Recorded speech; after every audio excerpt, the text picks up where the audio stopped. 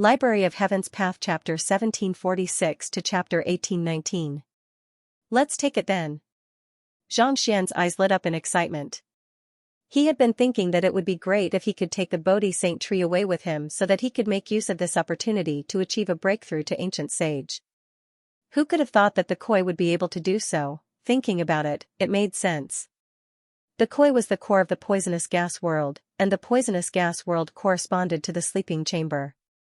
There was bound to be an inseparable relationship between the two, so there was bound to be a reason why Xianxia wanted to keep the koi. All right.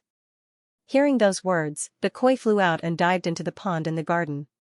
Gu-gu-gu-gu, the water in the pond began to swirl, forming a massive vortex. The vortex slowly rose into the air and enveloped the Bodhi Saint tree, pulling it out of the ground. This, not expecting to be able to pluck such a valuable tree so easily, Xianxia's eyes lit up in excitement. Hoo-la, the tree and the pond were swiftly moved into the folded space and planted in an empty plot of land. Not too far away, a pond was formed. The koi swam within it, stirring up ripples from time to time. Xianxia quickly turned his gaze to the Bodhi Saint tree, only to see that the newly planted Bodhi Saint tree had not withered due to the relocation. Instead, its leaves were even more lush than before.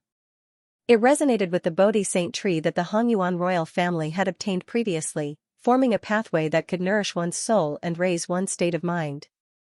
With this tree, it shouldn't be too difficult for me to push for a breakthrough to ancient sage, Xianxia chuckled softly.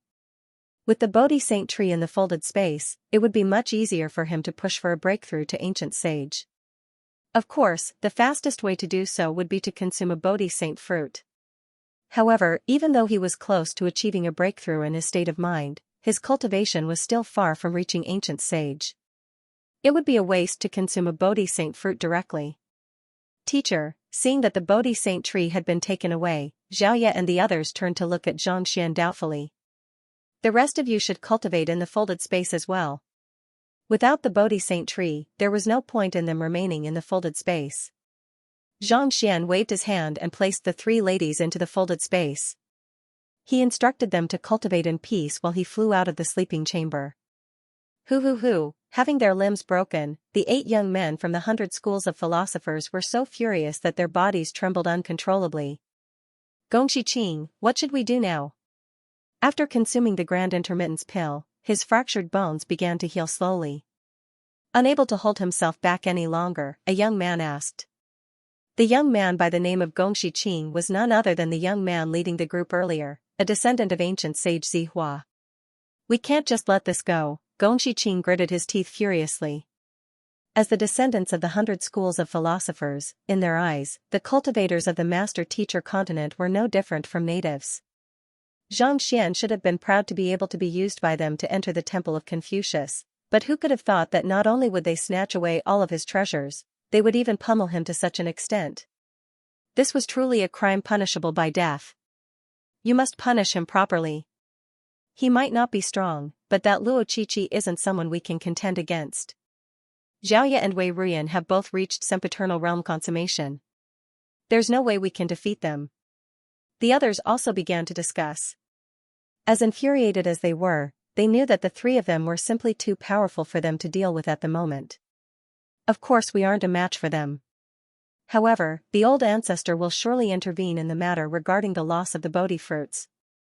I'll send him a message right now, Gongxi-Qing harumphed as he took out a unique jade token and informed the old ancestor of what had just happened. However, he did not reveal who the culprit was. All he said was that the Bodhi fruits had been snatched away, and they had sustained severe injuries. Not too long after he sent the message, an overwhelming pressure suddenly swept over them, leaving them breathless.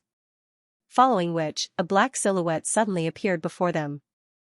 Upon seeing the state that they were in, the black silhouette's face darkened. What happened? With a tap of his finger, a droplet of blood seeped into the bodies of the 8 young men. Under the nourishment of the blood essence, the severed limbs swiftly healed up.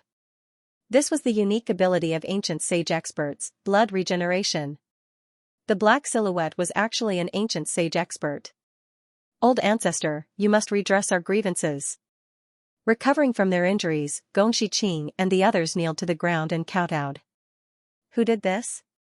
The black silhouette asked with narrowed eyes. The black silhouette appeared to be in his 60s. He did not have a beard, but there was a hint of killing intent in his eyes. However, his face was slightly pale. It was hard to tell whether it was due to the backlash from traversing through space too quickly or if he had encountered some kind of danger. It's a master teacher from the master teacher continent. Gong Shiqing gritted his teeth. We were bringing Wei Ruyan here to hasten the ripening of the Bodhi fruits, but that fellow suddenly appeared and snatched the fruits away from us. Not only that, he even injured us and broke our limbs. Did you tell him who you were? We did. We said that we were from the 100 schools of philosophers, and we had a use for the fruits. We even said that we would share a portion of the fruits with him as a reward, but that fellow still dared to make a move on us. Gong Shiqing said. When did those from the master teacher continent become so arrogant? The black silhouette bellowed furiously as his aura burst forth. A powerful might crushed down on the crowd, leaving them trembling in fear. Both the 100 schools of philosophers and the Mingshi Tang faction had inherited the heritage of Kongshi, so they were very particular about the rules. Their people had already ripened the Bodhi fruits, but that fellow actually dared to snatch them away. How was that any different from the otherworldly demons? Old ancestor, you must redress our grievances and kill that fellow.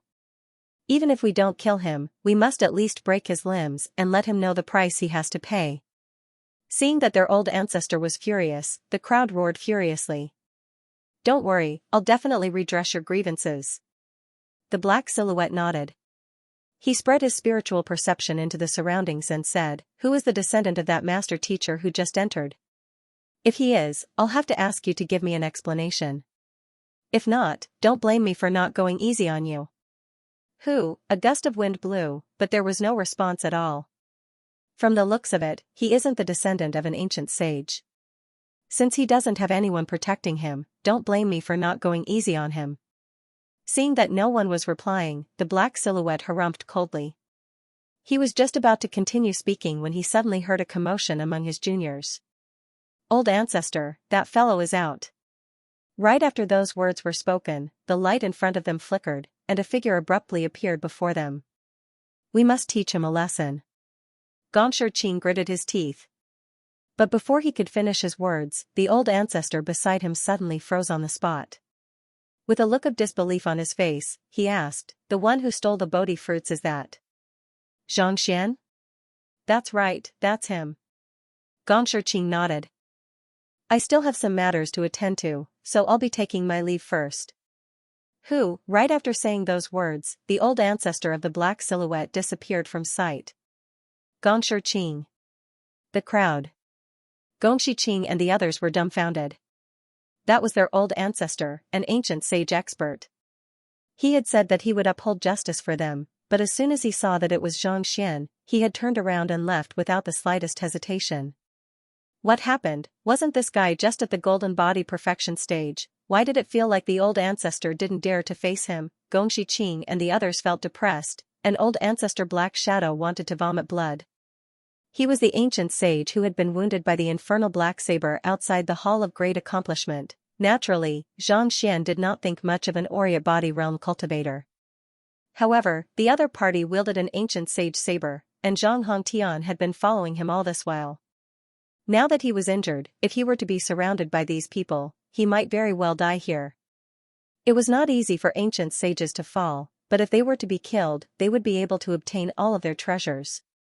He had thought that the reason why Xianxia was able to enter the Hall of Great Accomplishment was due to his research on the celestial amulet of the Zhang clan.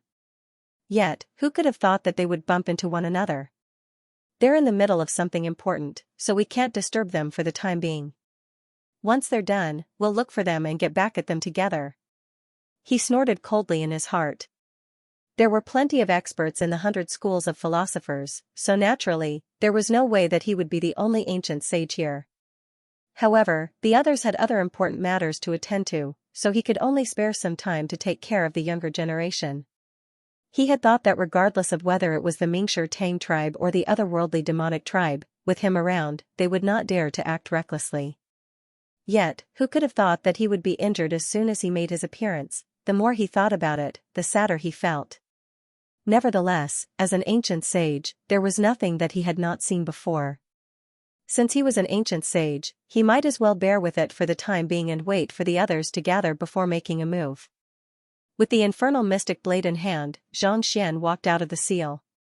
After pummeling those from the 100 schools of philosophers, Xianxia knew that the ancient sages would be summoned here, so he had made preparations beforehand. If the ancient sages did not reveal themselves, it would have been nigh impossible for them to kill him. However, once they did, with the infernal black saber and Book of Heaven's path, there was nothing for them to fear. Walking out of the seal, Xianxia saw that the 8 of them were already standing on the spot, completely unharmed. They were glaring at him with furious gazes, but they didn't make a move at all. Recovered? Frowning, Xianxia cautiously looked around. While the Grand Intermittence pill was able to heal broken limbs, it would still require at least several days of recuperation. Yet, it had only been 10 minutes since the Grand Intermittence pill was tossed out, but it was already fully healed. Most likely, it was the doing of an ancient sage. After looking around and not noticing anything, Xianxia heaved a sigh of relief. He couldn't be bothered to pay attention to the 8 young men that were trembling with fear, and his figure flashed as he walked towards the path he came from. Returning to the poisonous gas world, without the koi guarding it, there were more and more poisonous insects around the pond. The entire ecology seemed to be a little chaotic. Following the exit, they arrived at a world filled with rocks. It was as if they had entered a barren mountain range. There was no greenery at all. There were huge rocks everywhere, forming a continuous stone forest. This place was not as dry as the desert, nor was it as rich in spiritual energy as the jungle world. However, there were many grotesque and variegated rocks here, and each one was different, giving people a dazzling feeling. It seems like these rocks are evolving into a kind of cultivation technique. Leaping onto a towering rock, Xianxia frowned. The stone forest that appeared before him had all kinds of shapes and sizes. It was as if experts were displaying their cultivation techniques or battle techniques. I'll know once I give it a try. Xianxia casually found a cluster of rocks and began imitating the movements of the rocks. As expected, he could feel the Xinqi in his body flowing in a unique manner. The next moment, he flicked his wrist lightly. Pada, the sound of something exploding echoed in the air, and a small pitch-black hole appeared before him. It's indeed a battle technique. It's actually that powerful? Xianxia narrowed his eyes in astonishment. He had only been imitating the movements of the rocks casually, but it was already so powerful.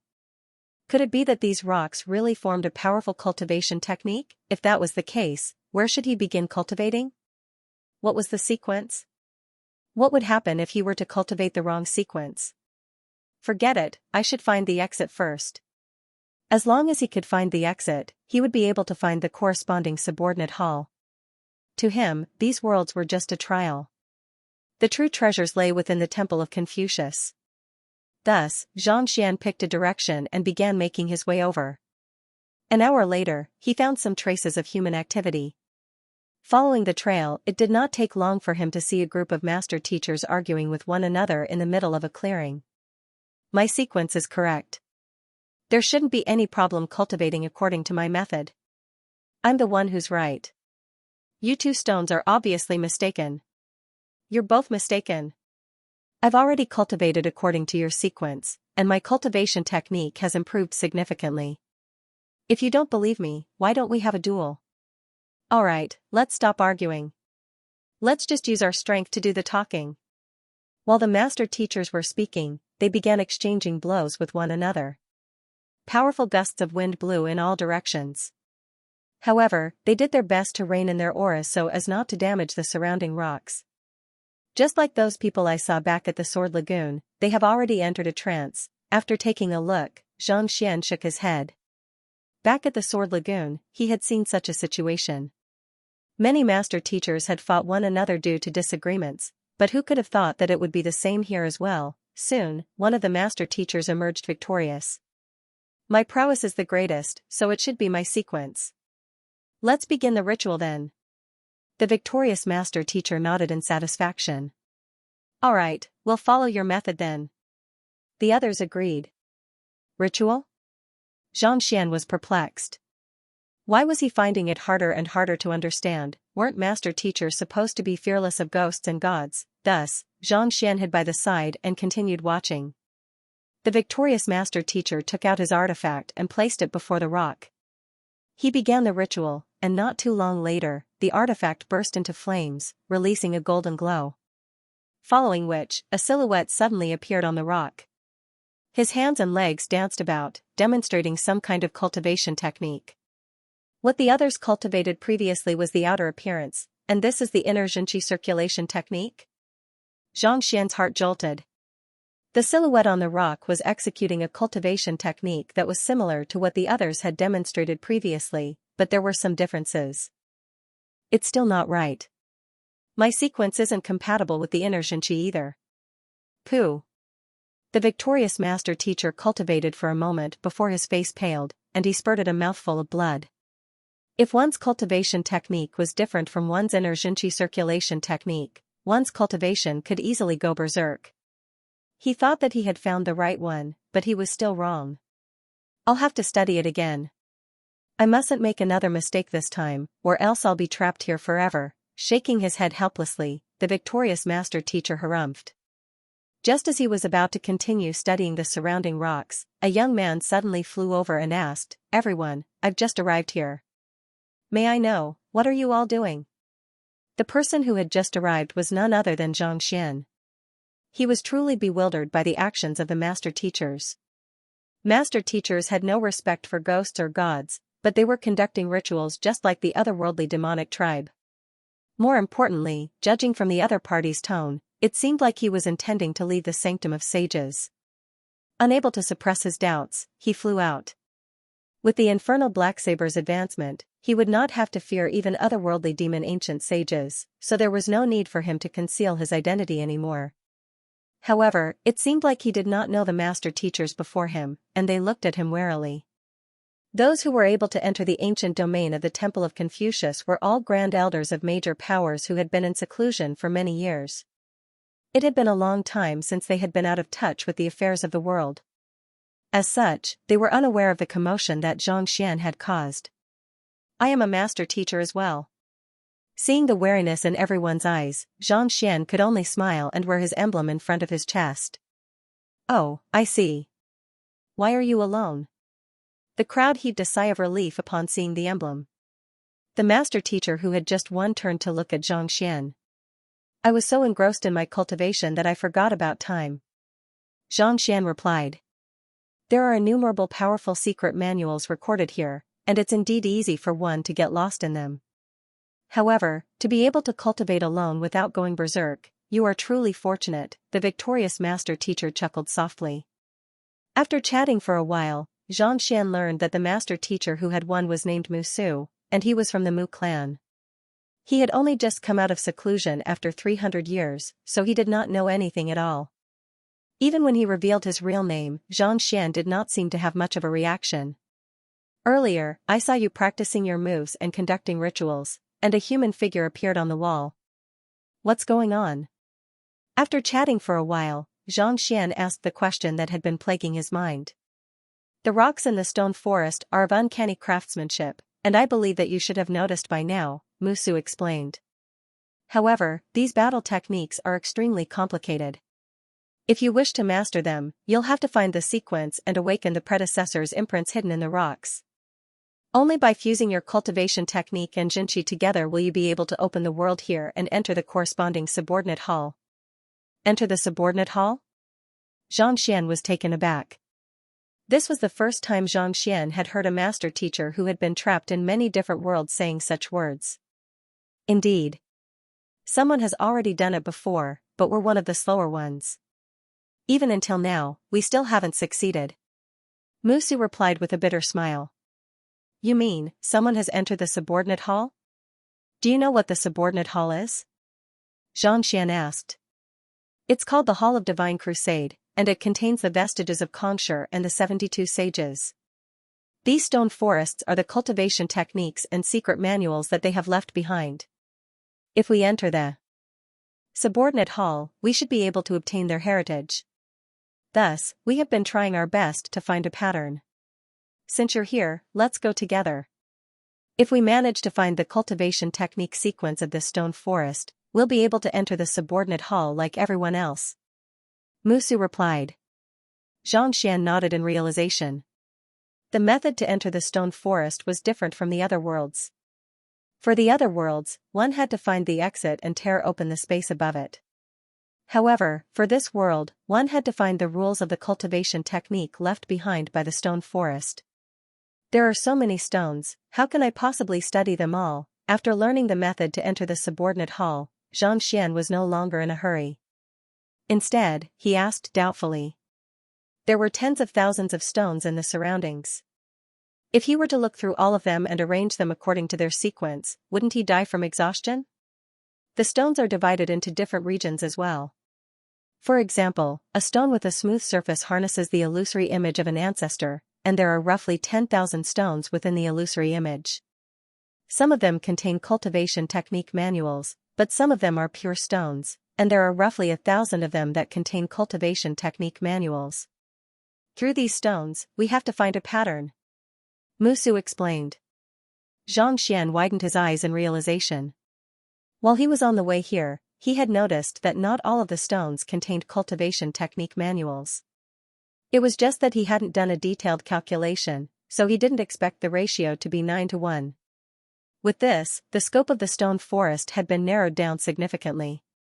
There's no time to waste. Let's hurry up and study them. After chatting for a while longer, Musu took out a sword and began inscribing on the ground, seemingly trying to find some kind of pattern. Seeing that the crowd had gotten into an intense discussion once more, Xianxia leaped onto a towering boulder and began scanning his surroundings. With Musu's reminder, Xianxia realized that the stones in the surroundings were arranged in an orderly manner with the flat boulder before him as the center. There were precisely 1,000 stones that contained the movements of human battle techniques. Flaws. With a thought, Xianxia imprinted the stone statues into the Library of Heaven's Path and compiled them into a book. Then, he turned his gaze to the hundreds of patterns inscribed by the master teachers on the ground. Hula, the information gathered together perfectly before Xianxia flipped open the book. 47 flaws. Xianxia found the 47 flaws and reorganized them into 45 flaws. After adjusting them more than a dozen times, he finally found that there was not a single flaw left in them. It seems like this sequence is correct. Heaving a sigh of relief, Xianxia turned his gaze back to the crowd. At this moment, Musu and the others seemed to have come up with another set of correct sequences, and they were debating with one another. There's no need to waste your breath. Let's continue with the duel. Whoever is stronger will have the correct sequence. Musu said with a wave of his hand. All right. The crowd nodded in agreement.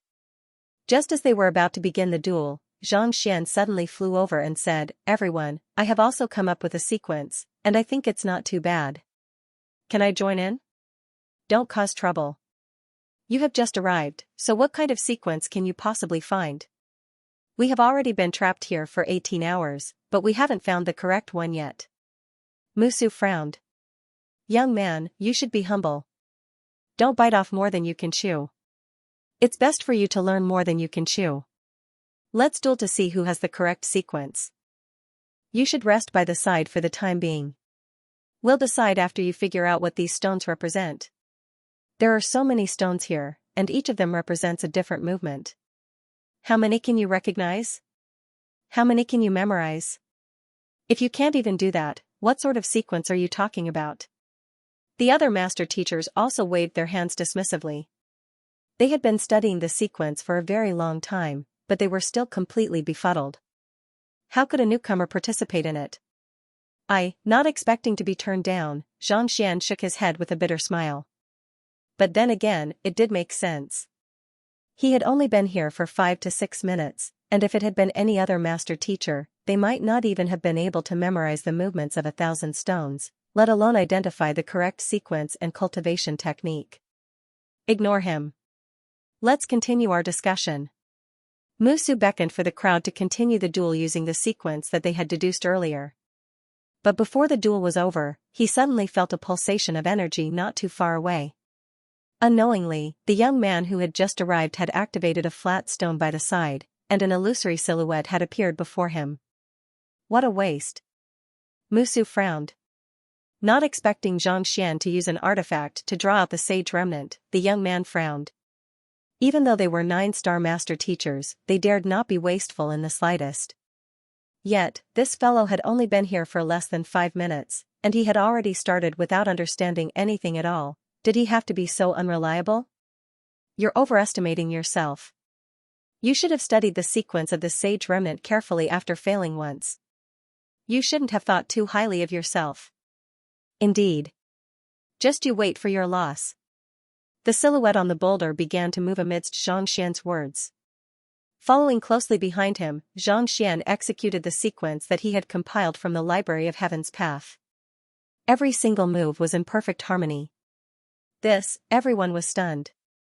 They had studied the sage remnant for 18 hours, but they hadn't made much progress at all. Yet, this fellow had only been here for 5 minutes, and he was already in perfect harmony. Everyone widened their eyes in shock, unable to comprehend what was going on. Something's wrong. His movements and the silhouette are no longer in harmony. After a while, Musu suddenly spoke. Everyone hurriedly turned their gazes over, and as expected, the young man's movements were slightly different from the silhouette on the boulder.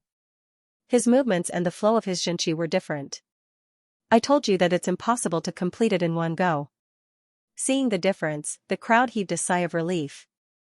As much as they wanted to leave this place and enter the subordinate hall, if that fellow managed to find the correct sequence in less than 5 minutes, they would have lost all their dignity. They could even give up on it. It was precisely for this reason that they were glad to see the difference. However, before they could recover from their joy, the young man suddenly stopped and looked at the silhouette on the boulder with a deep frown. You are cultivating in the wrong sequence. Pooh. Fresh blood spurted from the silhouette's mouth. Musu and the others. Follow my instructions, and it'll be perfect.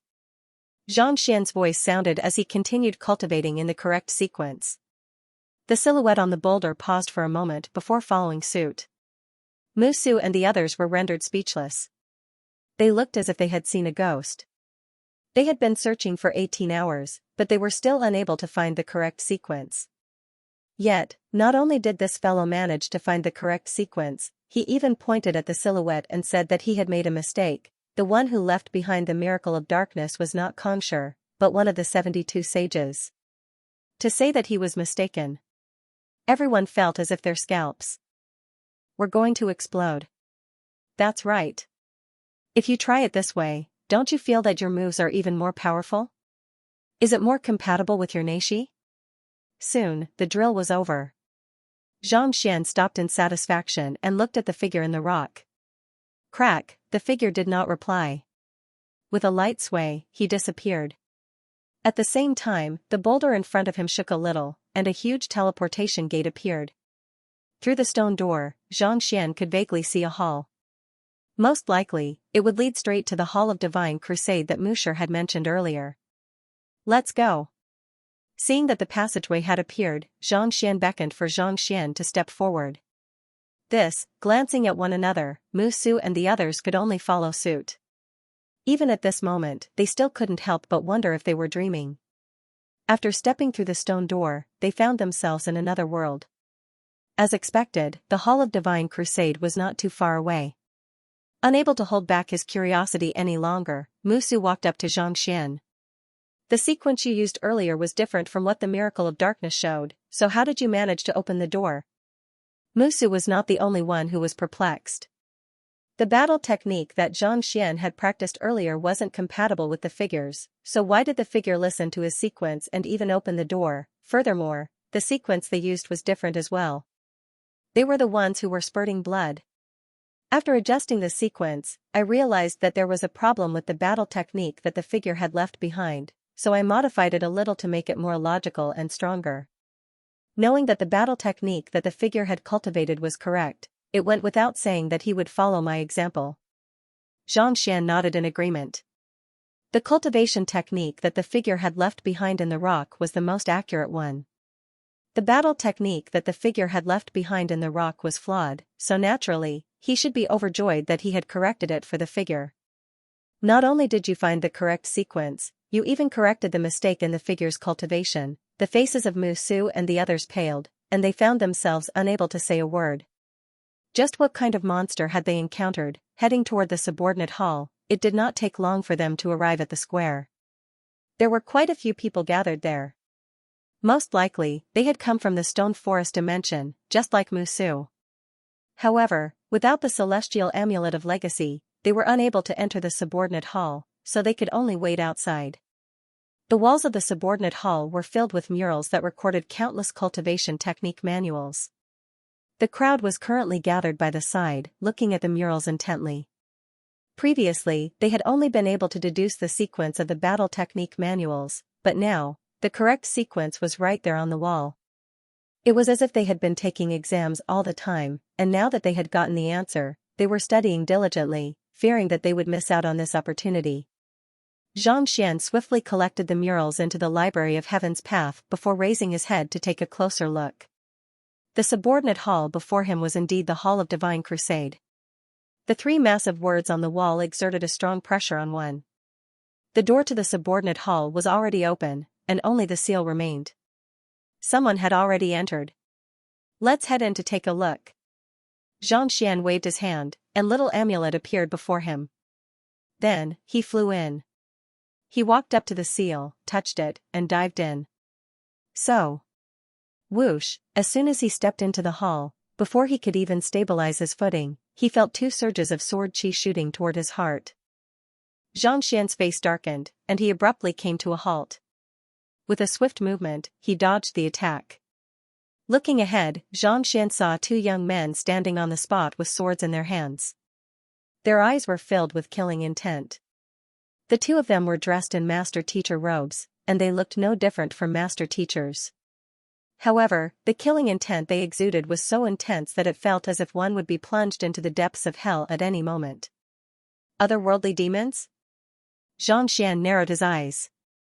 Who could have thought that he would encounter an otherworldly demon here?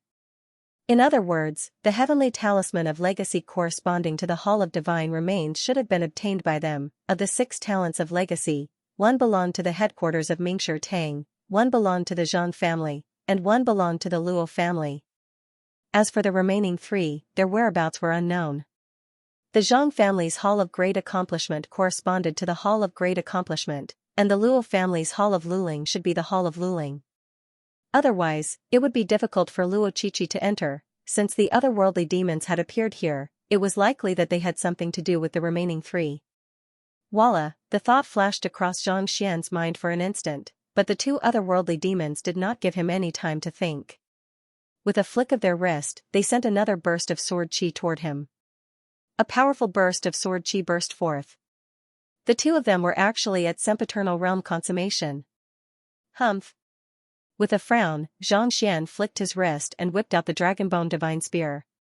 He thrust his arm forward and thrust it toward one of the otherworldly demons.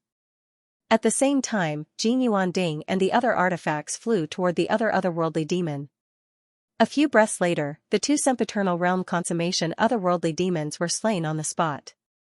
Even without using the 5 monarchs, the tree root, and the koi carp, the current Xianxia was still no match for these 2 otherworldly demons. Xianxia stowed the corpses into his storage ring before proceeding forward. Before his eyes was a vast hall filled with paintings, and every single one of them emanated a warm glow. As soon as he stepped into the hall, he immediately felt a heavy pressure pressing down on him. If his soul energy was too weak, it would be difficult for him to advance any further. It has the effect of tempering one's soul, Xianxia nodded as he took a step forward. The Hall of Great Accomplishment contained the Aeon of Ancient Sage, which could help one achieve a breakthrough to Ancient Sage. The Hall of Lul contained treasures that could raise one's soul depth. Clearly, the Hall of Lul had the ability to temper one's soul and raise one's soul energy. After taking a few steps forward, Xianxia realized that there was no one else around. The 2 otherworldly demons guarding the entrance were clearly afraid that humans would barge in. Since that was the case, there should be otherworldly demons searching for the core treasure of the Hall of Divine Crusade. Why was there no sign of him? What's in this hall? Xianxia turned to look at the prime amulet before him. The prime amulet's memories had been sealed, and it would only awaken after entering the corresponding hall. Given that it was in the Hall of Divine Crusade, it should know what was inside. Most importantly, the Stone of Divine Crusade left behind by Xianxia is the Stone of Divine Crusade. The Stone of Divine Crusade harnesses the legacy left behind by Xianxia, and it's extremely effective in tempering one's soul, Little Amulet explained. The Stone of Divine Crusade? Xianxia's eyes lit up. Where is it? Ever since his soul cultivation had reached Oriate Body Realm Pinnacle, it had not grown by much. If he could find the Stone of Divine Crusade, he might even be able to push for a breakthrough to the intuitive impulse realm. It's at the back of the subordinate hall. You'll be able to see it after exiting through that door. Little Amulet said. All right. After confirming the exact location, Xianxia walked forward with widened strides. Walking through the door of the Hall of Divine Crusade, he saw a vast courtyard before him. There were stones everywhere in the courtyard, like a small stone forest. A few otherworldly demons were seated not too far away from the entrance of the stone forest. Their eyebrows were tightly knitted together, and they were scratching their cheeks and ears non-stop. It seemed as if they were trying to figure something out, but they were unable to make heads or tails of it. At the very center of the stone forest was a small stone platform. A round stone was placed on top of it, and figures were moving about on top of it. It gave off a warm light, giving off a familiar feeling. What are they doing? Xianxia asked. Most likely, the circular rock was the Stone of Divine Crusade. Why were those otherworldly demons squatting there instead of retrieving it? It's not that they don't want to enter, but that they can't. The Saint Remains Stone Forest might seem simple, but there's only one path. One wrong step and they'll be killed by the sword chi hidden within. Little Amulet harumphed. Sword chi? Xianxia was taken aback. He quickly turned his gaze over and saw that the otherworldly demons at the very front had their eyes tightly shut, and they had already breathed their last. Do you know the exact steps to enter? Xianxia looked over. I don't. Little Amulet shook his head. This is something that Xianxia left behind to test his descendants, so naturally, he wouldn't impart it to them easily. However, it seems to have something to do with the world that we have passed through previously. Take a closer look. Every single one of these stones contains a cultivation technique or move. As long as you follow the correct sequence of these moves, you'll find the key to entering the stone forest. That's true. Taking a closer look, Xianxia noticed that the stones in the stone forest were similar to those in the outside world. They all contained some kind of cultivation technique or move. Flaws. With his previous experience, Xianxia compiled all of the moves in the stone sculpture together and compiled them into a set. As there was nothing he could use as a reference, there were many mistakes. Xianxia modified the set according to the direction in which the otherworldly demons would enter, and the number of mistakes decreased significantly. After modifying the set more than 100 times, he finally managed to come up with the correct sequence. I have already deduced the sequence. Will we be able to pass through the stone sculpture according to this sequence? Xianxia asked. As long as the sequence is correct, we'll be able to enter. However, we mustn't make any mistakes. Otherwise, the sword chi left behind by Xianxia won't be that easy to decipher. Little Amulet said worriedly. Xianxia nodded. Just as he was about to step into the stone sculpture, he suddenly froze in place. The sequence of the stones represented a set of cultivation technique. What if there was a mistake in the technique itself? He could guarantee that his Heaven's Path divine art would be the most accurate one, but the other party's answer might not necessarily be the most accurate, just like what he had encountered in the stone forest dimension. If there was a mistake in the human silhouette, it could still be corrected. However, if there was a mistake in the sword chi, it could spell his death. Infernal Black Saber. After a moment of hesitation, Xianxia took out the infernal black saber and placed it in his palm. If there was really a sword chi in the stone sculpture, the infernal black saber should have been able to withstand it. I'll be heading in. Ding ding, the rest of you follow behind me. If any otherworldly demons try to cause trouble, kill them on the spot. Don't get away. After instructing Jin Yuan Ding and the 5 monarchs to follow behind him, Xianxia followed the sequence provided by the Library of Heaven's Path. He hadn't found the exit of the stone forest dimension yet, but based on the rules of the other worlds, the sequence of cultivation technique manuals at the exit should be identical to the one here. If that was the case, he would be able to find the crux of the stone forest dimension. By then, he would be able to resolve the obstacle before him and obtain the Stone of Divine Crusade. Since he was already here, it would be too late for him to experiment on it. Thus, he could only hope that there were no mistakes in the things that Xianxia had left behind. Walking up to the first stone, Xianxia brushed past it without triggering any attack. Thus, he continued heading in. After taking a few steps, he encountered an otherworldly demon scratching his head in confusion. However, he couldn't be bothered to make a move on him, so he simply walked past the otherworldly demon and continued heading forward. "You're courting death." The otherworldly demon sneered coldly upon seeing the human who had appeared out of nowhere charging into the stone forest. With the deaths of several of their companions, they had finally grasped the rules of the stone forest. They knew that they couldn't afford to mess around here, or else they might just die without even knowing how they died. Since that fellow had charged in as soon as he arrived, he could serve as a scout for them. With such thoughts in mind, the otherworldly demon sneered coldly at the young man who had charged into the stone forest.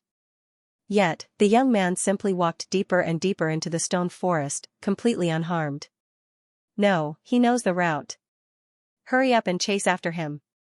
No matter how foolish they were, it was clear that the young man knew the route. The otherworldly demon bellowed furiously as he prepared to chase after the young man. However, barely after taking a few steps, he suddenly felt a powerful killing intent crushing down on him. Turning his head around, he saw a group of saint beasts and several weapons charging toward him. "Attack!" Ding Ding bellowed, and the saint beasts and weapons charged forward. Palipala, a few minutes later, the otherworldly demons were all lying lifelessly on the ground. There's no attack. Could it be that the sequence of the technique has also reached the level of Heaven's Path? Who can cultivate it? Very quickly, they walked around the stones and arrived at the stone platform at the very center. Xianxia was astonished.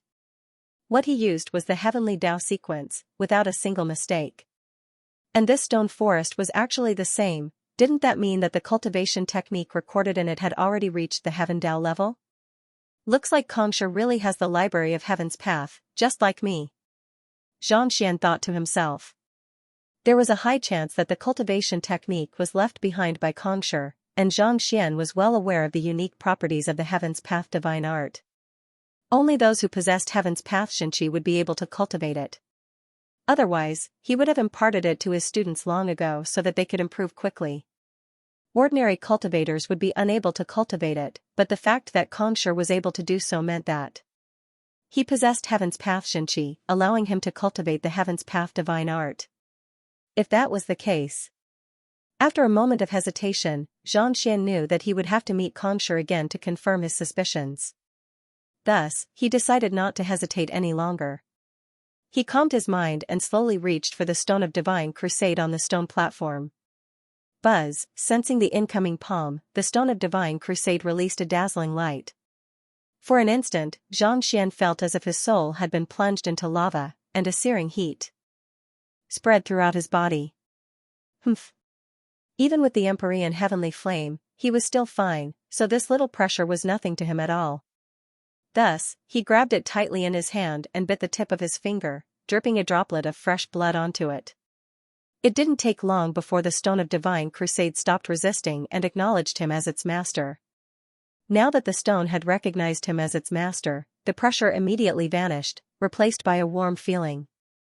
The figure on the Stone of Divine Crusade moved about, replenishing his soul energy, slowly strengthening his soul.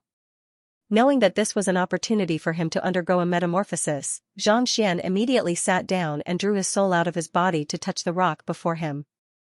Rumble, as his soul energy flowed into his primordial spirit, the strength of his primordial spirit swiftly surged. In an instant, he had already overcome the bottleneck of Oriat Body Realm Pinnacle, pushing for a breakthrough to a higher realm. 2 hours later, he had already reached Great Sage 3 Dan Intuitive Impulse Realm Consummation. At this level, the rate at which one could progress would slow down.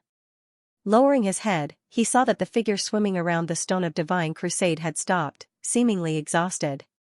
Looks like this thing also needs energy, he chuckled softly.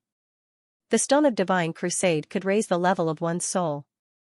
However, just like spirit stones, it only contained a certain amount of soul force.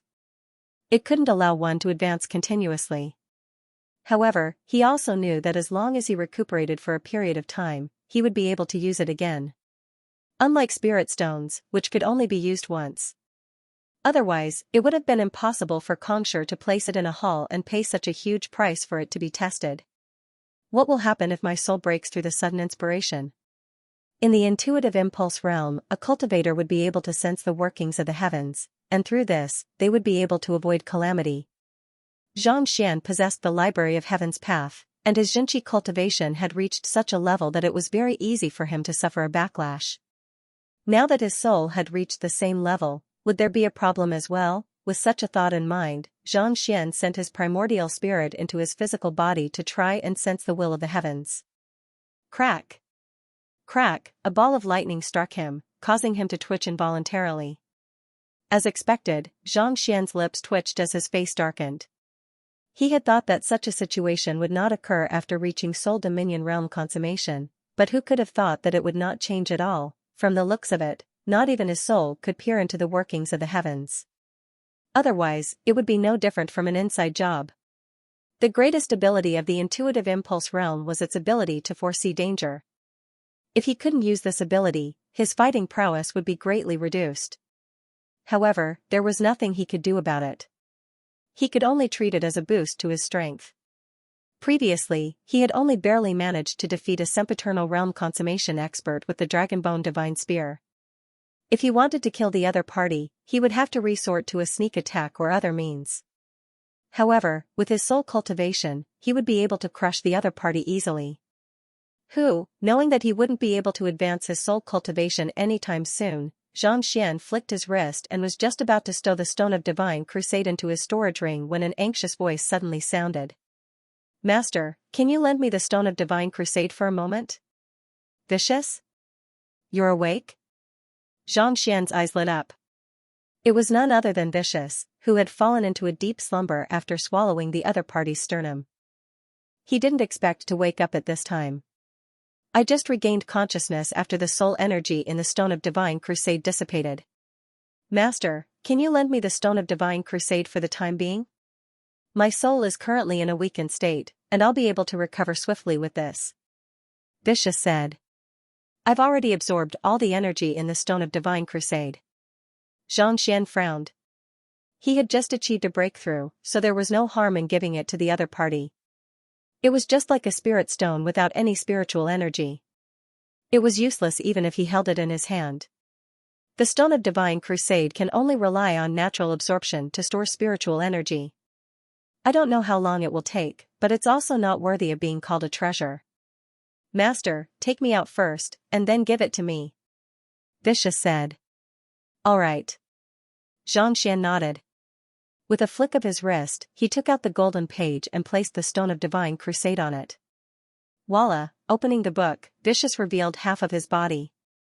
With a light tap of his finger, the Stone of Divine Crusade flew out and circled around the otherworldly demons that he had just killed. Buzz! A moment later, the silhouette on the surface started moving again, emitting a dazzling radiance. "This is absorbing the souls of others?" Xianxia's eyes narrowed in astonishment. Through his eye of insight, he could clearly see that the Stone of Divine Crusade had just absorbed the souls of the otherworldly demons and purified them into pure energy. The Stone of Divine Crusade has the ability to purify and devour souls. To soul cultivators, it's even more important than ancient sage artifacts. Back then, the Seal of Souls of the Soul Oracle Guild was forged from the Stone of Divine Crusade. Vicious explained. The Seal of Souls was forged from the Stone of Divine Crusade? Xianxia was taken aback for a moment before realization dawned upon him. It was no wonder he felt a sense of familiarity when he first saw the Stone of Divine Crusade. One must know that the Seal of Souls was in his possession as well, and it was currently stored in his storage ring. It was just that he had never used it before. To be able to absorb souls and convert them into pure soul energy, it's indeed a fearsome power. Xianxia finally understood what was going on. It was no wonder it was comparable to the Bodhi fruit and the aeon of ancient sage. Take it for now. While the ability sounded sinister, it depended on the wielder.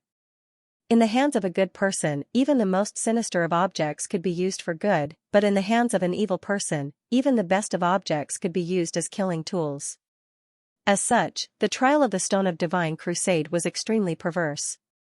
It could be said that those who had not cultivated the Heaven's Path divine art would be unable to enter the Stone of Divine Crusade.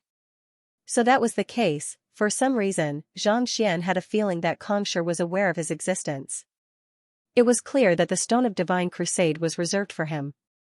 Had it been anyone else, they would have been unable to obtain it even if they wanted to. Thank you, Master. Vicious quickly absorbed the soul energy within the Stone of Divine Crusade to reinforce his soul energy. How has your cultivation been recovering after assimilating the upper body? Xianxia asked. Seeing that Vicious was recovering from absorbing the energy from the Stone of Divine Crusade, Xianxia asked. Back then, when Vicious assimilated the phalanx, his cultivation had recovered significantly. After assimilating the skull, he had managed to advance his cultivation once more. Considering how massive the upper body was, he should have improved even more. Master, my fighting prowess is already on par with those who have just achieved a breakthrough to Ancient Sage. Vicious replied. Ancient Sage? Xianxia's eyes lit up. He had been wondering whether Vicious would wield the strength of an Ancient Sage after assimilating the upper body, and it seemed like his guess was right. Given that they were both Ancient Sages, Vicious would surely be much stronger than the Ancient Sage corpse. Coupled with the infernal black saber, he would be as good as having a true Ancient Sage guarding him at all times, ensuring his safety. Furthermore, the upper body has been suppressed by Sage Kuei for tens of thousands of years through the Sanctum of Sages, so the killing intent within it has already been completely wiped out. What's left is pure energy. With my current strength, no one will be able to tell that I'm a master teacher. Vicious said. That's great. Xianxia clenched his fists tightly. It was just a moment ago that he was still thinking that even if Vicious possessed the strength of an ancient sage, he would not dare use it recklessly on the master-teacher continent. Otherwise, just the crime of colluding with the otherworldly demonic tribe would be enough to make him unable to defend himself. While Sage Kuei was not Kongshi's direct disciple, he was still the latter's grand student. Using the scholarly aura of the Sanctum of Sages to suppress the upper body for tens of thousands of years, the killing intent within it had long been cleansed. It seemed like he would be able to use Vicious without worrying about how he was going to explain himself. You should focus on recovering your soul first. Try your best to raise your cultivation to its peak. Knowing that he had a stronger backing, Xianxia heaved a sigh of relief and walked out of the stone forest. With the opening of the Temple of Confucius, there would be many ancient sages gathered there. The stronger Vicious was, the safer he would be. He had to be careful. Putting away the artifacts and beasts, Xianxia returned to the hall from before and stowed the portraits hanging on the walls one by one into his storage ring. Only then did he leave the hall. The master teachers were still standing outside the Sanctum of Divine Crusade, studying the cultivation techniques and secret manuals inscribed on the walls. If Yuan Tao is not here, then where is he? Xianxia frowned. Since there were only otherworldly demons in the area, it could only mean that the 100 schools of philosophers had yet to arrive. Since that was the case, where could Yuan Tao have gone? Just as Xianxia was about to return to the stone forest world and continue his search, he suddenly flicked his wrist, and a communication jade token appeared in his hand. A line of words appeared on it. Xianxia, come to the apricot altar now. Is it Lozosi's message? Apricot jar. Where is the apricot jar? You can transmit messages across worlds? Xianxia was taken aback. When he first arrived, he had tried using the communication jade talisman. It would only work if they were in the same world. But now, he had received a message from Lozosi. Since when was it possible to send messages across worlds? If that was the case, why couldn't he have done it before? The apricot altar is a branch hall corresponding to the desert world. I'll wait for you there. Sensing Xianxia's doubts, Lozosi sent another message over. The desert world? Xianxia frowned. Without any hesitation, he returned to the stone forest world once more. It was easy to find the previous entrance, and it did not take long for Xianxia to return to the world of the desert. At this moment, there was no desert or scorching heat in the world. The spiritual energy in the area was dense, and while there was no vegetation, it was still somewhat similar to the forest world. The cultivators who had entered the desert world had been cultivating on the spot, and they had made significant progress in their cultivation. The intuitive impulse realm cultivator whom he had met previously had already achieved a breakthrough to the sempiternal realm within a few hours, and his appearance seemed to have become much younger. Knowing that this was one of the mysteries of the Temple of Confucius, Xianxia decided not to waste too much time talking about it. After confirming his direction, he swiftly headed in the direction where the oasis was located. Not too long later, he saw the young lady and Wu Chen. "You're here." Lozozi chuckled. Seemingly noticing Xianxia's doubts, she explained, "The Temple of Confucius has already established a connection to the various worlds. It's not strange for them to communicate with one another." "Open a path?" Xianxia was taken aback for a moment before understanding dawned on him. He had found the exits of the otherworldly demonic tribe and walked through them, which meant that he had somehow managed to connect all of the otherworldly demonic tribe together. Furthermore, he wasn't the only one. There were many master teachers who were traversing the otherworldly demonic tribe as well, so it wasn't too surprising that they were able to communicate with one another. "How do you know that this world corresponds to the apricot altar?" Understanding this, Xianxia was still puzzled. Before entering the branch palace, he didn't even know what it was called. Since Lozozi knew about it, why didn't she mention it before? Someone has already gone there, so it's not strange for them to know about it. Furthermore, it's not just this. The other branch palaces have also found out about it. Lozozi explained, "The Temple of Confucius has 6 main halls, namely, Kuiwen Pavilion, Apricot Altar, Liangwei Hall, Desheng Hall, Bedchamber Hall, and Hall of Divine Crusade. The people from the 100 schools of philosophers possessed the heavenly talismans to open the Kuiwen Pavilion. They had already entered the Kuiwen Pavilion and taken away all of the books that Kongshur had left behind. Mingshur Tang possessed the celestial amulet of the 2 palaces, and the Luo clan, Zhang clan, and otherworldly demonic tribe corresponded to the Hall of Lul, Hall of Great Accomplishment, and Hall of Divine Crusade respectively. Since there are people who have entered the Kuiwen Pavilion, it can be said that they have been fully activated. At the moment, only the apricot altar hasn't been opened yet. If I'm not mistaken, you were the one who took the crux of the formation, right? We can head over to check it out and activate the subordinate hall as well." "Is the crux of the formation referring to the tree root?" Xianxia asked. Lozozi nodded. "Let's hurry up. There are already quite a few people heading over. The 100 schools of philosophers has also brought Yuan Tao over to make use of his emperor's bloodline, but I'm not too sure what they're up to." Hearing that Yuan Tao was here, Xianxia heaved a sigh of relief. "Let's head over." After saying those words, Lozozi turned to look at Wu Chen. "Yes." The boy, who looked young, nodded his head and pointed his finger upwards. See la, a rift appeared in the space above the oasis, revealing a passageway. Above it, a vague hall could be seen. "He's tearing through space with a single finger?" Xianxia frowned in bewilderment. He had been to the desert dimension before, so he knew how resilient space was. At the very least, one had to reach ancient sage in order to tear through it. Yet, Wu Chen was able to pierce through it with a single tap of his finger, and from the looks of it, it seemed to be even easier than the infernal black saber. Could it be that he had found a fortuitous encounter and reached ancient sage realm? "Let's head up." Lozozi did not bother explaining the matter to Xianxia.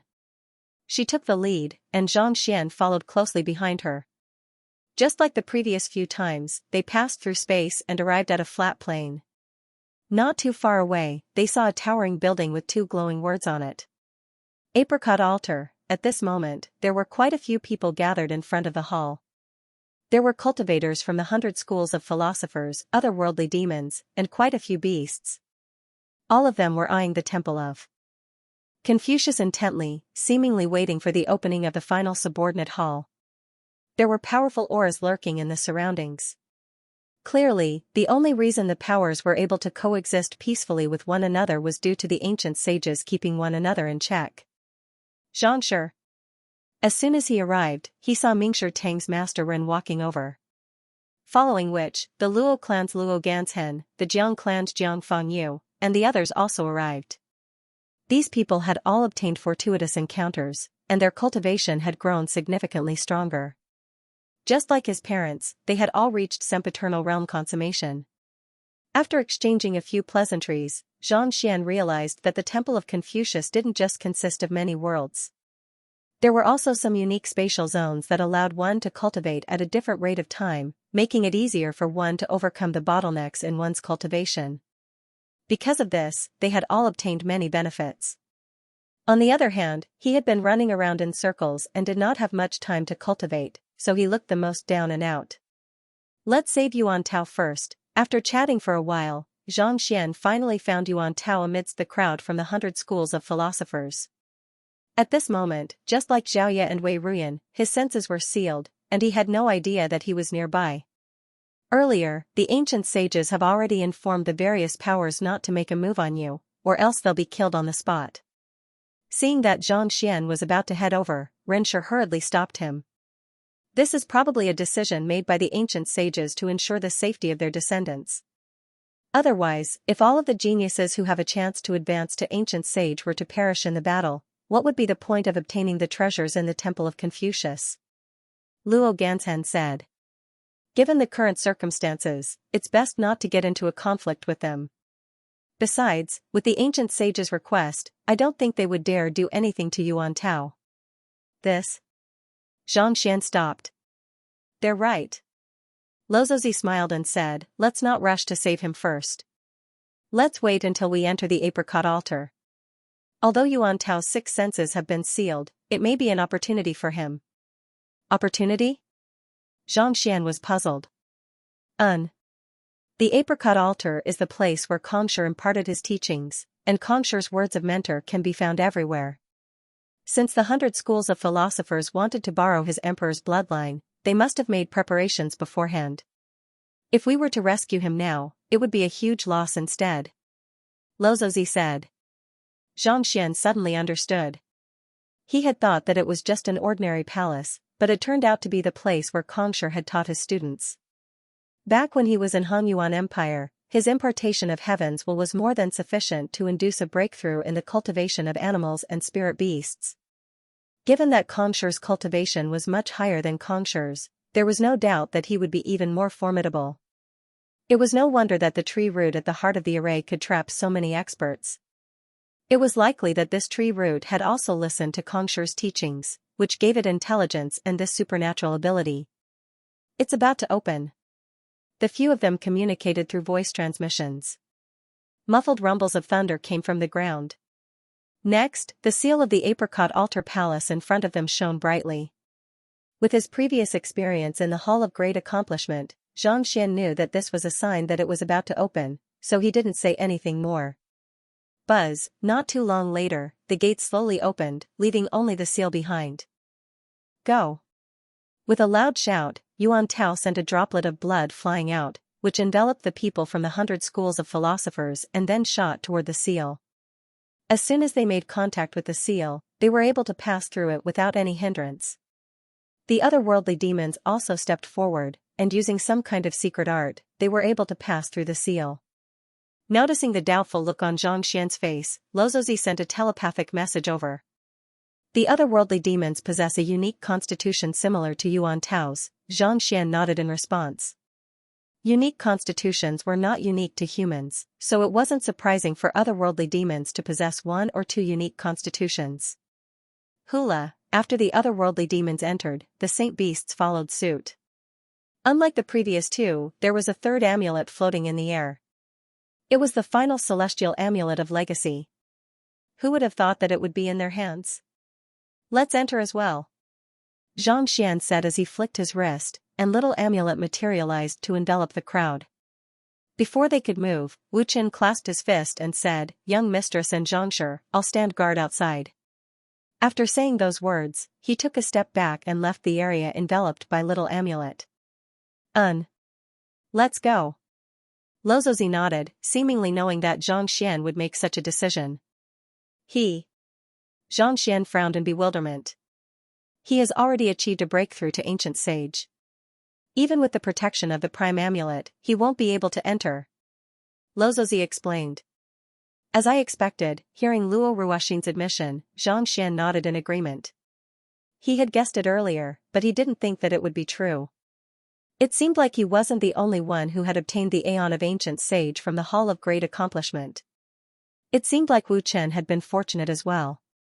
Halala, bringing Luo Ganzhen, Jiang Fangyu, and the others with him, Zhang Xian followed them into the Hall of Great Accomplishment. Unlike the other subordinate halls, the interior of the Hall of Great Accomplishment was not a spacious room. Instead, it was a courtyard with a diameter of 100 meters. At the very center of the courtyard was a towering altar. There seemed to be a seal placed on it, and it emanated an oppressive aura that prevented one from approaching. By the side of the towering altar were dozens of apricot trees. Due to it being winter, the leaves of the apricot trees had already fallen, leaving only bare branches. The area in front of the towering altar was filled with 3,000 cushions, which corresponded to Conchure's 3,000 apprentices. This is the apricot altar? Zhang Xian frowned. He had thought that the apricot altar would be a sacred place, but it looked so ordinary. Back then, when Conchur conducted a lecture, his students were listening to his lecture below.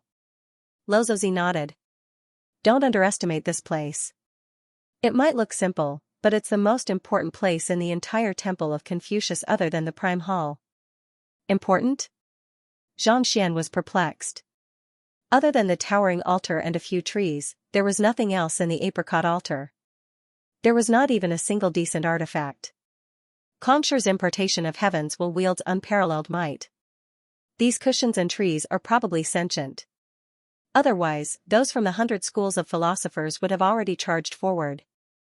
It's clear that they're waiting for an opportunity to strike. Lozozi told Zhang Xian telepathically. Hearing those words, Zhang Xian's eyebrows shot up. In the Hongyuan Master Teacher Academy, the importation of heavens will had taught them that weapons possessed sentience. It was not surprising for Conchur to infuse these cushions and trees with sentience. Are you all going in or not? If not, we'll be heading in first. Seeing that the 100 schools of philosophers were the first to enter the apricot altar, not moving forward at all, one of the saint beasts grew impatient and bellowed. If you don't want to enter, we'll enter. Don't you dare fight with us over the treasures we obtain. Another saint beast said. If you want to enter, feel free to do so. We still have to wait a little longer. A young man from the 100 schools of philosophers said with a smile. He was no other than the scholarly young man whom they had met at the White Creek Mountain, the descendant of ancient sage Ziyuan, Yan Shui. It's fine if you don't want to enter. Let's head over to take a look first. Seeing that the 100 schools of philosophers were not moving, the saint beast who had spoken earlier harumphed coldly. Cowards, they don't dare to enter. Let's head in. After saying those words, he immediately charged in the direction of the cushions. In his view, the fact that the cushions could be preserved for tens of thousands of years meant that they were extraordinary. Hula, but before they could reach the cushions, the sound of a gust of wind suddenly sounded. Following which, a tree branch whipped right toward them, tearing a pitch-black rift in space. Woo-woo-woo, following which, several apricot trees flew over and surrounded the saint beasts. A few trees dared to stand in our way? Dream on. The saint beast who had spoken first raised its claw and slashed down. Its claws were incredibly sharp, comparable to great sage artifacts. As it slashed down, the surrounding space trembled, and several pitch-black spatial rifts appeared. The claws and teeth of saint beasts were top-notch materials for forging great sage artifacts. On top of that, this fellow was on par with the 5 monarchs. Even some paternal realm consummation master teachers would find it hard to withstand its attack. Under normal circumstances, such sharp claws should have been able to sever the tree branches easily. Yet, before it could even reach the tree branches, a resounding paw suddenly sounded. A green mark had already appeared on the saint beast's face. A tree branch had appeared out of nowhere and struck its face. Roar!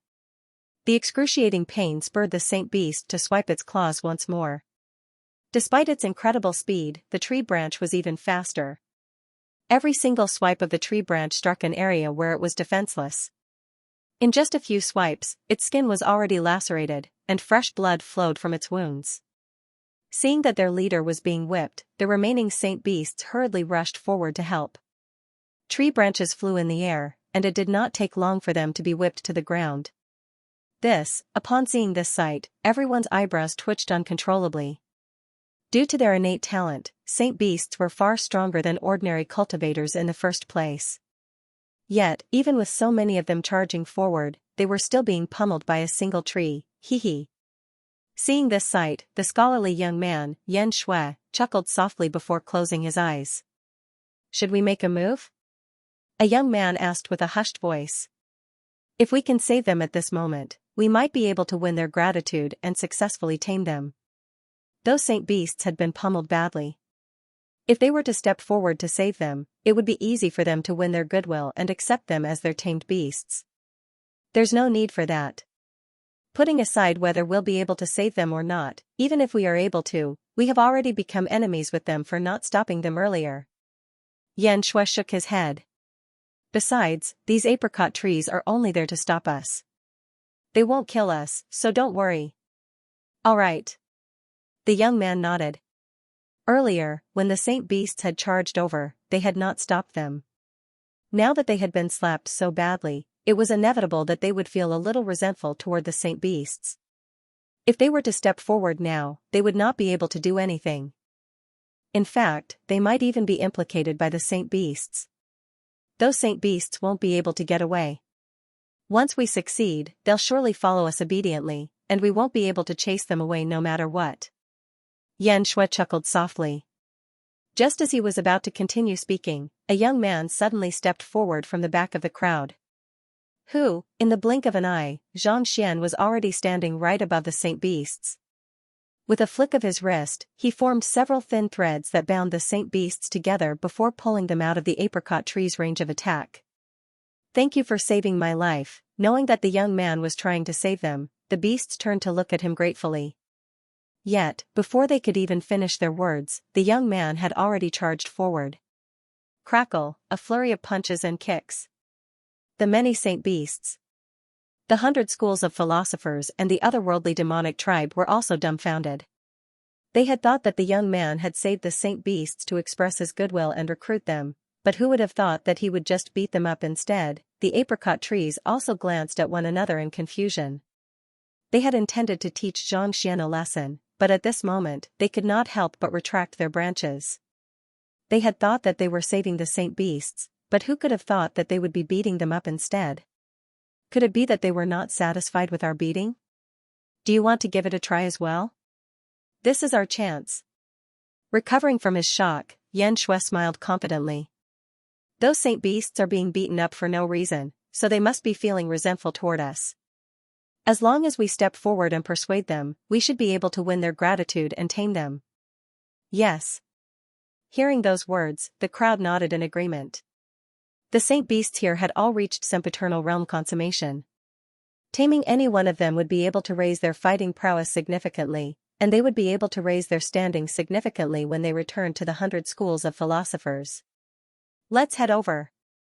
Unable to hold themselves back any longer, the young men leaped forward and charged toward the young man who was pummeling the saint beasts with their swords. What are you all waiting for? It can be considered fate that we've met here. My holy beast friends, we can't just watch as you're being bullied and do nothing. My fellow saint beasts, I'm here to save you. The young men bellowed with righteous voices, exerting an irrefutable pressure on those around them. They sure are smart. Through their words, the saint beasts will surely feel grateful toward them.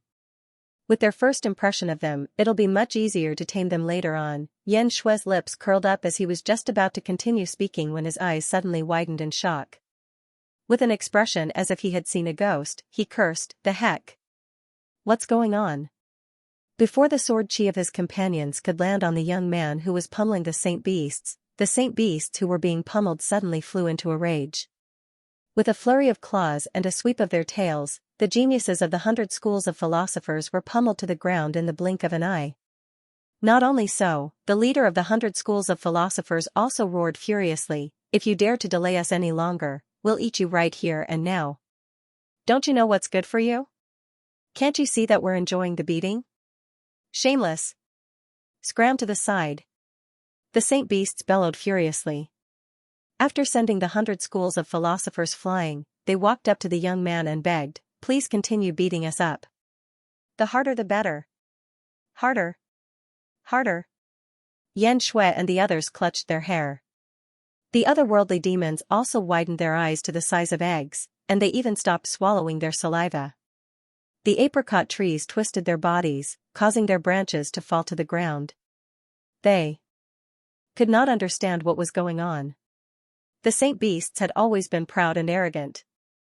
Why would they be so happy after being pummeled? They were clearly howling in agony when they were pummeled by the apricot trees earlier. "Submit to me, and I'll give you a good beating when I'm free." After pummeling them for a while, the young man suddenly felt his hand aching, and he waved his hand dismissively. "All right, paying respects to Master. Long live Master." Voila! Right after those words were spoken, the Saint Beasts immediately kneeled down and kowtowed to Xianxia.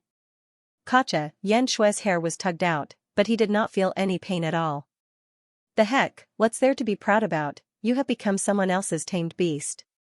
No matter how high your standing is, you are still just a pet. What is there to be happy about, to submit to you with just a beating? Are Saint Beasts that easy to tame? Alright, I'll exact vengeance for you all." After taming the Saint Beasts, the young man waved his hand and walked over to the apricot trees with a proud look on his face. "You're courting death." Seeing how arrogant the young man was after taming the Saint Beasts, Xianxia sneered coldly. The young man might have used some means to tame the Saint Beasts, but the apricot trees, those were existences that had listened to Xianxia's teachings. Wasn't he courting death by going over to cause trouble for them? Harumphing coldly, the young man walked up to the apricot trees. Hula, the apricot trees swayed simultaneously, encircling him. The person who had walked into the forest and tamed the beasts was none other than Xianxia. The beasts were on par with the 5 monarchs, so there was no way he would miss this opportunity. Thus, when he saw the branches whipping the apricot trees furiously, he immediately took pity on them and saved them. After which, he pummeled them himself. As expected, the heaven's path Xianxia healed the apricot trees and healed their internal injuries. In an instant, the apricot trees were filled with gratitude and willingly became his tamed beasts.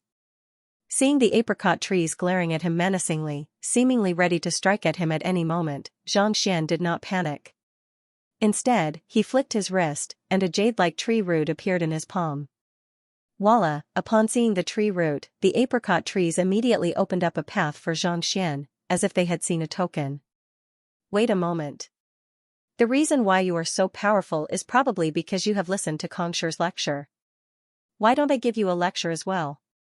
Xianxia sent a telepathic message to the apricot trees. Considering how formidable the apricot trees were after listening to Xianxia's lecture, he suspected that the latter cultivated a heaven's path divine art as well. Since the apricot trees had listened to his lecture, they should be able to tell whether his lecture was superior or not. Through this, they would be able to better judge whether Xianxia cultivated a heaven's path divine art or not. Voila! The apricot trees shook their branches in bewilderment. "We have already allowed you to pass, so why did you suddenly think of conducting a lecture? Humans and beasts aren't the only ones who can advance in the path of cultivation." Paying no heed to their doubts, Xianxia transmitted his voice over. Hulala? Initially, the apricot trees were perplexed by Xianxia's lecture, but a moment later, they began dancing excitedly.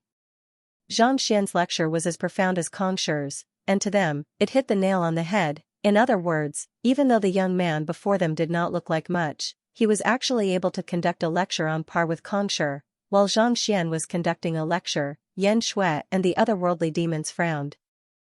They thought that the young man would be pummeled into a pulp just like the other beasts, but who could have thought that not only did the apricot trees not make a move, they were even staring blankly into space. He's sitting down, and he seems to be saying something.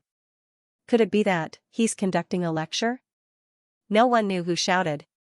Hearing those words, the crowd noticed that the young man who was trapped in the middle of the trees was opening and closing his mouth. No one could tell what he was saying. It looked like he was giving a lecture, but at the same time, it also seemed like he was conversing with them. Voila! Before he could recover from his shock, a few more trees ran over. All the branches on their bodies stuck to the ground at the same time, looking pious. They're trees that have listened to Xianxia's lecture. How can they behave like this when they're listening to this fellow's lecture? Everyone was dumbfounded. These were trees that had listened to Xianxia's lecture, and every single one of them had reached sempiternal realm consummation. Why would such powerful trees listen to the young man's words and behave so obediently? Rumble. While they were still in shock, the ground suddenly began to shake.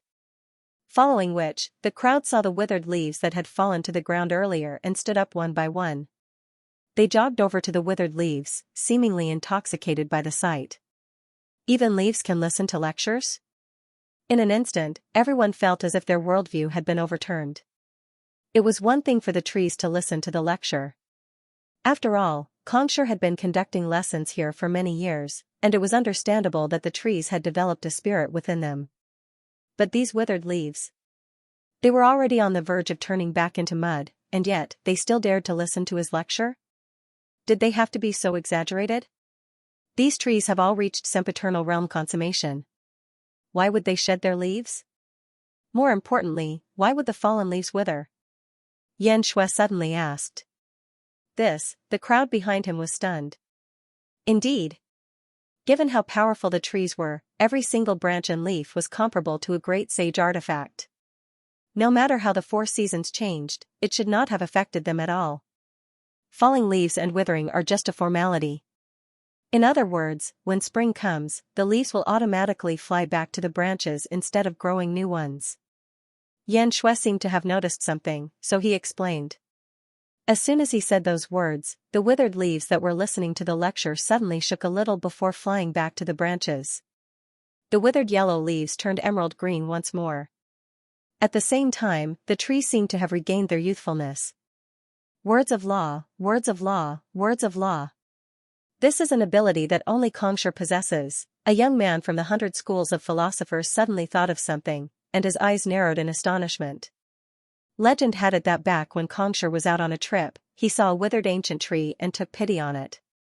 Thus, he decided to conduct a lecture under the tree.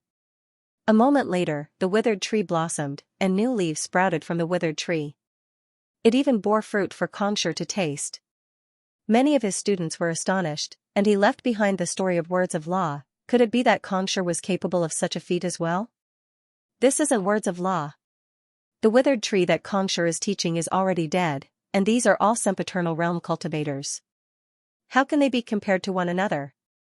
Xianxia gritted his teeth. Their 100 schools of philosophers had inherited the most complete heritage of Xianxia, but it turned out that there was nothing they could do after coming here. Yet, Xianxia was still able to pull off something so shocking every single time. This left him feeling deeply humiliated.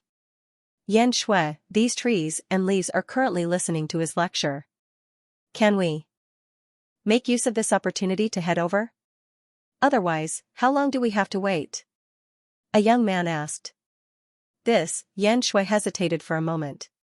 Indeed, the greatest obstacle that stood in their way were these apricot trees. At this very moment, these apricot trees were attracted by the fellow named Xianxia. To them, this was indeed a good opportunity. Why don't you give it a try? Xianxia hesitated for a moment before pointing to the person who had spoken earlier. The young man nodded before making his way forward. So, but before he could reach Xianxia, a whimpering sound suddenly echoed in the air. Following which, a huge bunch of leaves flew right toward him. Pooh! In the next instant, dozens of leaves pierced into his chest, causing blood to spurt from his mouth. With just a single blow, he was already severely injured. He did not even have the chance to retaliate. Silence, not expecting the leaves to be so ferocious as well, no one dared to take a step forward. Xianxia's lips twitched, and he found himself unable to say a word. He had thought that this was an opportunity, but who could have thought that these leaves would not allow him to take even half a step forward? The wind is picking up, the crowd fell silent. Just as they were at a loss as to what to do, a light breeze suddenly blew across their faces. Following which, it grew stronger and stronger, causing the leaves to flutter noisily. The ground began trembling once more. Look! The crowd hurriedly raised their heads, only to see a brilliant glow emanating from the elevated platform not too far away. There seemed to be a figure floating in the air, and following which, a majestic voice echoed in the air. It's divine melody. The divine melody is finally here. Xianxia's eyes lit up, and his body trembled in agitation. Turning his gaze over, Xianxia saw the silhouette on the stage imparting a lecture. Initially, it was a little difficult for Xianxia to understand what was going on, but as soon as the syllables entered his mind, many of the doubts that he had regarding cultivation immediately cleared up. It was as if he had immersed himself in it for several years, and his understanding of it had reached a deeper level than before. This. Xianxia's eyebrows shot up, and his eyes widened in shock. He could sense the meaning behind the other party's syllables. This was another application of the Heaven's Path divine art. However, it was much more concise and easy for one to comprehend, assimilating it into one's own knowledge. The other party was imparting the same Heaven's Path divine art, but the other party was much more profound than him. He was still thinking that even though his cultivation couldn't match up to Xianxia, his lecture shouldn't be too far off. However, after hearing the words of the figure, he realized that they weren't even on the same level. This is Xianxia's profound words. Lozozi exclaimed in shock. Unknowingly, the young lady had already walked up to him. Profound words? Xianxia was perplexed. Profound words means to use the most concise words to explain the most profound principles. His lecture is completely in line with the Heaven's Path. Lozozi said. It's undeniable that Xianxia's talent is indeed top-notch, even more so than yours. Xianxia widened his eyes in realization. Even though the words spoken by the figure were simple, they harnessed boundless principles. Hearing it, one would feel as if one had been enlightened.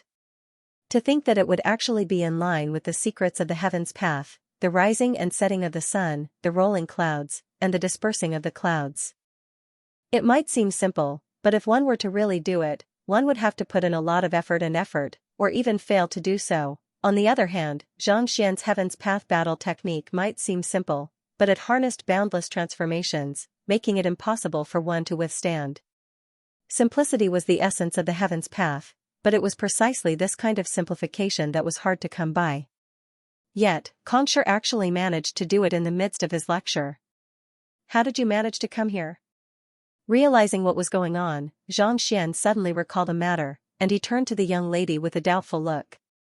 He had been lecturing the apricot trees earlier, and anyone who dared to approach him would be attacked.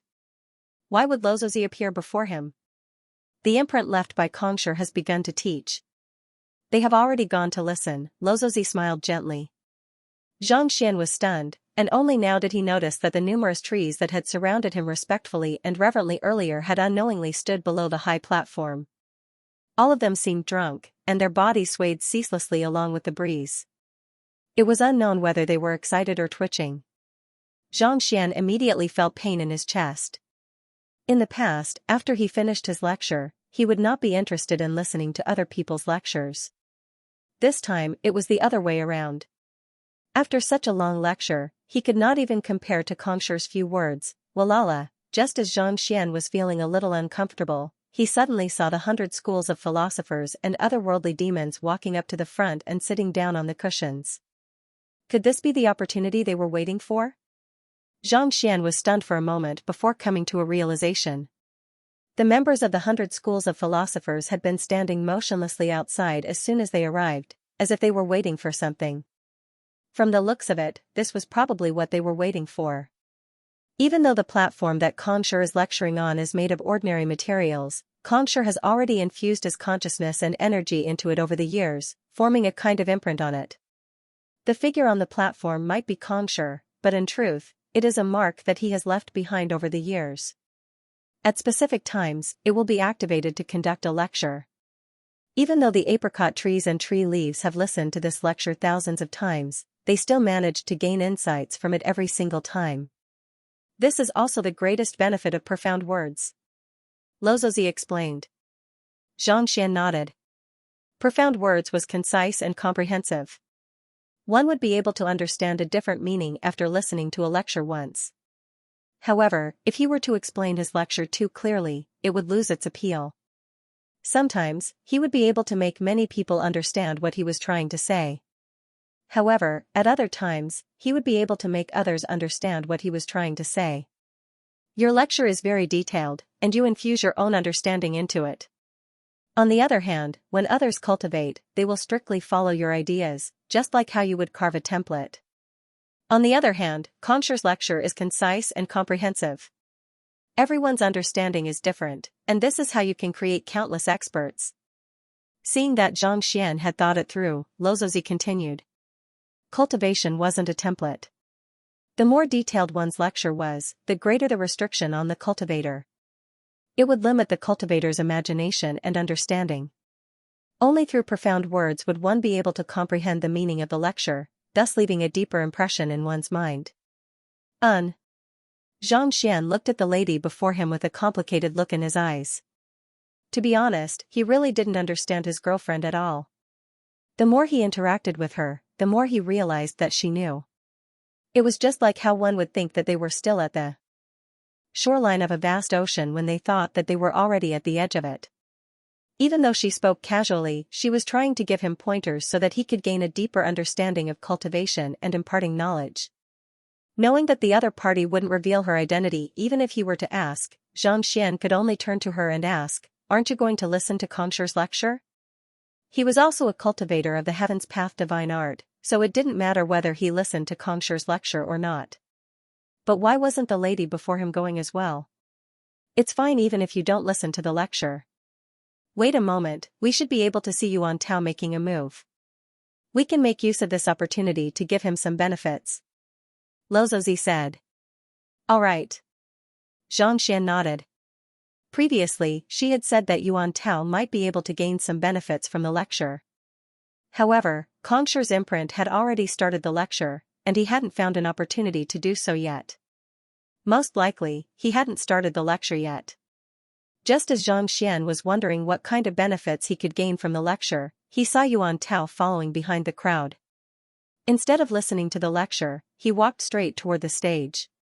He has sealed his 6 senses, so he won't be able to listen to the lecture. Xianxia was taken aback for a moment before widening his eyes in realization. There were so many experts before him, and they couldn't help but sit on the cushion to listen to the lecture after hearing Xianxia's imprint's voice. On the other hand, Yuan Tao was walking on his own. Most likely, this had something to do with the sealing of his 6 senses. Since the voice couldn't reach one's ears, it was natural that one wouldn't be affected by it. Jai. Walking up to the stage, Yuan Tao suddenly spread open his arms and exerted his strength, seemingly intending to pull the stage up from the ground.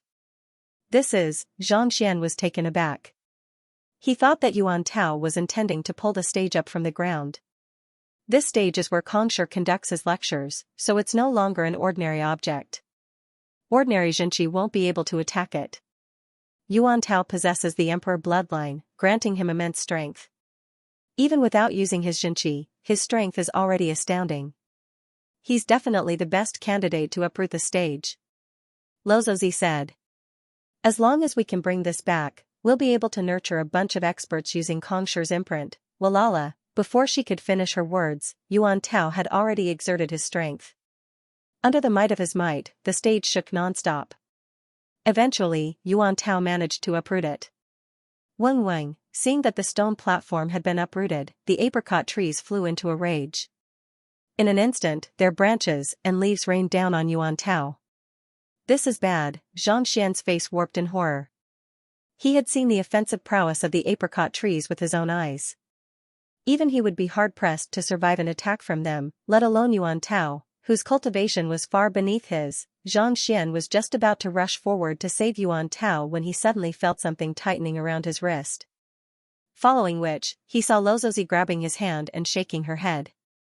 Knowing that Luo Ruoxin must have her own motives for doing so, Xianxia suppressed his worry and turned his gaze over once more. The apricot trees and leaves had already arrived by Yuan Tao's side. With a light buzz, the latter seemed to have activated some kind of defense, and a warm glow formed a thin layer of armor around him. The armor was not thick, but the might of the attacks was simply unable to pierce through it. Is this the gilded armor left behind by an ancient sage? Xianxia's eyes lit up.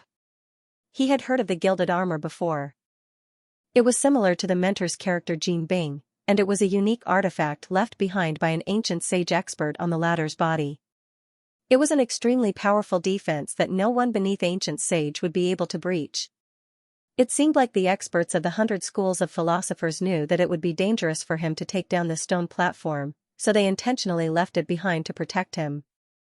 Peepa, the apricot trees continued to lash out furiously, and with every strike, the armor would grow thinner and thinner. After all, the gilded armor was made up of energy. As time went by, it would eventually dissipate completely. Rise. Yuan Tao had sealed his 6 senses, making it impossible for him to sense his surroundings or where he was. However, he was still able to sense his surroundings clearly. With a ferocious roar, he gathered all of his strength. Xiong xiong xiong, the emperor's bloodline in his body blazed furiously, and an illusory silhouette of a draconic rhinoceros appeared above his head. With the appearance of the illusory silhouette, his strength surged once more. At the same time, he seemed to have broken through the bottleneck of his cultivation, reaching great sage. Even though Yuan Tao had awakened his bloodline, his cultivation had still not reached introspective convalescence realm. Under the immense pressure, he succeeded. Jai. With the advancement of his cultivation and bloodline, the towering stone platform rose significantly. It seemed as if it would break at any moment. Incredible, Xianxia could not help but exclaim in admiration. Yuan Tao made use of the heaviness of the earth. As long as his feet did not leave the ground, he would possess boundless strength. Could this be the emperor bloodline? Not only was its defense invincible, but as long as it was rooted to the ground, its strength was not something that ordinary people could contend with. The emperor's bloodline is of the earth attribute, and it can borrow the weight of the earth to unleash an unparalleled battle prowess. When the bloodline is truly activated, it will only be stronger than Wei Ruyan's innate poison body and Zhao Ye's purine body. Seeing that he understood, Lozozi nodded and said, "Don't you have a Tarakiran? Take some of its blood essence." Xianxia nodded. He didn't ask how she knew that he had tamed the 5 kings of the forest world. Instead, with a thought, he communicated with the saint beast in the folded space and flicked his finger. A pile of blood essence floated above him. The 5 kings of the forest world suppressed the 5 elements, and the Tarachilan was an earth-type expert. Inject the blood into Yuan Tao's forehead, Lozozi instructed. Xianxia flicked his finger. Woo! The Tarachilan's blood essence immediately flew toward the plump man and dived into his glabella.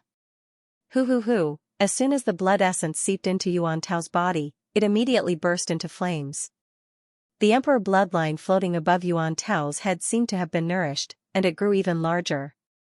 Kacha, the foundation connecting the elevated platform to the ground shattered, and Yuan Tao forcefully plucked it out of the ground. With a violent tremor, the voice of the lecturer on the elevated platform suddenly became a little disjointed. The crowd listening to the lecture on the cushions jolted awake from their stupor, and they leaped in shock. "What are you doing? You're courting death." The otherworldly demons were on the verge of exploding. Kongsher was impartial in his teachings, and his earlier lecture had been beneficial to their cultivation as well. Yet, that fellow had uprooted the elevated platform. That was equivalent to destroying their opportunity to cultivate. Otherworldly demons were humans too, they had the right to cultivate under Kongsher's guidance. "Block him!" Yan Shui bellowed. The crowd from the 100 schools of philosophers immediately rushed forward to block Xianxia.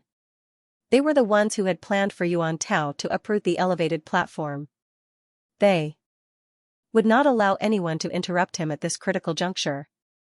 Kacha, the 2 sides stood in a stalemate, ready to make a move at any moment. Xianxia could not be bothered to interfere, so he turned his attention back to Yuan Tao. At this moment, the gilded armor on the latter's body finally succumbed to the attacks and shattered. "This is bad," Xianxia panicked. With the gilded armor, Yuan Tao was still able to withstand the attacks. However, if the attacks from the apricot tree and leaves were to shatter, wouldn't he be killed very quickly? "Don't worry, there's someone even more anxious than you are." Lozozi chuckled. Before she could finish her words, Yan Shui flicked his wrist, and a cloak flew toward Yuan Tao and landed on his body. Wung, the tree branches and leaves fell on the cloak, but it was repelled once more. "This is an artifact left behind by an ancient sage?" Xianxia narrowed his eyes in astonishment. Without a doubt, this was a top-notch defensive artifact forged by an ancient sage. Not even the infernal black saber would be able to break it in a single blow. As expected of the 100 schools of philosophers, they sure had a lot of treasures. Gotcha! Gotcha! With the artifact blocking the attacks, Yuan Tao was able to gain some time to recover. Hugging the elevated platform, he swiftly left the area. Along with the shaking of the elevated platform, the silhouette floating on it also began to waver, seemingly a little unstable. This is the moment. Xianxia, go and remove that mark from Yuan Tao's body. Lozozi said. All right. Xianxia had long since grown tired of watching the commotion. With a swift movement, he flew to the top of the elevated platform and struck it with his palm. Others might hold Kongshi's relic in awe and veneration, but Xianxia didn't feel the same way. As soon as the palm strike landed, the silhouette of a human figure began trembling uncontrollably before falling from the dueling platform. Xianxia infused his heaven's path Xianxia into it. Hula, just as Lozozi had said, the mark was struck into Yuan Tao's glabella. What are you doing? Everyone was stunned. Yan Shui's scalp tingled as he bellowed furiously. The reason why they had snatched the elevated platform was for this mark, and yet, the mark had actually been struck into Yuan Tao's body. This was truly inconceivable. Shaking his head, Xianxia returned to his original position. But before he could get back to his original position, he saw Yuan Tao's body swelling abruptly after devouring the mark. His already plump body suddenly ballooned like a balloon. Jai. In the blink of an eye, Yuan Tao's body had grown rounder than 2 meters tall and 2 meters wide, reminiscent of a massive water bucket. What's going on? Xianxia frowned as he froze on the spot. This was a situation that even he did not expect. Puzzled, he looked at the girl, only to see a faint smile on her face. She didn't seem surprised at all. Heaving a sigh of relief, Xianxia turned his attention back to Yuan Tao. Yuan Tao's bucket-like body continued to swell.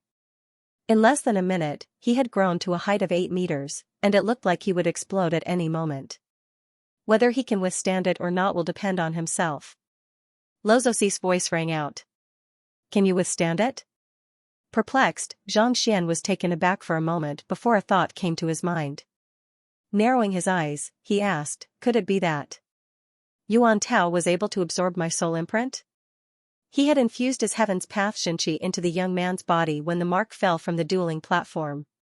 He had thought that the mark would only be temporarily stored in the young man's body, but why did it sound like the young lady was saying that the mark would be absorbed? That was the mark that Kongshi had left behind over the years of his teachings. It was hard to say how powerful he was, but his understanding of cultivation and battle techniques was definitely enough to drive anyone mad. Just the fact that the 100 schools of philosophers were willing to pay such a huge price just to get his hands on it was a testament to that. If he could really absorb such a precious artifact, the benefits he would gain would be even greater than his breakthrough to ancient sage.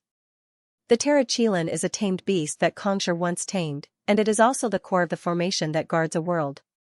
It is of the same lineage as the mark, and its blood has perfectly fused with the Emperor's bloodline, so the mark will not resist it.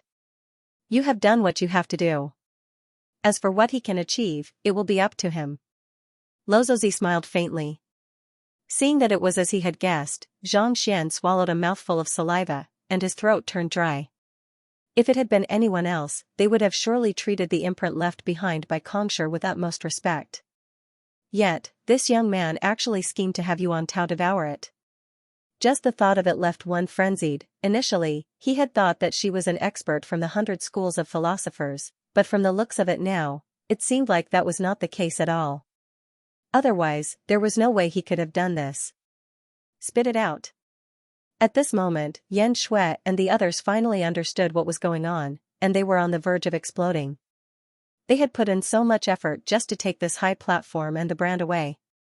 Never in their dreams did they expect that it would be swallowed by someone. Hula, unable to hold himself back any longer, Yan Shui charged forward with his sword. The sword chi was like a dragon, and the air hummed. Despite his young age, just like Xianxia, he had comprehended at least 2 sword quintessences. Humph. Xianxia's eyebrows shot up upon seeing how Xianxia was protecting Yuan Tao a moment ago, and with a flick of his dragonbone divine spear, Xianxia darted forward like a shooting star, appearing right behind the student. Having reached intuitive impulse realm consummation, Xianxia's fighting prowess had risen once more, allowing him to stand his ground against a sempiternal realm consummation cultivator.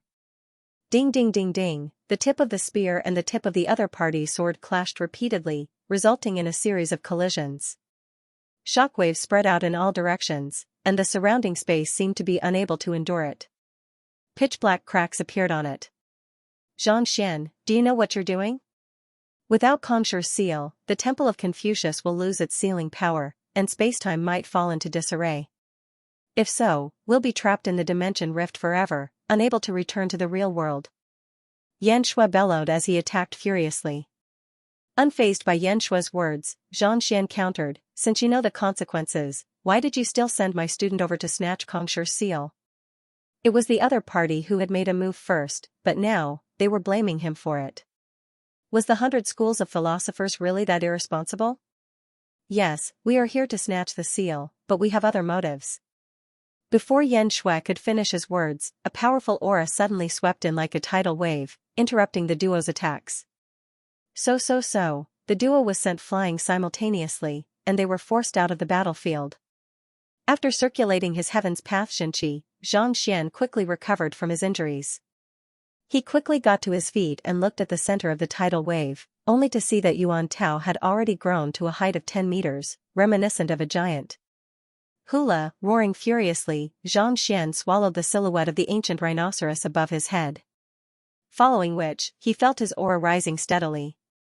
Introspective convalescence realm intermediate stage, advanced stage, pinnacle, consummation, aureate body realm primary stage, intermediate stage, advanced stage, pinnacle, consummation, intuitive impulse realm.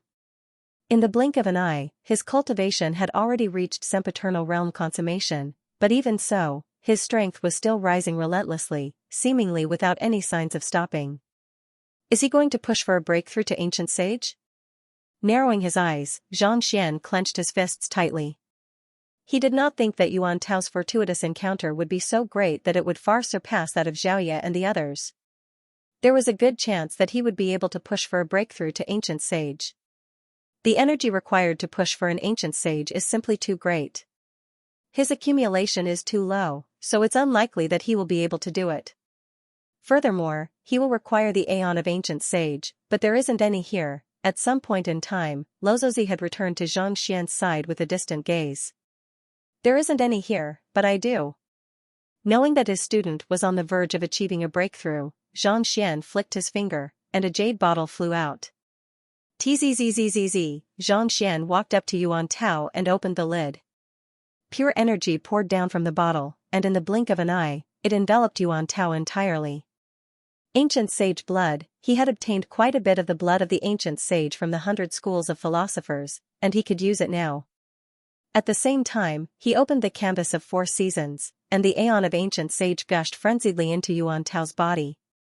Kacha, with the nourishment of these 2 items, Yuan Tao's body, which was on the verge of exploding, seemed to have broken through some kind of bottleneck, and his strength soared once more. Every single movement he made seemed to bring rumbling thunderclouds, and even the surrounding space was torn apart. Boom, the heavenly tribulation had appeared. Heavenly flames and lightning bolts fell relentlessly, reminiscent of a torrential downpour. Xianxia and the others, who had wanted Xianxia to spit out the seal, dared not approach him anymore. This was already the ancient sage ordeal. With their current strength, they would surely die if they were to approach him. Kacha! Kacha! Kacha! The heavenly flames continued to burn, and the lightning bolts continued to temper Yuan Tao's body. Yuan Tao's towering figure grew more and more corporeal, reverting back to the size of an ordinary human. Every single one of his movements seemed to be shrouded in lightning, such that even space seemed to be unable to withstand it. The blood of the ancient sage has been completely depleted. It did not take long for Yuan Tao's breakthrough to come to a halt. However, the energy required for him to advance to the next level was insufficient. The amount of energy required to advance to ancient sage was simply too great. While Xianxia had some ancient sage blood in him, he was still a little lacking for Yuan Tao to achieve a breakthrough. as the momentum of the breakthrough weakened, the heavenly tribulation in the sky began to dissipate as well. An opportunity to push for a breakthrough to ancient sage was something that could only be chanced upon. If he were to fail, it would be hard to tell when he would be able to push for a breakthrough again. More importantly, if he were to fail the first time, the difficulty of his second attempt would be at least twofold. In other words, if he were to fail this time, it would be nigh impossible for him to succeed the next time. It was truly a pity that such a situation had occurred due to a lack of energy. Are we really going to fail? Xianxia's face turned livid. It's not a failure. Haven't you noticed that Yuan Tao has been intentionally suppressing his cultivation? Is he not intending to make a breakthrough for the time being? Luozi raised her head to look at the young man floating in the air as she asked. Not intending to make a breakthrough for the time being? Xianxia asked in bewilderment. That's right. Luozi nodded. If one fails to make a breakthrough to ancient sage on the first try, the difficulty of the second attempt will increase by twofold. It's for this reason that most people would choose to succeed on the first try. However, this kind of success is often the weakest. In truth, a breakthrough to ancient sage is an attempt to stand against the heavens and transcend beyond it. While it's possible to succeed on the first try, the time spent fighting against the heavens is simply too short, resulting in a lack of control over one's strength. If one fails on the first try, one can accumulate strength for a period of time before attempting a breakthrough again. While the difficulty of the heavenly tribulation will increase by twofold, one's control over one's strength will also increase significantly. If one is able to succeed on the first try, it'll be of great help to one's cultivation in the future. Luozi said. Could this be the same as the breakthrough to great sage that celestial saint and Xianxia used? Could it be a form of tempering as well? Xianxia asked in bewilderment. There was the Saint Ascension decipher and the Celestial Saint Acknowledgement decipher for a breakthrough to Great Sage, and there was the Superior Saint Ascension decipher for a breakthrough to Celestial Saint. Could it be that the so-called breakthrough to Ancient Sage was similar to this as well? You can put it that way. Attempting a breakthrough to Ancient Sage is akin to washing away the sand in the ocean. The more times one is washed away, the more condensed one's Xianxia will become. Back then, Xianxia attempted a breakthrough to Ancient Sage 3 times consecutively, but he failed. On the 4th attempt, he succeeded and became invincible in the world. That was how he became the world's teacher. With her hands behind her back, Luozi said with a deep look in her eyes. Even though Yuan Tao failed to make a breakthrough earlier, his physical body has absorbed the blood of an ancient sage and reached the level of an ancient sage. In other words, he already possesses the body of an ancient sage. Even though he hasn't reached the level of an ancient sage yet, most ancient sages who have just achieved a breakthrough won't be a match for him.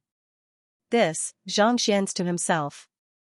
It was already shocking enough that Yuan Tao possessed the physique of an ancient sage, but to think that Xianxia would actually fail to achieve a breakthrough after 3 attempts, every cultivator wanted to step out of this realm, change the level of life, and become someone who could travel the world, but he was able to resist this temptation. However, the tempering of the mind was extraordinary. It was no wonder that he could lead the human race to this point. This ability indeed made him feel ashamed of his inferiority.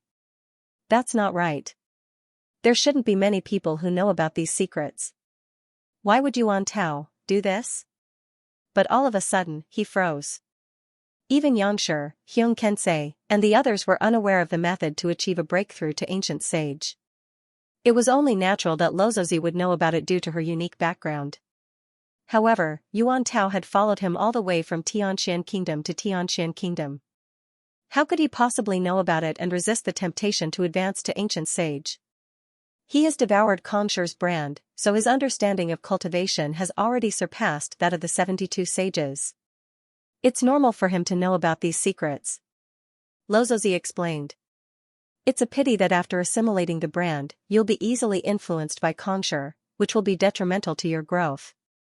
Otherwise, I would have surely let you devour it. Detrimental to my growth?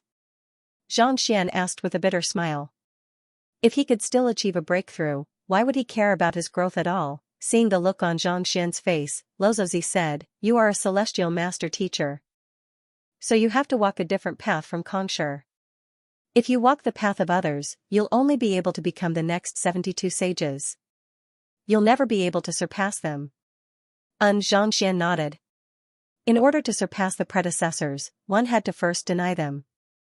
Blindly listening to them would only hinder one's progress. Take the 72 sages for example. Every single one of them was a top-notch genius, and their achievements were limitless. However, due to them accepting Kongshi's heritage perfectly, they were unable to surpass him in the end. However, if one chose not to accept Kongshi's heritage, there was a good chance that one would not even be able to reach ancient sage. It was only a matter of a single thought. Kacha! Kacha! Kacha! While Xianxia was still deep in thought, a ray of light suddenly shot out from the apricot altar and soared into the sky. Following which, another 5 rays of light shot into the sky. As the 6 rays of light converged together, a pitch-black fissure slowly appeared in the deep blue sky. Behind the fissure, an even larger hall slowly came into view. It's the prime hall of the Temple of Confucius. The prime hall has finally appeared. Ran Qingyuan exclaimed in agitation. So far, only 6 subordinate halls had appeared in the Temple of Confucius, but the prime hall had never appeared before. At this very moment, all 6 subordinate halls had been activated, and the energy that they had gathered had finally broken the final seal.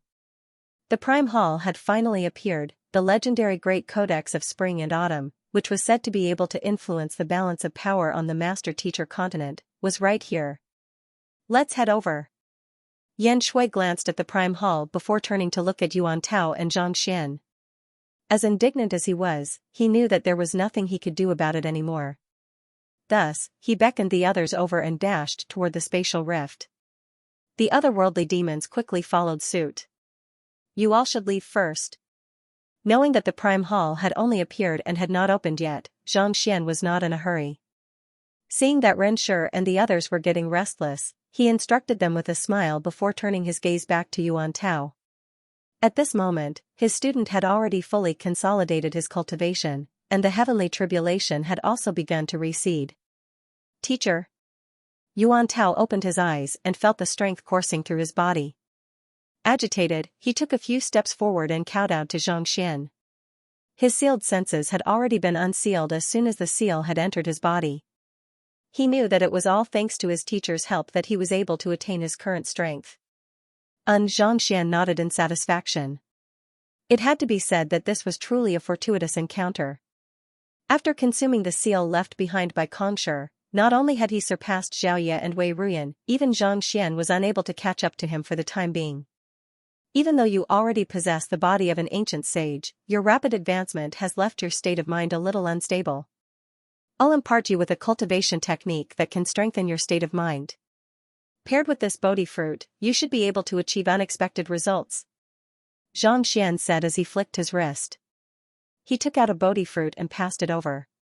Even though he had assimilated the seal left behind by Kongshi, he still had to raise his state of mind on his own. He had to take it one step at a time. Yes. Yuan Tao took the Bodhi fruit and swallowed it. As expected, he could feel his state of mind rising swiftly. If it had been Xiaoye or the others, they would have had to make preparations beforehand to adjust their state of mind before consuming the Bodhi fruit. However, given that he already possessed the body of an ancient sage, there was no need for such preparations. After instructing Yuan Tao, Xianxia flicked his wrist, and Xiaoye, Wei Ruyan, Luo Qiqi, and the others appeared before him. The prime hall has opened. Are you all willing to search for fortuitous encounters with me or continue cultivating? The prime hall of the Temple of Confucius only opened once every several dozen millenniums. It was a huge opportunity for anyone, so they couldn't afford to miss it. We'll head over to take a look. Xiaoye nodded. Me too. The other two nodded in agreement as they turned their gazes toward the prime hall in the sky. Seeing that Xianxia had actually brought Luo Qiqi out from the myriad ant-hive nest, Lozozi shot a glance at her, but she didn't say anything. Seeing the impassive look on the young lady's face, Xianxia's eyebrows shot up. He walked up to her and said, I met her in the sleeping chamber earlier, so I brought her out together with Wei Ruyan. Let's go. Luo Ruoxin's body swayed as she flew toward the main palace. Scratching his head, Xianxia hurriedly followed after her. The Prime Hall was even more majestic than the subordinate halls. There was a massive square in front of it, and it was already packed with people. Most of the experts who had been trapped in the various worlds had rushed over, and there were at least several thousand of them. Even if they were unable to enter the Prime Hall, they were still able to witness the wonders of the great codex of spring and autumn with their own eyes. Master, I have already regained my memories. Only by opening all 6 subordinate halls can the seal on the Prime Hall be activated, Little Amulet said. Little Amulet replied, I can bring Master in, but it hasn't been opened yet. Seeing that it had only just regained its memories, Xianxia shook his head helplessly. He walked up to Lozozi, and seeing that the young lady was still as cold as ever, he couldn't help but say, this. I really only met you by chance. Just as Lozozi was about to speak, an excited voice suddenly sounded. Xianxia, I knew that you would come. Following which, a figure rushed over with an excited look on her face. Feier, you're here too, Luo Qiqi's eyes lit up. It was none other than her good friend, the princess of the Miryu Empire, Yu Feier. I already know that you're the reason why I was able to acknowledge Ji Laoshi as my teacher. Yu Feier was filled with gratitude upon seeing her good friend. She was just a small princess of the Miryu Empire. It was at her request that Ji Ruochen, the head of Mingshi Tang's central division, accepted as her direct disciple. Otherwise, no matter how talented she was, no one would have recognized her. There's no need to stand on ceremony, Luo Qiqi replied with a smile. After exchanging a few pleasantries, Yu Feier walked up to Xianxia with a complicated look in her eyes. Xianxia, long time no see. She also harbored special feelings for the young man before her, but she had already heard of Luo Qiqi's plight, and she knew that there was no longer any possibility between them. Even though her heart was filled with indignation, she still maintained a smile on her face. Long time no see. Xianxia scratched his head and turned to look at Lozozi. You see, it's really a coincidence. Seeing how Xianxia wanted to explain himself but didn't know what to say, Lozozi couldn't help but smile. She didn't say anything and continued looking forward. At this moment, the square outside the Prime Hall had already been split into 4 factions. Mingshi Tang was with the Sage clans, the 100 schools of philosophers, the otherworldly demonic tribe, and the Beast tribe. There were quite a few people in all directions, and they were all gathered together to guard against each other. Xianxia scanned his surroundings carefully and found that there were indeed many powerful auras hidden in the area.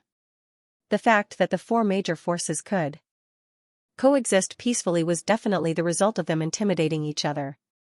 Senior, just as Xianxia was about to look for an opportunity to slash an ancient sage a few more times, he suddenly heard a shout. Turning his head over, he saw Xianxia flying over with a smile on his face. You have achieved a breakthrough to ancient sage? Xianxia was taken aback for a moment before his eyes lit up. Yangxi's aura was indistinct, making it difficult to gauge the depth of his cultivation. At first glance, he could tell that the other party was only slightly stronger than him, but if he took a closer look, it felt like a boundless ocean. Without a doubt, his junior must have encountered some kind of fortuitous encounter that allowed him to achieve a breakthrough to ancient sage. I was lucky. Yangxia replied with a smile. Since the Temple of Confucius had opened, it went without saying that he had come as well. It was a fortuitous encounter that had allowed him to break through his bottleneck and reach ancient sage realm. There's no such thing as luck in cultivation, Xianxia replied with a nod. Yangxia had long reached sempiternal realm consummation, and the reason he had been traveling the world was to find the aura of ancient sage. With the opening of the Temple of Confucius, it was only natural that he would be able to make a breakthrough. Everyone. At this moment, a resounding voice echoed in the air. Everyone quickly turned their gazes over, and an elderly figure suddenly appeared in the air right in front of the Prime Hall. It's the ancient sage of the 100 schools of philosophers. The other party was dressed in the exact same robes as the 100 schools of philosophers, so it was obvious that he was an expert from the 100 schools of philosophers. Since the Prime Hall has already opened, there's no need for you to hide anymore. Come out. The voice echoed in the surroundings. Indeed. There's no need for us to hide anymore. We're all here for the Prime Hall. Since we're already here, there's no point in hiding anymore. Come out. Boom, as the voices rang out, dozens of figures suddenly appeared in the air. There were 6 to 7 ancient sages in each group. There are so many of them? Xianxia's eyebrows shot up in astonishment. He had thought that it would be a blessing if there were 7 to 8 ancient sages here, but who could have thought that there would be more than 20 of them? The ancient sage whom he had injured earlier was standing among them. The reason why the ancient sages were here was to obtain the great codex of spring and autumn. Previously, when the subordinate halls had opened, they had been able to hide in the surroundings to protect their tribesmen. However, now that the prime hall had opened, it was already the end of the tournament. There was no longer any point in hiding anymore. I believe that you should have come to a conclusion after going through the 6 subordinate halls. Even though the prime hall has appeared, there's still a crucial procedure that we need to go through before we can open it. The ancient sages of the 100 schools of philosophers said. Ancient sage Xianxia, you are the strongest among us. What do you think we should do? One of the otherworldly demon ancient sages said. Ancient sage Xianxia? Could he be a descendant of ancient sage Ziyuan? Xianxia frowned. Ancient sage Ziyuan was the head of the 72 sages, as well as the direct disciple of Kongshi. Yan Shui was his descendant, and there was a good chance that this ancient sage Xianxia was Yan Shui's senior. Junior, do you know ancient sage Xianxia? Xianxian sent a telepathic message over. I don't. Even though our Mingshi Tang and the 100 schools of philosophers belong to the same lineage as Kongshi, we rarely interact with one another, Yangshi replied telepathically. You don't know ancient sage Xianxia, but the otherworldly demons are able to call him ancient sage Xianxia. Xianxian frowned. Even Yangshi, the most esteemed member of Mingshi Tang, did not know ancient sage Xianxia, and yet, the otherworldly demons were able to call him ancient sage Xianxia. He would be lying if he said that he was not surprised. What else can we do? Since we are all here, it goes without saying that we deserve a share. Our beast tribe hasn't obtained anything yet, so if any of you want to abandon us, we'll have to fight to the death. A massive beast harumphed coldly. This beast was also an ancient sage. The space around it seemed to have frozen solid. White Overlord, there's no need to panic. Isn't this the reason why I called everyone out? We can discuss how we will enter the prime hall and how we will distribute the slots.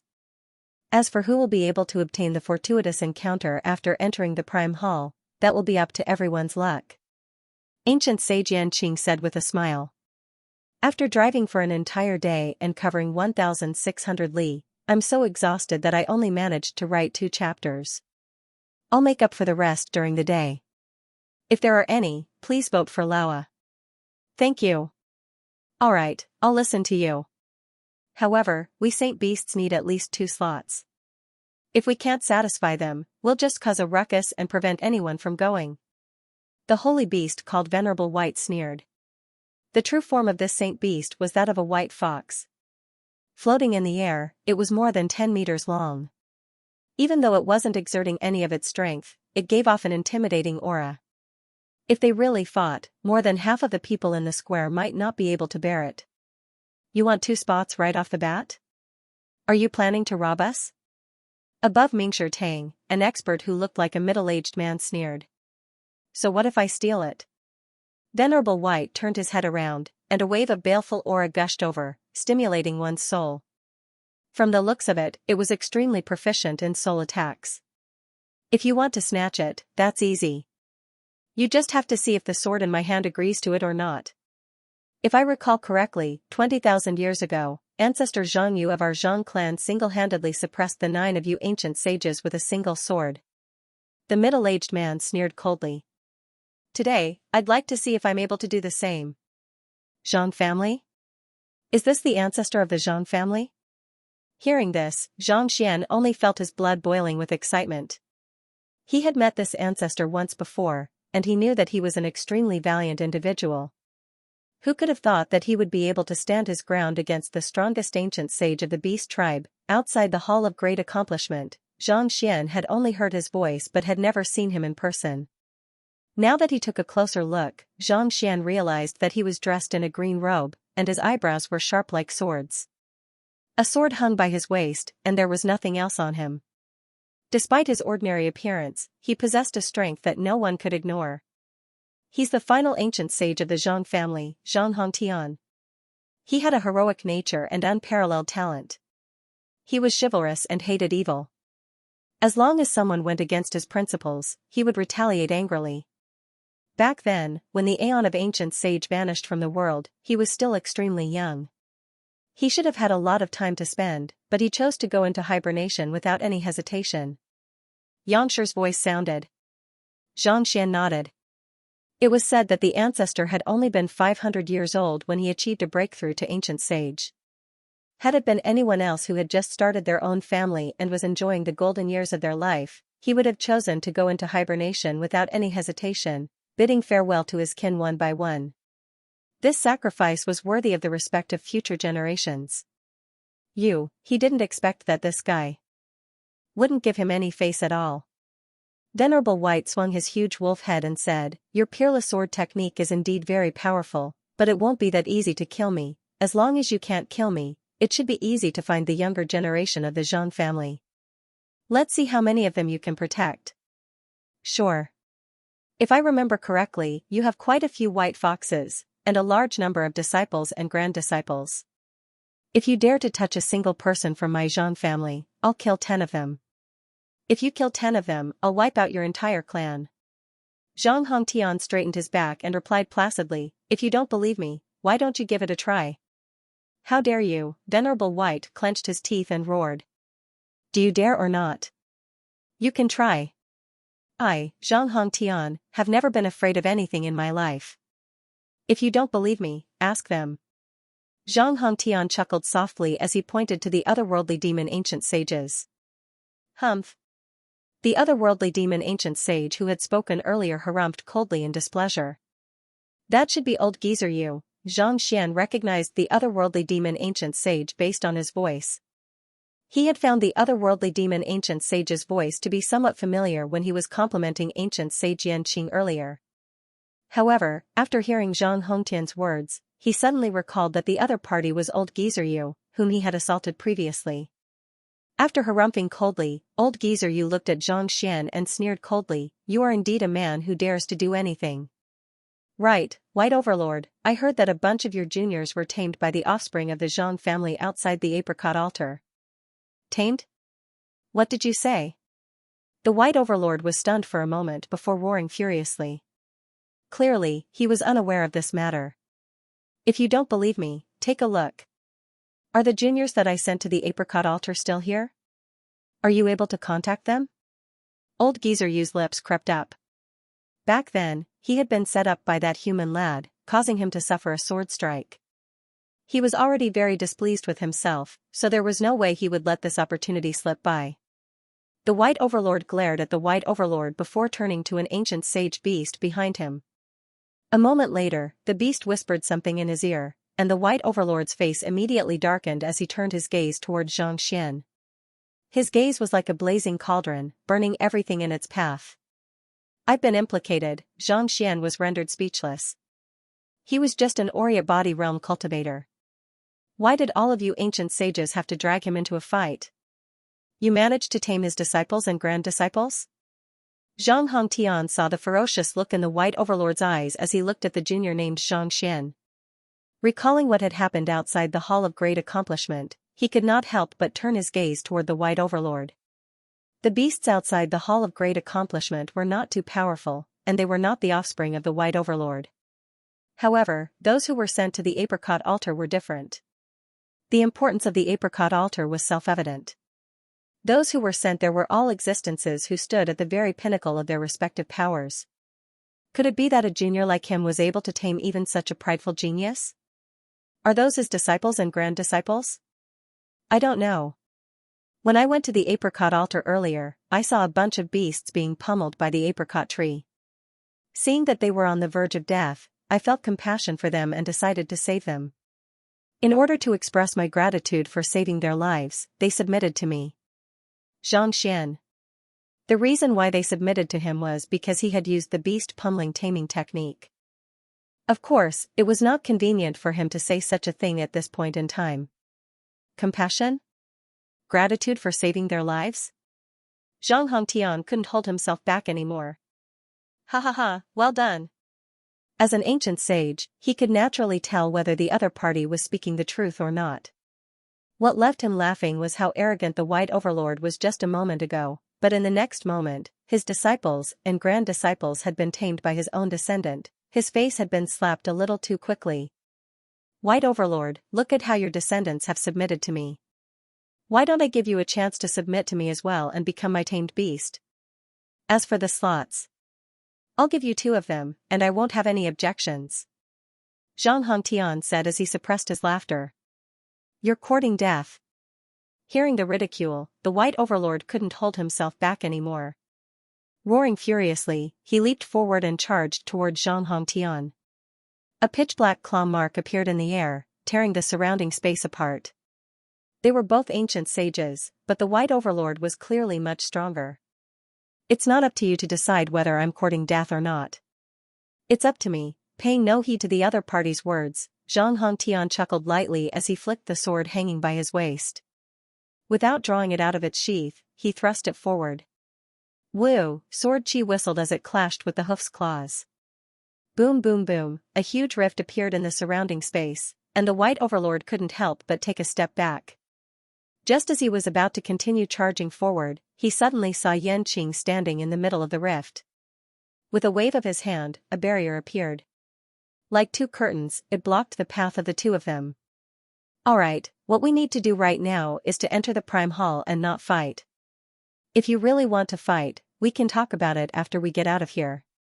Let's not ruin our friendly relationship right now. Yanqing said as he raised his palms. After giving it a try, Zhang Hongtian realized that the barrier before him was as resilient as metal. Knowing that ancient sage Yanqing's strength far surpassed his, he harumphed coldly. Since ancient sage Yanqing has spoken, I'll let you off for the time being. After that, he shook his wrist and hung the long sword on his waist again. He returned to the sky above Mingshi Tang's side, looking calm and composed. It seemed that he was not angry about what had happened just now. Move like a cunning rabbit, remain as quiet as a virgin. Ancestor Hongtian's every move was full of meaning.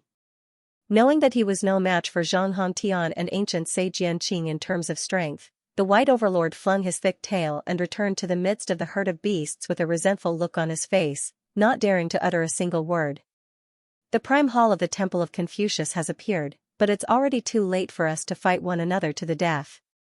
Seeing that they had come to a halt, ancient sage Yanqing retracted his palm and smiled. Turning to the crowd once more, he said, let's get back to the main topic at hand. Since everyone has figured out how to open the Prime Hall, we'll have to decide on the distribution of the slots in advance. For ancient sage Yanqing to say such words, he must have a plan in mind. Feel free to speak your mind. If it's suitable, we'll surely agree to it. Hearing that Zhang Xian was going to bring up the matter of distribution once more, Zhang Hongtian frowned. That's right, I do have some ideas. Ancient sage Yanqing chuckled softly. Based on the information we have gathered from the 6 subordinate halls, we should know that even if the Prime Hall is opened, there will still be restrictions set up by Xianxia himself.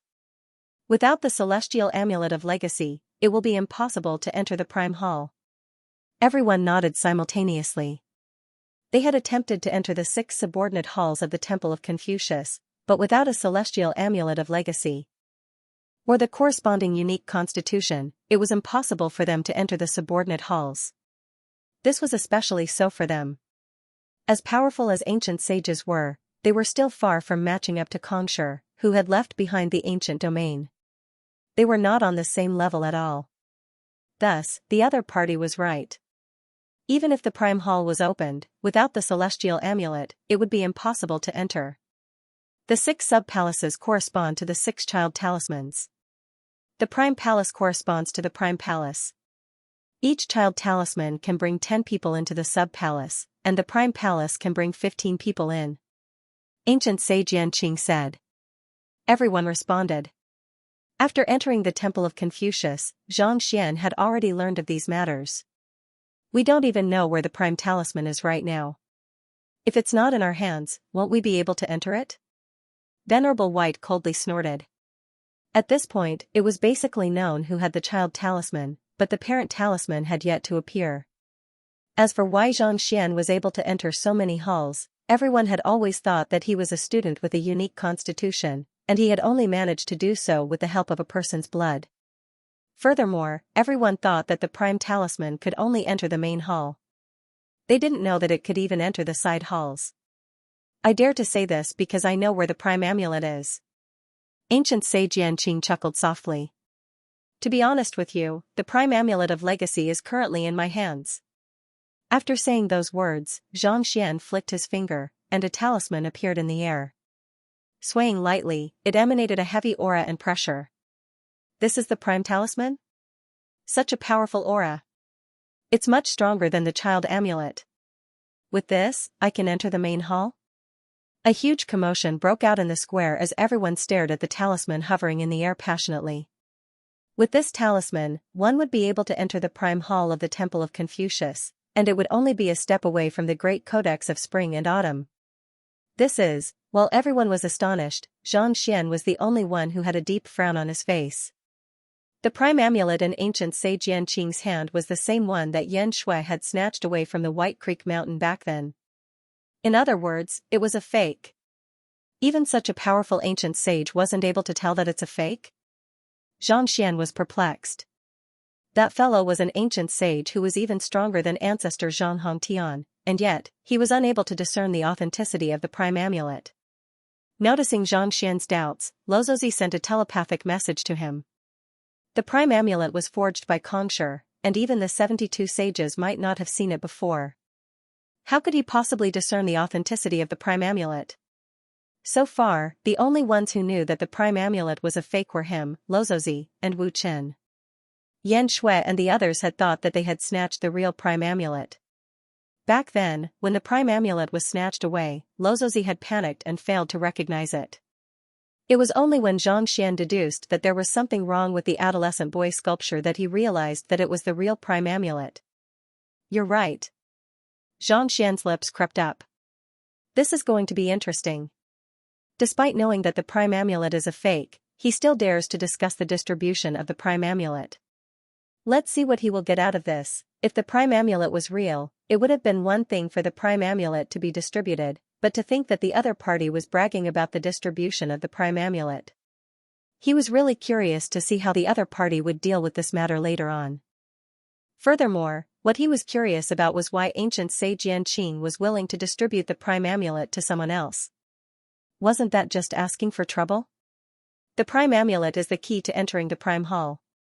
I believe that no one will object to our 100 schools of philosophers taking a third of the slots.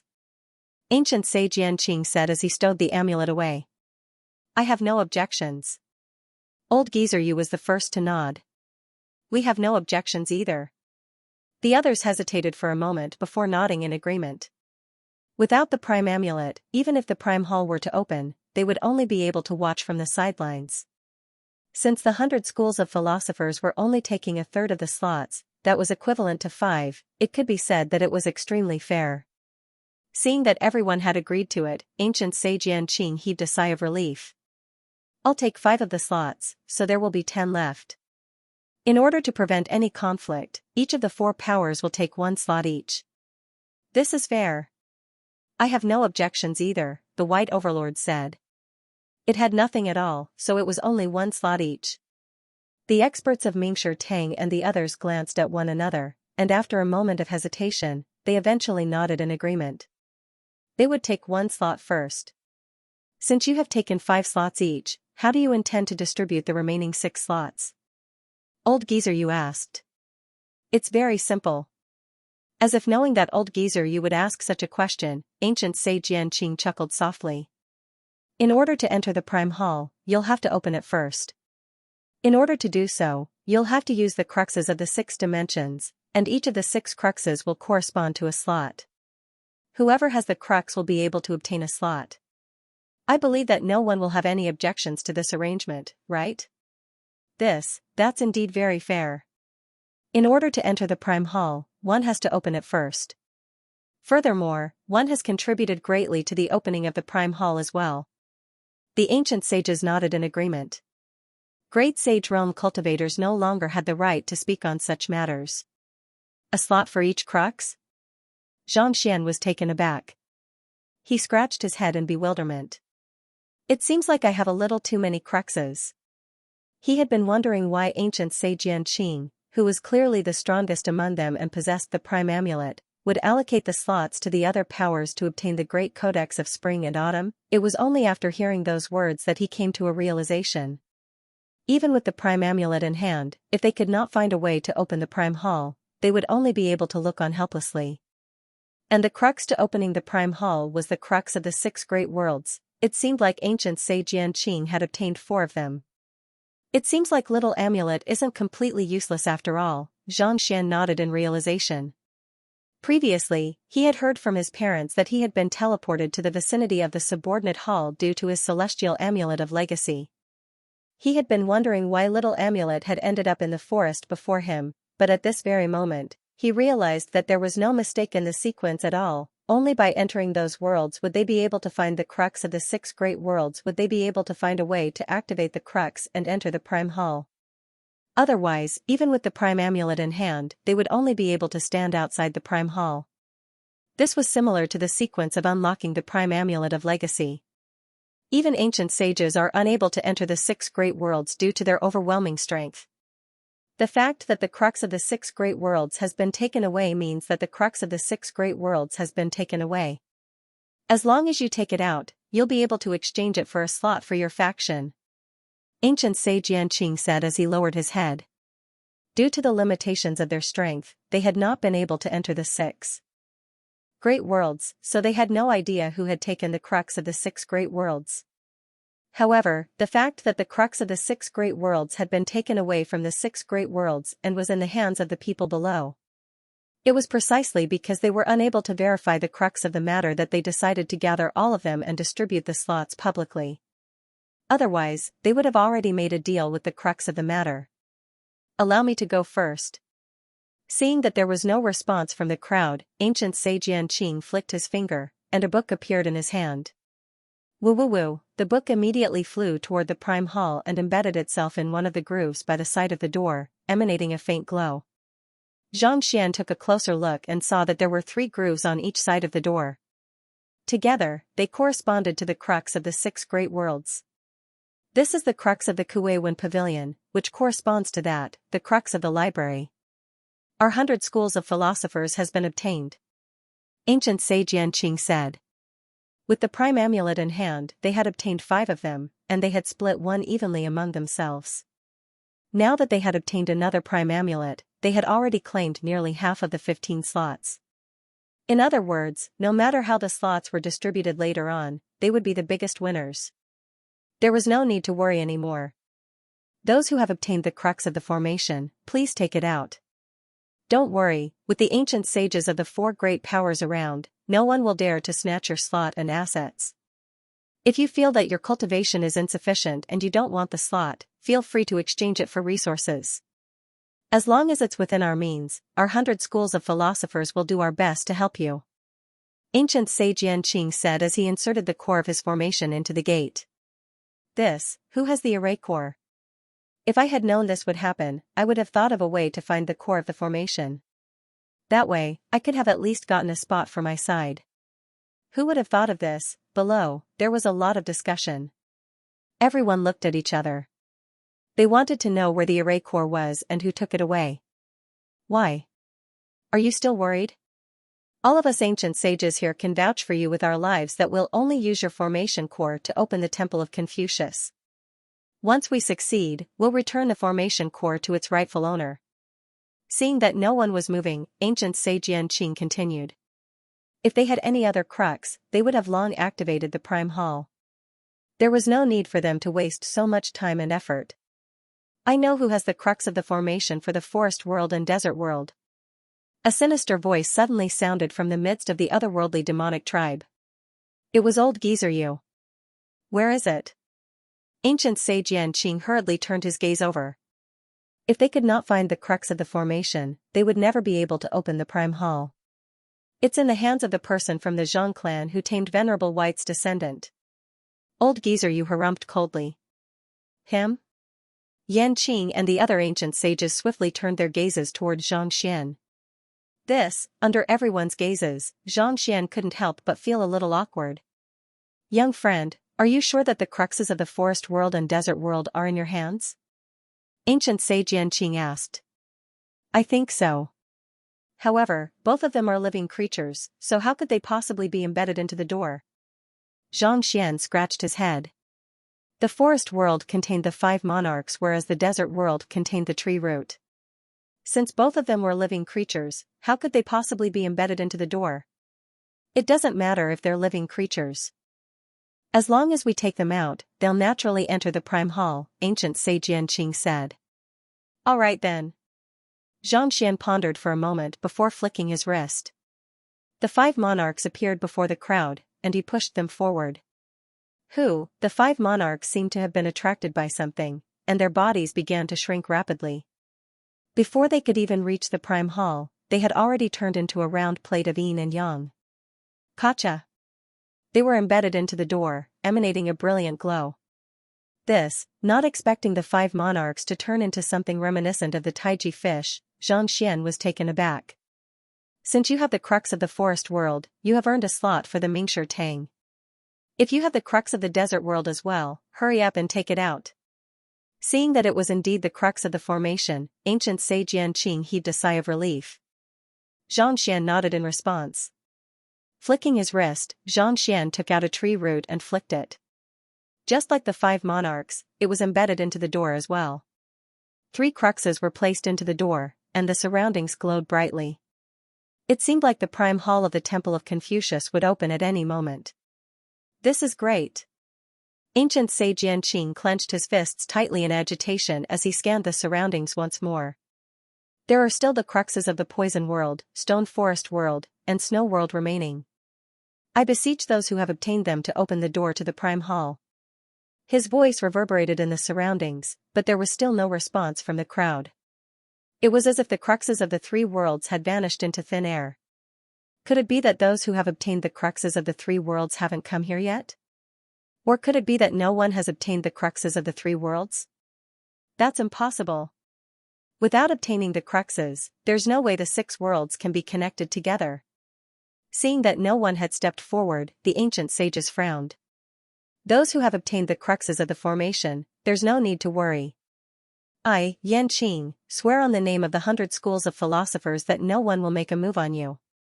Otherwise, I'll be the first to make an enemy out of the 100 schools of philosophers. Seeing that no one had stepped forward, ancient sage Yanqing thought that those who had obtained the cruxes of the formation were fearful of retaliation. However, there was still no response.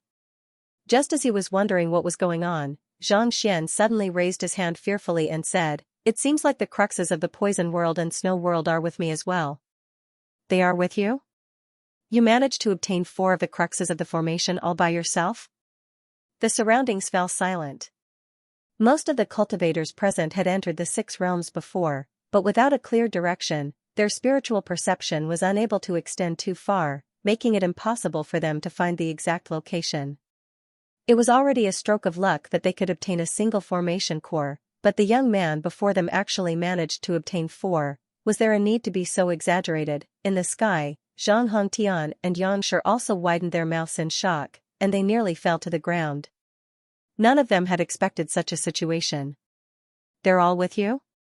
Ancient sage Yanqing's cheeks twitched. The experts of the 100 schools of philosophers had put in a lot of effort just to obtain a single one, but that fellow actually managed to obtain 4 of them. Was he going to let them live? However, this was also good. He could open the main hall faster. Zhang Xian nodded. With a flick of his wrist, the frigid ice crystal and the koi carp flew out and landed on the walls by the side of the entrance. In an instant, the light emanating from the entrance grew even brighter. You single-handedly earned 4 slots for the Master Teacher Pavilion, seeing that Zhang Xian had indeed obtained the cruxes of the other 4 worlds, ancient sage. Yanqing shook his head bitterly. He scanned his surroundings once more and said, Only the crux of the stone forest dimension is left. I wonder who is in possession of it. Similarly, no one moved. This world is filled with rocks that record cultivation techniques and martial techniques. There shouldn't be any formation cores, right? Yeah, I've been in this world for quite a few hours, and there's no so-called spell core at all. What exactly is the crux of the formation? Please tell me. A huge commotion broke out as everyone turned their gazes toward ancient sage Xianxia. Xianxia was also full of doubts. What the crowd said was exactly what he was curious about. He had entered the world of the stone forest before. As long as he could find the sequence of the cultivation technique, he would be able to enter the subordinate hall. Under normal circumstances, there should be no formation core, so how was he supposed to retrieve it and embed it into the groove before him? It's true that the stone forest world doesn't have a formation core, but the only way to enter the Hall of Divine Crusade and take away the Stone of Divine Crusade is the formation core. Ancient Sage Yanqing asked. It seemed like he knew a lot about the Hall of Divine Crusade. The cultivation method is the heart of the array? Zhang Xian was stunned. It was just a moment ago that Zhang Xian was still thinking about how he had obtained the formation cores of 4 worlds, and he was feeling a little embarrassed about it. But now, he realized that it wasn't 4, but 5, she was so shy. That's right. As long as you imprint the sequence of the cultivation technique into the last notch, the Prime Hall will be able to open. Friends who have entered the stone forest world, I'd like to ask who has the crux of the formation to come out. Ancient Sage Yanqing nodded. Just as he was about to continue speaking, Zhang Xian suddenly raised his palm once more. What happened? An ominous premonition arose in his heart. Ahem, the core of the array is also with me. Zhang Xian smiled awkwardly, his face full of shyness. Ancient Sage Yanqing. Zhang Hongtian. The others. What are you being shy for? We're the ones who should be embarrassed. Okay, there were thousands of people from the 4 major powers, but they only managed to obtain a single crux. Yet, you managed to obtain 5 cruxes all by yourself. Everyone felt like dying for a moment. After he was done being shy, Zhang Xian walked to the entrance of the main hall once more. With a tap of his finger, a set of hand seals was imprinted into the groove before him. Buzz, light flickered, and the entire main hall shook. Then, with a creak, the door slowly opened. Following which, an ancient aura emanated from it, carrying with it the vicissitudes of tens of thousands of years. Now that the slots have been determined, let's quickly select the cultivators to enter the Prime Hall. Seeing that the Prime Hall had finally opened, ancient Sage Yanqing suppressed the stifled feeling in his heart and instructed once more. The 100 schools of philosophers had 7, Mingshi Tang and the other clans had 6, the otherworldly demonic tribe had 1, and the beast tribe had 1. This was the rule that had been set beforehand. Even if the otherworldly demonic tribe and the beast tribe were indignant about it, there was nothing they could do about it. Besides, whether one could obtain the great codex of spring and autumn or not depended on one's luck. It did not take long for the 100 schools of philosophers, otherworldly demonic tribe, and beast tribe to select their candidates. Regardless of whether they were to enter the Prime Hall or the subordinate hall, their age could not exceed 50, and their cultivation could not reach ancient sage. Naturally, those who were able to achieve this would have more opportunities to enter the Prime Hall. As such, the selection process was not too difficult. What do we have to do? One of the ancient sages from Mingshi Tang asked. Almost all of the slots had been obtained by Zhang Xian alone, so it went without saying that they would have to listen to his opinion on the matter. Me, Ruashi, Xiaoya, Wei Ruyan, Yuan Tao. Chi-Chi will be going in as well, so that'll make it 6 in total. Zhang Xian said as he made a rough calculation. The ancient sage shook his head. No matter what, you should at least leave 2 slots for Mingshi Tang. Even though the contribution points are yours, surely you can't take all of them away. Don't worry, I'll leave the slots for the 2 of you. Right, Xingyang, Wang Ying, and Lu Chong should be here as well, right? Where are they right now? I'll leave 3 slots for them as well. Zhang Xian said. It was likely that Xingyang, Wang Ying, and Lu Chong would be here as well. However, there were simply too many people in the Prime Hall, and it was likely that the 3 of them had encountered some kind of fortuitous encounter as well. Hearing Zhang Xian's calculations, Yangshi could not help but exclaim, we only have 6 slots in total. He had already mentioned more than 10 slots in a single breath. There was no way he could allocate all of them at once. 6? It won't just be 6 in a while. With a smile, Zhang Xian instructed Xiaoya and the others. Find out where Xingyang and the others are and bring them back as soon as possible. Yes. Xiaoye and the others quickly replied. Given that the master-teacher continent was connected to the Prime Hall, as long as they were not in some kind of unique ancient domain, it should not be too difficult to find them. The candidates have been confirmed. Let's enter the Prime Hall right now.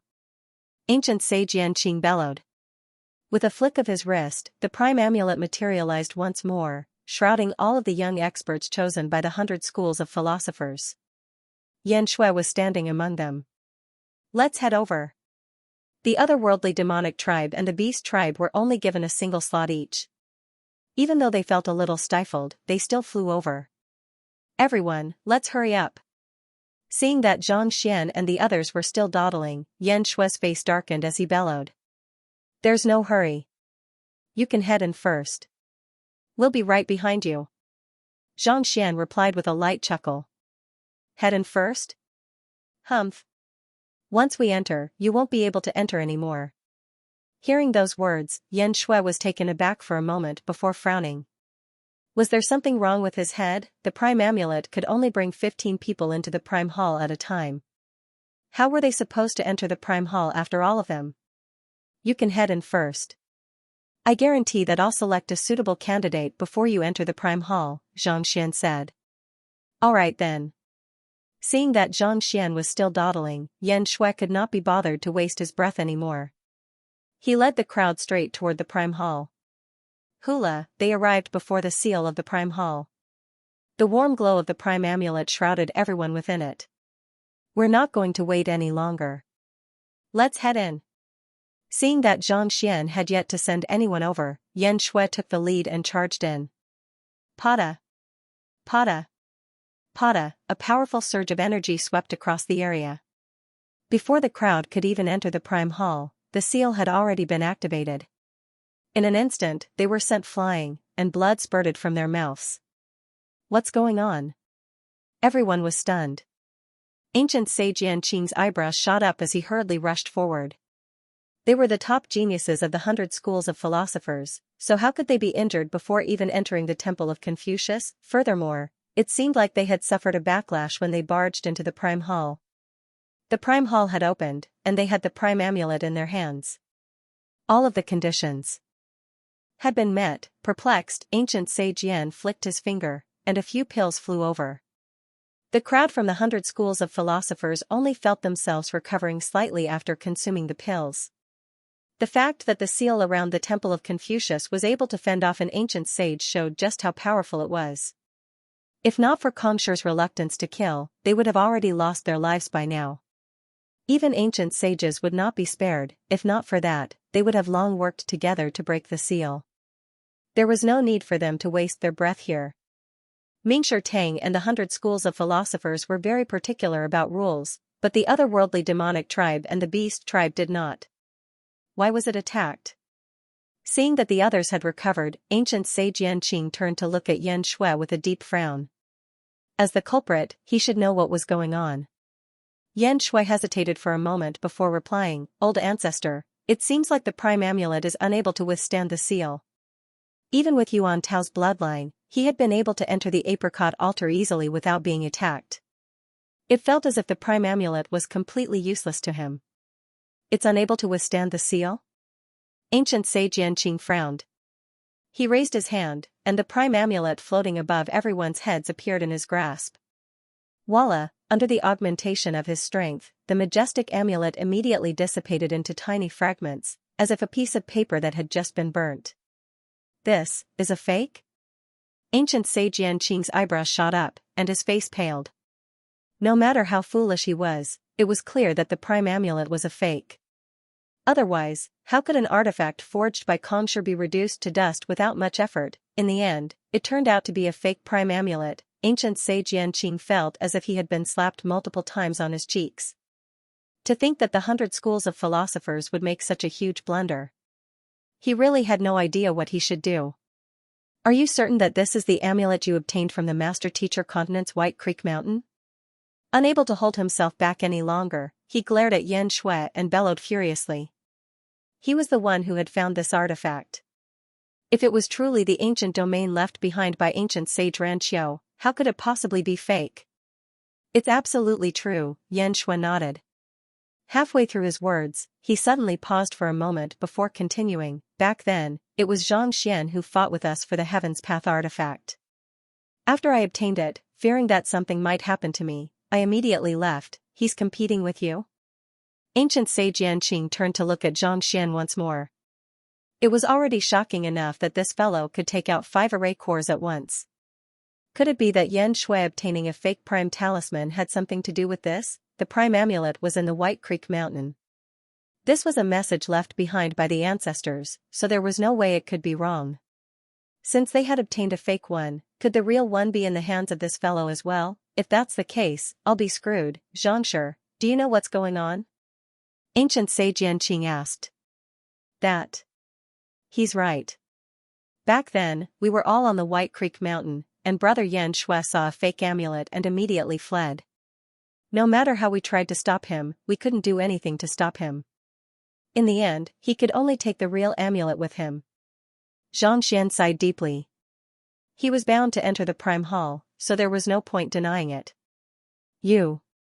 Pooh. Hearing those words, Yan Shui nearly fainted from rage. Unable to suppress his injuries any longer, he spurted a mouthful of blood. You saw a fake amulet and immediately fled. You were even more vindictive than me back then. Alright, if I hadn't fled in time, you might have already snatched it away from me. Why are you acting as if I'm a retard? More importantly, to say such words even after taking the real amulet. Is it really okay for a master teacher to be so shameless? You mean to say that the real amulet is in your hands? Ancient sage Yanqing felt a sharp pain in his chest as well, so he gritted his teeth and said. That's right, it's in my hands. Xianxia nodded. Based on the previous rules, those who possess the prime amulet are entitled to a third of the slots, which means that there are 5 slots. After that, one of the cruxes will be allocated to each of the 4 powers. In other words, I have 11 slots on my side, right? Ancient sage Yanqing's body swayed weakly upon hearing those words. The reason why he had made such a rule, even going as far as to threaten Xianxia with his strength, was because those who possessed the prime amulet would be able to obtain nearly half of the slots. But now, the prime amulet was in the hands of the other party, and the slots had been completely reversed. In the end, he only had 2 slots on his side. He felt as if he had done everything for someone else. The stifling feeling left him on the verge of exploding. The other party clearly knew that the prime amulet was a fake, but he chose not to say it out loud. But even if he had said it out loud, he would not have believed it. After all, the amulet was simply too intricate. Be it through one's spiritual perception or physical eyes, there was no flaw in it at all. Only when one exerted one's strength would one realize that the amulet was nothing more than a weakling. Since we've already made a deal, I won't go back on it. Even though ancient sage Yanqing was on the verge of going berserk, he still nodded in agreement. 2 slots was fine as well. In terms of understanding of the great codex of spring and autumn, the master teacher continent, the otherworldly demonic tribe, and the beast tribe were far from being a match for the 100 schools of philosophers. As long as they could enter the primordial codex of spring and autumn, they would be the ones with the greatest chance of obtaining it. It was due to this that they dared to allocate the slots to others. Otherwise, they would have been able to obtain even more if they had the prime amulet. That's good. Give me a moment, I'll bring you all in once I've made the necessary arrangements. Seeing that Xianxia did not deny it, Xianxia heaved a sigh of relief and nodded. The ancient sages of Mingshi Tang also did not expect such a reversal. They glanced at one another before turning their gazes back to Xianxia curiously. It was not just that the young master teacher had single-handedly obtained the cruxes of 5 worlds, but he had even obtained the prime amulet, causing the 100 schools of philosophers to suffer in silence. When did such a genius appear in Mingshi Tang? Given that they have obtained so many slots all at once, we have to be wary of them playing tricks on us. A look of worry surfaced on Yangshi's face. As the successors of the 100 schools of philosophers, it was unlikely that ancient sage Yanqing and the others would go back on their words in Kongshi's temple. However, since the great codex of spring and autumn was involved, it was hard to say. Not to mention, there were still the otherworldly demons and beasts in the area. It's unlikely that they'll make a move for the time being. Those who are able to enter the Prime Hall and the subordinate halls are only sempiternal realm experts. Even if they manage to obtain the Great Codex of Spring and Autumn, they won't be able to tame it. Knowing what Xianxia was worried about, Zhang Hongtian harumphed coldly. When the time comes, they'll surely take out their treasures. Only after they leave the Prime Hall will the fight truly begin. As such, while the slots may sound good, it's just a matter of righteousness. The Great Codex of Spring and Autumn will ultimately fall into the hands of the ancient sages. That's true, Mingshi Tang and the other ancient sages fell silent. Zhang Hongtian's words were blatant, but it was the truth. Rules and agreements? It was fine if it was just a small scuffle, but when it came to the Great Codex of Spring and Autumn, who could care less about it, given that there was only a single slot for the otherworldly Demotic tribe and the Beast tribe, they had not argued too much about it. Did they really think that they had given up on this treasure? As long as someone entered the hall, they would be able to learn what was going on inside. With that, they would be able to find out who was in possession of the Great Codex of Spring and Autumn. As soon as they left the hall, the ancient sages standing guard outside would make a move. By then, sempiternal realm cultivators would no longer be able to interfere in the affairs of the Master-Teacher continent. Only ancient sages would have a say in the matter. Let's allocate the slots first. Fearing that such words would cause panic, the ancient sages sent telepathic messages to one another. These slots were obtained by Xianxia through his own efforts, so we'll respect his decision on how they will be distributed. Everyone nodded simultaneously. As an ancient sage, it would be embarrassing for him to insist on it if he did not contribute anything to the Master-Teacher continent at all. Teacher, we are unable to contact Xingyang and the others for the time being. However, according to our friends who have met them, they seem to have obtained some kind of fortuitous encounter, and they're currently in some lesser worlds, unable to leave. It's likely that they won't be able to enter the Prime Hall anymore. Paying no heed to the ancient sage's discussion, Xiaoya walked over to Zhangxian's side. As the court chief of the Glacier Plain Court, even if she was unable to contact Xingyang and the others, she should at least have some connections. After all, these junior brothers and sisters of hers were no longer nameless figures, and they were all big shots of an area. Can't come? Zhangxian frowned for a moment before waving his hands dismissively. Forget it. If there really is a fortuitous encounter, I can't possibly leave him out. It doesn't matter whether they enter or not, take the Bodhi fruit for example. Yuan Tao had never entered the sleeping chamber, but he still gave it to him. Therefore, it didn't matter if the disciples had the chance to enter or not. As long as they obtained it, they would definitely get a share. Teacher, I'm not going in either. My physical body has already reached the level of an ancient sage, and I tried it earlier, but even with the protection of the Prime Amulet, I was still rejected by the seal. Yuan Tao walked forward. This? Zhangxian frowned. Even though Zhangxian's student had failed to push for a breakthrough to ancient sage, he did possess the body of an ancient sage, granting him the strength of a half-ancient sage. Me, Lozozi, Xiaoya, Wei Ruyan, Luo Qiqi. Together with Mingshi Tang, there are 7 of us, Zhangxian calculated in his mind. If that's the case, there are still 4 places left. Rubbing his glabella, he glanced at Mingshi Tang and the others before shaking his head. It wasn't that he was looking down on these geniuses, but that there wasn't much use in giving them the slots. It would be a waste no matter how many slots he gave them. What do you think? Have you decided on a candidate?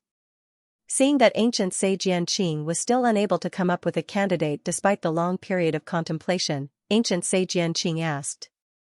Yes. However, with so many slots, I feel that it would be a waste for us to take them all. Let's take out 4 slots for auction. All 3 of you can buy it. The highest bidder wins. What do you think? With a smile, Zhangxian raised his head. Auction the slots? Is that fellow out of his mind? Everyone else is buying for it, but he thinks that there are too many of them. Are you for real? A huge commotion broke out in the surroundings. Everyone was dumbfounded. Not only the ancient sages of the 3 powers, even those on Mingshi Tang's side, Zhang Hongtian, and the others felt lightheaded. It wasn't easy for them to obtain so many slots, and this was a golden opportunity for them to auction it off. Was it really a good idea to do so? What he's doing, Unable to hold himself back any longer, an ancient sage tried to persuade Xianxia against it. Senior must have his own reasons for doing so, Xianxia said. Let's just trust him. Senior? The ancient sages turned their gazes over. They had seen Xianxia before when they were still conscious. He was the most talented individual in the past several hundred years, and he had even managed to become an ancient sage. For him to address that Orient body realm lad as his senior, indeed. Xianxia nodded. Using his will to isolate the surroundings, he sent a telepathic message over.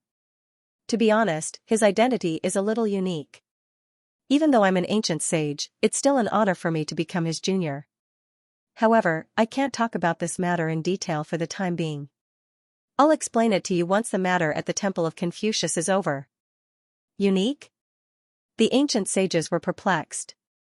Just what could be so unique that even an ancient sage would feel honored? However, seeing that the other party was unwilling to talk about it, they could only suppress their curiosity and choose to trust Xianxia. You intend to auction it off? At this moment, ancient sage Yanqing and the others finally recovered from their shock. That's right. Too many slots isn't a good thing for us either. If we do that, it'll easily incur the jealousy and hatred of others. So, I intend to auction off 4 slots. As long as you offer the highest price, you'll be able to get it. Xianxia said with a smile. Name your price. Our beast tribe is determined to get the slots. Hearing that they were willing to auction off the slots, the ancient sages of the 3 powers glanced at one another before nodding in agreement. Even though the final fight was still in their hands, it was still better to have one more person enter the beast tribe. If their descendants really managed to obtain the great codex of spring and autumn, they would be able to escape as soon as they came out. Even though it was difficult for an ancient sage to kill a cultivator, escaping was still a walk in the park. Thus, the more juniors that entered the great codex of spring and autumn, the higher their chances were. I'll be auctioning off the first slot now. It's worth 20, 30, 50 droplets of ancient sage blood. Xianxia said as he stretched out his hand. Great sage artifacts were not of much use to him, and the other party only had a few ancient sage artifacts. It was hard to say whether they would be able to take them out or not.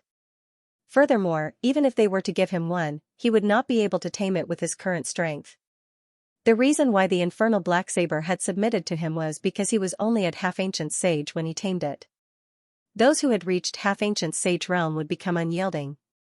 No matter how powerful he was, it would be impossible for him to tame them.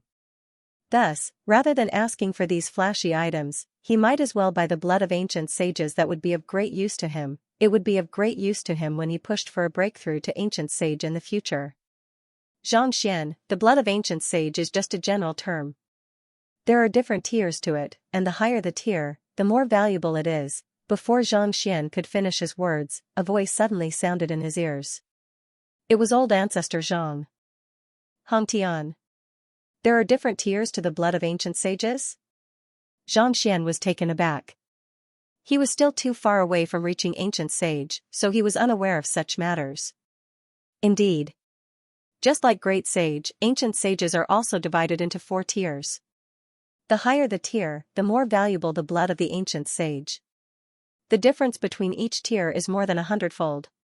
You have to determine the tier, or else you'll be at a huge disadvantage. Zhang Hongtian said. Xianxia replied. Then, he asked, may I know, what are the 4 tiers of ancient sage? The exact level of ancient sages hasn't been determined yet. It's just a name that the later generations came up with based on the difference in strength and characteristics. Those who achieve a breakthrough to ancient sage will be able to continue their bloodline, just like our Zhang family. The reason why our bloodline is able to remain in our clan is due to an ancestor who has reached this level.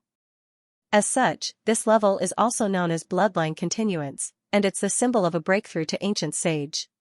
Bloodline continuance? Xianxia nodded. Upon reaching this level, one's bloodline would be able to continue their bloodline. From the looks of it, Yuan Tao, the infernal black saber, and Vicious had reached this level as well. The otherworldly demon ancient sage whom he had smashed to death back then had also reached this level. They were considered to be the weakest of the ancient sages. The second level is known as the 100 Schools of Philosophers. Of the 72 sages, other than the 10 sages, 62 of them have reached this level, Xianxia said. 100 Schools of Philosophers? That's a level? Xianxia was taken aback. It's just a name that represents one's realm. It doesn't matter what it's called, Xianxia said. The third level is known as blood reincarnation. In other words, as long as one's lifespan is not up yet, even if one's head is severed, one will still be able to come back to life.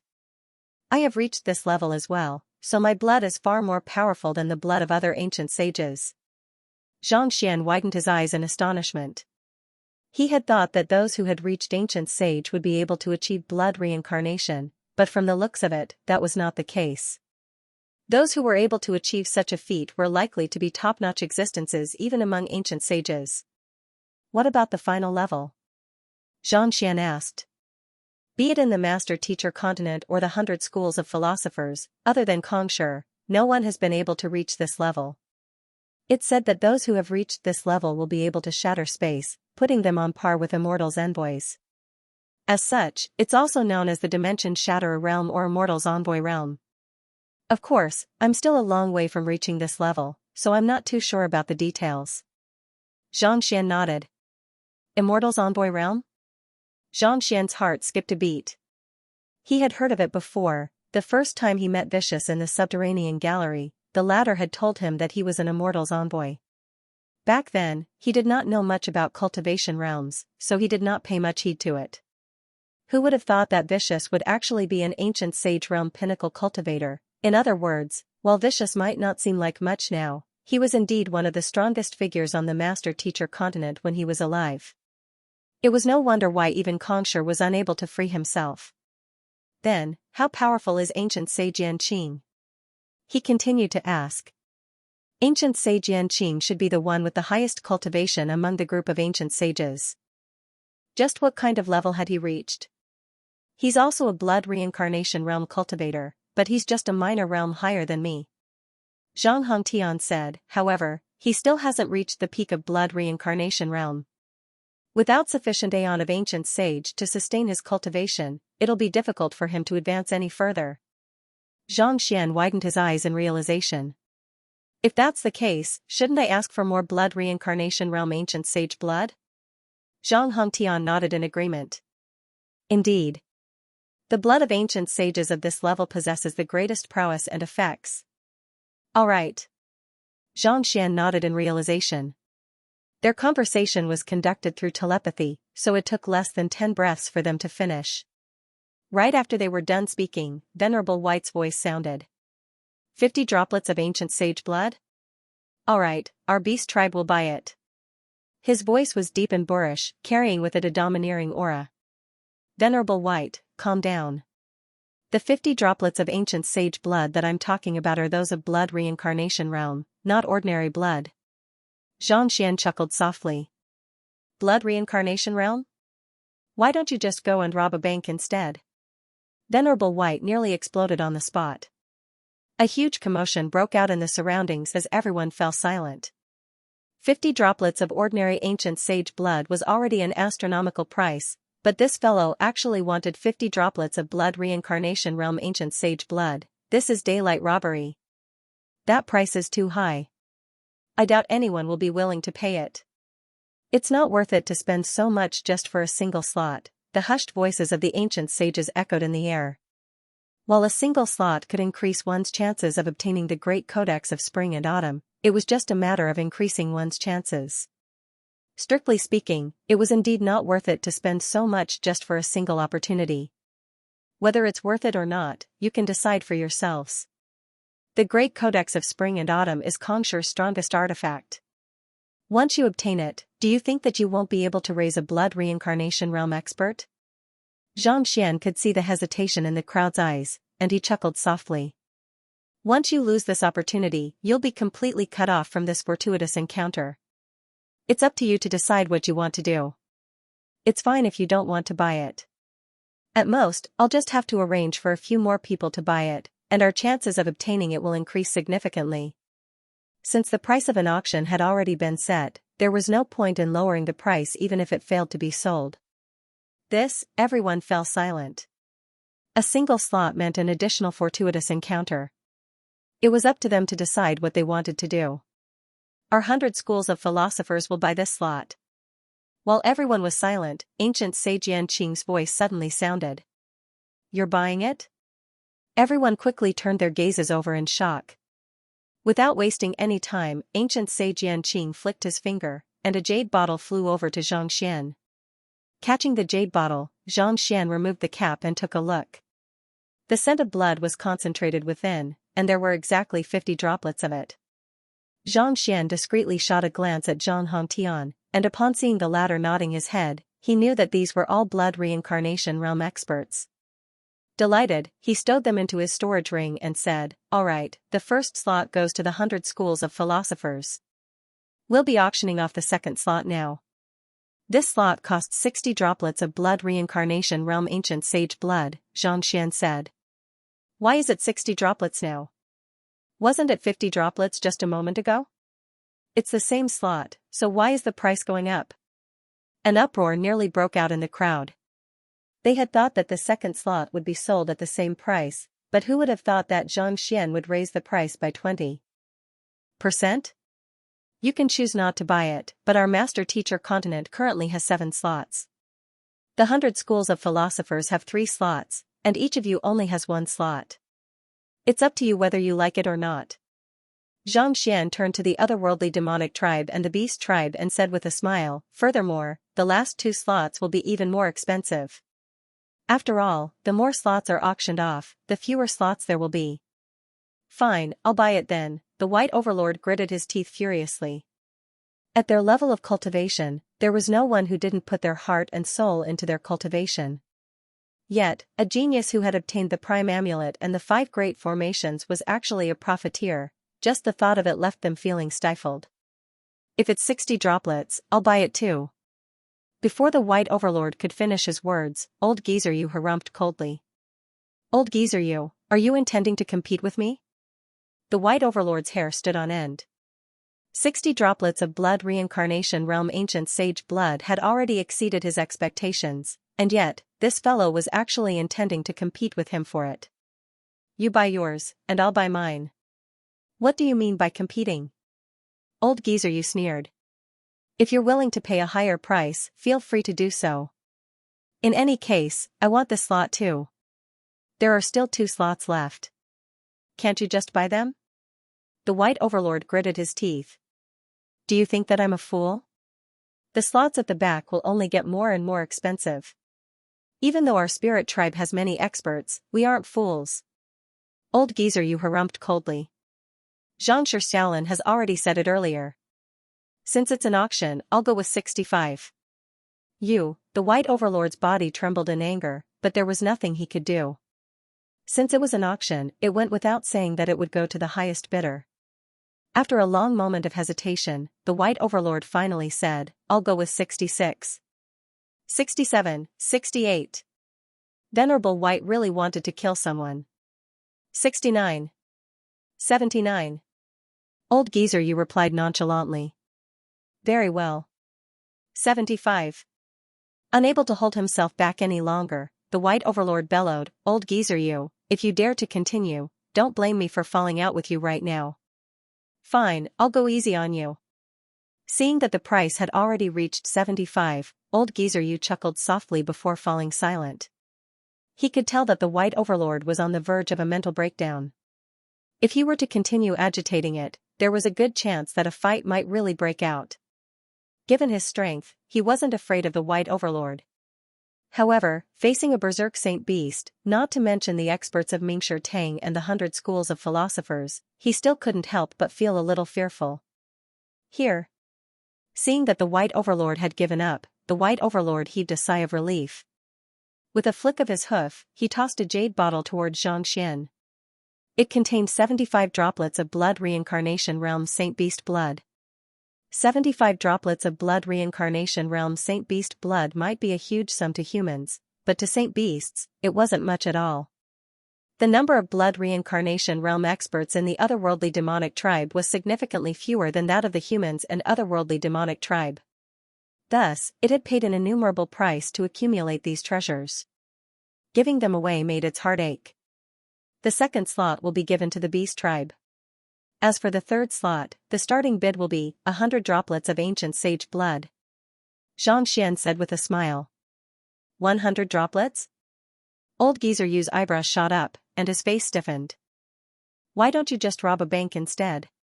It was only 60 droplets earlier, but now, it had nearly doubled. Are you doing this on purpose? Initially, he thought that even if the price of the third drop increased, 70 drops would still be the limit. Therefore, he didn't want to compete with Venerable White. Little did he expect that this guy would have no moral bottom line at all.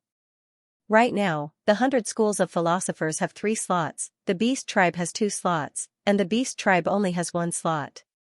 If you don't want to buy it, I won't sell it to you. With a bright smile on his face, Xianxia looked at Xianxia and said, also, to tell you the truth, I am indeed trying to snatch it from you. Let's see if you are willing to give it to me or not. How could he let go of an opportunity to scam this fellow? In any case, whether he bought it or not, he wouldn't lose out. You. Old Geezer Yu nearly exploded on the spot. Why don't we agree to it? Even if we give him the blood of our otherworldly demonic tribe's ancient sage, there's no way a mere human master teacher would be able to use it. At the very most, we can just wait for him to leave the Prime Hall, kill him, and snatch the blood of our otherworldly demonic tribe back. An otherworldly demon ancient sage sent a telepathic message to Xianxia. The blood of the otherworldly demon ancient sages harbored killing intent that was so concentrated that it felt as if it had taken on a tangible form. Even sempiternal realm experts would not be able to approach it, let alone assimilate it. Since the other party was a human master teacher, it was useless to him. Since that was the case, he might as well agree to it for the time being. At the very most, he would find an opportunity to snatch it back, and at the same time, he could kill that fellow to vent his anger. Only then did old Geezer Yu's complexion recover slightly.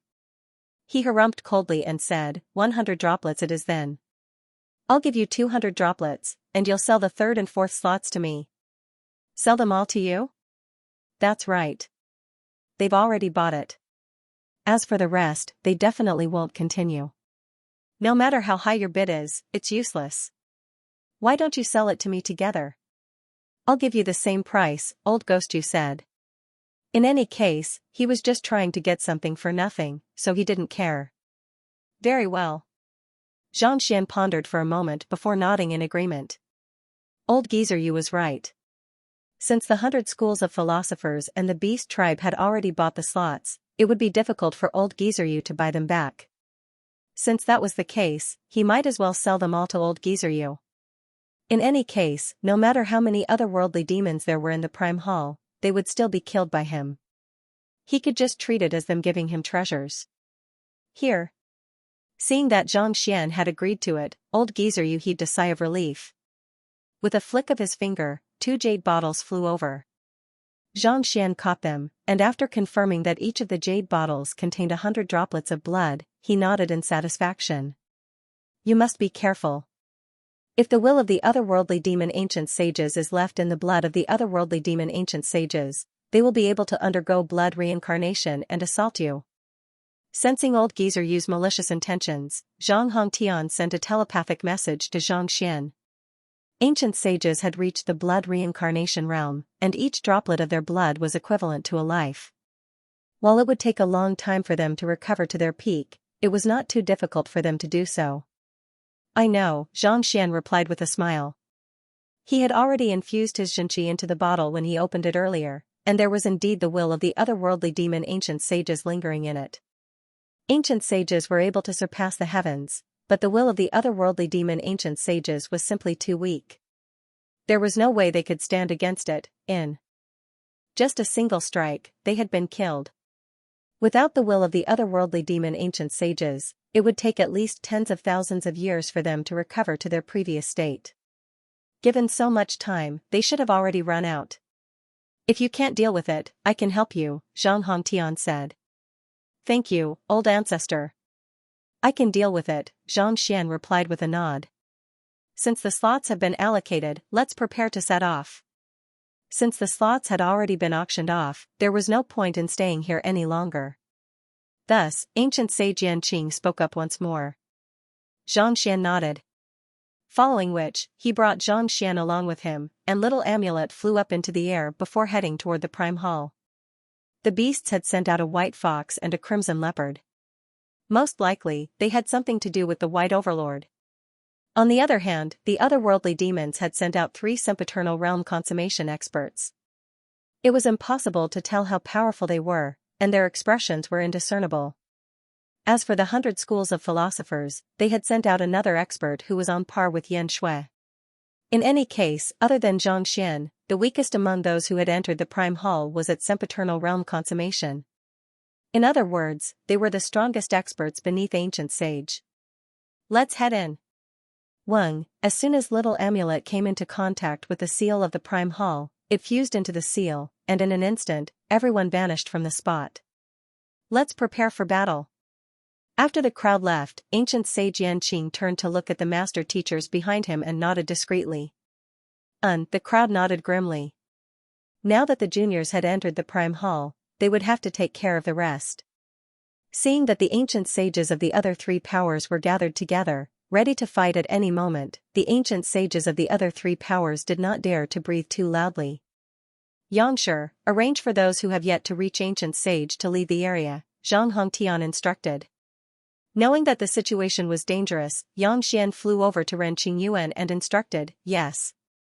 The rest of the matter was no longer something that great sages could interfere with. Rather than being implicated here, it would be better for them to leave. The Master Teacher Pavilion and the sage clans began to retreat.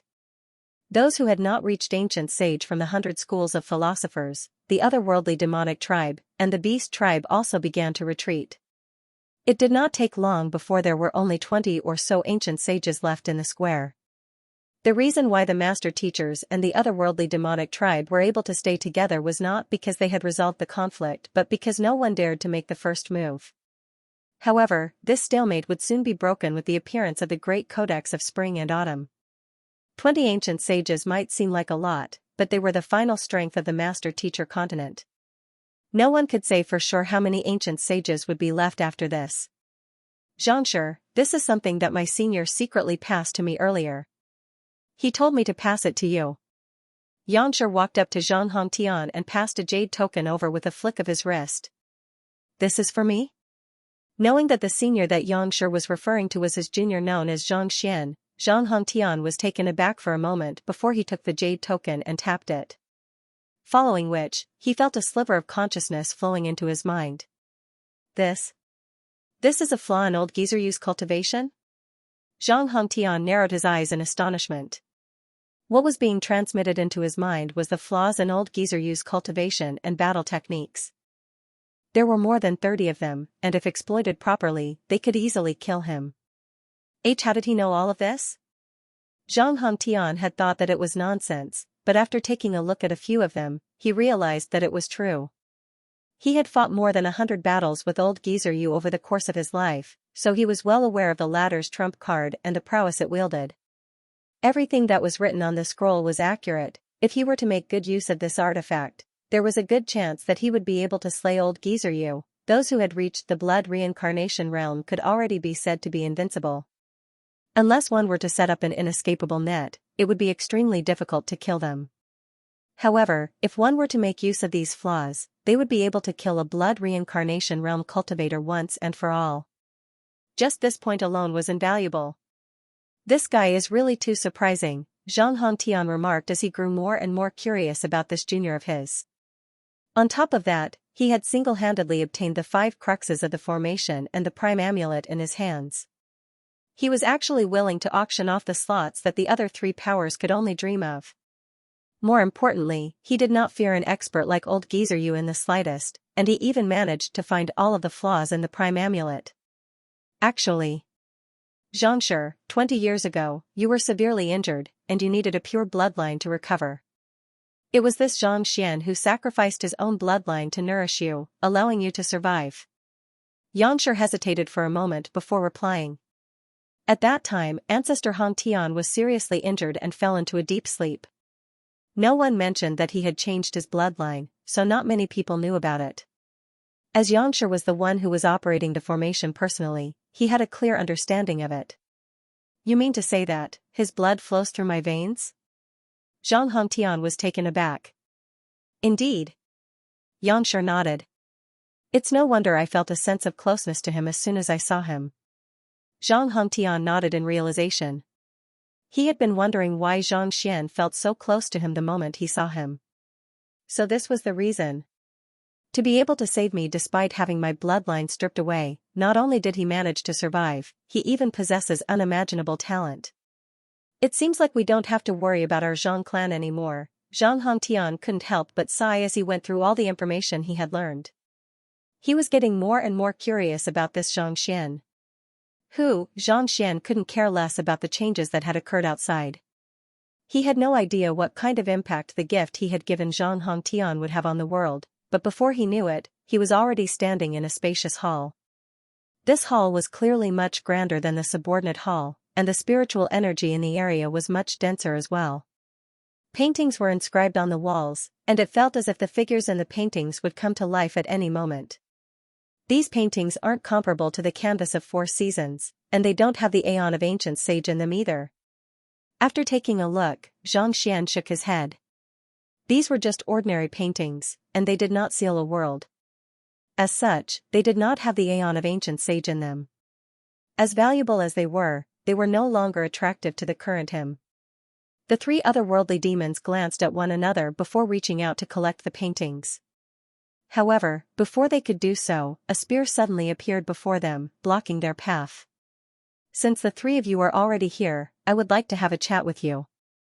Zhang Xian smiled faintly as he looked at the three otherworldly demons.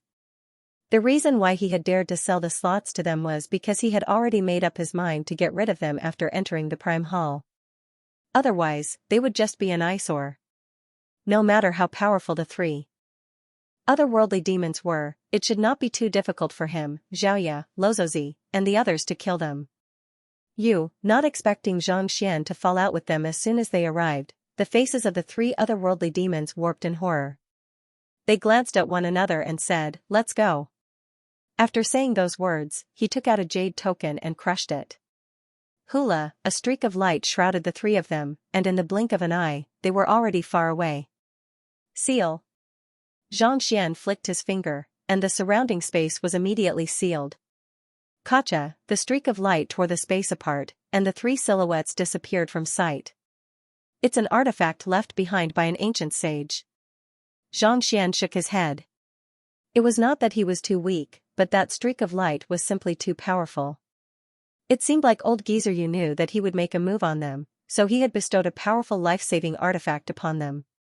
If he had released the infernal black saber, he might have been able to kill the other party. However, they were in the Prime Hall, and there was no telling whether there were any restrictions or not. Unless the situation was dire, he would not dare to act recklessly. Forget it, there's no hurry. Since everyone was prepared, it would not be as easy to kill as before. However, it did not matter either way. With little amulet in hand, even if he could not obtain the great codex of spring and autumn, no one else could dream of obtaining it. With such thoughts in mind, Zhang Xian turned to Yan Shui and the others. They have escaped. Why don't we have a chat? Who? Before Zhang Xian could finish his words, Yan Shui and the others also vanished from the spot.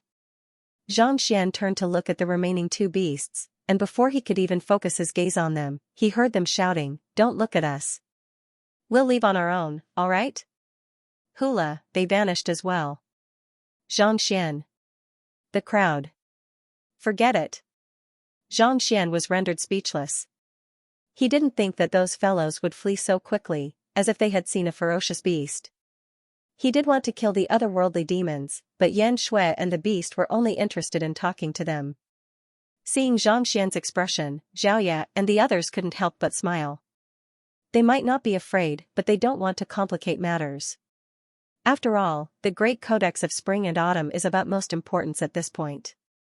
Fearing that Zhang Xian would feel awkward, Lozozi explained. Xiaoya and Wei Ruyan, these paintings are of great value. Take them all.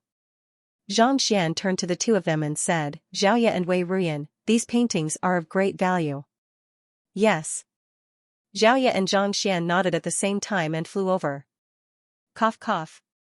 Xianxia, these are all treasures left behind by Kongshi. Isn't it a little disrespectful to take them away like that? Mingshi Tang and the other two master teachers looked at Xianxia helplessly. To take 3 of them right from the start. Wasn't that a little too disrespectful to Kongshi? Then what you mean is, Xianxia asked. No matter what, we should at least pay our respects before taking them. One of the master teachers said with a reddened face. Xianxia was rendered speechless. He had thought that it would be a good suggestion, but who would have thought that it would be this? Shaking his head, Xianxia instructed, continue. Xiaoya and the others moved swiftly, and it didn't take long for them to collect all of the paintings on the wall. Let's go. After collecting the paintings, Xianxia took out the prime amulet and asked, Little amulet, where is the great codex of spring and autumn? It's at the very center of the inner sanctum, Little amulet replied. Lead the way. Without any hesitation, Xianxia instructed. Little amulet nodded in response before flying straight ahead. There were many layers of the prime hall, and it was hard to tell how many paths there were. Along the way, they encountered quite a few treasures, and Xianxia arranged for them to be collected.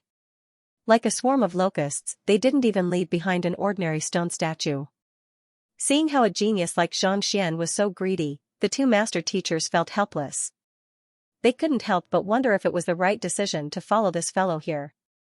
If Kongshi knew that he had such a junior, he would probably die of anger. Why aren't there any decent treasures? Is Kongshi that poor? Different from their shock, Xianxia was displeased as he collected them. Along the way, the items collected included paintings, zither, brushes, and the like. They were extremely valuable and would definitely fetch a sky-high price. However, there was not a single decent item. Compared to the treasures obtained from the branch palaces, they paled in comparison. The two master teachers clutched their chests. These words were too disgraceful, so he could only pretend not to hear them. Proceeding forward, they soon arrived at a hall. It's here, Little Talisman said as it lightly swayed on a stone tablet. Buzz, as if something had been activated, a tall statue in the middle of the hall slowly turned around. It was none other than Kongshi. The fact that you are able to enter this hall means that you have cleared the first trial. However, if you wish to obtain the great codex of spring and autumn, there's still one last trial to go through. An indifferent voice rang out, seeping into one's mind, giving one a feeling of being bathed in the spring breeze. Obtaining the prime amulet, obtaining the crux of the formation, and entering the prime hall. These were all trials. Those who were able to make it this far were definitely top-notch geniuses, and they were qualified to receive the heritage. However, there was still one last trial to go through. The passageway ahead is filled with illusory formations, slaughter formations, and all kinds of inner demons. If you are able to clear it, you will be able to see the great codex of spring and autumn and have a chance to tame it. If you are unable to do so, don't worry, there won't be any danger to your life. However, you will be teleported out of the prime hall, and you will have nothing to do with my heritage for the rest of your life. The statue said as it pointed forward. Xianxia turned his gaze over, and indeed, there was a passageway at the center of the hall. It extended far into the distance, and it was impossible to see the end of it. Let's begin. Each of you only has a single chance. You can enter the passageway together or individually. There's no limit to how many people can enter, the statue said. How does this passageway work? Xianxia turned to Little Talisman and asked. Even with his eye of discernment, he was unable to find the slightest trace of a formation at all. How in the world was this trial supposed to work? Did it affect one's state of mind in some way? This was left behind by Kongshi to test his juniors. I'm not too sure about the details, Little Talisman replied awkwardly. Alright then. Xianxia activated his eye of insight and scanned the passageway, but he was unable to find anything at all. It was as if there was no one in the passageway, and there were no energy fluctuations at all. Teacher, I'll give it a try first. Regardless of whether I succeed or not, I'll be able to prepare you for it. Teacher, I'll give it a try first. Regardless of whether I succeed or not, I'll be able to prepare you for it," Xiaoya said as she took a step forward. "Be careful." Even though Xianxia had said that there was no danger, Xianxia still couldn't help but feel a little worried. With a smile, Xiaoya led the way forward. It didn't take long for her to arrive at the passageway, and without any hesitation, she stepped into it. A white ray of light shrouded her, and in the next moment, the young lady seemed to have fallen into some kind of illusion. She stood motionlessly on the spot. Some time later, a cold aura emanated from her body, and it was as if she had morphed into the Queen of Ice. Powerful energy surged into the surroundings, threatening to shatter the passageway. However, despite her overwhelming strength, the passageway was even more resilient. No matter how powerful her attacks were, nothing happened. "It seems like Xiaoya's purine body has been awakened once more," after a while, Luo Ruoxin suddenly said. Xianxia took a closer look, and just as Luozi had said, Xiaoya had grown even stronger. She was only a step away from reaching Ancient Sage, and it seemed like she would be able to make a breakthrough at any moment now. Under the effects of the purine body, she emanated an aura reminiscent of a fairy, making her look even more elegant and alluring. Every single one of her movements seemed to be in harmony with nature, and there was a unique charm to it. As expected, in just a few short minutes, her unique constitution had been awakened once more, and it had become even more perfect. Just as Xianxia was about to take a closer look to see what kind of energy had caused her unique constitution to undergo such a metamorphosis, a ray of light suddenly shrouded her once more. The next moment, as if she had been teleported away, she vanished from the spot. "Failed." The voice of Xianxia's sculpture echoed in the air. "Failed?" Xianxia was taken aback for a moment before realization struck him. The sculpture had said that those who failed would be teleported out of the Prime Hall. From the looks of it, it seemed like Xiaoya had been teleported away. "Teacher, allow me." Seeing that her senior had been teleported away, Wei Ruyan walked up to Xianxia. Just like Xiaoya, she felt as if she had fallen into an illusion. Not too long later, her unique constitution was awakened as well, and a poisonous aura emanated from her body. Even though she had failed to push for a breakthrough to Ancient Sage, her strength had undergone a huge transformation. It seemed like she was only a step away from reaching the final step. Soon, she was teleported away as well. "Let's go together." Seeing that Luo Qiqi and the other two master teachers were intending to head over as well, Xianxia nodded. Since there was no danger, there was no need for him to waste any more time. He had to clear the trial and find the Great Codex of Spring and Autumn first. Everyone nodded at the same time and walked toward the passage. Hula, as soon as Xianxia walked up to Xianxia, he immediately felt a warm light enveloping his body. Following which, his vision blurred, and he disappeared from the spot. In the next moment, he appeared in front of a majestic mountain. Towering into the clouds, it was impossible to see the end of it. The entire mountain seemed to be made up of books. There was no path, no end, only a series of words floating in the air from time to time, giving off a dreamy feeling. "You'll pass when you reach the top of the mountain. If you give up, you will be bestowed with different opportunities based on your progress." Xianxia's indifferent voice continued to ring out. Xianxia nodded as he took in a deep breath. Although everything before him seemed extremely real, judging from the situation of Xiaoya and the others, it was most likely an illusion. In other words, his body was still in the passageway, but his spirit had arrived at this mountain of books. With a grave look in his eyes, Xianxia circulated the energy in his body. He did not leave his original spot. "Looks like I'm unable to fly." "That's right, if I could fly, it would be too easy," Xianxia nodded.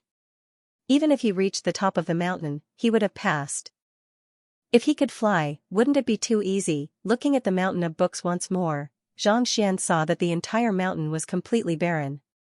Other than books, there was nothing but books. There was no passageway, and there was nowhere for him to start. Xianxia placed his palm on one of the books, and just as he was about to leap up, he suddenly felt an immense pressure crushing down on him. As if struck by lightning, his entire body turned numb, and his palm seemed to have been pierced by thorns, causing blood to flow from his wound. Xianxia's expression darkened. He was still thinking of climbing the mountain. Given his strength, even if the mountain was as smooth as a mirror, it shouldn't be difficult for him to reach the peak. He didn't think that the pressure would be so great. It was as if a sempiternal realm consummation expert was assaulting him relentlessly. Under such circumstances, how was he supposed to get to the top? Don't tell me, it's not climbing up? After circling around for a while, Xianxia tried several places consecutively, but the result was the same. He couldn't even climb half a meter before he was forced back down. Xianxia could only stop and frown deeply. If they did not climb up, there was no path, so how could they go up? No wonder Xiaoya, Wei Ruyan, and the others couldn't pass. It was not as easy as they thought. Since it's a mountain of books, I should study them first to see what they are. Perhaps I might be able to find the crux of the matter. Xianxia paused for a moment before turning his attention to the books before him. With a thought, he collected several hundred books into the Library of Heaven's Path. With a tap of his finger, a vast amount of knowledge flowed into his mind. These books covered cultivation techniques, battle techniques, humanities, geography, astrology, divination. There were all kinds of books, and it seemed like the occupations of the master-teacher continent were included within. Whoosh, just as Xianxia was immersing himself in the knowledge, he suddenly saw a flight of stairs appearing on the mountain of books, which was as smooth as a mirror. Xianxia was taken aback. He had been walking around for a long time, but he didn't see this thing. How did it appear after reading a few hundred books? Could it be that, reading a book could reveal a passage? Give it a try. Thinking of this, he no longer hesitated. His eyes scanned the surroundings of the mountain of books. Whoosh, countless books appeared in the Library of Heaven's Path, and in less than 10 minutes, he had already collected tens of thousands of books. With a light tap, the knowledge flowed into Xianxia's mind. Closing his eyes tightly, he began digesting the knowledge. At that moment, the mountain before him suddenly shook, and a flight of stairs appeared out of nowhere. As expected, seeing that it was indeed related to reading books and digesting knowledge, a glint flashed across Xianxia's eyes. Even if others were to scan through so many books with their spiritual perception, they would surely go berserk and lose their minds. However, Xianxia was different. With a single glance, the Library of Heaven's Path had automatically collected all of them and converted them into memories. In terms of time, he didn't waste the slightest bit, and he didn't lose his mind either. The current him was like a powerful computer. While others would have to memorize and recite the contents of the massive mountain of books, all he had to do was copy and paste them over and over again. Whoosh, stepping onto the flight of stairs, Xianxia continued browsing through the books around him, and knowledge flowed into his mind. As he read through more books, more and more stairs appeared, and Xianxia slowly made his way up. As he proceeded forward, he realized that a flight of stairs would appear after every 100 books he read. He was the only one who could read in such a manner. Had it been anyone else, even an ancient sage, who would have gone insane by now. After walking for an unknown period of time, Xianxia lowered his head and saw a flight of stairs piercing through the clouds. The world around him was boundless, and it felt as if he was the only person left in the world. Even after reading so many books, I still haven't reached the peak. It's hard for anyone to accept this. Xianxia sighed.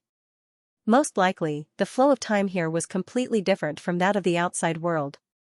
With the powerful cheat known as the Library of Heaven's Path, he had already spent more than half a day here. It would have taken several hundred years or even 1,000 years for others to reach this point. Just the loneliness of reading books for several hundred years was enough to leave one mentally unstable. Even ancient sages might not be able to persevere through it. Taking a few more steps forward, Xianxia suddenly felt a little helpless. At this point, he had to read 1,000 books before a flight of stairs appeared. He was already finding it hard to persevere through previously, and the difficulty had increased by tenfold. This was the final straw that broke the camel's back. While the difficulty might have increased for others, to Xianxia, it was still nothing more than a duplication process. Thus, he continued walking forward for another half a day. At this point, he had to read 10,000 books before a flight of stairs would appear. Knowing that he was about to reach the end, Xianxia did not give up. Instead, he hastened his pace. Some time later, the peak of the mountain finally came into sight. There's a path to the mountain of books, and diligence is the shortcut. It seems like what Xianxia is testing is one's comprehension of knowledge and diligence. Xianxia sighed deeply. The more one read, the higher one would climb. This was not just a way to temper one's spirit but also a warning that Xianxia was giving to the later generations. He was trying to tell the later generations that what mattered the most in cultivation was not talent but culture. Only with sufficient culture would one be able to gain a deeper understanding of cultivation and the heavens. Only with a broader mind would one be able to accept new things, and only then would one be able to walk further and further, achieving greater and greater heights. It was just like the 72 sages and the 10 sages of Confucius. Even if their talent was beneath that of Xianxia, the fact that they had been groomed by Xianxia personally and imparted to them his cultivation techniques, was bound to be much more generous than the latter. Yet, their accomplishments were still far from matching up to Xianxia. There could only be one possibility, and that was that they were far beneath Xianxia in terms of knowledge. Their culture had limited their progress. Back then, Xianxia had chosen the upper, intermediate, and lower occupations. While it might seem like there was nothing special about his cultivation, it was this kind of tempering that had allowed him to widen his horizons and advance further. Gotcha, these thoughts flowed through Xianxia's mind, and all of a sudden, the sound of an egg cracking echoed in his mind, reminiscent of a seedling breaking through the soil to welcome the sun. My soul depth has reached 29. 9? Clenching his fists tightly, Xianxia's eyes gleamed brilliantly. Xianxia's mental state had already reached 29.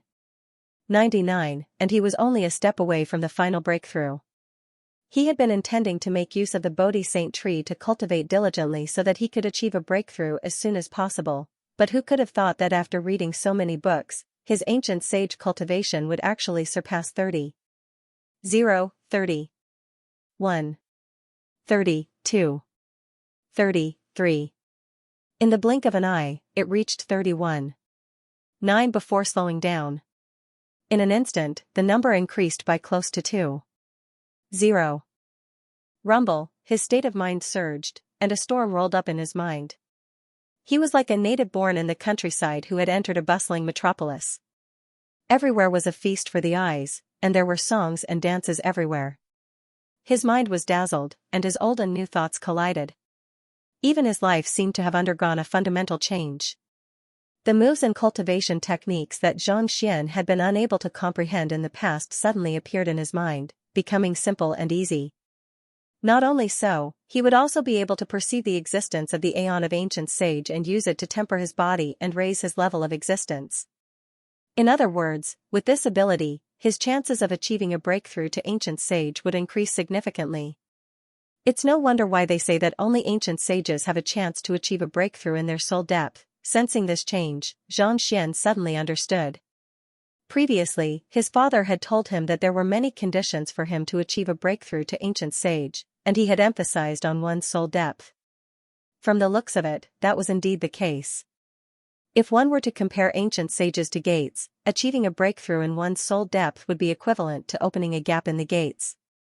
As long as one possessed sufficient strength, they would be able to enter the gates at any time and enjoy the scenery within. In other words, if he were to advance his cultivation to sempiternal realm consummation and have sufficient ancient sage blood, he would be able to reach ancient sage in a single go. I haven't reached that level yet, but with my current disguise as an ancient sage, no one will be able to tell that I'm an ancient sage anymore. Xianxia replied with a smile. Even though he was still far from reaching the pinnacle of the master-teacher continent, with the breakthrough in his soul depth and his disguise, no one would be able to tell that he was an ancient sage. In fact, even the aura of an ancient sage would not be able to harm him in the slightest. He felt refreshed, and his mind was clear. The negative emotions brought about by reading too many books had also been swept away. Continue. In a spurt of energy, his eyes swept across the mountain of books. Countless books fell into the library of heaven's path, becoming his own knowledge. Soon, they reached the top of the mountain. There was nothing special about this place other than a stone platform. Xianxia walked up to it and placed his palm on it.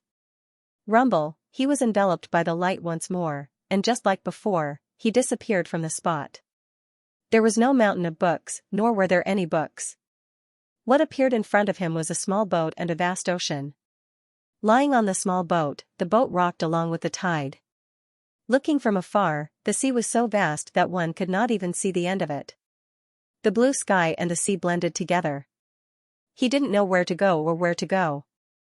There is a path to the mountain of books, and there is no end to the sea of learning. With a sigh, Xianxia was no longer as flustered as before. Instead, he had a sudden realization. It seems that this should be the so-called sea of learning. In the past, it was a mountain of books. Only by reading could one form a flight of stairs to slowly advance forward. The sea of knowledge before him was probably the same principle. Without learning, the ship would never be able to move forward, and one would never be able to find the other shore. The sea breeze caressed the side of the ship, playing a melody that was as loud and clear as a devil's tune. The waves surged, like a rich painting. Under the surface of the water, countless schools of fish formed special messages, as if they were developing some kind of formation. Looking at it for a moment, Xianxia slowly immersed himself in it. Everything in the world could enhance one's wisdom. Looking at the vastness of the universe and observing the abundance of fish, the sea before him was filled with knowledge. Combining what he had learned from the mountain of books, he suddenly felt as if he had gained a comprehensive understanding of the world. As the boat drifted, Xianxia's heart grew calmer and more spacious along with the flow of the water. All kinds of knowledge flowed into his mind. At this moment, Xianxia was like a dried-up sponge, devouring the flowing water nonstop.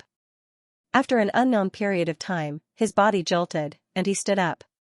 Painting, demonic tunist, smithing, beast taming, spirit enchantment, physician, formation, all of the occupations that he had learned previously had returned to their original state, reaching the level of 9 stars. At this moment, even without applying to the Mingshi Tang headquarters, he would be able to easily take the 9 supporting occupations and become a true 9 stars master teacher. In fact, his understanding of these occupations was already on par with Kongshi back then, far surpassing that of the so-called geniuses and guild leaders. The more occupations he learned, the clearer his mind became. After learning so many occupations, just as he felt that there was nothing he did not know about, a burst of light shrouded him once more. When he opened his eyes once more, he realized that he was still standing in the passageway. It had only been a minute or two since he had left the passageway. After experiencing the mountain of books and the ocean of knowledge, he felt that it had been at least 10 days. Never in his dreams could he have imagined that such a short period of time would have passed in the real world. It was truly a pipe dream. Glancing around, Xianxia saw Luo Qiqi and the other 2 master teachers still standing on the spot. Their bodies were swaying uncontrollably, as if they were still undergoing the trial. "Where's Luozi?" Xianxia scanned the surroundings with a doubtful look in his eyes. Of the 6 people who had entered the passageway with him, Xiaoya and Wei Ruyan had failed the trial and were teleported out.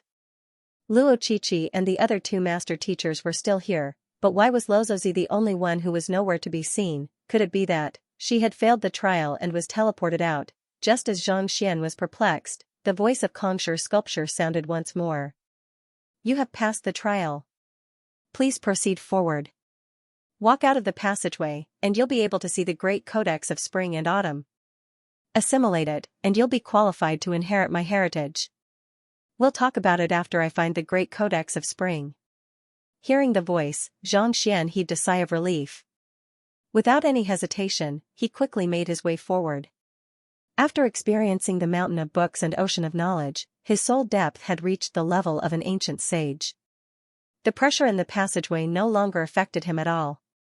Not too long later, he arrived at the end of the passageway. It was also a seal that prevented cultivators from advancing forward. With a flick of his wrist, Xianxia took out little amulet and placed it lightly on the seal. The seal slowly opened up, and a gap appeared. Xianxia stepped into it. Following which, a vast hall came into sight. At the very center of the hall was a stone pedestal. A book was placed on top of it, emanating a brilliant glow. On the cover of the book were 2 massive words, Spring and Autumn, written in the ancient language. Time seemed to be flowing on its surface, making it difficult to discern whether the book was in the past or the future.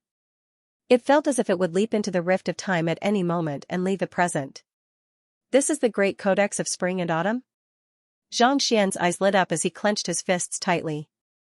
He was just about to rush forward to assimilate the book when a silhouette suddenly appeared on the stone pedestal. With a light grasp, the silhouette picked up the great codex of spring and autumn. Ruoxin, upon seeing the silhouette's appearance, Xianxia was stunned.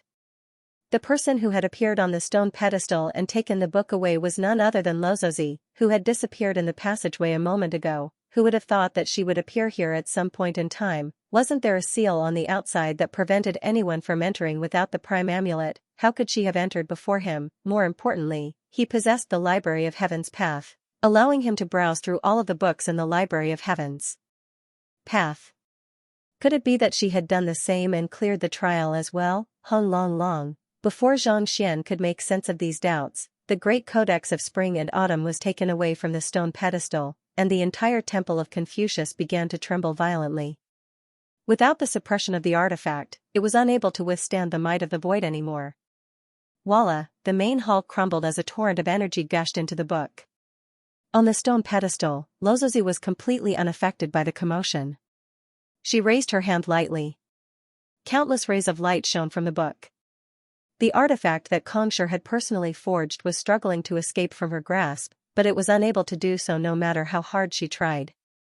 Under the intense tremors, the surrounding space began to distort, and the seal on the main hall was finally shattered. The great codex of spring and autumn has appeared. Hurry up. Someone must be trying to tame it. Who is it? Is it that Xianxia? Or is it one of my juniors? Roars echoed in the air as countless figures rushed into the main hall. They were the ancient sages who had been standing guard outside the main hall. Previously, due to the seal that Xianxia had left behind, they could only wait outside. However, with the great codex of spring and autumn trembling and the main hall collapsing, they couldn't hold themselves back any longer and rushed in. It's that young lady, Luozi? Upon seeing the figure holding the great codex of spring and autumn, everyone was stunned. Given Xianxia's performance, there was a good chance that the great codex of spring and autumn would end up in his hands. Never in his wildest dreams could he have imagined that it would actually be that unassuming young lady who had been following behind him all this while. Since you won't be able to tame it, you should just give it to me. Seeing the dazzling light emanating from the book, the White Overlord's eyes reddened in excitement. Unable to hold itself back, it raised its claws and charged toward Luozi. Be careful, Xianxia did not think that such a huge turn of events would occur, and even an ancient sage would appear. Just as he was about to rush forward to save Xianxia, he suddenly caught sight of the young lady not too far away, and his eyebrows shot up in astonishment. Rumble, a powerful aura burst out from his body, piercing the heavens. Power surged and formed a powerful defensive wall around his body. Bang, Venerable White's claws fell on the defensive wall, but they didn't leave a single mark. In fact, they didn't even cause any damage. This is the power of an ancient sage? Xianxia's pupil shrank. In that instant, the power that the young lady had displayed was something that only ancient sages were capable of displaying, something that was even stronger than the White Overlord's sizzle. With the might of an ancient sage, the great codex of spring and autumn seemed to be powerless against him. Oh no, she's going to refine it. We can't let her succeed. Ancient Sage Yanqing bellowed furiously as his face warped in horror. Before he finished speaking, a halberd pierced through the air, heading straight for Luozi. Under the might of the halberd, space and time seemed to have come to a standstill. A massive spatial rift spread out for over 10,000 li, creating a fearsome sight to behold. A blood reincarnation realm. Ancient Sage was one of the strongest experts in the Master-Teacher continent. With just a single move, he was able to bring forth a destructive might. Before the might could even get close, Xianxia, who was standing very close to Luozi, already felt as if all of his bones were about to be crushed. Even his Empyrean heavenly flame, which had been tempered by the Empyrean heavenly flame, was as fragile as a toy before the might of the halberd. Just as Luozi was about to reach her limits, her hand suddenly trembled slightly. A warm glow immediately shrouded him, and he was immediately sent out of the battlefield. Tzzzzzz, the halberd appeared right above Luozi's head. The young lady's face remained impassive as she gripped the great codex of spring and autumn tightly with one hand and tapped lightly with her other hand. With the tip of her finger, she pointed it at the destructive weapon. Wang, the halberd began to revolve, and ancient Sage Yanqing's face reddened. Unable to hold on any longer, the halberd slipped out of his hand, and he was sent flying while spurting a mouthful of blood. Xianxia narrowed his eyes in astonishment. All along, he had thought that Lozosi's cultivation was only on par with his. Who could have thought that she would actually be an ancient sage, and such a powerful one at that, to be able to send the number one expert of the four powers, ancient sage Yanqing, flying with a single finger? Could it be that she had already surpassed the blood reincarnation realm and reached the dimension Shatterer realm? If that was the case, where in the world did she come from? Hula, just as ancient sage Yanqing was perplexed, the space behind the young lady suddenly tore apart like a piece of paper, creating a massive hole in it. She's trying to escape. If we don't make a move now, the great codex of spring and autumn will really become hers. Seeing this sight, ancient sage Yanqing bellowed furiously. Those who were still hesitating a moment ago couldn't hold themselves back anymore, and they immediately made a move. Voila, a pair of ghostly hands suddenly appeared right before old Geezer Yu, grabbing at him. Ancient sage Yanqing raised his halberd and thrust it forward once more. The White Overlord's claws gleamed with a cold light, causing even space and time to freeze. With the ancient sages of the three powers making a move together, it was as if the world had been plunged into a state of chaos. Light warped, and the world was plunged into darkness. Ancient sages were simply too powerful, especially when so many of them were making a move at the same time. Even the entire master-teacher continent could very well be submerged. Have you asked for my permission before making such a move? Just as the attack was about to land on Lozozi, a furious bellow sounded. Following which, a brilliant burst of sword chi tore apart the space around Lozozi and headed straight for the crowd. Zhang Hongtian, don't be foolish. She's not a member of the Mingshi Tang. Ancient sage Yanqing roared furiously as he pushed his palm downward. As soon as the halberd collided with the tip of the sword, Zhang Hongtian was forced to retreat several steps as his face paled. Compared to the strongest expert of the 100 schools of philosophers, he was still far from being able to match up to them. Since she's the girlfriend of my junior, that means that she's a member of the Zhang family. Zhang Hongtian refused to admit defeat as he raised his sword once more. However, no matter how powerful he was, it was impossible for him to withstand the combined might of so many master teachers. Not to mention, ancient sage Yanqing was far stronger than him. Sila, the combined might of the master teachers continued descending upon Lozosi's head. The young lady was still holding on to the great codex of spring and autumn tightly, and it was hard to tell when she would be able to assimilate it. However, being surrounded by so many master teachers, it was impossible for her to escape. Lozozi. Seeing that the young lady was about to be struck by so many master teachers, Xianxia bellowed furiously. He was just about to bring out Vicious, the ancient sage corpse, and the infernal black saber to help her fend off the attacks when he suddenly saw a burst of saber chi heading straight for him. Even before the saber chi arrived, the light of the sun and the moon had already been completely absorbed by it. Young mistress, I've already made the necessary arrangements. I'll help you fend off these attacks. Wu Chen, who had vanished a moment ago, appeared before everyone. All right. Help me fend them off for a while. I'll assimilate the great hall of spring and autumn. Lozozi nodded as she gathered all of her strength into the book of spring and autumn in her palm. Wu Chen nodded in response. Without any hesitation, he continued slashing his saber. Boom boom boom, the attacks of the ancient sages collided with the saber. With a grim look on his face, Wu Chen executed a powerful saber gale. Even though he was forced to retreat several steps, he was still able to fend off all of the attacks single-handedly. Even with so many experts ganging up on him, he was still able to fend off all of their attacks. Not even the slightest bit of their aura leaked out, thus harming Lozozi. How powerful, Xianxia was stunned. A battle of this level was no longer something that he could interfere in. But, didn't Wu Chen just achieve a breakthrough? How did he manage to fend off an attack that even old ancestor Hongtian could not withstand so easily? On top of that, he was not injured at all. Just how powerful was he? Could it be that he had achieved blood reincarnation as well? Lozosi's ability to fend off ancient sage Yanqing's attack was already an incredible feat, but to think that Wu Chen would be able to pull it off so easily as well, in that instant, he felt as if he had been in a different world. It seemed like the two of them had been hiding the truth from him all along. You're finally here. Set up the formation. Ancient sage Yanqing was not surprised to see Wu Chen fend off the attack. Instead, his eyebrows shot up.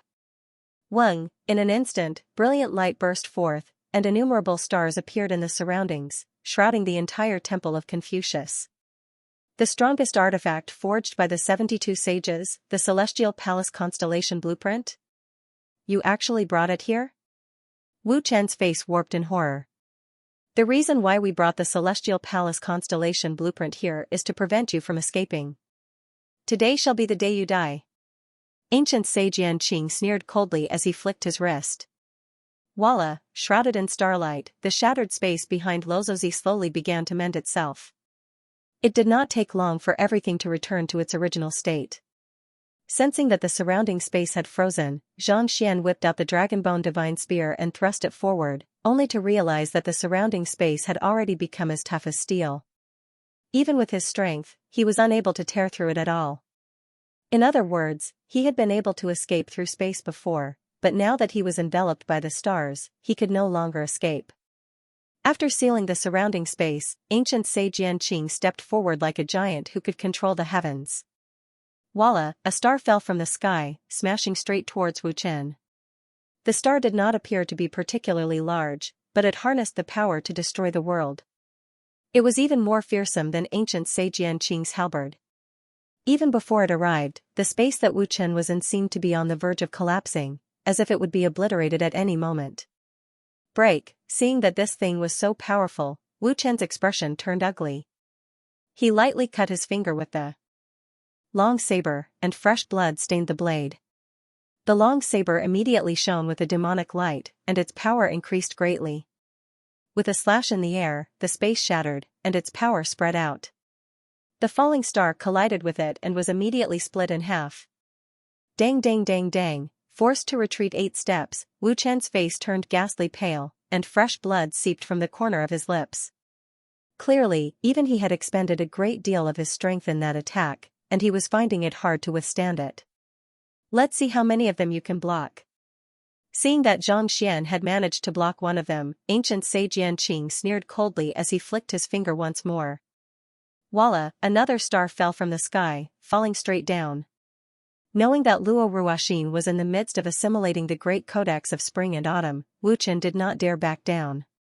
Instead, he took a deep breath and sheathed his saber. Since that's the case, I don't have anything to hold back anymore. This time, Xianxia did not use his saber. Instead, with a flick of his wrist, he whipped out his 2 skeletal arms, which were stained with his blood, and charged upward. As soon as the skeletal arms appeared, a powerful aura immediately emanated from them. The higher they flew, the larger they became. In just a few moments, they were so large that they covered the entire sky. Gotcha! As soon as the falling stars came into contact with the skeletal arms, they were immediately reduced to dust. However, the skeletal arms did not stop there. Instead, they continued charging upward, causing the stars in the sky to tremble uncontrollably. Surprisingly, the massive constellation seemed to be on the verge of collapse. How powerful! If even the skeletal arms are so powerful, how powerful must they have been when they were alive? Zhang Hongtian and the others were stunned. The ancient sages of Mingshi Tang were also stunned. As ancient sages, they had a deep understanding of the prowess of the constellation. Even if they were to use their full strength, they would not be able to break the restraints of space, let alone destroy a star. Yet, the skeletal arms were able to cause a star to tremble just by grabbing it lightly. Did this not mean that the skeletal arms had already surpassed the blood reincarnation realm? This aura, in contrast to the astonishment of the crowd, Xianxia's body shuddered. The skeletal arms before him felt a sense of familiarity. It belongs to Vicious. Xianxia narrowed his eyes in astonishment. The skeletal arms in the sky were missing a finger bone, and the aura they exuded was extremely familiar.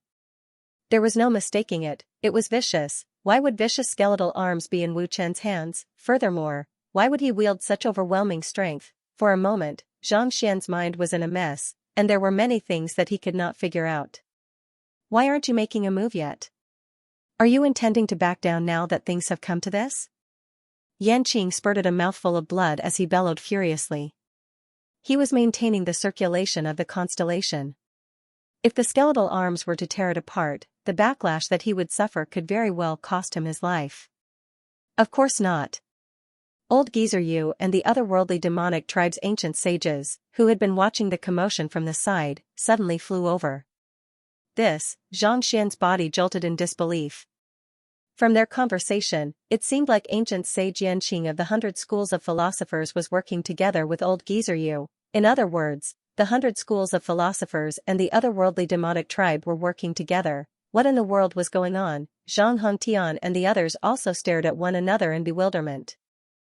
In terms of hatred toward the otherworldly demonic tribe, the 100 schools of philosophers was definitely no weaker than the master-teacher continent.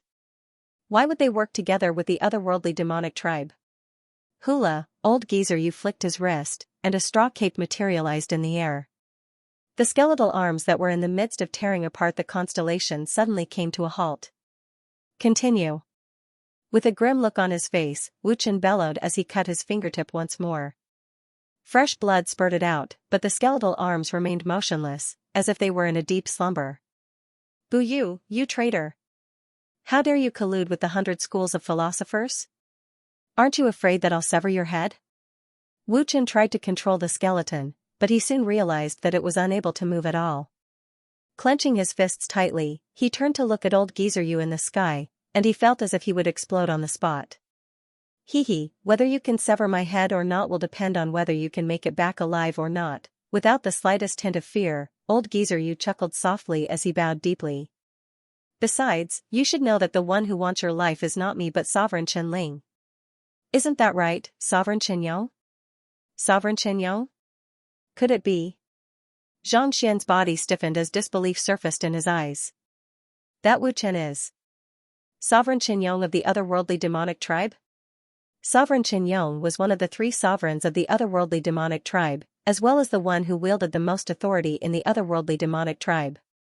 He was in charge of all the affairs of the otherworldly demonic tribe, and it would not be an exaggeration to say that he was the #1 figure of the otherworldly demonic tribe. How could it be the adolescent boy who had been following him and addressing him as young master? If it was him, then what was the identity of Lozozi, whom he had addressed as young master? Xianxia's body turned cold, and he did not dare to think about it anymore. He had heard that the strongest otherworldly demonic emperor had arrived on the master-teacher continent, but no matter how hard he tried, he could not find him.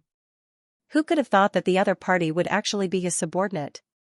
Sovereign Qianling, even though Sovereign Qianyou had already guessed the answer in his heart, hearing it for real still made Wu Chen's eyes turn livid. He clenched his fists tightly in fury. The 3 sovereigns had known each other for many years, and it was one thing for them to have an internal strife, but to collude with others to deal with him was no different from betraying their own race. With such thoughts in mind, Xianxia turned to ancient sage Yanqing and said, "It seems like the 100 schools of philosophers have already colluded with them, right? If we agree to Sovereign Qianling's request, not only will we be able to eliminate the strongest otherworldly demonic emperor, we will also be able to gain 300 years of peace." Why not? Ancient sage Yanqing replied nonchalantly. 300 years of peace? Sovereign Qianling has already promised the 100 schools of philosophers that as long as we eliminate you, the otherworldly demonic tribe will not attack us for the next 300 years, ancient sage Yanqing replied. I see. Sovereign Qianyou clenched his jaws. It was no wonder the 100 schools of philosophers and the otherworldly demonic tribe were able to work together peacefully despite their irreconcilable enmity. He was the strongest otherworldly demonic emperor of the otherworldly demonic tribe. If he were to die, the strength of the entire otherworldly demonic tribe would plummet, and it would be impossible for them to recover for the next 300 years. However, if he did not attack them, could he guarantee that the 100 schools of philosophers and Mingshi Tang would not make use of this opportunity to eradicate the otherworldly demonic tribe? If that's the case, you were already prepared to ambush me in the Fortune Hall of Plentiful Valley City, right? Sovereign Qianyou asked once more. Back then, we used vicious upper body as bait to lure you into making a move. After which, we made use of the Hall of Heavenly Secrets to conceal the aura of the ancient sages. We thought that we would be able to kill you easily, but who could have thought that someone would foil our plans? Bu Yu snorted coldly and glanced at Xianxia, who was not far away. Back then, they had hidden several ancient sages in the Hall of Heavenly Secrets, waiting for Sovereign Qianyong to walk right into their trap. Yet, out of nowhere, Sovereign Qianyong had appeared out of nowhere. More importantly, he had killed an ancient sage with a single move, not even giving the other party a chance to escape. Hearing this, Xianxia finally understood. It was no wonder those from the 100 schools of philosophers were so brazen as to snatch Vicious upper body. In the end, it was all to lure Wu Chen over. Since he possessed Vicious arm, it was only natural that he would have a special sensitivity toward the sternum. It was indeed irresistible for him to use this to attract Vicious.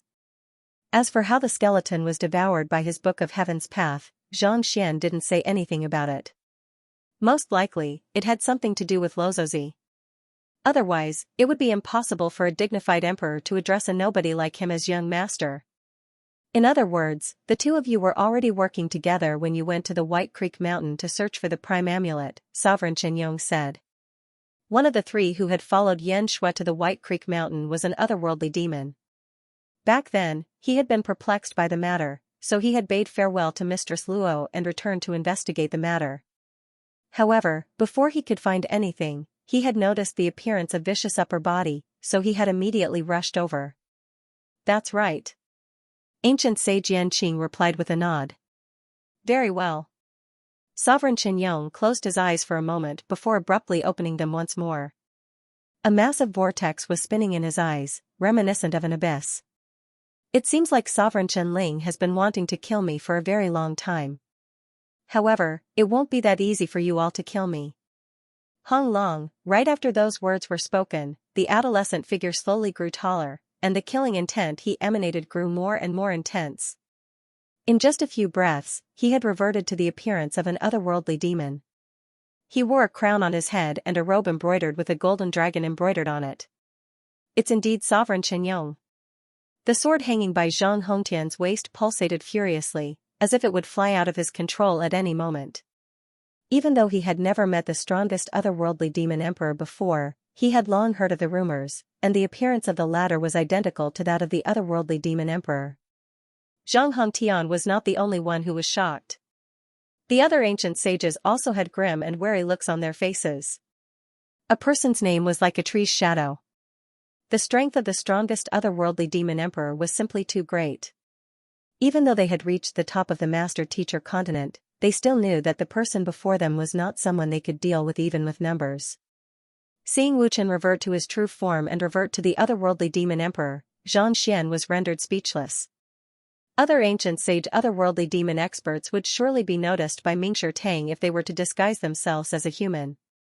However, he had personally experienced Lozosi's disguise amulet, so he knew how powerful it was.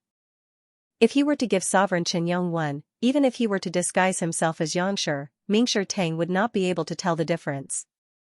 The disguise amulet was simply too fearsome.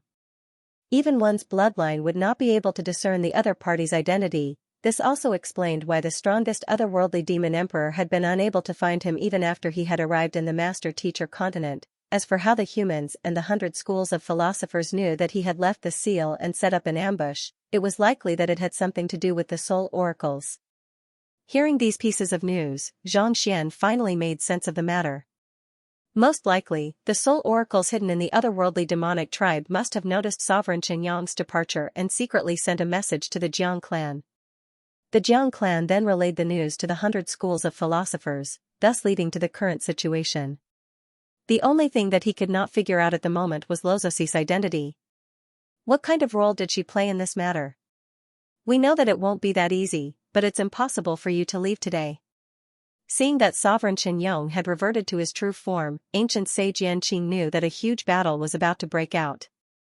Thus, he swallowed 2 pills to recover from the injuries he had sustained earlier before raising his halberd with killing intent flashing in his eyes. The ancient sages of the 100 schools of philosophers and the otherworldly demonic tribe also raised their weapons. They had plotted for so long just for this moment. My tribesmen and the 100 schools of philosophers want me dead. Heh. Sovereign Qianyong bellowed as he turned to Zhang Hongtian and ancient sage Mingshi Tang and asked, "What about the two of you?" Sovereign Qianyong, my father and elder brother have been killed by the otherworldly demonic tribe. Since you are the strongest otherworldly demon in the master-teacher continent, let's exchange our lives for theirs. our kin and close friends have died in your hands as well. Even if I have to die here, I'll make sure to kill you to appease their souls in the heavens. My companion was reduced to ashes by a single surge of saber chi from you back then. If I can exact vengeance with my own hands, my death will be worth it. Ancient sages Mingshi Tang and the others stepped forward with killing intent emanating from them. The enmity between the otherworldly demonic tribe and mankind had been going on for several dozen millenniums. Innumerable friends and family members had died at the hands of both sides, and the grudge between them was not something that could be resolved with words or kindness. Given that the strongest otherworldly demon emperor of the otherworldly demonic tribe was trapped here, how could the ancient sages of the Mingshi Tang possibly let this opportunity slip by? Zhang Hongtian, what about you? Seeing that these people were going to gang up on him as well, Sovereign Qianyong wasn't surprised at all. My Zhang family has fought more than 100 battles with the otherworldly demonic tribe. My father, grandfather, great-grandfather, and ancestors have all died at your hands. Your hands are stained with the blood of my Zhang family members. While it's not too honorable for you to bully me with numbers, this isn't a fair duel. Even if Kongshi were to learn of this, he wouldn't blame you for it. Zhang Hongtian unsheathed his sword as he glared at the figures before him with a righteous look in his eyes. If a master teacher wanted to fight, he had to give a valid reason so that he could charge forward bravely. Ancestor Hongtian, seeing that Sovereign Qianyong was about to make a move as well, Zhang Xian couldn't help but speak up. With so many people surrounding him and the stellar map, it was likely that Sovereign Qianyong would be in deep trouble this time around. While he didn't have a good impression of the otherworldly demonic tribe, Wu Chen had always been by his side, and he couldn't help but find it hard to accept being surrounded by so many people. The otherworldly demonic tribe isn't worthy of our sympathy. Knowing what Zhang Xian was going to say, Zhang Hongtian waved his hand dismissively. After so many years of war, the two races were no longer on the same side. Without their number one sovereign Qianyong, the otherworldly demonic tribe would have been reduced to a pile of loose sand, unable to stand against mankind anymore. This was equivalent to resolving a huge problem that had plagued them for many years. It was for this reason that the 100 schools of philosophers had mobilized so many ancient sages to deal with the otherworldly demonic tribe. Very well. What about the rest of you? Seeing that the three powers had joined forces, Sovereign Qianyong turned his gaze to the beasts not too far away. We won't help you, and we don't wish to get involved in this either. We just want to obtain the Great Codex Spring. Venerable White replied. Since you aren't siding with either side, please back down. Otherwise, if you remain in the battlefield, there's no guarantee that you won't be killed. Sovereign Qianyong sneered coldly as he flicked the saber in his hand, causing a whimpering sound to echo in the air. Without any hesitation, he swiftly released his aura, leaving those who saw it with a deep impression. Back when he had disguised himself as Wu Chen, he had used the energy that only master teachers were capable of wielding. However, at this very moment, he had reverted back to his original form and utilized the Xianxia of slaughter of the otherworldly demonic tribe. In an instant, his fighting prowess had more than doubled. Do it. Seeing that Ancient Sage Yanqing's aura was about to reach its peak, Ancient Sage Yanqing knew that it would be more difficult for him to kill Ancient Sage Yanqing if he did not make a move now. Thus, he hurled the halberd in his hand toward Ancient Sage Yanqing. Go! Boyu's ghost claw tore through space. The attacks of the two super experts turned into two streaks of light, one black and one white, piercing forward like meteors. Good. After reverting back to his original form, Sovereign Qianyong roared furiously. His voice boomed like the rumbling of thunder as he raised his saber and slashed it forward. Selah, a pitch-black fissure appeared in the space sealed by the stellar atlas. As the saber collided with the two powerful attacks, the ancient halberd and ghost claw were sent flying back like two baseball bats. Sovereign Qianyong stepped forward, and with a wave of his saber, he managed to fend off the attacks of the other ancient sages. Following which, he charged forward once more, aiming for Yanqing's head. Even with ancient sage Yanqing's blood reincarnation realm cultivation, he was still unable to dodge this attack. Wang, just as the strongest expert of the 100 schools of philosophers was about to be killed, a burst of sword chi suddenly broke through the limitations of space and time and appeared right before ancient sage Yanqing. If ancient sage Yanqing did not defend himself, he would have sustained severe injuries. Sovereign Qianyong raised his saber.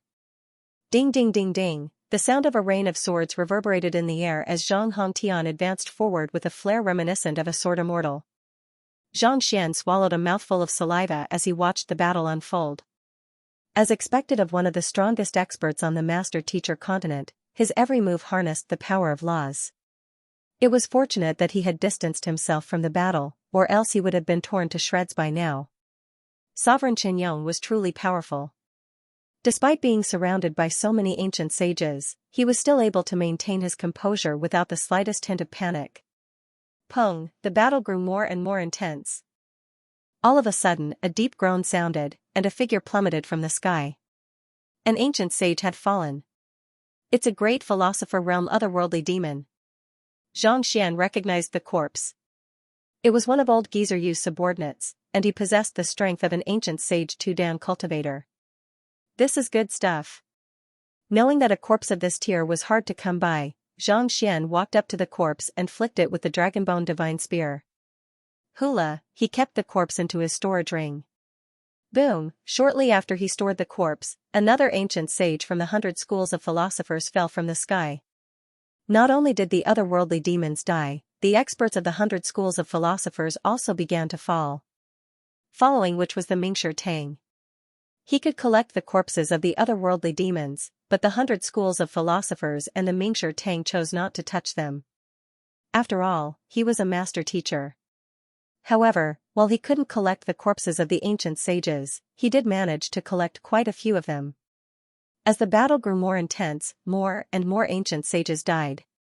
In less than 10 minutes, less than half of the 20 ancient sages were left alive. However, at this moment, Sovereign Qinyong was already severely wounded. Ancient sage Yanqing and Zhang Hongtian's bodies were also riddled with ghastly wounds, and they were panting heavily. On the other hand, old Geezer Yu's injuries were the least severe. It wasn't that he was strong, but he was cunning enough to deal with the two in front of him head-on. As expected of the #1 emperor of the otherworldly demonic tribe. I didn't think that even with so many of us working together, we would still suffer such heavy losses. Zhang Hongtian looked at Sovereign Qinyong in awe. He had thought that he was already standing at the very top of the world, but who could have thought that even with so many of them working together, he would still be able to kill so many of them. You aren't weak either, but if that's all you have, I'm afraid that you won't be able to kill me today. Sovereign Qinyong stood upright with his saber in hand, looking as valiant as ever. Even if I have to risk my life, I'll drag you down with me. Zhang Hongtian spat through gritted teeth. Let's give it a try then, Sovereign Qinyong sneered coldly. Just as he was about to continue, he suddenly felt the space trapped by the map shuddering violently. Hung long long, it was as if the world was being torn apart. A pure white light shone through the map, and a massive altar slowly materialized. The light shrouded Lozozi, who was in the midst of assimilating the great codex of spring and autumn. It's a success. Sovereign Qinyong's eyes lit up. He had been preparing for this very moment when he left the square. Seeing that it was a success, he couldn't help but feel excited. See la, the light from the altar shone down on Lozozi, and her ancient sage cultivation seemed to have been unsealed once more, causing her to grow even more powerful. In the face of such might, the great codex of spring and autumn was unable to withstand it any longer, and it was swiftly assimilated. In the blink of an eye, the tamed great codex of spring and autumn returned to the young lady's palm before vanishing without a trace. Tzzzzzzzzzz, Lozozi's strength surged, such that the star chart was no longer able to seal the space around her. Massive cracks began appearing in the surroundings once more. These cracks extended to an unknown location, and they were pitch black, reminiscent of the gates of hell.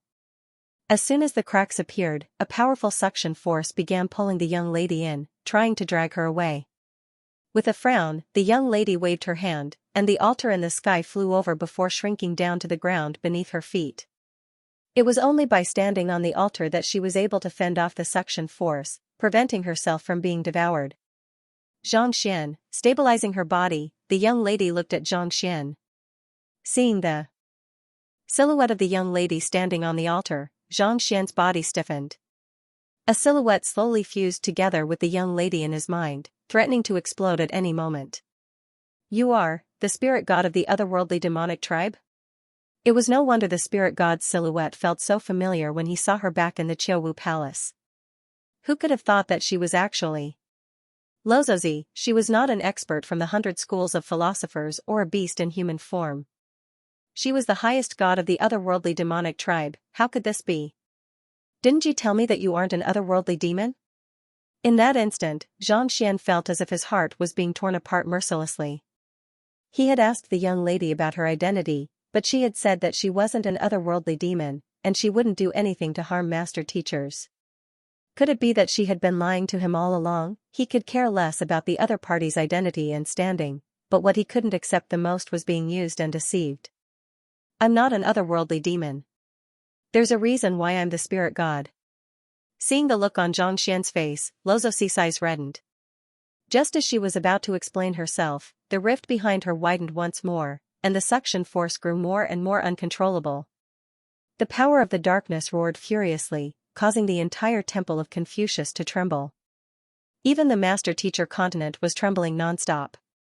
My strength has already exceeded the limits of this world, so I can't stay here any longer. Otherwise, the entire master-teacher continent will be destroyed. Seeing the situation in front of her, Lozozi's eyes revealed sadness. Goodbye, Xianxia. I'm very happy to have met you. Really, very happy. Hula, the darkness approached and began to devour the girl's figure. Lozozi seemed to have fallen into a pool of ink and would disappear at any moment. You still haven't explained to me why it's the spirit god. Seeing that the darkness was about to drag him away, Xianxia flicked his wrist and whipped out the infernal black saber. Stepping on it, he dashed forward. He walked up to the girl and grabbed her hand, trying to pull her out of the darkness, but to no avail. The darkness before them was like a bottomless pit. Those who fell into it would never be able to turn back, not even with the strength of an ancient sage. Don't waste your energy. The world has its own rules. If I force myself to stay, it will only bring disaster. With a light chuckle, the young lady grabbed Xianxia's hand tightly and said, "Trust me, all right? I've never lied to you before." Feeling the softness in his palm and the warmth flowing into his body, Xianxia knew that the young lady wasn't lying. Unable to hold himself back any longer, he asked, "How can I find you in the future?" Entering the unknown darkness, if he were to part with her, it would be forever. He did not want to be separated forever. All he wanted was to be together with her forever. If fate allows it, we'll surely meet again. If not, I'll only bring you harm. With a blurry look in her eyes, Lozozi turned to the young man before her and harumphed softly, "Farewell, my love." Right after those words were spoken, the young lady was swallowed by the darkness, vanishing from sight. No. Roaring furiously, Xianxia dashed forward, intending to enter the darkness as well. However, he felt as if he had rammed into a wall, and he was knocked back. Impossible. With a flick of his wrist, he whipped out the infernal black saber and slashed it down. Ding ding ding, sparks flew in the air. To him, the black dimension rift that had swallowed Lozozi with ease was even more fearsome than an ancient sage artifact. He was unable to break it at all. The infernal black saber struck the dimension rift, but it was as if cotton had struck steel. It did not leave a single mark on it. As soon as Lozozi entered the dimension rift, it grew smaller and smaller before vanishing altogether. No. As if he had lost his sense of self, Xianxia slashed his saber furiously, but no matter how powerful the infernal black saber was, the dimension rift did not appear once more. It was as if everything that had happened earlier was just an illusion. "Master, there's no need to slash at it. Your girlfriend must have come from a stronger world. Without sufficient strength, it's impossible for her to break through the seal of the dimension rift." A voice sounded in Zhangxian's ears. Driving his transcendent insight, Zhangxian calmed himself down from his frenzy. Taking a deep breath, he clenched his fists tightly and said, "A stronger world?" The one who had spoken was vicious. In terms of understanding of the master-teacher continent, vicious words held more weight than his. Indeed. When I was still alive, I realized that there was a dimension that was even more stable than this dimension, and there were even more powerful life forms. It's highly likely that our otherworldly demonic tribe was exiled from that dimension. Seemingly having recovered some of his memories, Vishya spoke up once more. However, the seal of that dimension is extremely powerful, and it requires an incredible amount of strength to break it. Even when I was already a Dimension Shatterer Realm Cultivator back then, I was still unable to do so, not even a Dimension Shatterer Realm Cultivator? Doesn't that mean that no one has ever been able to do it? Xianxia gritted his teeth. Dimension Shatterer Realm Cultivators were the very pinnacle of ancient sages. If even that was not possible, who else could possibly do it? Just because I'm unable to do it doesn't mean that no one else is able to do it. If I'm not mistaken, Xianxia should be able to do it, Xianxia said. Xianxia? Indeed. Based on the history of the Master-Teacher continent, Xianxia disappeared before he reached the end of his lifespan. Given his strength, he could have easily gone into hibernation or used some unique means to extend his lifespan. Xianxia fell silent. He had not thought too much about Xianxia's disappearance previously, but after seeing Lozozi being devoured by the Black Rift and learning that there was a higher dimension, the same thought surfaced in his mind. Perhaps, just like Lozozi, he had managed to surpass the limits of the dimension, and he had no choice but to leave. It was for this reason that he had left without a trace, such that there were no records of him in the later generations. Since Xianxia was able to enter the dimension, I should be able to as well. Xianxia clenched his fists tightly together. No matter what, he had to find Lozozi. Since Xianxia was able to surpass the limits of the dimension, he should be able to as well. Since the spirit god has left, I'll be taking my leave as well. While Xianxia was making up his mind, Sovereign Xianyong and the others also recovered from their shock. With a hearty laugh, the number one otherworldly demon emperor leaped forward and dashed out of the dimension. Lozozi's strength had been too powerful earlier, and she had managed to shatter the dimension sealing the dimension. Where do you think you're going? Ancient Sage Yanqing roared furiously as his halberd morphed into a streak of light. Zhang Hongtian also dashed forward, morphing into a sharp sword as he chased after Sovereign Xianyong. Swordman Union, seeing that the attacks of the two experts had sealed the surrounding space, Sovereign Xianyong could very well fall into the spatial turbulence if he tried to escape. Thus, he turned around and swung his saber down once more. The two attacks clashed in midair, and the three experts spurted blood once more as they were sent flying. After so many battles, he was at the end of his rope. The only reason he was able to hold on until now was because of his will. I'll make sure to exact my vengeance in the future. Enduring his injuries, Sovereign Xianyong rose to his feet. At this moment, he seemed to have sensed something, and he could no longer be bothered with killing the duo anymore. Gritting his teeth, he tapped the saber in his hand lightly, and a pitch-black passageway appeared before him. If Sovereign Xianyong were to jump into the passageway, he would be like a fish in the ocean or a tiger in the mountains. With gritted teeth, Ancient Sage Yanqing brandished his halberd in an attempt to seal the passageway. However, the passageway that extended into the distance suddenly came to a halt. Sovereign Xianyong, who had been on the verge of escaping, was unable to escape no matter how hard he tried. Sovereign Xianyong, don't be in such a hurry to leave. Since an old friend is here, we should at least chat for a while. Following that, a calm voice rang out. Then, two tall figures walked out from the depths of the void. Similar to Sovereign Xianyong, the two of them had crowns on their foreheads, and the killing intent they emanated was as dense as ink. Just looking at them would leave one feeling as if they had fallen into the depths of hell. Could they be the other two sovereigns? Xianxia narrowed his eyes in astonishment. Judging from their attire and the bloodline they emanated, it was clear that they were Sovereign Qianling and Sovereign Qianxing, the ones who had intended to kill Sovereign Xianyong. He did not think that the other two sovereigns would leave the otherworldly demonic tribe and come here personally. Furthermore, from the looks of it, they had been hiding in the area for a long time, not daring to show themselves until the spirit god had left. Since the spirit god has learned of the truth, she won't let you off. Upon seeing the two sovereigns, Sovereign Xianyong could no longer hold himself back. He raised his beard and swung his saber down. Voila, the saber light tore through space. Although it was powerful, it was nothing before the two martial monarchs. With a flick of his finger, Sovereign Qianling deflected the saber chi. Sovereign Xianyong, there's no need to get agitated. We're just having a heart-to-heart talk. Besides, even if the spirit god knows that we want to kill you, she's already returned to the spirit god palace, and it's too far for her to do anything. Besides, gods don't have feelings. You can't possibly be naive enough to think that a dignified god will stand up for you, right? Sovereign Qianling's lips crept up as he looked at Xianxia sympathetically. She's only using your hands to find the great codex of spring and autumn. Do you really think that she's going to value you? Knowing that it was impossible for him to escape with the two of them around, Sovereign Qianyong calmed himself down and straightened his back. With an inviolable sharpness in his eyes, he said, I have always treated you well, so why would you betray me? Why would you betray us? Sovereign Qianling harumphed coldly. You are too obedient toward the new spirit god. In the past, the spirit god would bestow countless treasures upon us as long as we sacrificed a great teacher. What did she give us? On top of that, she even forbade us from attacking.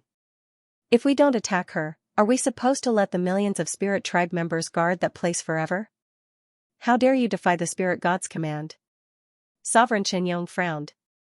He had thought that it was due to the dissatisfaction the spirit god bore toward him.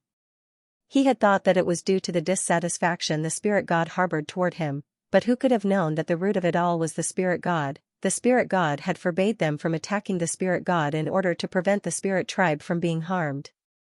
It was also a form of protection for the spirit tribe. Yet, in Sovereign Qianyong's words, it had become a shackle instead? Of course I wouldn't dare to defy the spirit god's command, but if I kill you, I'll become the strongest emperor of the spirit tribe. As long as I'm willing to, I'll be able to do whatever I want. Do you think that the spirit god will descend to investigate the spirit god once more? It's not that easy to traverse between dimensions. Even the gods would suffer an irresistible backlash. Otherwise, I wouldn't have spent half a year recuperating on the master-teacher continent. Sovereign Qianling sneered coldly. Don't worry. After your death, I'll report to the spirit god that you were killed by the 100 schools of philosophers and Mingshi Tang. By the time I rushed over to save you, it was already too late. Before your death, she passed down the position of the strongest emperor of the spirit tribe to me, allowing me to lead the entire spirit tribe. After that, I'll use your life to inspire the spirit tribe to exact vengeance on the master-teacher continent. Sovereign Qianyong's body swayed weakly. What a scheming fellow. Everything was within his calculations. He had been thinking that his subordinates would surely exact vengeance on him if he was killed, but from the looks of it now, not only would he be spared, he would even incur the wrath of the 100 schools of philosophers and Mingshi Tang, thus satisfying his ambitions. Sovereign Qianling, don't you forget our promise. Hearing those words, ancient sage Yanqing's face warped in horror. He had thought that the death of Sovereign Qianyong would deal a heavy blow to the otherworldly demonic tribe, but who could have thought that the true warmonger of the otherworldly demonic tribe was Sovereign Qianling? If Sovereign Qianyong were to die, the conflict between the master-teacher continent and the otherworldly demonic tribe would only intensify. Don't worry, I'll abide by our promise. However, it's hard to say whether it'll be 300 years or not. Sovereign Qianling sneered coldly. If the master-teacher continent had obtained the great codex of spring and autumn, it would have been fine for them to hide for 300 years. However, given that the spirit god had taken away the great codex of spring and autumn, not only did the ancient sages of the 100 schools of philosophers and ancient sage Mingshi Tang suffer severe injuries, to them, this was their greatest opportunity. What do you mean by that? Ancient sage Yanqing narrowed his eyes as he raised his halberd. The other ancient sages also gathered together, fearing that Sovereign Qianling would suddenly make a move. Just a single otherworldly demon emperor had nearly wiped out their entire army. If Sovereign Qianling were to make a move, they would be in grave danger once more. I don't mean anything by it. Since we're allies, I can't possibly make a move on you. Otherwise, I'll suffer a backlash from the vow as well. Don't worry, I'll discuss the future of our two races with you after I deal with him. Seeing the wary looks on ancient sage Yanqing and the others, Sovereign Qianling knew that even though Sovereign Qianling was severely injured, he would still be able to drag him down with him if he went all out. Furthermore, what he needed to do at the moment was not to fall out with the master-teacher continent but to consolidate his authority. Only by gaining full control of the otherworldly demonic tribe would he have the right to decide whether to continue fighting or to abide by the vow. With these thoughts in mind, Sovereign Qianling turned to Sovereign Qianyong with a smile. Sovereign Qianyong, farewell. With a cold harumph, Sovereign Qianling raised his palm and slammed it down. It was as if the entire world had been flipped upside down. An overwhelming might shattered the surrounding space as it shot toward Sovereign Xianxia. It's not that easy to kill me. Seeing that Sovereign Xianxia had shed all pretense of cordiality and was making a move on him, Sovereign Xianxia struggled to raise his saber, and the tip of his saber soared into the sky. In the blink of an eye, pitch-black flames burst forth from his saber, reminiscent of the heavenly flame ordeal. This was the strongest battle technique of the otherworldly demon Sovereign Xianxia, prairie blazing flames. When the saber appeared, heavenly fire arrived. It was incomparably sharp, and there was nothing it could not cut through. Hey! Seemingly knowing that Sovereign Xianling would make such a move, Sovereign Xianling chuckled softly as he pushed his palm downward, causing the surrounding air to turn corporeal. At his peak, Sovereign Xianxia had been known as the #1 expert of the otherworldly demonic tribe. Even Sovereign Xianling and Sovereign Xianxing combined their strengths might not have been a match for him. However, at this moment, he was severely injured, and his essence chi was greatly damaged. He did not even have a tenth of his original strength. Even though the prairie-blazing heavenly flame was powerful, its might was far from what it used to be. When the saber came into contact with the other party's palm strike, it did not have the power to break through anything. The heavenly flame was extinguished, and the saber flew back, landing somewhere unknown. Bang, like a cannonball, he crashed heavily onto the ground. His face was pale, and blood spurted out of his mouth. He had been surrounded by more than 20 ancient sages from the 100 schools of philosophers, Mingshi Tang, and his tribesmen. The injuries he had sustained were simply too severe. It was already a stroke of luck that he was still alive. How could he possibly have withstood the assault of experts on par with him? Haha! Sovereign Xianling's eyes lit up in excitement. Sovereign Xianxia, you have dominated the world for a long time, but have you ever thought that such a day would come? He took a step forward and stepped on his chest. Then, he threw his head back and laughed. The man before him was an invincible figure in the world. Yet, at this very moment, he was lying beneath his feet, suffering a fate worse than death. Star Emperor, how have I ever treated you? Are you really going to collude with him and kill me? As long as you help me get through today's crisis, I'll go back as if nothing has happened, and everything will be the same as before. Lying motionlessly on the ground, Sovereign Xianxia's face was as pale as a sheet of paper. He turned to look at the other sovereign not too far away. Sovereign Xianxing hesitated. He had always been a neutral party, and he had no choice but to betray Sovereign Xianxia this time around. Star Emperor, from the moment we formed an alliance, you have no way out. Once he recovers, we will all die. Seeing that Sovereign Xianling was hesitating, Sovereign Xianling's eyebrows shot up. Everything about this fellow was good. He was strong, but his greatest flaw was that he was too indecisive. In such a situation, how could there be a way out? I'm sorry, Sovereign Xianxia. The conditions that Sovereign Xianling has given me are truly irresistible. Recalling the means of the young man before him and the benefits that the young man had promised him, Sovereign Xianxing hesitated for a moment before raising his palm and striking down on the unconscious Sovereign Xianxia. This attack was filled with power. If the latter could not dodge it, his head would explode, and he would die on the spot.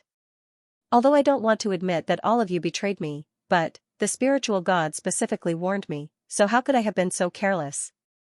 Seeing that the other party's palm was about to land on his head, Sovereign Xianxia did not panic at all. On the contrary, he became even calmer than before. Seeing Sovereign Xianling's expression, an ominous feeling welled up in the hearts of the two otherworldly demon sovereigns. Unable to hold himself back any longer, Sovereign Xianling bellowed, "Charge!" Knowing that the longer he hesitated, the lower his chances of success would be, the more hesitant he became. Just like Star Sovereign, before their palms could reach the other party's head, they suddenly felt an intense pain in their chests. Following which, they saw two skeletal palms piercing through their backs. Vicious hands, due to being bound by the map and the straw cape, the skeletal palms were unable to be used. However, at some point in time, they had come under the control of the two otherworldly demon sovereigns and pierced through their backs. With their hearts crushed by the skeletal palms, the two otherworldly demon sovereigns immediately felt their strength receding like a receding tide. Their bodies staggered weakly, and they collapsed to the ground simultaneously. While blood reincarnation realm cultivators could revive with a single droplet of blood, it was still a process that required time and energy to accumulate. That skeletal palms had destroyed their vitality. Even if they were lucky enough to survive, their cultivation and lifespan would surely be severely damaged. The straw cape is an artifact that belonged to Vicious when he was still alive. It should be able to control the skeletal palms. Sovereign Chenling could hardly believe what he was seeing. The straw cape that Bo Yu had released was an artifact that belonged to Vicious when he was still alive. With it, he would be able to control the will of the skeletal palms, forcing them to obediently fuse with the skeletal palms, thus restoring the skeletal palms to their original state. Under normal circumstances, the skeletal palms should not have been able to move at all, so how could they still be controlled by Sovereign Chen Yong? The spirit god has already erased the skeletal palms of the skeletal palms and replaced them with mine. I intentionally allowed them to be controlled earlier so that you could make a move, Sovereign Chen Yong said as he struggled to his feet and panted heavily. The skeletal palms were capable of producing their own wills, but the spirit god had already erased them and replaced them with his. As formidable as the straw cape was, it was impossible for it to control the skeletal palms. When Sovereign Chen Ling heard that the 100 schools of philosophers had colluded with Sovereign Chen Xing and Sovereign Chen Xing to kill him, he had already guessed that they would come personally. Thus, he had intentionally allowed the skeletal palms to obey their orders in order to lower their guard. In truth, the reason why he had asked Sovereign Chen Xing earlier was to give the other party a chance to make a new choice. Since the other party had chosen to betray him, there was no need for him to hold back anymore. I'll fight you to the death. Sovereign Chen Ling did not think that after plotting for so long, not only would he fail to kill Sovereign Chen Ling, he would even end up falling into the other party's trap instead. Boom, the skeletal palms that had pierced through Sovereign Chen Yong's body was sent flying. Raising their palms once more, they struck down once more on Sovereign Chen Yong. However, before they could even reach Sovereign Chen Yong, their silhouettes suddenly vanished, as if they had leaped into a spatial passageway. Sovereign Chen Yong, you are indeed formidable. Even if I can't kill you this time, there will be plenty of chances in the future. Their voices gradually grew fainter and fainter. Sovereign Chen Ling had thought that Sovereign Chen Ling was going to make a move, but who could have thought that he would actually flee at such a crucial moment? Wait for me. Seeing how unreliable his companion was, how could Sovereign Chen Xing dare to remain any longer? He quickly turned around and fled into the distance as well. After the two of them left, Sovereign Chen Yong's face paled once more. Unable to stand any longer, he collapsed onto the ground. At the same time, the skeletal palms that had assaulted the two sovereigns seemed to have lost all of their strength and fell to the ground.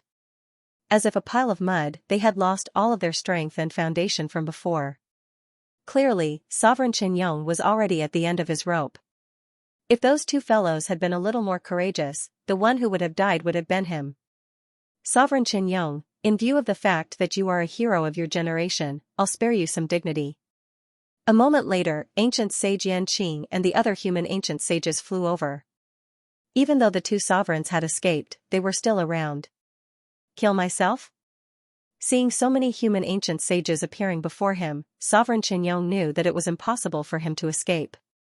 With a deep sigh, he muttered, I didn't think that I, Chen Yong, would die here. He raised his palm, intending to strike his forehead. Wait a moment. At this moment, Xianxia suddenly flew over. Everyone, may I say something? Xianxia walked up to the ancient sage and clasped his fist. This is a matter between ancient sages. Who do you think you are to interfere in our affairs? One of the ancient sages harumphed coldly. He had long grown impatient with the young man before him. Putting aside the fact that the young man had sold the slots to them and extorted them, just the fact that he had brought the otherworldly demonic god into the Prime Hall and stolen the Great Codex of Spring and Autumn was already an unforgivable crime. The Great Codex of Spring and Autumn was a treasure left behind by Kongshi, and it was the crux to mankind's rise. Now that it had fallen into the hands of the otherworldly demonic tribe, there was no telling what would happen to mankind. Despite committing such a heinous crime, he still had the cheek to stop Sovereign Chen Yong from committing suicide. Disregarding his status, he bellowed furiously. Voila! Barely after the ancient sage said those words, he suddenly saw a saber flashing toward him. He hurriedly retracted his body, but even so, he was still wounded by the saber, and fresh blood dripped down from his arm. Turning his gaze over, he saw a saber in the young man's hand that was emanating a sinister glow. "Do you think you're qualified now?" Xianxia asked nonchalantly. "You're courting death." To be injured by a great sage, the ancient sage was so furious that he could explode. If not for the severe injuries he had sustained from his battle with Sovereign Xianxia, it would have been impossible for a newly achieved ancient sage artifact to injure him.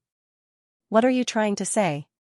Not expecting the young man to be so extreme as to injure one of his companions over a mere qualification, ancient sage Yanqing stopped the furious ancient sage with a frown. "Sovereign Xianxia mustn't die yet." Xianxian. "Mustn't die yet?" The ancient sage who had just been injured flung his sleeves furiously. "Do you know how many human experts he has killed over the years, whether directly or indirectly? As a master teacher, instead of avenging them, you're pleading on his behalf." "Zhang Hongtian, is this how the Zhang family and Mingshi Tang do things?" Zhang Hongtian frowned. Obviously, he was puzzled by his junior's actions. Under Sovereign Qianyang's reign, the otherworldly demonic tribe had grown stronger and stronger. They had fought countless battles with mankind, resulting in innumerable casualties. Since there was an opportunity to slay the otherworldly demonic tribe, there was no way they would let it go. Firstly, they would be able to avenge their fallen tribesmen, and secondly, they would be able to rid themselves of any potential threats. This junior of his had always been reasonable and righteous. How could he have made such a mistake at such a crucial moment? "Don't drag the Zhang family and Mingshi Tang into this. This is my personal decision. It has nothing to do with them." Zhang Xian waved his hand. The crux of Lozosi's predicament lay with Sovereign Qianyang. She could only rely on him to find and contact him. If he really died here, it would mean that the last clue was gone. Such a thing must not be allowed to happen. Personal decision? As a great sage, do you really think that you can influence the decisions of ancient sages with your own decisions? Another of the human ancient sages sneered. "Just a weapon that you managed to achieve a breakthrough through luck. You think too highly of yourself." "Of course I can't do that with just this saber." Zhang Xian harumphed coldly as he scanned his surroundings. Then, he raised the infernal black saber in his hand once more. See la, it tore through space and time, and in an instant, it appeared right before old Geezer Yu, who was still lingering by the side. "The heck?" Old Geezer Yu roared furiously, and he nearly exploded on the spot. "Screw you. If you want to establish your authority and attract the attention of others, go ahead and strike those who are criticizing you. Why are you attacking me instead? What the heck did I do to you?" Feeling stifled, old Geezer Yu dodged to the side. Even though he had suffered a huge blow in the battle, leaving him with only 2 to 3% of his original strength, it was still not something that the infernal black saber, which had just achieved a breakthrough, could compare to. After dodging the attack, old Geezer Yu was just about to raise his hand to counterattack when his body suddenly stiffened. "Sovereign Vicious?" Old Geezer Yu narrowed his eyes in astonishment. Even though the aura no longer carried the killing intent from before, as an otherworldly demon, old Geezer Yu was still able to tell that the other party was none other than the ancestor of the otherworldly demonic tribe, Vicious. His standing in the otherworldly demonic tribe was similar to that of Kongshur in the master-teacher continent, and he exerted immense pressure on his bloodline. Puha, in the blink of an eye, the saber chi on the infernal black saber had already struck one of the flaws in old Geezer Yu's cultivation. Old Geezer Yu's face paled, and he spurted a mouthful of blood before crashing heavily onto the ground. After injuring old Geezer Yu, Zhang Xian asked nonchalantly, "May I know if my strength is enough to change your decision?" Old Geezer Yu was an ancient sage 3-Dan blood reincarnation realm expert, whereas the infernal black saber had only reached ancient sage recently. Under normal circumstances, it would have been difficult for it to injure the other party. However, under the pressure of Vicious and knowing the other party's weakness, as well as the fact that he was severely injured, Zhang Xian's reflexes were significantly slower than before. "With such strength, you are indeed qualified to make the decision. However, we would like to know the reason behind your decision." As swift as Zhang Xian's movements were, old Geezer Yu was still able to notice that something was amiss. It was clear that the young man had other trump cards other than the infernal black saber, and the fact that he was able to injure even Boyu showed that he was qualified to stand on equal footing with them. Xianxia turned to old geezer Yu and said, "I'm not aware of the matter regarding you, Sovereign Chen Ling, and Sovereign Chen Xing working together to ambush Sovereign Chen Yong. However, I have seen Sovereign Chen Ling earlier, and he is a warmongering person. It will be difficult for him to keep his word and maintain the peace for the next 300 years. Furthermore, if Sovereign Chen Yong hadn't injured him earlier, would they have made a move on you?" The crowd fell silent. To be honest, if not for the fact that Sovereign Chen Yong had a trump card and allowed Sovereign Chen Ling to kill old geezer Yu, there was a good chance that Sovereign Chen Yong would have broken the agreement and made a move on them. Perhaps, Sovereign Chen Yong had already planned for both of them to be severely injured so that he could reap the benefits. As long as they were dead, the final barrier of the master-teacher continent would be gone. Even though there were still ancient sages from the 100 schools of philosophers and Mingshi Tang headquarters who had yet to make a move, they were no longer a match for the two sovereigns. Sovereign Chen Ling betrayed his own clan, so it's no big deal for him to break the agreement. I know that you should understand this as well, but considering that this is the best opportunity for us to kill Sovereign Chen Yong, we might even be able to make use of this opportunity to destroy the confidence of the otherworldly demonic tribe and instigate internal strife among them. It would have been a good thing if we had succeeded and none of you had been injured. But now, Sovereign Chen Ling has really died, and Sovereign Chen Ling has returned to announce to the world that he was killed by our ambush. In order to save him, I was nearly killed by a human. Given the prestige that the otherworldly demonic tribe holds in the otherworldly demonic tribe, it's only a matter of time before the otherworldly demonic tribe's wrath toward mankind. Xianxia. This ancient sage Yanqing was rendered speechless. Indeed. If Sovereign Chen Yong had really died here, Sovereign Chen Ling would have only needed to make use of him to unite the entire otherworldly demonic tribe. By then, mankind would have been in grave danger. What do you think we should do then? Ancient sage Yanqing pondered for a moment before turning to Xianxia once more. It's simple.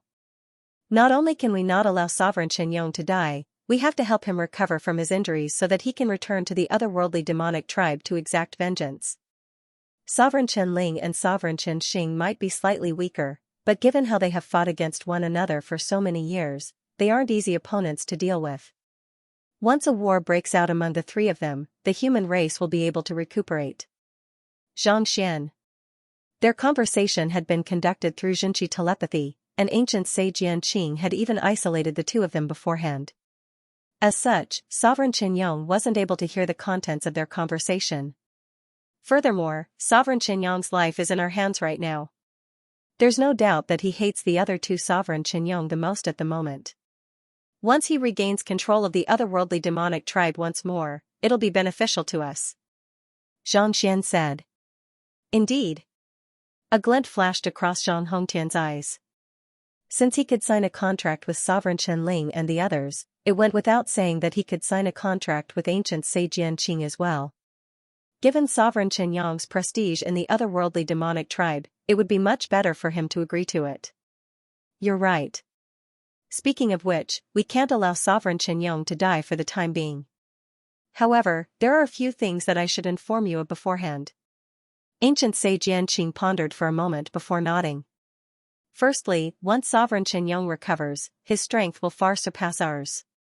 If he were to attack us head-on, the Mingshi Tang and the 100 schools of philosophers won't be able to stop him at all. Secondly, Sovereign Chen Yong is resourceful, and he has been fighting against us for many years. In fact, he has even visited the otherworldly demonic tribe and entered the Mingshi Tang before, so he knows us like the back of his hand. Even if we don't launch an attack on the otherworldly demonic tribe for the time being, it'll be disastrous if we were to launch an attack on the otherworldly demonic tribe.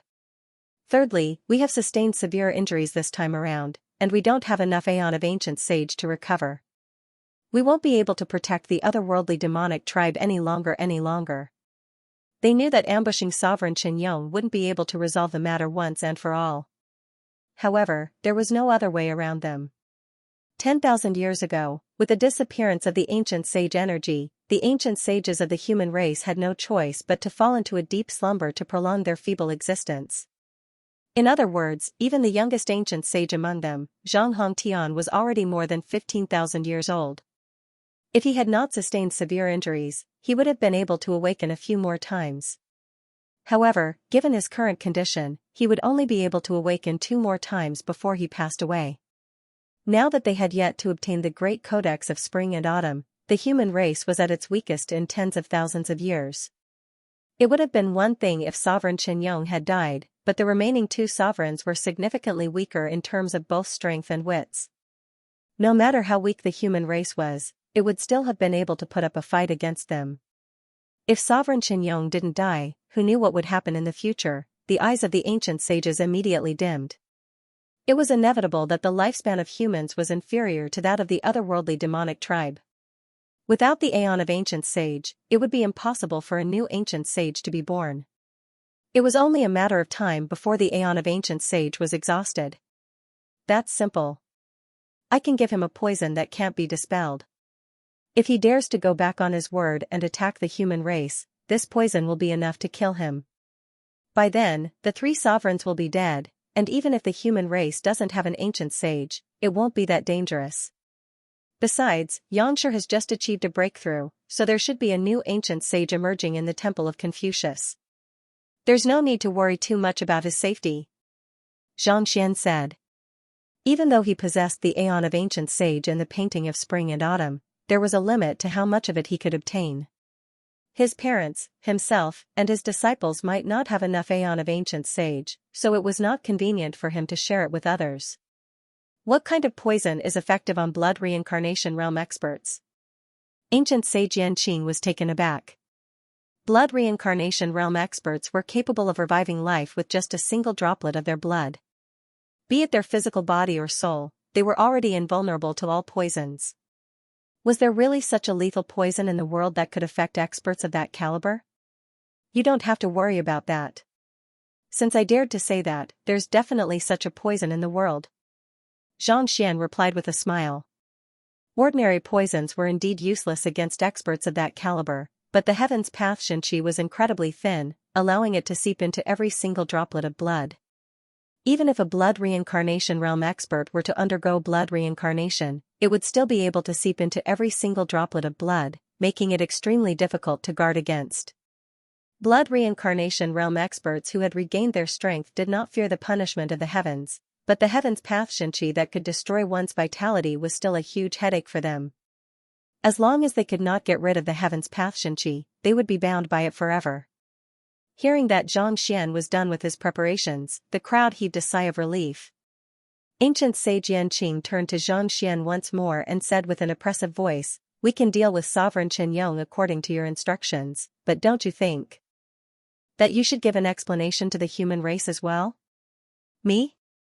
You led the otherworldly demonic tribe spirit god into the Prime Hall and allowed her to successfully assimilate the great codex of spring and autumn. Yet, you chose to do nothing about it, resulting in the loss of one of our most valuable treasures. There's no way you can cover this matter up. In fact, Sovereign Qianling and the others have already spread the news. If you don't give us an explanation, I fear that all of the master teachers and humans in the world will view you as an outsider, and the Mingshi Tang will no longer have a place," Ancient sage Yanqing said. Xianxia fell silent. He did not know that Lozosi's true identity was the spirit god. However, no one in the world would believe such an explanation. The great codex of spring and autumn was the treasure that Conshur had left behind, the strongest symbol of humanity. Yet, it had ended up in the hands of an otherworldly demon. Just this in itself was already unforgivable. Once news of this spread, all of the master teachers and humans in the world would view him as an outsider, and he would not be able to explain himself. To have the spirit god as his girlfriend. If that was not betrayal, what was? He had already grabbed her hand back then, so why didn't he take the great codex of spring and autumn back, regardless of how much he had contributed to the human race in the past? Just this act of moral coercion was enough to make him a target of scorn. "I will give an explanation to the human race and the Mingshi Tang," Xianxia said with a resolute look in his eyes. "That's good." Seeing that Xianxia had already made up his mind, ancient sage Yanqing nodded before falling silent. The other party was only an Oriate body realm cultivator, so there was no need for him to make a move personally. Now that the discussion was over, the rest was simple. Xianxia infused his heaven's path Xianxia into Sovereign Qianyang's body and concealed it. At the same time, he took out some pills and spiritual energy to help the latter recover from his injuries. However, Sovereign Qianyang's injuries were simply too severe. His foundation and lifespan had already been damaged, so ordinary pills were no longer of much use. Young master, thank you for saving my life. Even if I have to die, I must exact vengeance. Sovereign Qianyang had no idea what the two of them had discussed, but he knew that it was Xianxia who had saved his life. Thus, he stood up and clasped his fist. He had never paid much heed to Sovereign Qianling and Sovereign Qianxing in the past, but who could have thought that he would suffer such a huge setback this time around? Since he was able to return alive this time around, he would make sure to make them pay a heavy price for their actions. There's no need to stand on ceremony. Xianxia had saved Sovereign Qianyang for the sake of humanity, not for his own personal gain. Shaking his head, he turned to Sovereign Qianyang and asked, "What's your relationship with Vicious?" Considering how the young man before him was able to use his blood to drive Vicious' skeletal frame, there was only one possibility: he shared the same origin as Vicious' skeletal frame. "He's my grandfather." Sovereign Qianyang replied honestly. "Grandfather?" Xianxia was shocked. He had thought that they were juniors of many generations, but he didn't expect their relationship to be so close. Vicious was an expert who had lived tens of thousands of years ago, and Sovereign Qianyang was his grandson. The lifespan of the otherworldly demonic tribe was truly incredible. It was no wonder that the appearance of the sternum could attract it. The spirit god told me that young master has already collected many of my grandfather's remains and asked me to cooperate. Since that's the case, I'll give you this pair of arms. Even though it won't allow grandfather to return to his peak, it shouldn't be too difficult for him to regain the strength of a blood reincarnation realm expert. Sovereign Qianyang flicked his wrist, and his arm, which had fallen to the ground earlier, flew back to him. Thank you. He was indeed collecting vicious skeletons, and since the other party was willing to give them to him as a gift, there was no need for him to stand on ceremony. The Book of Heaven's path flew out, and with a light jolt, the skeletal arm had already fused together with the vicious depicted in the book. You've eliminated the will inside? Xianxia asked doubtfully as he sensed that his arm had fused perfectly with his body. There was no conflict that would cause Vicious to fall unconscious. Sovereign Qianyang nodded. The spirit god has already helped me erase the will that was born previously, so it's my own will now. Since I've already gifted it to young master, it's only natural that I wouldn't dare to keep it. Considering how talented the young man before him was and his relationship with the spirit god, even he dared not act recklessly before him. Sovereign Qianling and Sovereign Qianxing did not know much about the strength of the spirit god, but Xianxia was well aware of it. Just as Xianxia had said, the master-teacher continent wouldn't be able to withstand it if Xianxia were to release it. How could the future achievements of a person who was favored by such a powerhouse be low? As such, he wouldn't give up on a chance to build a good relationship with the other party, not to mention that the other party had just saved his life. Thank you. Seeing how thoughtful the other party was, Xianxia heaved a sigh of relief. As long as there was no clash of wills, Vicious wouldn't fall unconscious. As long as he was given enough energy, he would be able to recover to his peak condition. With a tap of Xianxia's finger, a bottle of otherworldly demon ancient sage blood flowed into the book, and in the next moment, the hand bone fused perfectly with Vicious' body. Focus on consolidating your cultivation, after which, he closed the golden page and stowed it back into the library of Heaven's Path. Sovereign Qianyang pointed to the sky and said, Young master, that straw cape was left behind by my grandfather. If you can assimilate it and fuse it with your skeletal frame, you should be able to regrow your flesh and blood. Flesh and blood? Xianxia's eyes lit up. So far, the Vicious in the Book of Heaven's Path was just a set of skeletons. If he wanted to grow flesh and blood, he would have to devour master teachers. Naturally, he couldn't do that. Thus, he had been stranded. Who would have thought that this straw raincoat could produce flesh and blood? It was no wonder that the powerful arm stopped the moment it came into contact with the straw cape. This thing actually had such a powerful effect. Xianxia walked up to the straw raincoat and touched it lightly.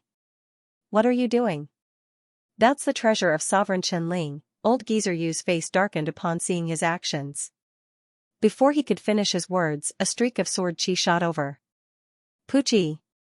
Poochie! Two bloody holes appeared on his body, and fresh blood spurted out. Zhang Hongtian, have you lost your mind too?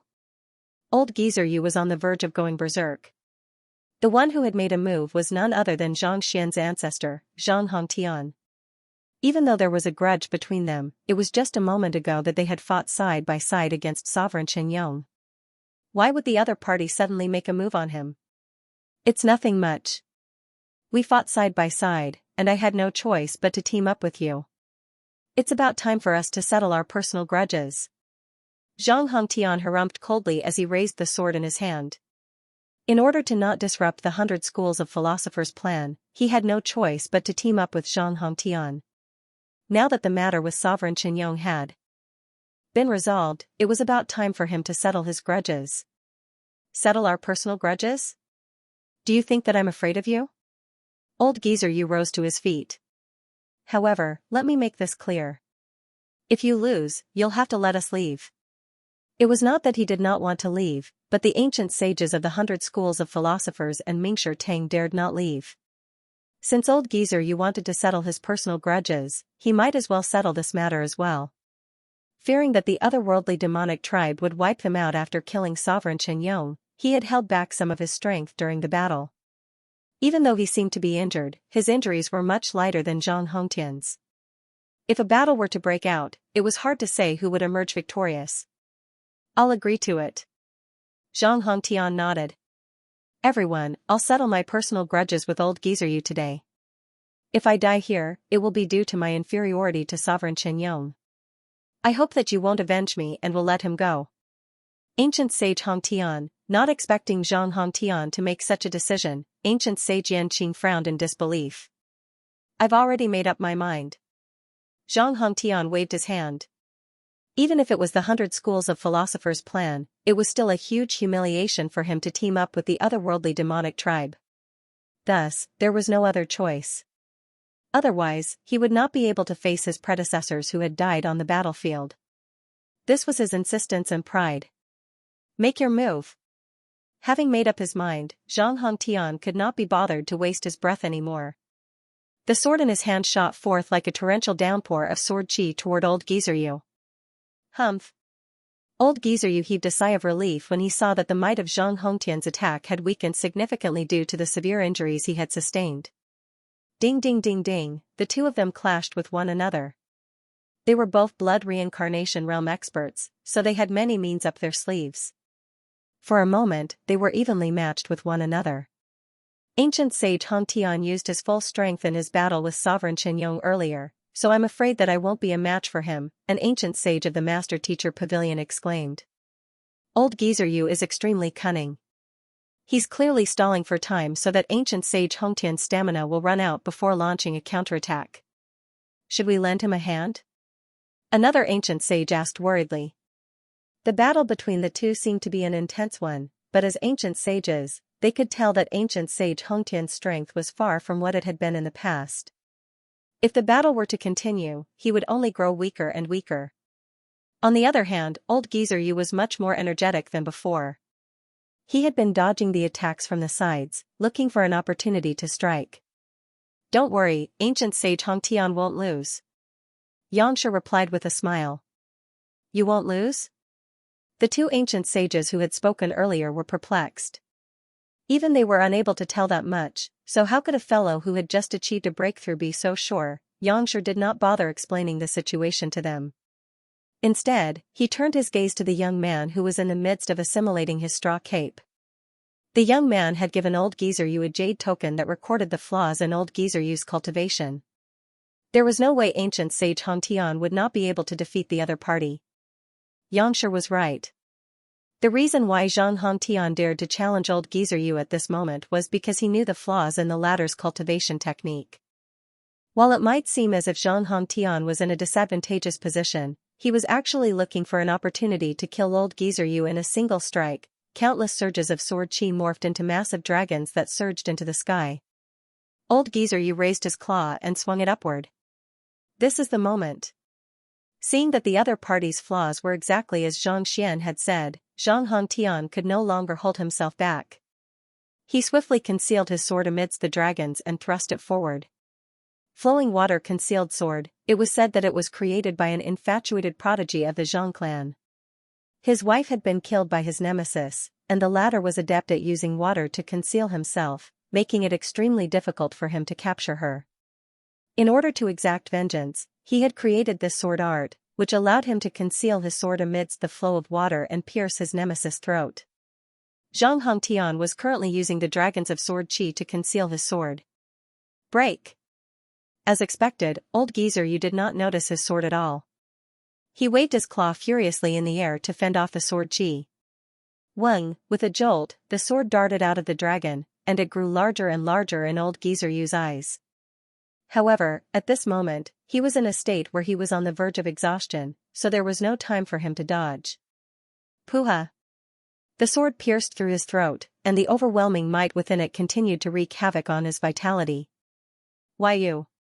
How did you know that my Xianxia would stop for 1/100th of a breath? Old geezer Yu widened his eyes in disbelief. He could not believe that he had been killed just like that. Over the past 10,000 years, the two of them had fought innumerable times, and they were well acquainted with each other's means and capabilities. It was true that Zhang Hongtian was slightly stronger than him, but there was a limit to his strength. Even if he could not defeat the other party, he would still be able to survive. But now, Zhang Xian executed the interlaced phantom claws consecutively, and by the 17th move, he had paused for 1/100th of a breath. Due to the sheer speed at which he was executing the technique, none of his friends, not even Sovereign Chen-Ling, noticed it. How in the world did Zhang Hongtian notice it and make use of that brief window of time to break through his defense? You have lost. Zhang Hongtian heaved a sigh of relief before his eyebrows shot up. Boom, the sword chi harnessed within the sword immediately exploded, and old geezer Yu's body abruptly exploded. Sizzle, right at this moment, a book flew over and devoured the flesh and blood that had burst out of the explosion. Raising his head, he saw that Zhang Xian had already assimilated the straw cape. Clasping his fist, he said, "Congratulations, ancestor. It's all thanks to you that I was able to kill it." Laughing heartily, Zhang Hongtian's mental state finally relaxed, and he collapsed to the ground. Even though he managed to kill old geezer Yu, he was already completely spent. Ancestor, rushing forward, Zhang Xian infused his heaven's path Xianxia into the body of the ancient sage, only to realize that the body of the powerful ancient sage before him had already become as weak as a tattered gunny sack. This is impossible. Panicking, Zhang Xian hurriedly took out several grade 9 pills and stuffed them into the other party's mouth as if they were free. His heaven's path Xianxia had always been invincible, and it could even bring the dead back to life. This was the first time he had encountered such a situation. Zhang Hongtian was the final ancient sage-old ancestor of the Zhang clan. Zhang Xian was extremely fond of him, so he couldn't allow anything to happen to him. Let me take a look. Ancient sage Yanqing flew over and helped Zhang Hongtian up.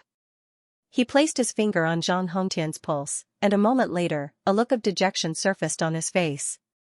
He shook his head and said, "His lifespan has come to an end. There's nothing we can do to save him." How is this possible? He's the youngest of all of you, so how could he be the first to reach the end of his lifespan? Zhang Xian could not believe what he was hearing. This old ancestor of the Zhang clan was known as the most talented expert of his time, reaching ancient sage when he was only 500 years old. Even though he had lived for 10,000 years, he had spent most of his time in hibernation. Under normal circumstances, even when he reached the end of his lifespan, he should have been able to outlive the others. How could he possibly be the first to reach the end of his lifespan?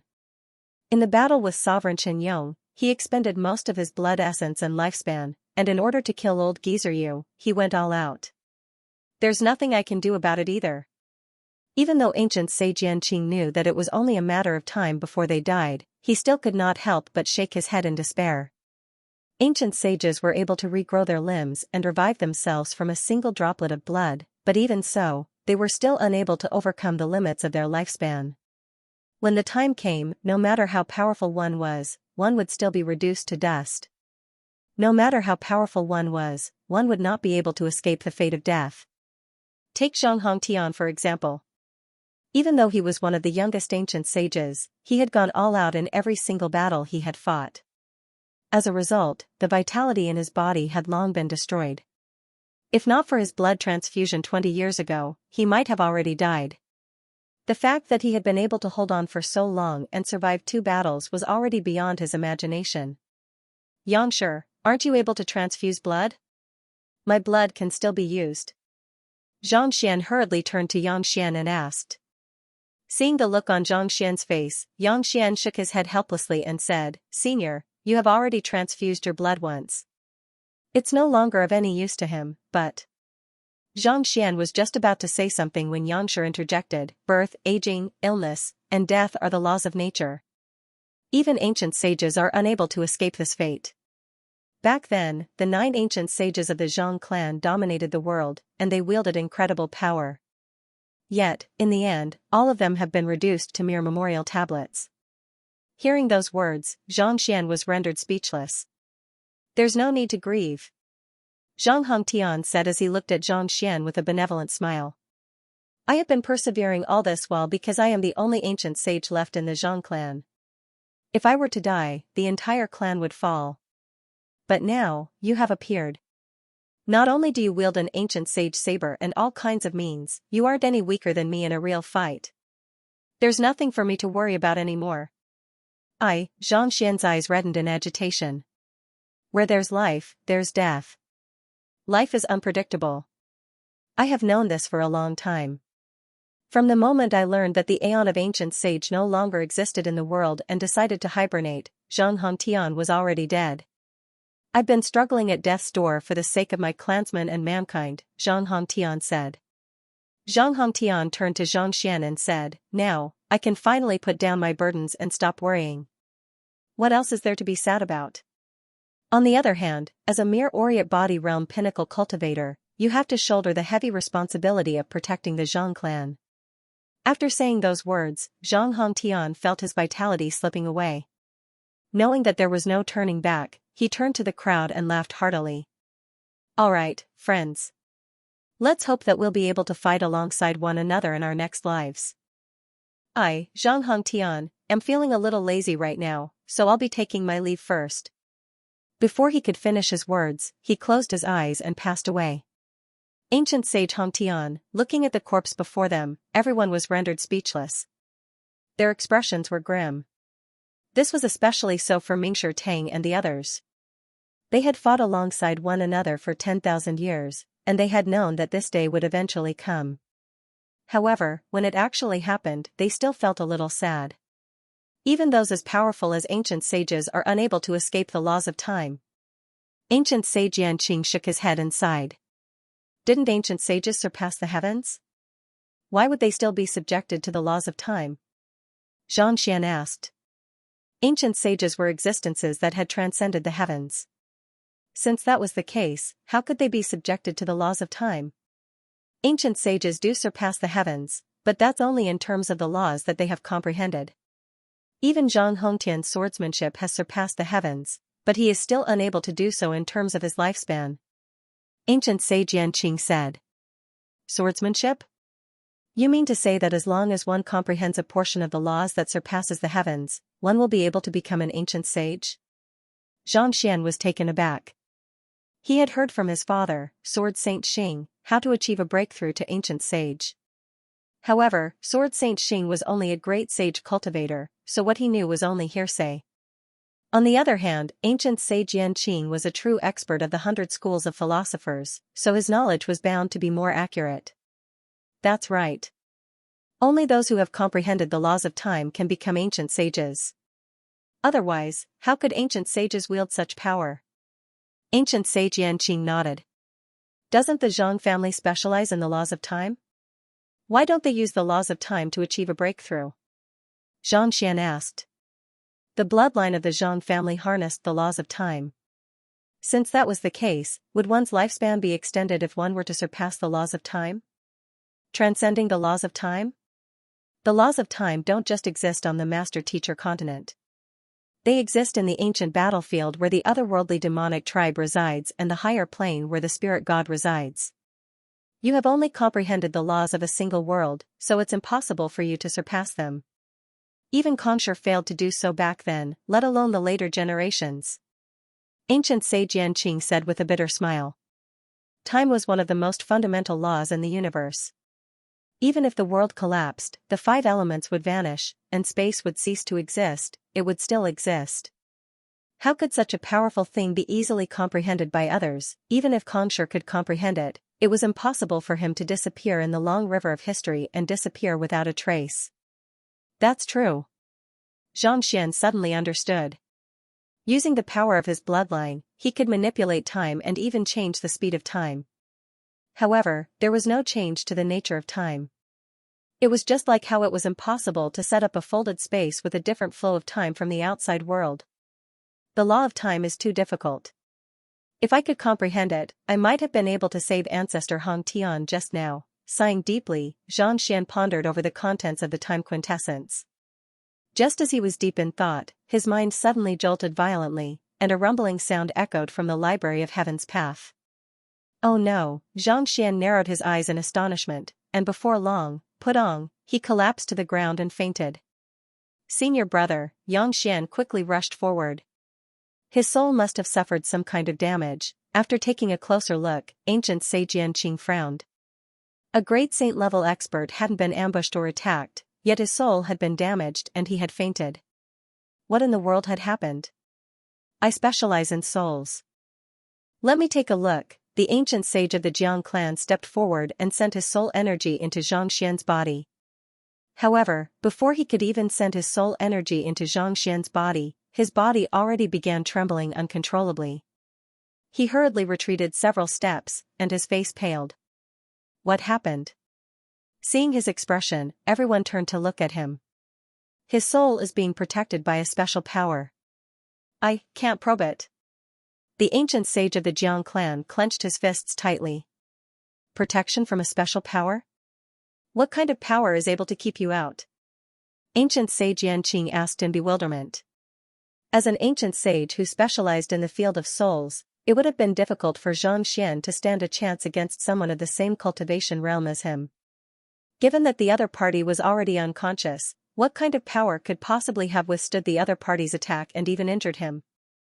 This is... The body of the ancient sage of the Jiang clan stiffened. Heaven's Path. Protection from the heavenly Tao? Stunned, everyone turned to look at Xianxia again. They were so shocked that they couldn't speak. A great saint-level nobody actually had the protection of the Tao of heaven. Just what in the world was going on? Yangsher, I'll leave him to you. If anything happens, contact me directly.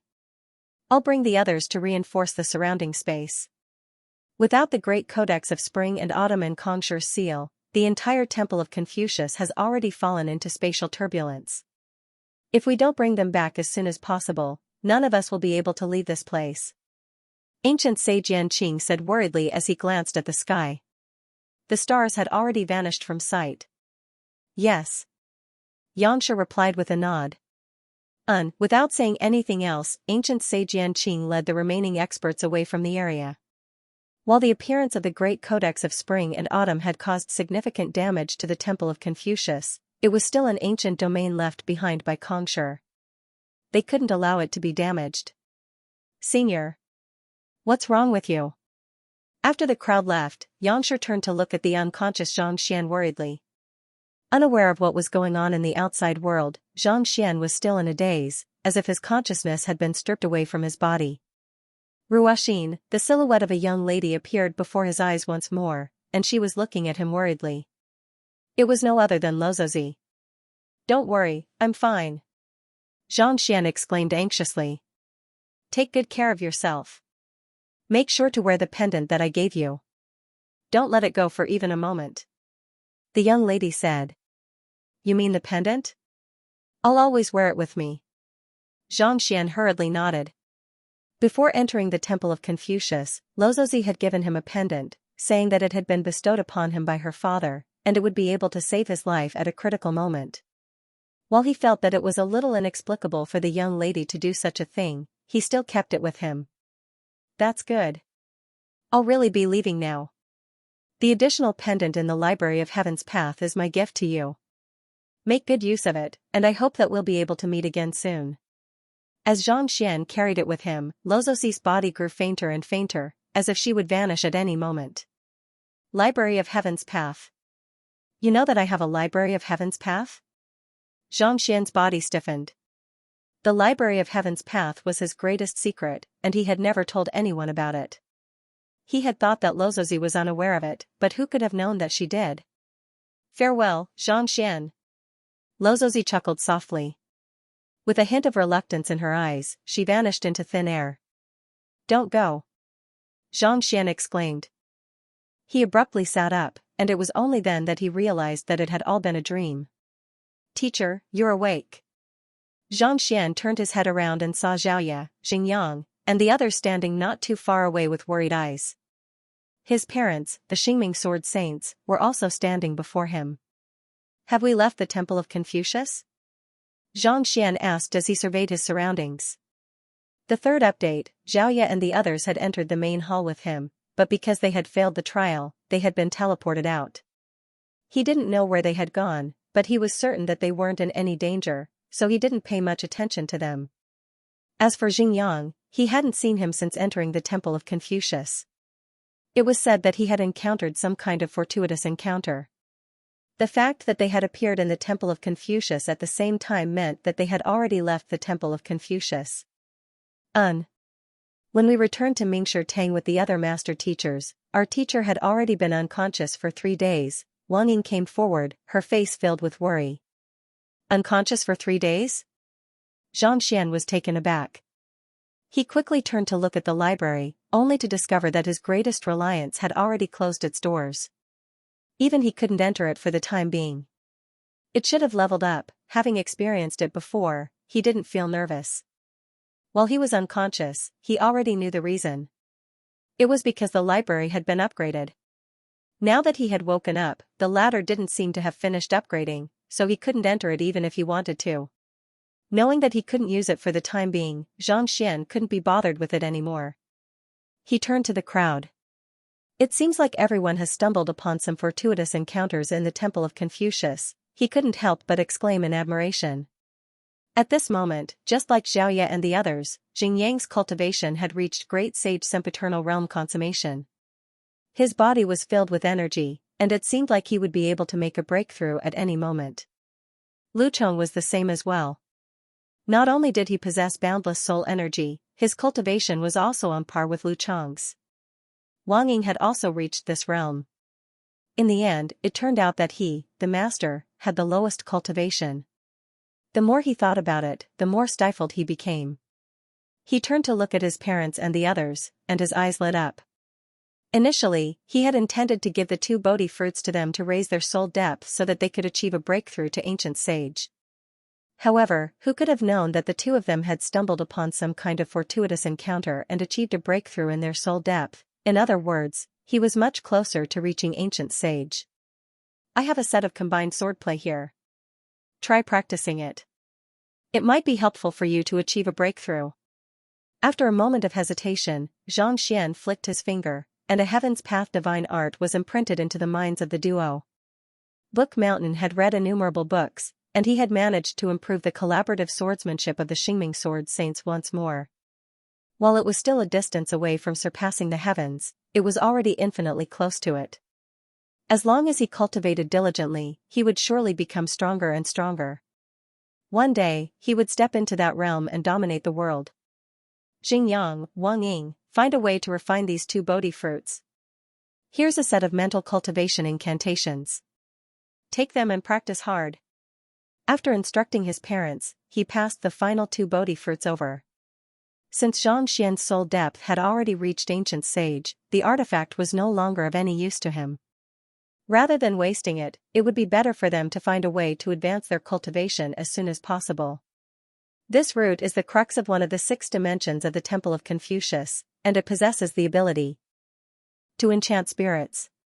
Wang Ying, try to refine it so that you can further deepen your comprehension of spirit enchantment. This spear is something I obtained from an otherworldly demon I killed. Even though it isn't as powerful as the Dragonbone Divine Spear, it's still a great sage pinnacle artifact. It should be of great help to you. As the crux of the Prime Hall had already been tamed, it was impossible for anyone to take them away. As soon as they left the Prime Hall, they flew back to Xianxia and returned to his storage ring. Lu Chong, don't think that I'm biased. Your soul is strong, and it's easy for you to raise your soul depth. The Bodhi fruit won't be of much use to you, so I'll bestow upon you a seal of souls. This artifact has the ability to devour souls to nourish your energy. While Yuan Tao has undergone the Ancient Sage ordeal, I'm afraid that you'll be the first one to achieve a breakthrough to Ancient Sage. Xianxia passed the seal of souls, which represented the highest standing of the soul oracles, over to Xianxia. This artifact had the ability to devour souls and convert them into the purest energy, making it an invaluable treasure for soul oracles. It was many times more valuable than the Bodhi fruit. Even though the glacial crystal had already lost its ability to freeze, it was still able to fuse perfectly with Xiaoya. Thus, Xianxia had bestowed it to her as well. As for the koi, he had bestowed it to Wei Ruyan. The 5 monarchs had been bestowed to Yuan Tao. Also, this is the Aeon of Ancient Sage. I used my spatial folding art to seal a portion of it in each of you. I'll split it into 8 portions each. After distributing the treasures, Xianxia entered the canvas of 4 seasons. Some time later, he walked out with a pale face and gave everyone a painting. Kongsher was able to carve out a portion of the world and place it into a painting so that it would remain intact for 10,000 years. Having read all of the books regarding painters, Xianxia's comprehension of painting had also reached a level comparable to Xianxia's. As such, it was not too difficult for him to carve out a portion of the world within the canvas of 4 seasons. With these paintings, even if he wasn't around, they would still be able to make a breakthrough to Ancient Sage. Shanner, is there something on your mind? Seeing that her son had taken out all of the treasures he had obtained from the Temple of Confucius, Sword Saint Ming could not help but ask worriedly. Why did it feel like he was passing down his will? While the old ancestor of the Zhang clan was gone, Yangshi had already spread the word that anyone who dared to make things difficult for them would be an enemy of him. On top of that, her son's artifact had also reached Ancient Sage, and Yuan Tao was not weak either. The current Zhang clan was much stronger than when Zhang Hongtian was still around. It was not that their cultivation was high, but they did not need to hibernate. Ancient sages were able to move around freely, and they wielded a greater threat to others. The Zhang clan was the greatest winner of the Temple of Confucius expedition, so they should have been able to reinforce their cultivation slowly and achieve a breakthrough soon. Just what in the world was going on for them to distribute the treasures so quickly? It's nothing much, Xianxian replied with a smile. He stood up and turned to his mother. Did anyone from Mingshi Tang look for me over the past 2 days? Mingshi Tang's pavilion master Ren said that you should look for him as soon as you wake up, Hyung Kensei replied. The rest of you should stay here to cultivate and achieve a breakthrough to Ancient Sage as soon as possible. Xianxian said with a wave of his hand before walking out of the room. Teacher, I'll go with you. Noticing that there was something amiss with her teacher's expression, Xiaoya could not help but follow him. Don't follow me. Xianxian instructed. Also, no matter what happens, make sure to abide by Mingshi Tang's rules. Don't cause any trouble. What happened? The crowd glanced at one another in bewilderment. Unsure of what was going on, they could only watch as Xianxian turned around and left. When Lozozi transformed into the spirit god and snatched the great codex of spring and autumn, they had been busy searching for their own fortuitous encounters. As a result, they had been worried that Xianxian would appear in the Temple of Confucius, so they did not know much about what had happened in the outside world. Just as they were perplexed over what had happened, a resounding voice suddenly echoed across the entire master-teacher continent. Clan head Xianxian of the Zhang clan has brought the spirit god of the otherworldly demonic tribe into the Prime Hall and snatched the great codex of spring and autumn. While it was an unintentional mistake, it has destroyed the very foundation of mankind. As such, he has committed suicide by Mingshi Tang. I hope that the future generations will learn from this and remember the responsibilities of a master teacher. Teacher, Shanner, it was only then that the crowd realized what was going on. Unable to hold themselves back any longer, they rushed out of the room. P.S. Committing suicide by Mingshi Tang in the 12th volume. The ending that Xianxian had designed was much more spectacular than this. Xianxian was going to use the 5 Dan of the Eye of Insight to clash head-on with Mingshi Tang, injure some ancient sages, and eventually lose his sight. That would have been much more tragic. However, after giving it some thought, he decided to change it. Otherwise, Xianxia would really not be tolerated by the world. Just because of Luo Qiqi, he had lost several thousand of his followers, and he was on the verge of starving to death. He felt that if he had written it that way, more people would have tried to kill him. So, he changed it to a more acceptable ending. However, it was no longer as spectacular as before. This volume involved the connection of the otherworldly demonic world and the appearance of the Temple of Confucius, as well as the foreshadowing of several million words. The next volume, Emperor of Otherworldly Demons, was about to be released. I will update it during the day. Please support me with monthly votes. On the Master-Teacher continent, at the northern border of the northern firmaments, white snow drifted in the air. In a dilapidated bell tower, there was a lot of passing guests. This was the location of one of the 6 great subterranean galleries, the Glacier Sea Subterranean Gallery. Under normal circumstances, few people would venture into the area. However, ever since the otherworldly demonic tribe retreated, it had become a transportation hub, and countless experts would frequent the area every day. Even though the subterranean gallery was shrouded in a crimson moon, and the air was filled with killing intent, it was still possible to grow plants that could not be found on the Master-Teacher continent. These plants were extremely valuable, be it as medicinal herbs or as materials to forge weapons. Due to the intense battle previously, other than Master-Teachers, no one dared to enter the area to search for it. On top of that, Mingshi Tang had sealed the area tightly, preventing ordinary people from entering or leaving. Naturally, there were no business opportunities in the area. With the retreat of the otherworldly demonic tribe, there were quite a few powerful merchants who were able to venture into the otherworldly demonic tribe. As more and more of these items were brought out, the otherworldly demonic tribe soon caught the attention of even more experts. At this moment, the people waiting in the bell tower were precisely these cultivators who wanted to search for fortuitous encounters. The wind and snow outside are getting heavier and heavier. Every time it happens, the icy snow catacombs will automatically close up. We can't go in even if we want to. We can only wait here for the sky to clear up. That's right. The icy snow catacombs are located in the ice caves of the snowy mountains. When snowflakes fall, it's the coldest time of the year. There's indeed no way to enter. Since you can't leave, there's nothing to do here. Is there anything new that you can tell us so that we can broaden our horizons? Brother Wu, you just came from Mingshi Tang's headquarters. Have you heard any news? Upon hearing Wu Zhongkong address him as Brother Wu, everyone turned their attention to the middle-aged man sitting in the middle.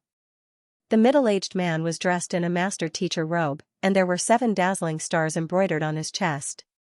Surprisingly, he was a 7-star master-teacher. Judging from his cultivation, he was at St. Four-Dan Primordial Spirit Realm Pinnacle. Even among the 7 stars, he could be considered as one of the strongest. Noticing the gazes of the crowd gathered on him, Brother Wu paused for a moment before asking, "Do you know who the most talented master-teacher in the world is?" The most talented master-teacher? It should be Feng Zi. I heard that his teacher has become an ancient sage, and his cultivation has soared rapidly as well. He has already reached a level that he can't even look up to. I think it's Zhao Mashuan. I've met this person once, and he's a monstrous genius that comprehends everything extremely quickly. Moreover, he learns everything with a single try, and his intelligence is extraordinary. I think it's Jiang Feifei. Not only is she beautiful, her mastery of the celestial designer profession has also reached the pinnacle. There were many discussions.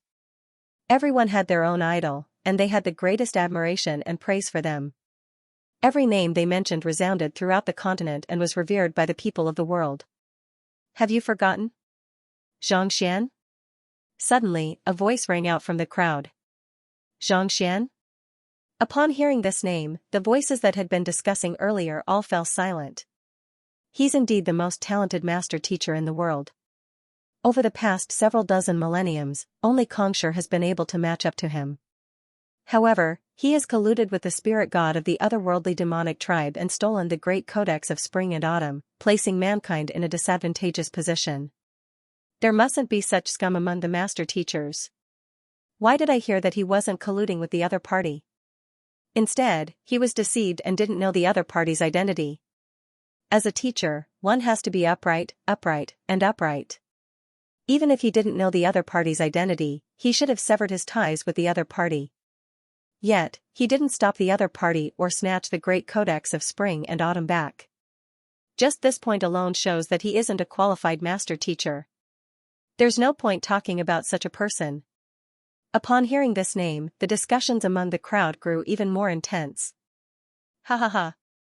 The discussions grew louder and louder.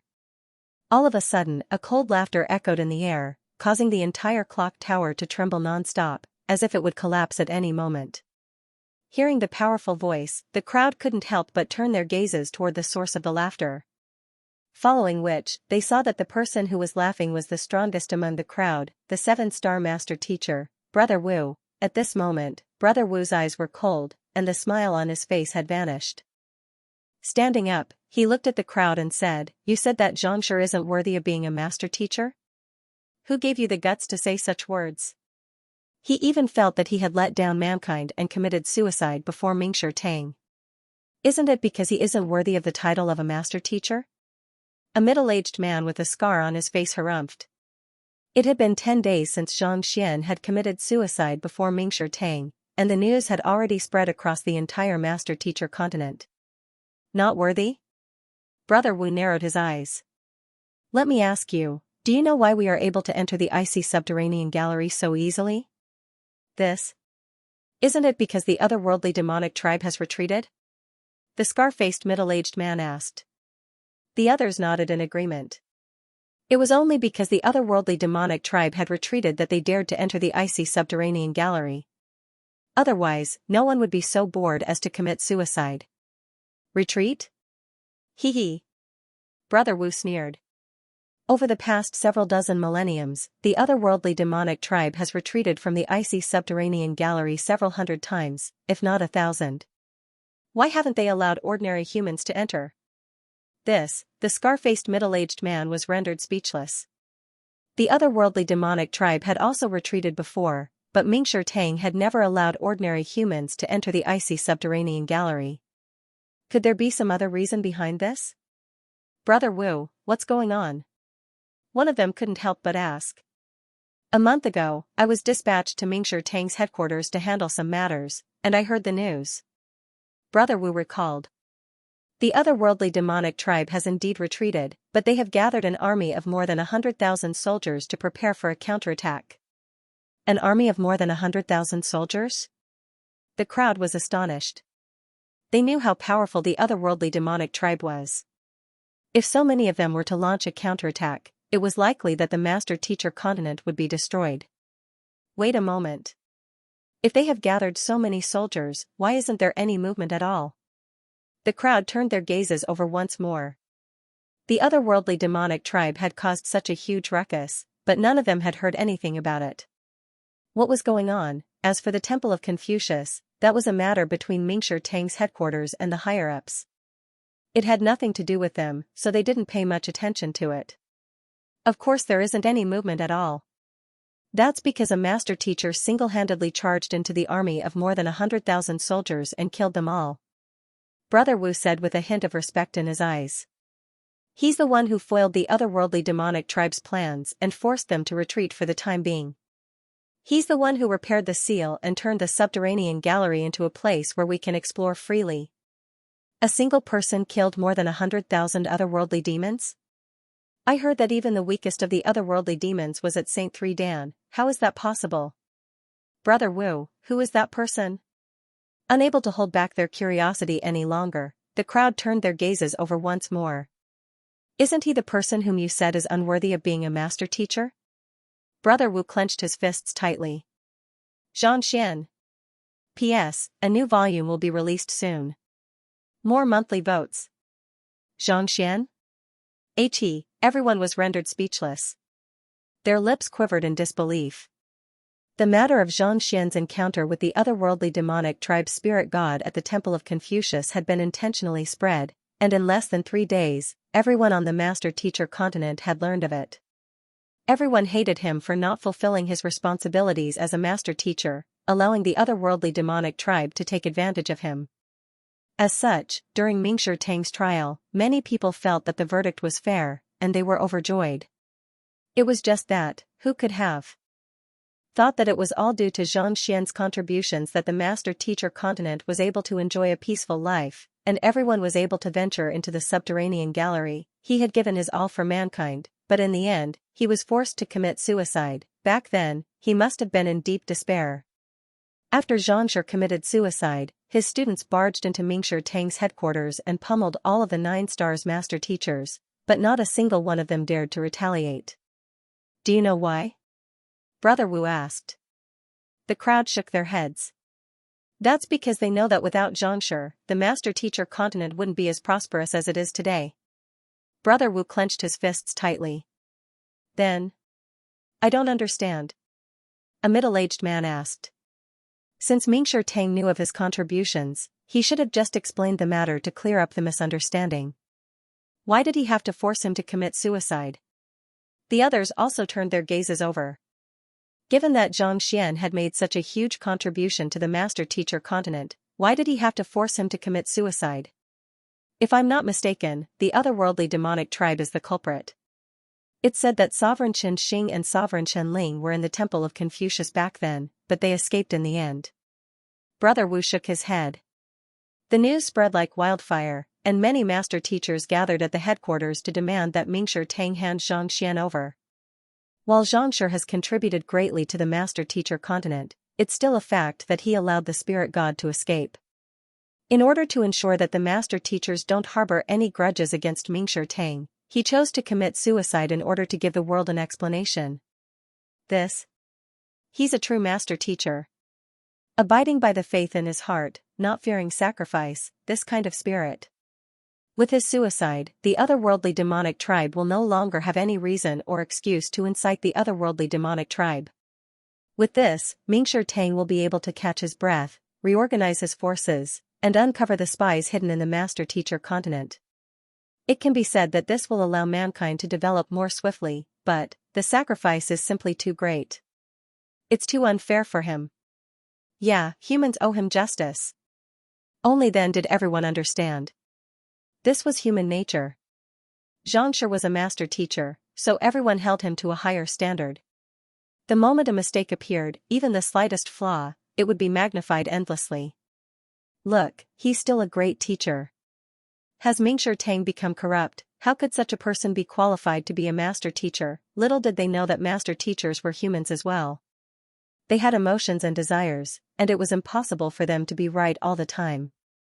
Master teachers had become Kuanghang's standard, but what did it bring them? A good person might do many good deeds, but once he committed a bad deed, many would say, look, that's his true nature.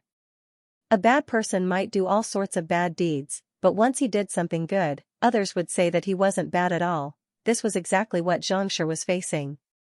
Befriending the spirit god of the otherworldly demonic tribe and allowing the other party to steal the great codex of spring and autumn. Just this matter alone would become a huge stain on his reputation. On top of that, his girlfriend had suddenly become an otherworldly demon, a lofty spirit god at that. This was also the reason why Xianxia had committed suicide out of despair, but no matter what, this dazzling genius had truly fallen. Indeed. Xianxia might be young, but he has made contributions that countless master teachers have been unable to achieve. I have viewed him as my idol for the rest of my life, and I'm willing to use my life to spread the word of his deeds. Brother Wu nodded with determination in his eyes. I didn't know about it previously, and I thought that he had betrayed mankind. Now that I know about it, I will do the same. I won't allow my reputation to be tainted after doing a good deed. Count me in. Everyone in the clock tower had determined looks on their faces. Since he was a good person, he couldn't allow himself to be humiliated even in death. In the Mingshi Tang headquarters, Xianxia, I don't understand. Why would Xianxia do such a thing? He didn't even bother to explain himself. Ren Qingyuan stood before Xianxia with a look of incomprehension on his face. He really couldn't make sense of the situation. It was something that could have been resolved with an explanation, but in the end, Zhang Xian had to resort to suicide. I have asked the Xingming Sword Saints about this matter, and they told me that Senior once tamed ancient sage Hongtian's blood easily, Xianxia said. Tamed ancient sage Hongtian's blood? Ren Qingyuan was puzzled that the other party did not answer his question and instead said such a thing. Ancient sage Hongtian is a blood reincarnation realm expert, Xianxia said. Blood reincarnation? Taming his blood. Could it be? Ren Qingyuan narrowed his eyes in realization, and his body stiffened. That's right.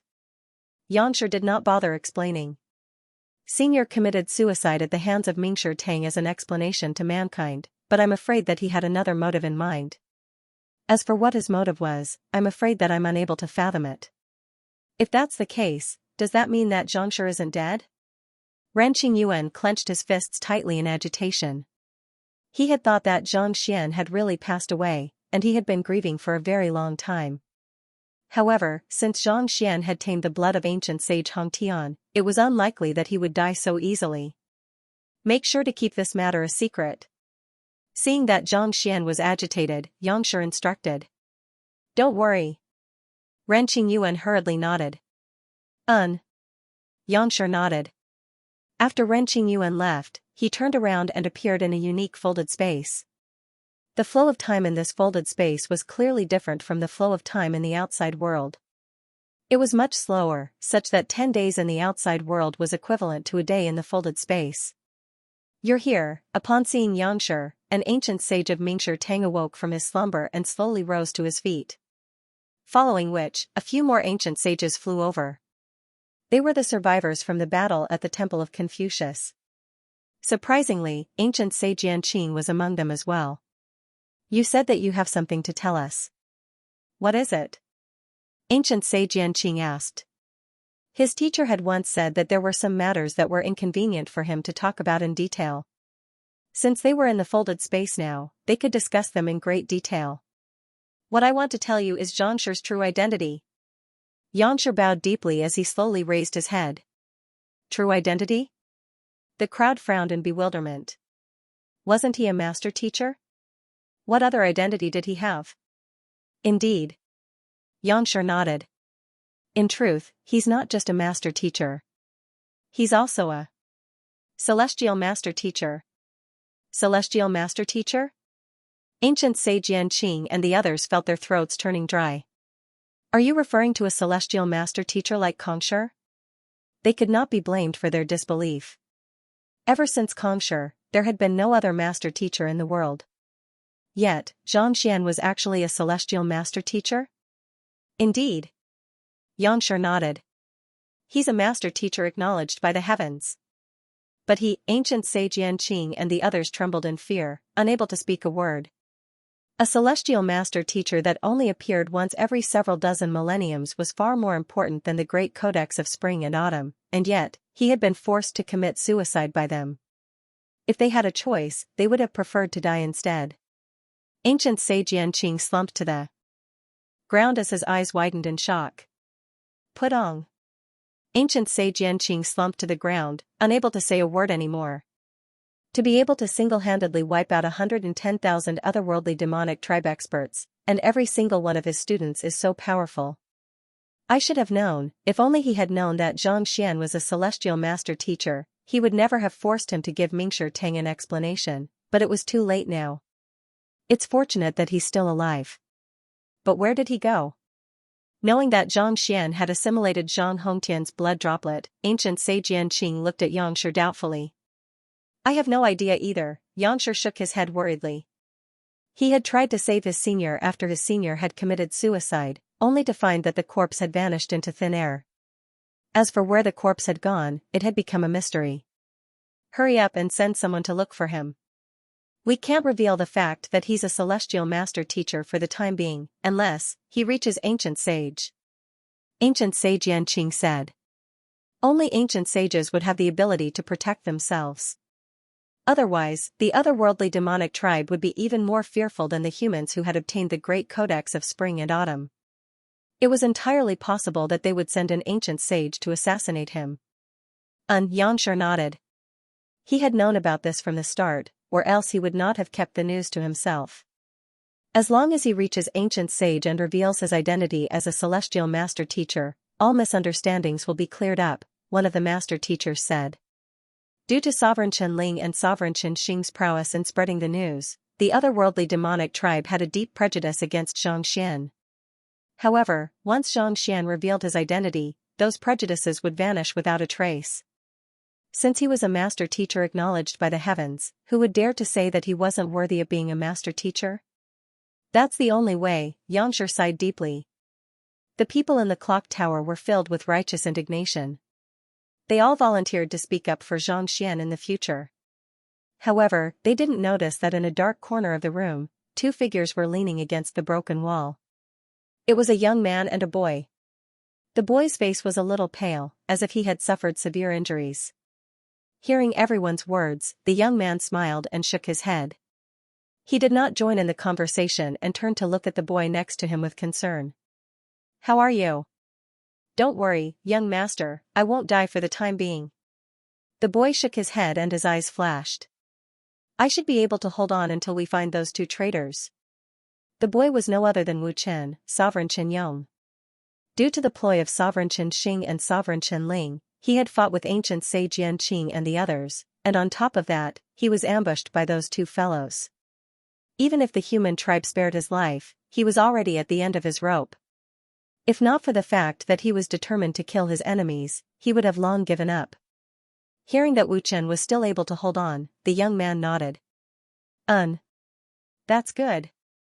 What about you, young master?" Sovereign Chen Yong asked worriedly. Even though his life won't be in danger if he forcefully destroys his body before reaching the blood reincarnation realm, it will be hard for him to recover from his injuries within a short period of time.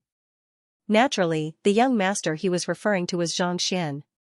Even blood reincarnation realm experts would require a period of time to recover from their injuries. Considering that Xianxia was only at the Oriate God realm, forcefully destroying his body would only result in greater damage. "I've been recuperating for 10 days, but I'm still extremely feeble. I might not even be a match for a Saint One Dan cultivator at the moment. However, I'm already close to recovering from my injuries. As long as I make a full recovery, I'll be able to regain my strength easily." He didn't expect the after effects of being reborn from a drop of blood to be so severe.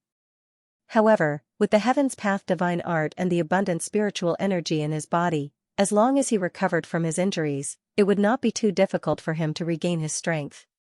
Sovereign Chen Yong nodded in response. The 110,000 soldiers whom the young man had killed had been under the command of Sovereign Chen Xing and Sovereign Chen Ling, so they had nothing to do with him. On top of that, the young man was the person whom the young mistress had fallen in love with, as well as his benefactor.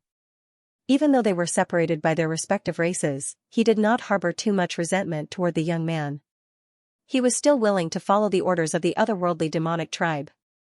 "Are you certain that the heaven-facing altar of the otherworldly demonic tribe is able to communicate with the spirit god?"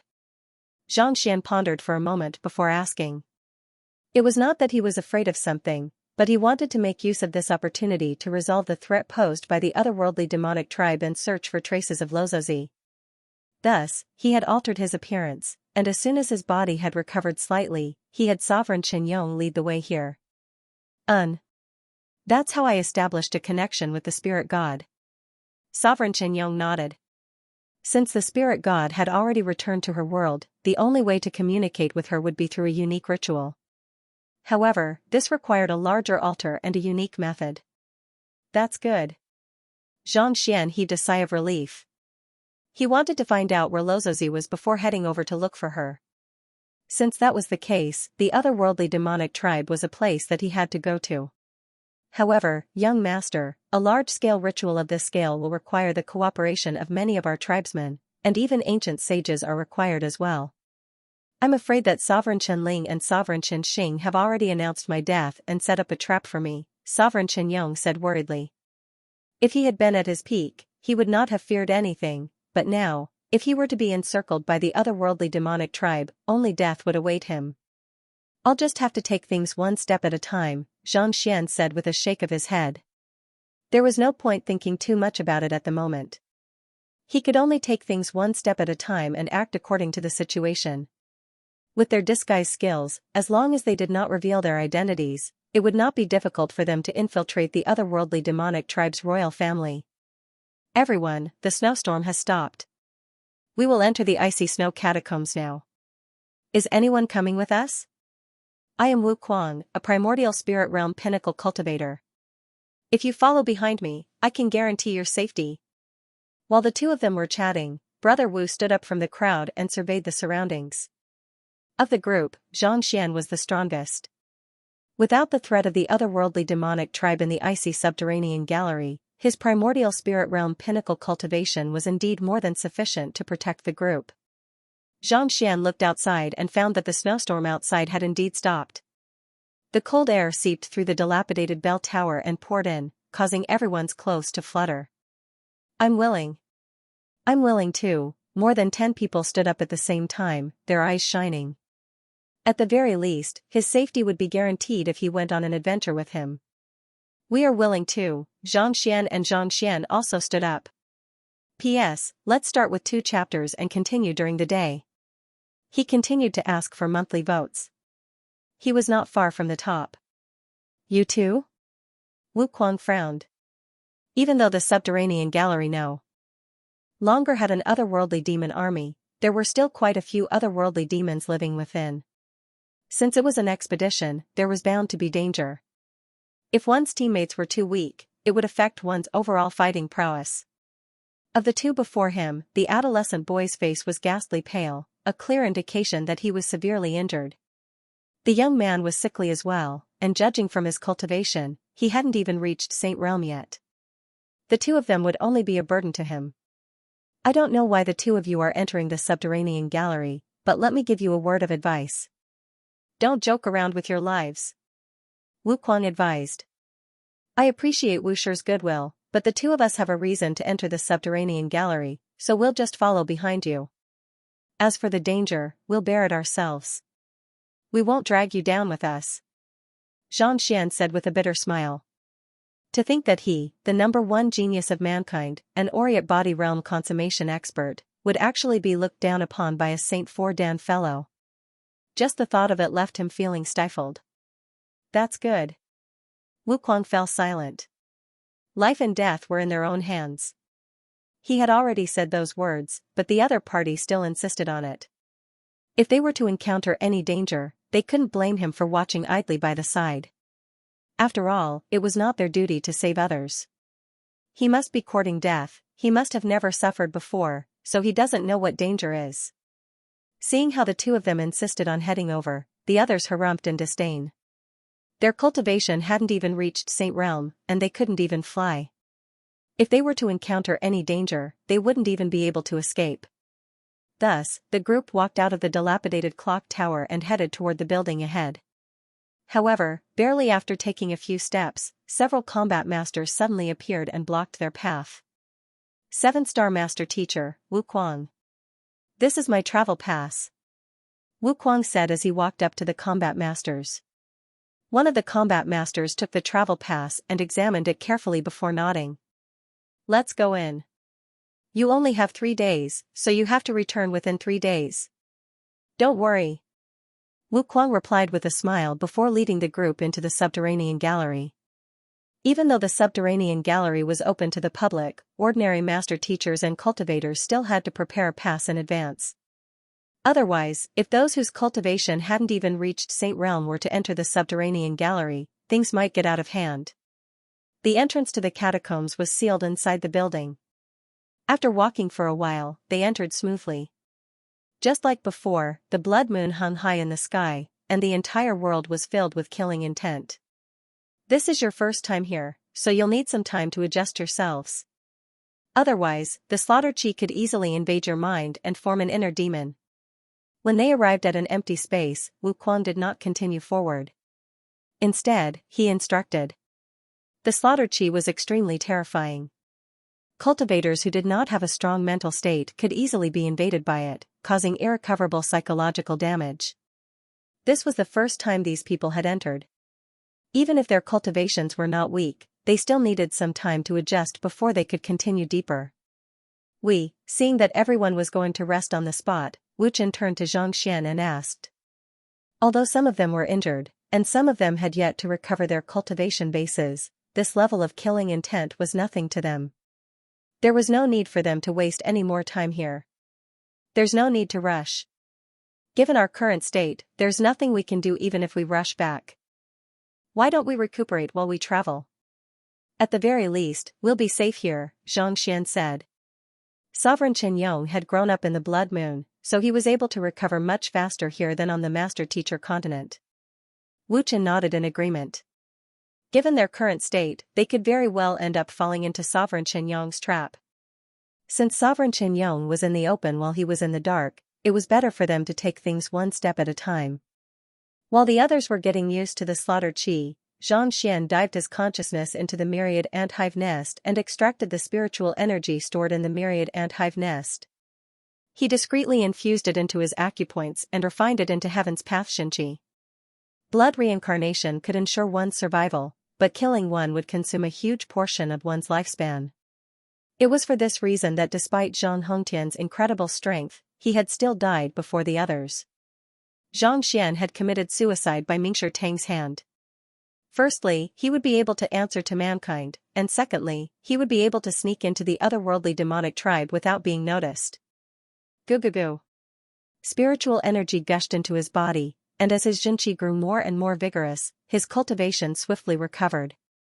Soon, he reached Saint Realm, then Saint Realm, then Saint Realm. In less than an hour, he had already recovered to Saint Realm. Sha. While Zhang Xian was still in the midst of recovering, a series of rustling sounds suddenly echoed in his ears. He opened his eyes and gazed into the distance. Wu Chen frowned. What's that? Zhang Xian did not know much about the environment of the otherworldly demonic tribe, so he could only send a telepathic message to ask. It's the maple leaf wolf. It grows stronger by devouring the energy of the Blood Moon, and the Wolf King possesses the strength of a Saint 5 down leaving Aperture Realm cultivator. It's an extremely savage existence, Wu Chen said. Maple leaf wolf? Zhang Xian nodded. While the environment of the otherworldly demonic tribe's ancient battlefield was harsh, there were still many spirit beasts and flora. He had never heard of the maple leaf wolf before, but considering how Sovereign Qianyong described it as savage, it was unlikely to be anything ordinary. Everyone, be careful. Something seems to be heading our way. While Zhang Xian was speaking, Wu Kuang seemed to have noticed something as well, and he exclaimed in shock as he hurriedly got to his feet. Voila! As soon as he said those words, 8 wolves had already sealed off the area, surrounding the group. These wolves were gray in color, and there was only a tuft of white fur on their foreheads that resembled maple leaves. There weren't many of them, but every single one of them carried a ferocious aura that left the group pale in fright. There's no need to resist. Become our food obediently, and we'll grant you a swift death. With a cold bellow, a snow-white wolf king walked out from behind the pack of wolves with reddened eyes. Leaving Aperture Realm? Wu Kuang narrowed his eyes in astonishment. The faces of the others also turned pale. They didn't think that their luck would be so bad. Zhang Xian had thought that he would be able to find some suitable medicinal herbs and treasures before leaving the area to make a killing. However, who could have thought that he would encounter such a powerful saint beast right after entering the area and before he could even get used to the killing intent in the air? The maple leaf wolves were already far more ferocious than master teachers of the same cultivation realm, and now, a wolf king had appeared on top of that. Were they going to die right after entering the ancient battlefield? Prepare yourself for battle. Taking a deep breath, Wu Kuang narrowed his eyes and flicked his wrist. A sword appeared in his hand, and he raised it up high to stab it toward the Wolf King. His only chance at survival was to find a way to kill the maple leaf wolf. Once that fellow was dead, the other maple leaf wolves would no longer pose a threat to him. Oh woo! Seeing that the human before him had chosen to attack him right from the start, the Wolf King sneered coldly. Disdain flashed in its eyes as it raised its paw and struck forward. Voila! Killing intent burst forth from the Maple Leaf Wolf King, and before Wu Kuang could even process what was going on, he was already sent flying before crashing heavily onto the ground. To think that even a 7-star pinnacle master teacher wouldn't be a match for it. The others trembled in fear, and regret could be seen on their faces. They had always heard that the subterranean gallery was filled with treasures, and as long as one's luck wasn't too bad, they would be able to earn a fortune and obtain sufficient cultivation resources. Who could have thought that they would encounter such a formidable pack of wolves in less than an hour? Even the strongest among them, Wu Shi, was defeated in a single move. If even he wasn't a match for them, what could they possibly do? Let's make a move together, or else we might really die here. An elder gritted his teeth as he took out a spear and infused his Xianxia into it. The tip of the spear pulsed with energy, reminiscent of a long snake. His cultivation was only at St. Four Dam Primordial Spirit Realm primary stage, but he was able to utilize the might of his weapon. Had it been any other time, he would surely have won cheers from the crowd. However, in the eyes of the pack of wolves, he was nothing more than a joke. Hula, one of the Maple Leaf wolves made a move. Without needing the Wolf King to make a move, the ordinary gray wolf bit down lightly on the spear and swallowed it whole. At the same time, with a swipe of its paw, fresh blood spurted furiously from the wound on the elder's chest. Luo Gong. Seeing that he was injured, a middle-aged man beside him couldn't hold back any longer. He took out his weapon and rushed over as well. The others also understood that this was a matter of life and death, so they didn't dare to be careless. They all rushed forward and used their strongest moves. Pung pung pung pung, the sound of gunny sacks being torn echoed in the air, and those who charged forward were sent flying at an even faster speed. Their faces were covered in dust, and blood seeped from the corners of their lips. The disparity in their strength was simply too great, and they were unfamiliar with the environment shrouded in the crimson moon. Seeing how the men he had led were so helpless before him, despair surfaced on Wu Kuang's face. If only he had known that this would happen, he would have come alone. At the very least, he would have been a smaller target, and he would have been able to adapt to the situation and escape. Now, they were probably all going to die here, with no chance of escaping. Just as he was thinking about how the wolves would deal with him, he suddenly noticed that the two men whom he had been unwilling to bring along earlier were still seated on the spot, not moving at all. It was as if they hadn't noticed the arrival of the wolves. Just as Wu Kuang was about to fly into a rage, he sighed deeply. Forget it. With their strength, it would be useless even if they charged forward. One of them was sickly and the other hadn't even reached Saint Realm yet. Even he, a 7-star pinnacle master teacher, was unable to stand against the Maple Leaf wolves. What could they possibly do? Human master teacher, the energy in your body is extremely pure, so you should be able to nourish it greatly. Leave this to me, you can deal with the rest. Seeing that the crowd no longer had the strength to resist, the Wolf King harumphed coldly and walked toward Wu Kuang. Regardless of whether it was to the otherworldly demonic tribe or the saint beasts living in the master teacher continent, the pure Xianxia in the body of a master teacher was extremely nourishing. I didn't expect that Wu Kuang, would die here. Seeing the Wolf King getting closer and closer, Wu Kuang knew that he would not be able to escape. A trace of sorrow appeared in his eyes. He had thought that with his identity as a 7-star pinnacle master teacher, he would be able to achieve great things in the subterranean gallery. Yet, before he could even make a move, everything had already ended. With that thought in mind, another surge of power surged out from Xianxia's body, wanting to take the Wolf King down with him. Suddenly, the ground shook and a dull sound came from underground. No one knew where it came from, but it shook everyone's souls. Scram. Hong Long, the voice was cold and sinister, reminiscent of a tornado. The Wolf King and the other wolves felt goosebumps rising on their bodies, and they couldn't help but retreat several dozen steps. Their massive bodies trembled uncontrollably, and blood seeped from the corners of their mouths. A single bellow actually injured all of them at the same time. With fear in his eyes, the Wolf King hurriedly scanned his surroundings. Under the cover of the crimson moon, there was not a single person in sight. A light breeze blew, and a chill crept into his body. Even though the voice earlier was low, it felt as though it had pierced right into his soul. It felt as though he would be killed if he dared to make a move on these humans. Let's go. Knowing that this expert would make a move at any moment, the Wolf King trembled uncontrollably. In the end, he didn't dare to make a move on Wu Kuang and the others. Tucking his tail between his legs, he turned around and fled. They were just a few human master teachers. No matter how delicious their meat was, it wasn't as valuable as his life.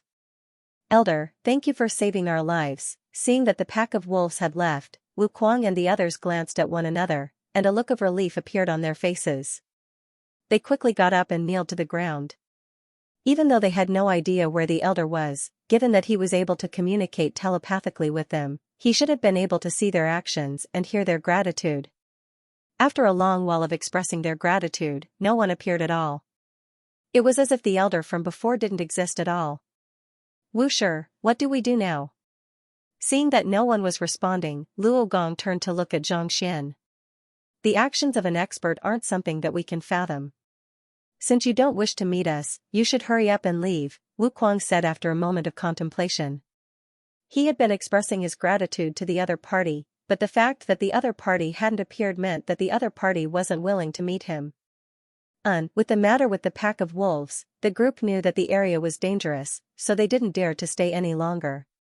After walking for an hour, they heaved a sigh of relief when they saw that there was no longer any danger. After a moment of contemplation, Wushi said, I know a place with medicinal herbs. Let's hurry over and return as soon as we obtain them. Otherwise, we would have come here for nothing. Since they were already here, they couldn't back down just because of the danger. If they were to leave now, not only would they not be able to obtain anything, it would also affect their state of mind and their future cultivation, just like how soldiers would flee without a fight. The group nodded in agreement. Before we set off, I would like to say a few words. A middle-aged man stepped forward. The group turned their gazes over. It was dangerous earlier, but those two didn't move at all. They didn't contribute at all. I suggest that we don't bring them along anymore. The middle-aged man harumphed coldly as he pointed to Xianxia and Wu Chen. When the pack of wolves first arrived, those two fellows had been feigning death on the ground. They didn't have the slightest fighting prowess. Now that they were going to search for medicinal herbs, they actually chose to follow them. Their skin sure was thick. Indeed, we mustn't bring them along. They're completely useless. They'll only be a burden. A few others nodded in agreement. They were here on an adventure, and the stronger the group, the better. Those two couldn't do anything at all, and yet, they still insisted on following them. Were they really going to split a portion of the medicinal herbs with them? Hearing the words of the crowd, Wu Kuang frowned. He turned to the duo and asked, Do you have anything to say? It wasn't that he didn't want to bring them along, but the performance of those two when they encountered the wolf pack was simply too lacking. I have nothing to say. Just as Wu Chen was about to speak, Xianxia waved his hands. Hurry up and scram then. The middle-aged man bellowed coldly. Take care of yourselves. Seeing that the crowd was unhappy, Xianxia shook his head and clasped his fist. Just as he was about to leave, he suddenly felt a powerful aura pressing down on him from the sky. Following which, a massive vulture slowly descended from the sky. Similar to the Maple Wolf King, it was a Saint 5-Dan Saint Beast. Its eyes were crimson red, and its fur was as tough as metal. Hanging on its body, it was as if a Saint Intermediate tier artifact. Putting aside killing it, ordinary attacks were unable to even break through its defense. It's the Blood-Eye Vulture. We're doomed this time around. They didn't think that they would encounter this Blood-Eye Vulture so soon after escaping from the Wolf King's encirclement. Wu Kuang and the others didn't have the time to make things difficult for Xianxia and Wu Chen, and their faces paled. The Blood-Eye Vulture was even more famous than the Maple Wolf King. It wasn't that it was more powerful, but when it killed its foes, it tortured them to death. In other words, even though it could have killed its foes in a single blow, it chose to inflict wounds all over its foes until they bled to death. Because of this, coupled with the fact that they could fly and come and go like the wind, everyone would rather encounter 10 Wolf Kings than one of these fellows.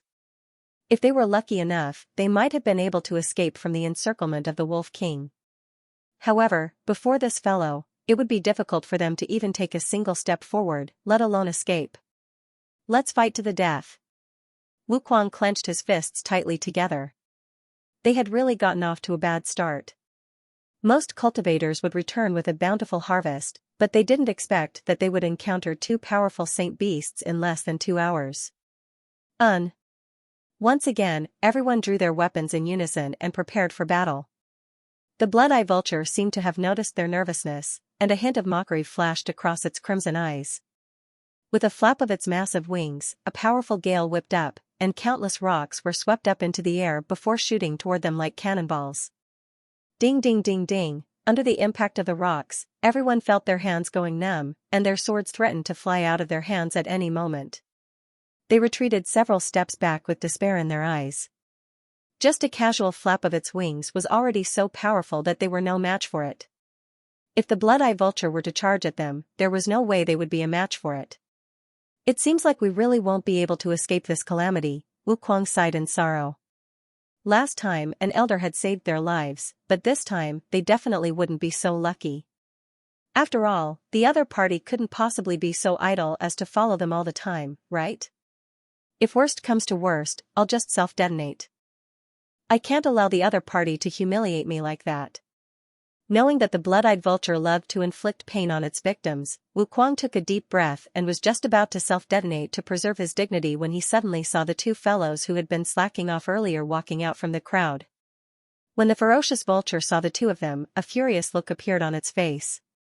Just as it was about to make a move, the figure of the young man who had just walked out flickered, and he arrived before the vulture and kicked it in the face. Bang, the vulture's head fell to the ground, creating a deep gully. Crackle, the young man pounced on him, punching and kicking him. A moment later, Vulture stood up again. There was no longer any viciousness in his blood-red eyes, only gentleness. Back when he was dealing with the Maple Leaf Wolf King, his cultivation had only recovered to Saint 3 Dan, so he might not have been a match for the latter. He could only rely on his soul energy to scare the latter away. However, in this short period of time, his cultivation had already recovered to Saint 4 Dan, making it much easier for him to make a move. Let's go. Harumphing coldly, the young man and the sickly adolescent boy leaped onto the back of the blood-eyed Wolf King before turning to the crowd and saying, "We still have some matters to attend to, so we'll be taking our leave now. We'll meet again if fate allows it." Right after saying those words, the blood-eyed vulture flapped its wings and slowly rose into the air. In the blink of an eye, it had already disappeared into the horizon. He's that powerful? I was just about to chase him away earlier. Everyone felt their throats turning dry as their eyes widened in shock. All along, they had thought that those two fellows were just dragging them down. Never in their dreams could they have imagined that they would actually be so powerful, to be able to subdue a Saint 5 Dan beast with just a single beating. This was truly unheard of. The ones who chased the Wolf King away earlier should be them. Wuquang suddenly exclaimed. The crowd was rendered speechless. In truth, as soon as the young man made a move, they had already made up their minds. Who else could it be other than him? The other party had just saved their lives, but they still refused to recognize his kindness and even tried to chase the other party away. This was truly an ingrate. In an instant, they were filled with regret. I'll continue cultivating while you guide the way. Paying no heed to the thoughts of the crowd, Xianxia sat cross-legged on the back of the blood-eyed vulture and instructed. Naturally, the most urgent matter at hand was to recover his strength. Wu Chen nodded as he steered the blood-eyed vulture toward a certain direction. 10 days later, exhausted, the blood-eyed vulture lay weakly on the ground. Xianxia tamed yet another Saint 9 Dan beast before proceeding onward. Another 5 days passed, and he managed to tame a great Sage 2 Dan beast. I've finally made a full recovery. 5 days later, Xianxia heaved a sigh of relief as he felt the overwhelming energy coursing through his body. It had already been a month since he had committed suicide at the hands of Mingshi Tang. Under the nourishment of countless treasures and the Heaven's Path divine art, he had finally recovered to his peak. In fact, his strength had even grown stronger than before. The Library of Heaven's Path is still closed. What in the world happened? Xianxia sent his spiritual perception over to the Library of Heaven's Path, only to find that the door was still tightly shut. The Library of Heaven's Path had been upgraded in the past, but the longest it had lasted was 3 days. This time, it had been more than a month since the Library of Heaven's Path opened. Forget it. It just so happens that the Library of Heaven's Path is still closed. I should make use of this opportunity to push for a breakthrough to Great Sage 3 Dan Intuitive Impulse. Xianxia pondered for a moment, but he was still unable to make sense of what was going on. A glint flashed across his eyes. He had already accumulated sufficient strength previously, but the Library of Heaven's Path had prevented him from pushing for a breakthrough to Intuitive Impulse realm. Now that the door was closed, it was a good opportunity for him to give it a try.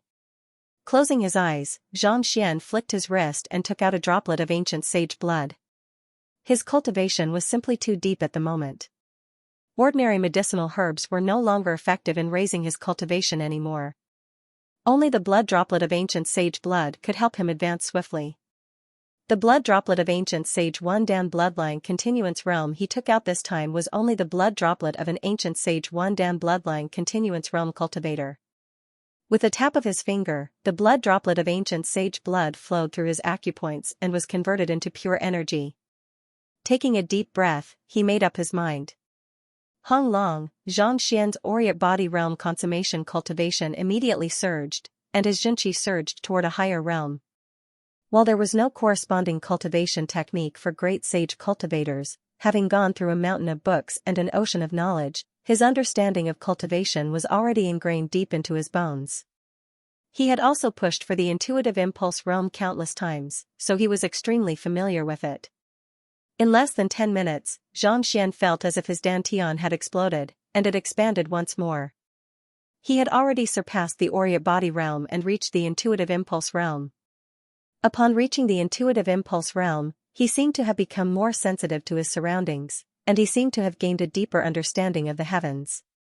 Knowing that he would trigger a backlash from the Library of Heaven's path if he tried to comprehend the heavens, Xianxia did not dare to go overboard. Instead, he took out another droplet of ancient sage blood and consumed it.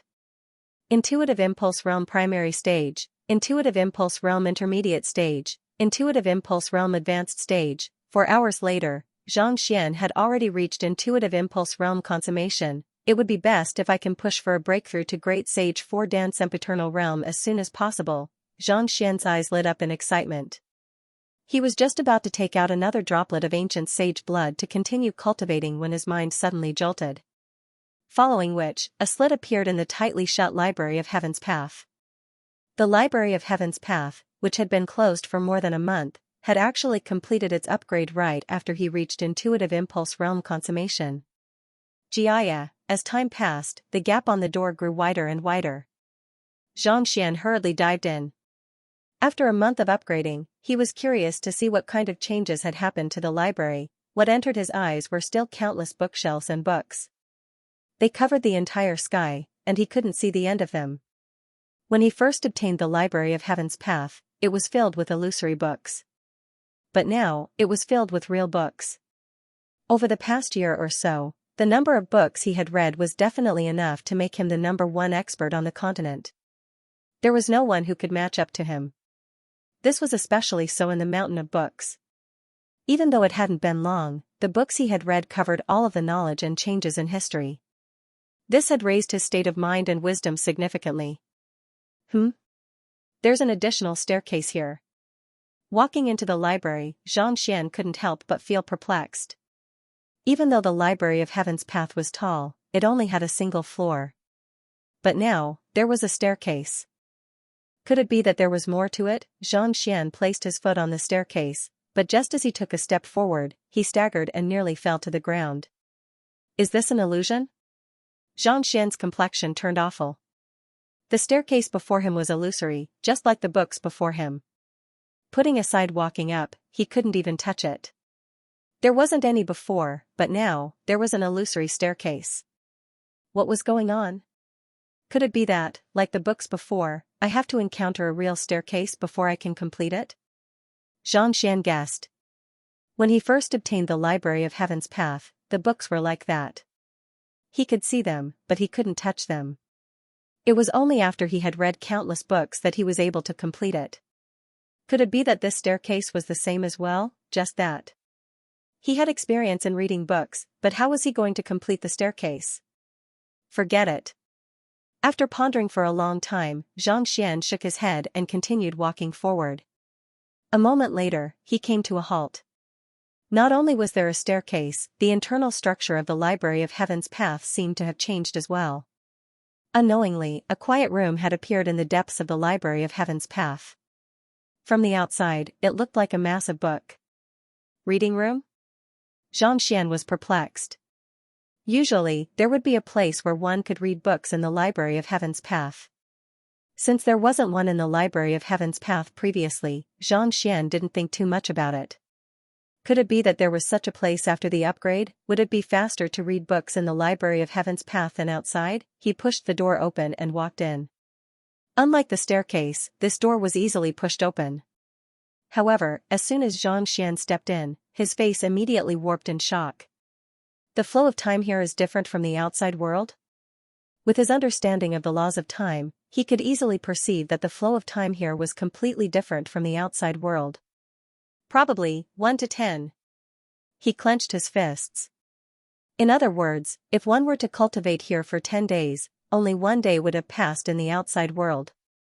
However, if only one's consciousness enters here, the most it can do is to hone one's martial skills. It won't be of much help to one's cultivation.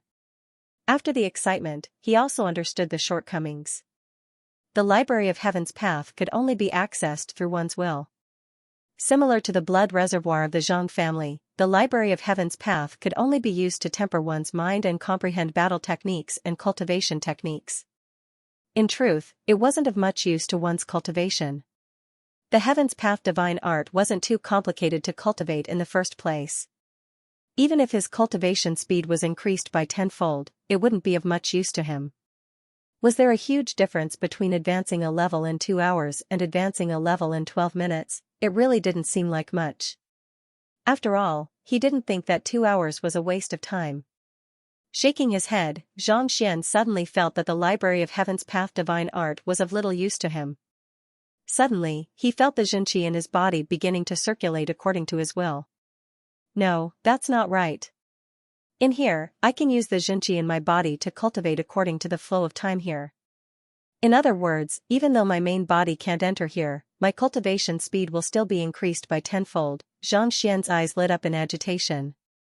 He had thought that the Library of Heaven's Path divine art was just for show, but who could have thought that it would be so powerful? It had taken him an entire month to recover his strength from the Mingshi Tang, but with this Library of Heaven's Path divine art, he would be able to make a full recovery within 3 days. Ordinary severed fingers and arms should be able to recover within 1 or 2 breaths. This way, not only will my cultivation speed increase, my recovery speed will also increase significantly. I won't have to worry about getting injured anymore. Possessing the Heaven's Path divine art, Xianxia's rate of improvement was definitely not slow. However, if he were to injure his foundation, his recovery speed would be extremely slow. This was the same case for the Library of Heaven's Path. If someone were to make use of this opportunity to kill him, he might not have been able to withstand it. But with this Library of Heaven's Path divine art, he would be able to resolve this issue. 10 times the normal flow of time was more than enough to induce a qualitative change in him, allowing him to advance to greater heights. Not only so, cultivating here allows me to have a clearer mind. It feels as if I am in the temple of Confucius. Xianxia smiled. Just by staying in the room for a short while, he could already feel countless strands of literary fate gushing into his mind, clearing his mind and making him feel refreshed. He quickly reinforced his intuitive impulse realm cultivation, and he felt as if he could push for a breakthrough to sempiternal realm at any moment. It was no wonder why it had taken so long to upgrade this time around. Regardless of whether it was the staircase or the room, it was as if a new element had been added to the Library of Heaven's Path. Pushing open the door, Xianxia was just about to return his consciousness to his main body when he suddenly froze on the spot. That's a book that can alter time. Could it be the Great Codex of Spring and Autumn? He had seen Lozozi assimilating the Great Codex of Spring and Autumn with his own eyes, but as soon as she left, he fell into a coma, and the Library of Heaven's Path began to upgrade. The Great Codex of Spring and Autumn possessed the ability to alter time. This was something that all of the top master teachers on the Master Teacher continent knew. For the Library of Heaven's Path to suddenly possess such an ability, Xianxia couldn't help but doubt. Xianxia quickly turned his gaze to the room before him. He hadn't noticed it earlier, but upon closer inspection, he realized that it was indeed very similar to the Great Codex of Spring and Autumn that he had seen back then. While he had never come into contact with the Great Codex of Spring and Autumn, he had taken a closer look at it when it first appeared. The feeling he got from the Great Codex of Spring and Autumn was no different from that of the Library of Heaven's Path. Could it be that she placed the Great Codex of Spring and Autumn here, and that triggered the upgrade of the Library of Heaven's Path? Xianxia clenched his fists tightly in disbelief. He had only learned of the existence of the Library of Heaven's Path after Lozozi, and that had left him flabbergasted. Could it be that she could have placed the great codex of spring and autumn here, fusing the two together to form such a room. Was that for real? If that was the case, who in the world was she, and what did she have to do with the Library of Heaven's Path? Xianxia's mind went blank for a moment, and he found himself falling into a daze. The gap between the two parties narrowed. If you have any votes, please cast your votes for Laowa. Thank you. In a trance, Xianxian recalled the scene when he first met Luozi. The moment he laid eyes on her, his heart palpitated. It was as if he had met her before, filled with a sense of closeness, and he was unable to extricate himself from it. Then, in the cavern, Xianxian activated the Library of Heaven's Path to check on the other party, but as soon as he did so, he fell unconscious. Eventually, he met Xianxian at the Hanyuan Master Teacher Academy, and when he tried to use the Library of Heaven's Path once more, he fell unconscious as well. After experiencing it twice, Xianxian knew that he couldn't use the Library of Heaven's Path to check on the other party. Thinking that it was the discarnate constitution of divination, he stopped using it. Previously, he didn't dare to think too much about it, but at this moment, he suddenly felt that things weren't as simple as they seemed. He had checked on Luo Qiqi, who possessed the discarnate constitution of divination, so he could check on her. Why was it that not only could Luozi not read it, but she could also put him into a coma? Upgrade the library, and that sense of intimacy. When she left, I grabbed her hand, and I felt a surge of heat flowing into my body. I didn't think too much of it back then, but could it be that she has already placed the great codex of spring and autumn into my head? An idea popped up. Luozi had torn through space and vanished right before his eyes. Back then, in order to save her, he had rushed over to grab her, but he had failed to do so. After the other party disappeared, he had used the Library of Heaven's Path and fallen unconscious. Could it be that it was then that Xianxian had sent the great codex of spring and autumn into the Library of Heaven's Path? She's the spirit god, and the reason she came to the Master Teacher continent is for the great codex of spring and autumn. Why would she give it to me? There was no doubt that Luo Ruoxin was the spirit god, and her motive for coming here was the great codex of spring and autumn. Since that was the case, why would she place it in his Library of Heaven's Path? Furthermore, from the looks of it, the prowess of the great codex of spring and autumn seemed to have been significantly weakened. How was that possible? Xianxian's mind was in a mess. Previously, the other party had refused to reveal his identity, saying that it was for his own good. Deep in his heart, he still felt a little resentful. But now, he felt that the other party might not be lying. The Library of Heaven's Path and the great codex of spring and autumn. That was equivalent to the secrets of the heavens. As the saying goes, the secrets of the heavens must not be revealed. I have to find her. Burying all these doubts in the bottom of his heart, Xianxian let out a breath. If he wanted to know the answer, he would have to find the other party. However, his current strength was simply too low. In order to find the other party, he would have to at least become an ancient sage and possess the ability to shatter space. Otherwise, he would have to remain on the Master Teacher continent for the rest of his life. As his consciousness returned to his body, Xianxian gradually regained his senses. With his soul depth having reached the level of an ancient sage, no matter how shocking the news was, it was no longer sufficient to move him. Young master, we're almost at the spirit tribe's royal city. We can't just fly over like this. Otherwise, we'll be easily discovered when the situation is unclear. Seeing that Xianxian was done with his cultivation, Wu Chen turned to look at him. Xianxian responded. The beast they were riding on was a great sage Tudan Saint beast. Flying directly into the capital would definitely attract attention, so it was better for them to land nearby. With their camouflage abilities, they shouldn't cause any trouble. After flying for a short while, Xianxian finally saw the city before him. He got the Saint Beast to descend and alter his appearance so that no one would be able to recognize him. Only then did he proceed forward. Wu Chen, by the way, show me a punch. After walking for a while, he suddenly remembered something. Xianxian. A punch? Stunned for a moment, Wu Chen threw out a punch without any hesitation. His body was injured and he could not use his full strength. Even so, the air in front of him still exploded, and a pitch-black crack appeared. Ignoring the changes in space, Xianxian narrowed his eyes in astonishment. Naturally, it wasn't without reason that Xianxian wanted the other party to execute his punches. He wanted to test out the effects of the upgraded Library of Heaven's Path. Taking a look at it, there were indeed some changes. Previously, in order to see through the flaws of Sovereign Xianxia, he would have had to come into contact with the other party's blood essence. Using battle techniques would have been impossible. However, with just a single punch from Sovereign Xianxia, a book immediately appeared in the Library of Heaven's Path.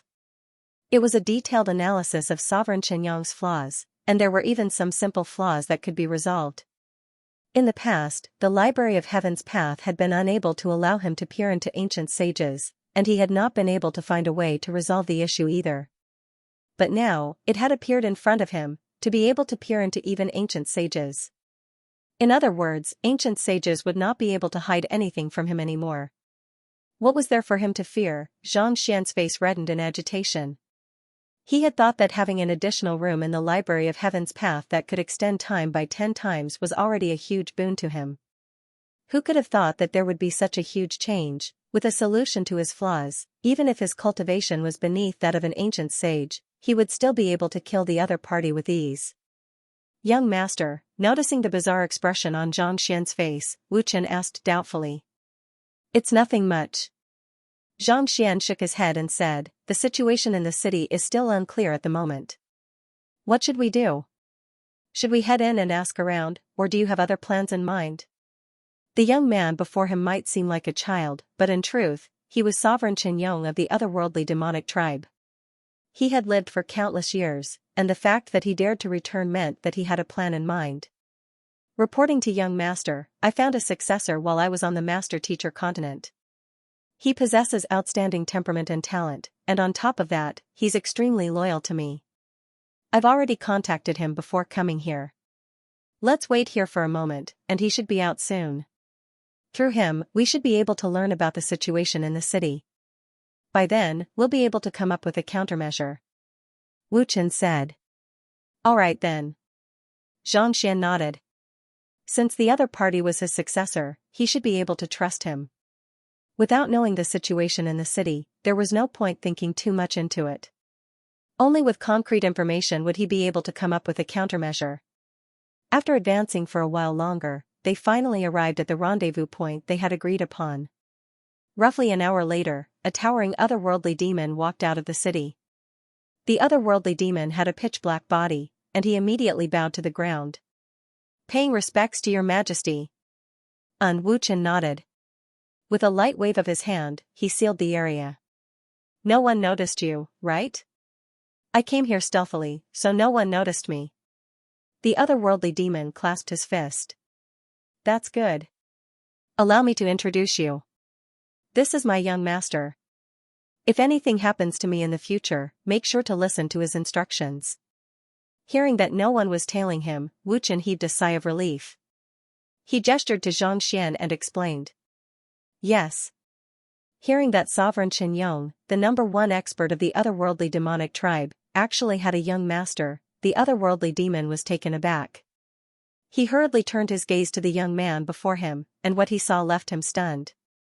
Even though he had never seen the young man's appearance before, the disposition and aura he exuded felt extremely familiar. Just as the otherworldly demon was perplexed, a voice suddenly sounded in his ears. Lu Yang. What are you doing here? Upon hearing that voice, the body of the otherworldly demon stiffened, and his body trembled uncontrollably. He hurriedly raised his head. You are, my teacher? This voice was simply too familiar to him. It had appeared in his dreams day and night, so he knew who it belonged to. That's right. How did you become an otherworldly demon? Why are you here? Xianxia frowned in bewilderment. The otherworldly demon before him had disguised himself well, and the killing intent emanating from him seemed to be pure and authentic. However, with his eye of insight, he could tell with a single glance that the other party was the student who had left the Qingyuan Empire without bidding farewell, Lu Yang. Due to the other outstanding students of his, the other party had been unable to withstand the pressure and left without bidding farewell. Xianxia had asked Xiaoya, Xingyang, and the others to send men from the Glacier Plain Court, Combat Master Hall, and even Mingshi Tang to look for him, but there had been no news at all. Who could have thought that he would be taken in as Wu Chen's student and brought to the otherworldly demonic tribe? I'll talk to teacher about this matter later. Sovereign Qianyong doesn't know of my true identity, so I'll have to ask teacher to keep it a secret for me, Lu Yang said telepathically. Xianxia nodded. He could tell what was going on, so he had only sent a telepathic message to Xianxian. You know each other? Even though the two of them were communicating telepathically with one another, Wu Chen still noticed something amiss, and a hint of doubt surfaced on his face. It's just that I think that your student possesses extraordinary talent, so I secretly asked him about some cultivation problems, Xianxian replied with a smile. Problems with cultivation? Wu Chen was taken aback for a moment, but seeing that Xianxian was unwilling to talk about it, he decided not to pursue the matter any further. Instead, he asked, what's the current situation in the city? This was what he was most concerned about at the moment. Sovereign Chen Ling and Sovereign Chen Xing returned to the city a month ago, and they announced to the world that you have been killed by the humans, and they have sustained injuries as well. Currently, your Majesty's army is under their control, and many of the powerful generals have been replaced. Even if they were to return, it would be impossible for them to follow your orders. Lu Yang said. Wu Chen's face turned livid. He did not think that the two sovereigns would really cut off all of his escape routes. Where are the generals who have been replaced? These people were all experts loyal to him. If he could find them, he might have a chance to turn the tables. After they were transferred out of the army, they were all murdered within a month. All of them are gone. Lu Yang said. Killed? Wu Chen's body swayed. He knew that this spirit emperor was ruthless, but he didn't expect him to be this ruthless. This was really cutting the weeds and pulling out the roots, not leaving him any chance at all. How are the two of them right now? Wu Chen calmed the anger in his chest and continued to ask. The two of them had been severely injured by his sneak attack. Even though their injuries were not as severe as his, their foundations had definitely been damaged. It would not be easy for them to recover. As long as he was injured, there was a chance. To put it bluntly, at their level, one's own strength was the most important thing. The so-called military and political power were all nothing. As long as he could kill these two traitors and announce his return, wouldn't his subordinates be obedient again? I'm unable to find out anything about their physical condition at the moment. Their physical condition is a top secret at the moment. Lu Yang shook his head. Wu Chen wasn't surprised. If such a secret could be found out so easily, the two of them wouldn't have put him in such a difficult position. Turning his gaze back to Xianxian, he said, you should know roughly how many ancient sages they have in their ranks, right? In order to ensure that he was still alive, Sovereign Chen Ling and Sovereign Chen Xing would surely try to win over a large number of ancient sages. This was the crux of their strength. Based on the news I have gathered, King Ji, King Huai, King Hegemon, and the other kings have been recruited into their faction, and they will listen to their commands, Lu Yang said. King Ji, King Huai, and King Hegemon? Humph. Wu Chen flung his arm. There were 14 kings under the 3 sovereigns of the otherworldly demonic tribe. King Ji, King Huai, and the others were the strongest of them all. Every single one of them had reached ancient sage, and the strongest of them had even reached blood reincarnation realm. As they were vassal kings, they usually didn't follow orders. Who could have thought that they would be colluding with Sovereign Chen Ling and Sovereign Chen Xing? 8 kings and 2 sovereigns are equivalent to 10 ancient sages. Your Majesty, you mustn't act recklessly, or else you will be in grave danger. Lu Yang said anxiously. If Sovereign Qianyong was at his peak, he might not have dared to make a move against 10 ancient sages, but in his current state, if he were to make a move against them, the one who would die would surely be Sovereign Qianyong. I know, Wu Chen replied with a deep frown on his forehead. He had returned to exact vengeance, but the other party had gathered so many ancient sages. In his current state, if he were to make a move against them, he would be walking right into the jaws of a tiger. I'm going to the Primal Lodestone Mountain, Wu Chen said after a moment of silence. Primal Lodestone Mountain? Lu Yang asked doubtfully. Since he was already here, why would he head to such a place instead of trying to seize power? The Primal Lodestone Mountain was one of the treacherous lands of the otherworldly demonic tribe. Even when Sovereign Qianyong was at his peak, he would not have dared to venture there. Indeed. The primal lodestone mountain is indeed a treacherous land, but it's also where ancient sage Xianxia cultivates.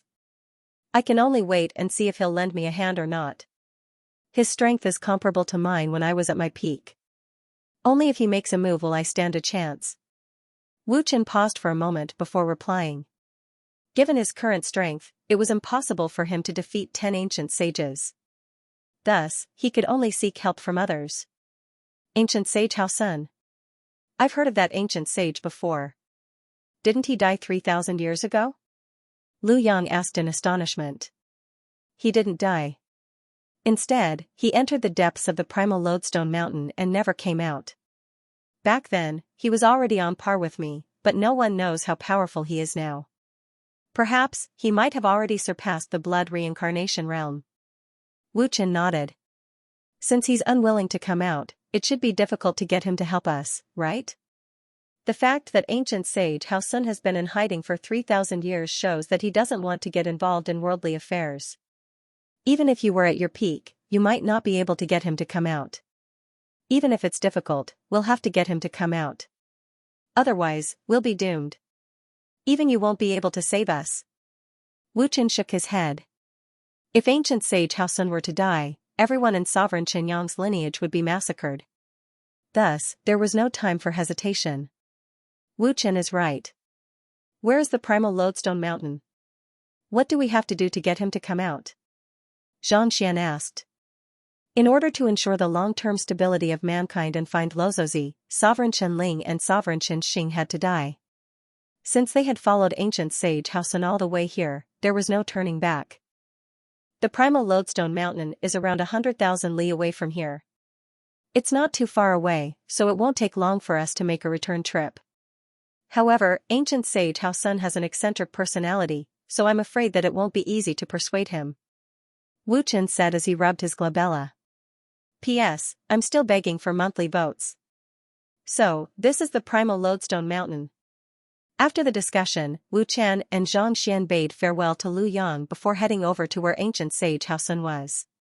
Fearing that Sovereign Chen Ling and the others would notice them, they dared not use their ability to tear space apart. However, they were not too far away from the capital, so it took them less than 2 hours to reach their destination. Rather than a mountain, it would be more accurate to call it a deep abyss. It was so dark that one could not see the end of it, and it emanated a chilling aura. Let me give it a try. Wu Chen stepped forward and levitated above the abyss. Taking a deep breath, he said, Ancient sage Xianxia, your old friend Xianyong is here to pay you a visit. His voice condensed into a thin thread that extended into the depths of the abyss. After shouting 3 times, dark clouds seemed to be churning at the bottom of the abyss. Following which, rays of 5-colored light shot up from the depths of the abyss, reminiscent of an aurora. As soon as these rays of light appeared, the duo immediately felt their flight becoming unstable. Their bodies swayed uncontrollably, and they lost control of their Xianxia, threatening to plummet from the sky at any moment. It's the power of magnetism. Xianxian's eyebrows shot up in astonishment. The power of magnetism was similar to that of magnets, but it had a destructive effect on a cultivator's Xianxia, making it impossible for them to control their Xianxia. Humph. Wu Chen's eyebrows shot up as he dropped his disguise and reverted back to his otherworldly demon form. Driving his pure Xianxia of slaughter, he finally managed to stabilize his body. However, he had not fully recovered from his injuries yet, so using his strength had left his face ghastly pale once more. Xianxia flicked his wrist, and the infernal black saber flew out. He placed it beneath his feet and stabilized his body. The power of magnetism was capable of damaging one's Xianxia, but the infernal black saber was only a weapon. It did not possess any Xianxia, so it was unaffected. The 5-colored light below began to surge once more. Following which, a black-robed figure could be seen standing on top of the light, slowly rising into the air. Ancient sage Xianxia. Sovereign Qianyong clasped his fist. Xianxia turned to look at the black-robed figure. The black-robed young man before Xianxia was dressed in a black robe. Only his eyes were crimson, giving him an eerie feeling.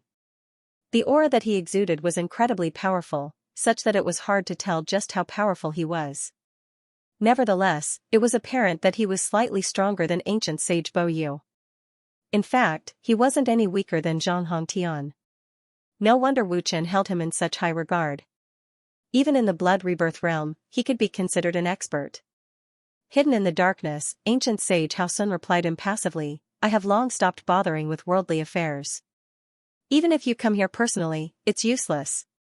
Sovereign Chen Yong bowed deeply and said, You've seen the current situation. Brother Bo Ji, I hope that you can lend me a hand. He was heavily injured, and his life force could be depleted at any moment. As long as one was a cultivator, they would be able to tell.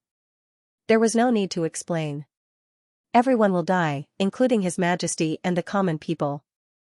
I am satisfied that you can see me once before you die.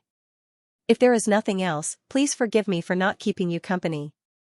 Ancient sage Hao Sun replied with a cold look on his face. The five-colored light beneath his feet flickered incessantly, and it seemed like he was about to vanish into the darkness once more. Not expecting Zhang Xian to be so cold and emotionless, Sovereign Chen Yong exclaimed anxiously, I was harmed by someone, and my life is hanging by a thread. All I ask of you is that I can kill my enemy with my bare hands. I need your help. Who the hell would come and see you before they die? Our friendship isn't that deep yet. I don't care about power anymore, so I don't want to get involved with it. Shaking his head, ancient sage Hao Sun waved his hand, and the five-colored light shrouded the entire abyss. Then, he disappeared into the darkness. Please wait a moment. Just as ancient sage Hao Xian was about to vanish completely, Zhang Xian suddenly tapped his finger forward with a frown. The five-colored light in the air was immediately pulled into his hand. The magnetic force that had made it difficult for him to drive his Xianxia suddenly changed direction and surged toward the black figure. Voila! Under the pressure of the magnetic force, ancient sage Hao Sun suddenly fell out of the darkness. It was as if the five-colored light in the surroundings was rejecting him. Who are you? How are you able to control the magnetic force? Ancient sage Hao Sun frowned in disbelief.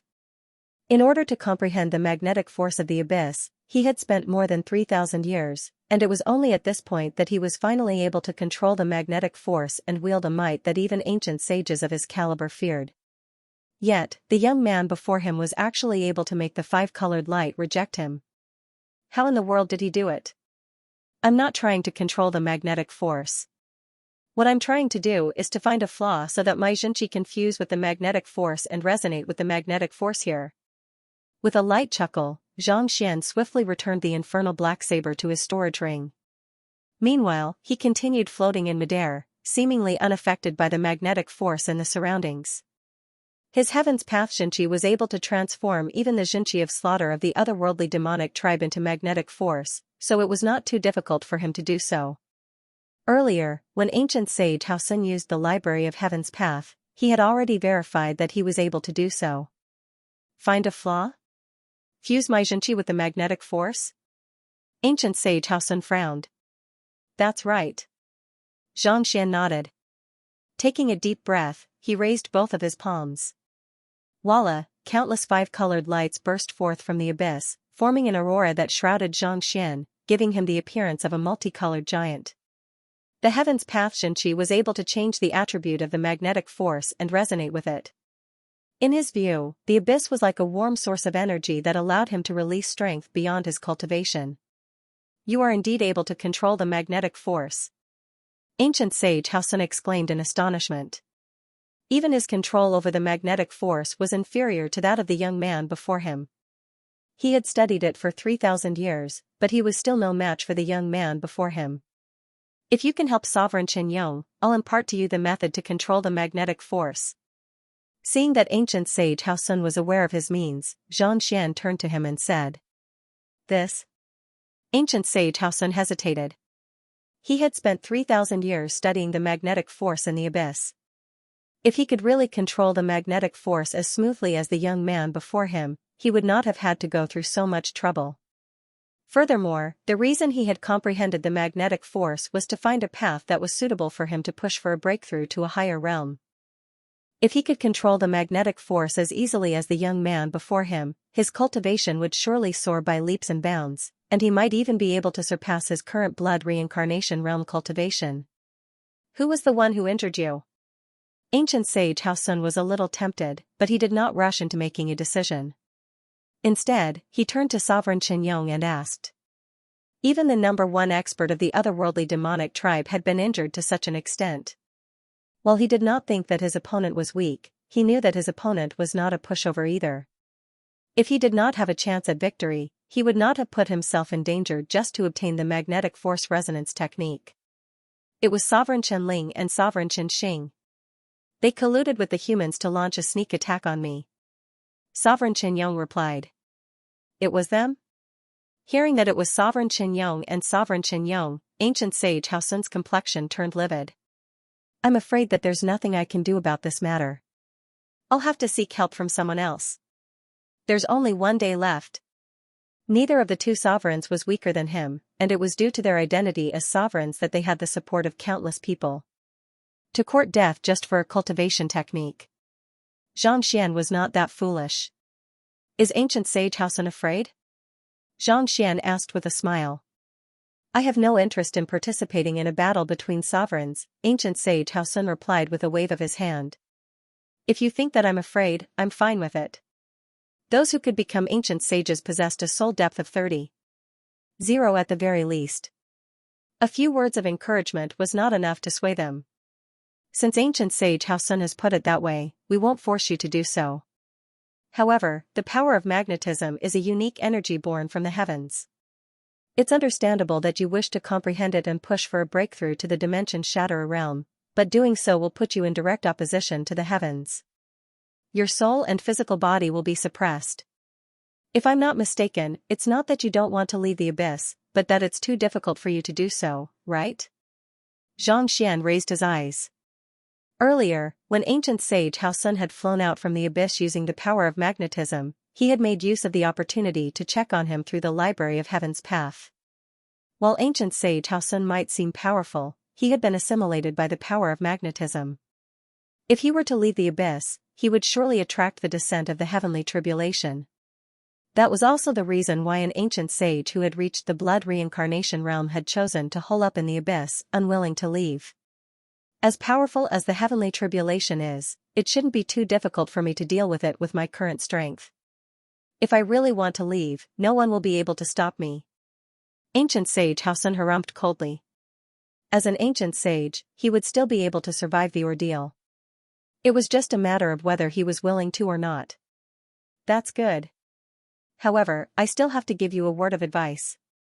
While the power of magnetism is great, it's best not to fuse it with your bloodline, or else you'll be in deep trouble. Xianxia shook his head. Turning to Sovereign Qianyong, he said, Let's go. Go? Sovereign Qianyong was taken aback. The reason he had come here was to win ancient sage Hao Sun over to his side, but he had only spoken a few words to him. If he were to leave without the other two, he would be courting death. While Xianxia was still perplexed, he saw that Xianxia had already flown into the distance. After a moment of hesitation, he quickly caught up to Xianxia. He had entered the White Creek Mountain with Xianxia before, and he knew that the latter possessed extraordinary capabilities.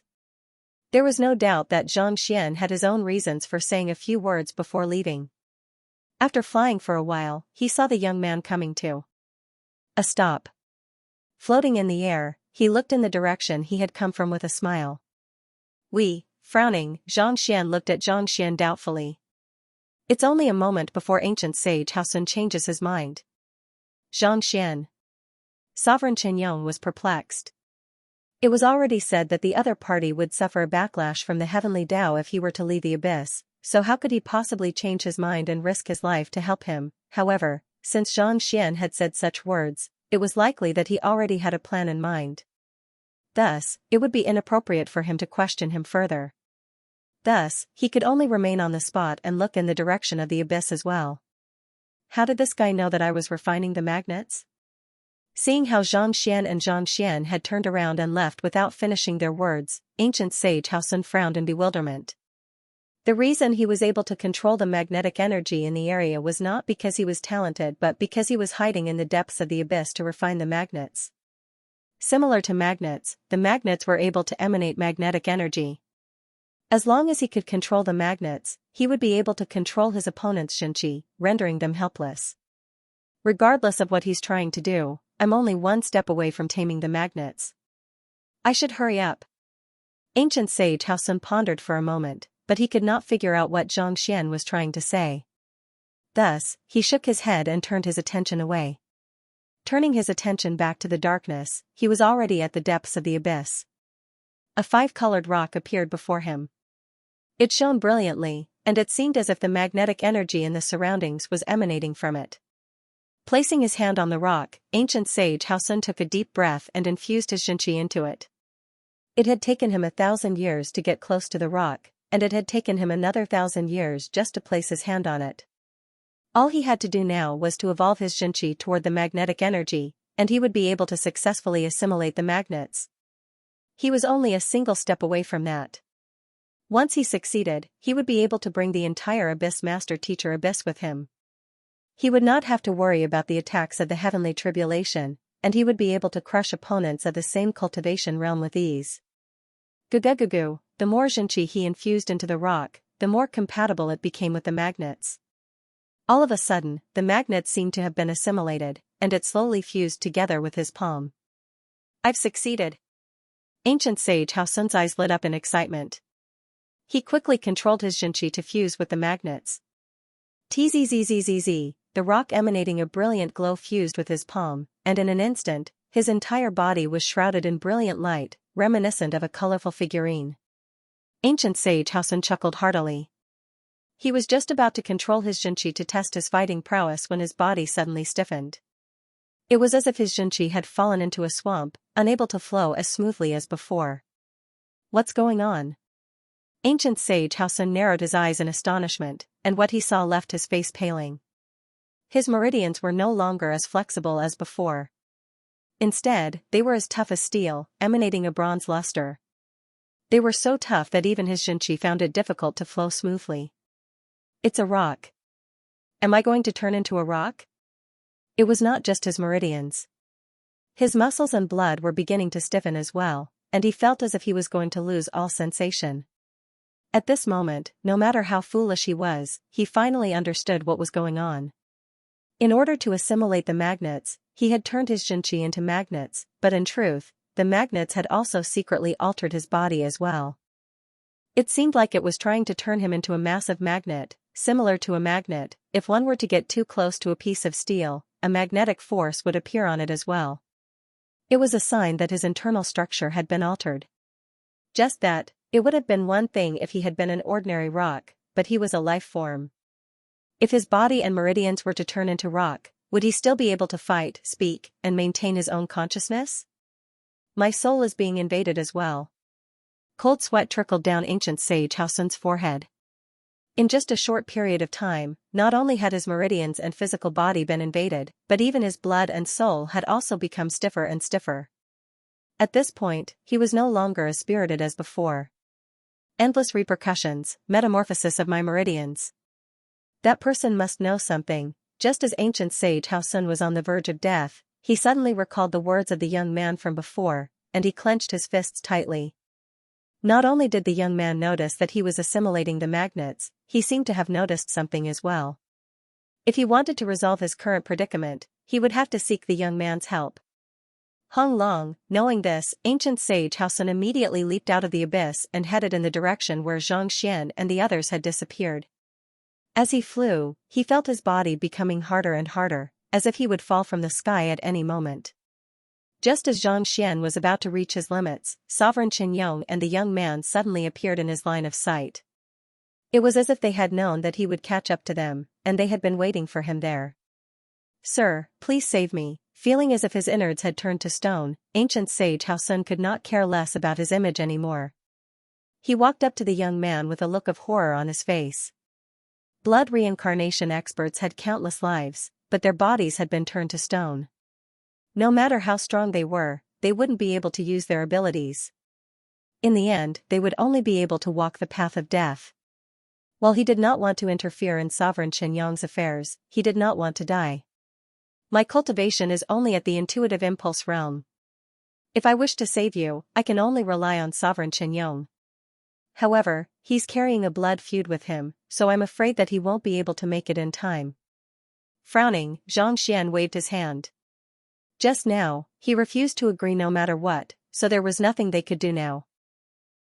Not expecting that he would end up shooting himself in the foot so soon, ancient sage Xianxia's face reddened before paling.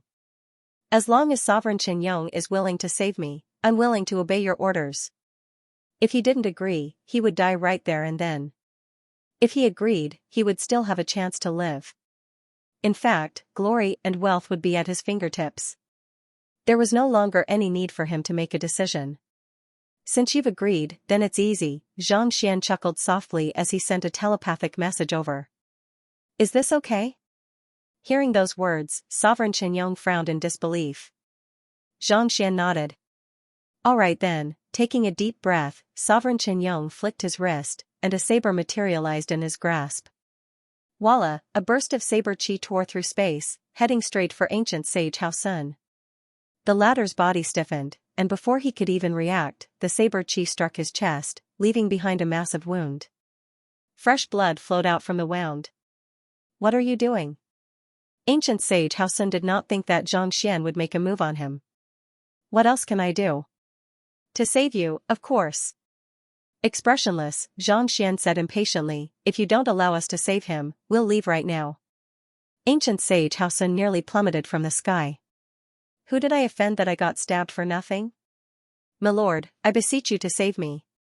Even though Xianxia was feeling stifled, he dared not say anything else. That's more like it. Nodding, Xianxia walked up to Xianxia and tapped his finger on it. As soon as the blood came into contact with his fingertips, it once again released a five-colored light, as if something was being extracted from the other party's body. The light grew brighter and brighter, swirling and converging at Xianxia's fingertip. Soon, it took the shape of a stone. It was the lodestone that ancient sage Xianxia had assimilated earlier. As the five-colored light in his body decreased, he felt his stiff body regain its senses.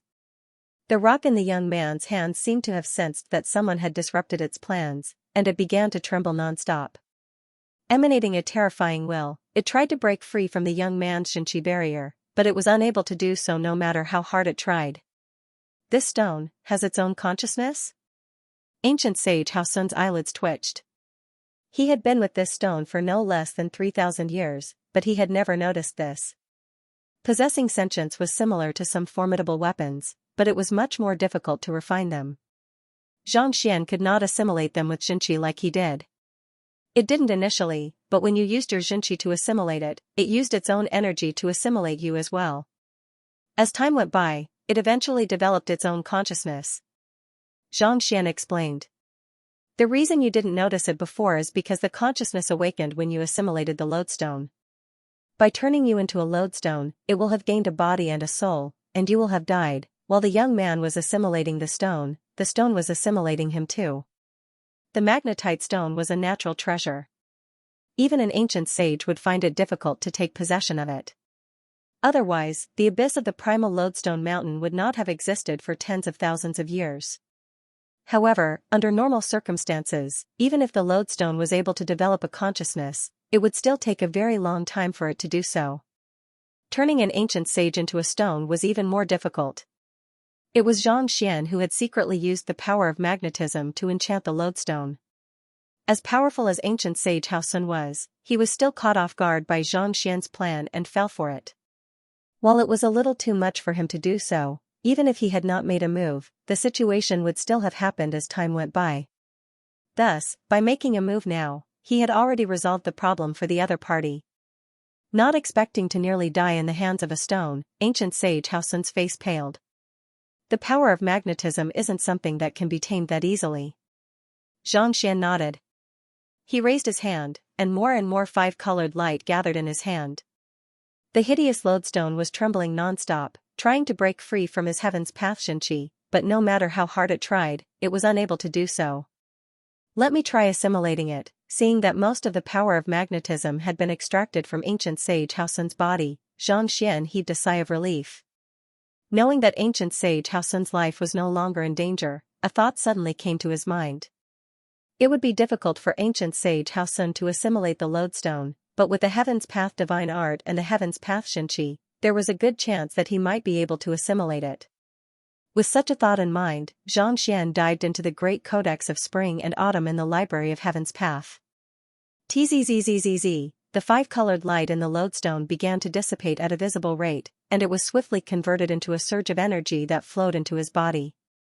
While he was cultivating in the great codex of spring and autumn, he was able to cultivate at a rate that was 10 times faster than normal. Outside, Sovereign Xianxia and ancient sage Haosun could only see the brilliant light shrouding the lodestone, but they were unable to see what was happening. Could it be that the lodestone is trying to devour him? Ancient sage Haosun's eyebrows shot up. It was just a moment ago that the lodestone had nearly caused him to lose his life. Could it be that the lodestone was intending to deal with him out of humiliation? If that was the case, there was no way they could save him. I'm not too sure either. However, since he's able to resolve the power of magnetism in your body, he should be able to resolve the current situation as well, Sovereign Xianxia said with a frown. Eventually, he nodded in agreement. I'm not too sure either. Considering how the young man was able to earn the respect of the spirit god, it went without saying that he possessed extraordinary capabilities. Is he your new disciple? Hearing Sovereign Xianxia's words, ancient sage Haosun heaved a sigh of relief. He had known Sovereign Xianxia for a long time, but he had never met the other party before. Could it be that the other party had accepted a new disciple because he felt that his time was running out, but how could he make the decision for his new disciple? Furthermore, judging from the conversation between the two of them, it seemed like the young man was of a higher standing than Sovereign Xianxia. Disciple? Brother Hao, you're flattering me. This young man is my young master. Sovereign Xianxia said. Young master? Ancient sage Haosun was getting more and more perplexed. Sovereign Xianxia's grandfather was the vicious man who had fought with Kongshi many years ago.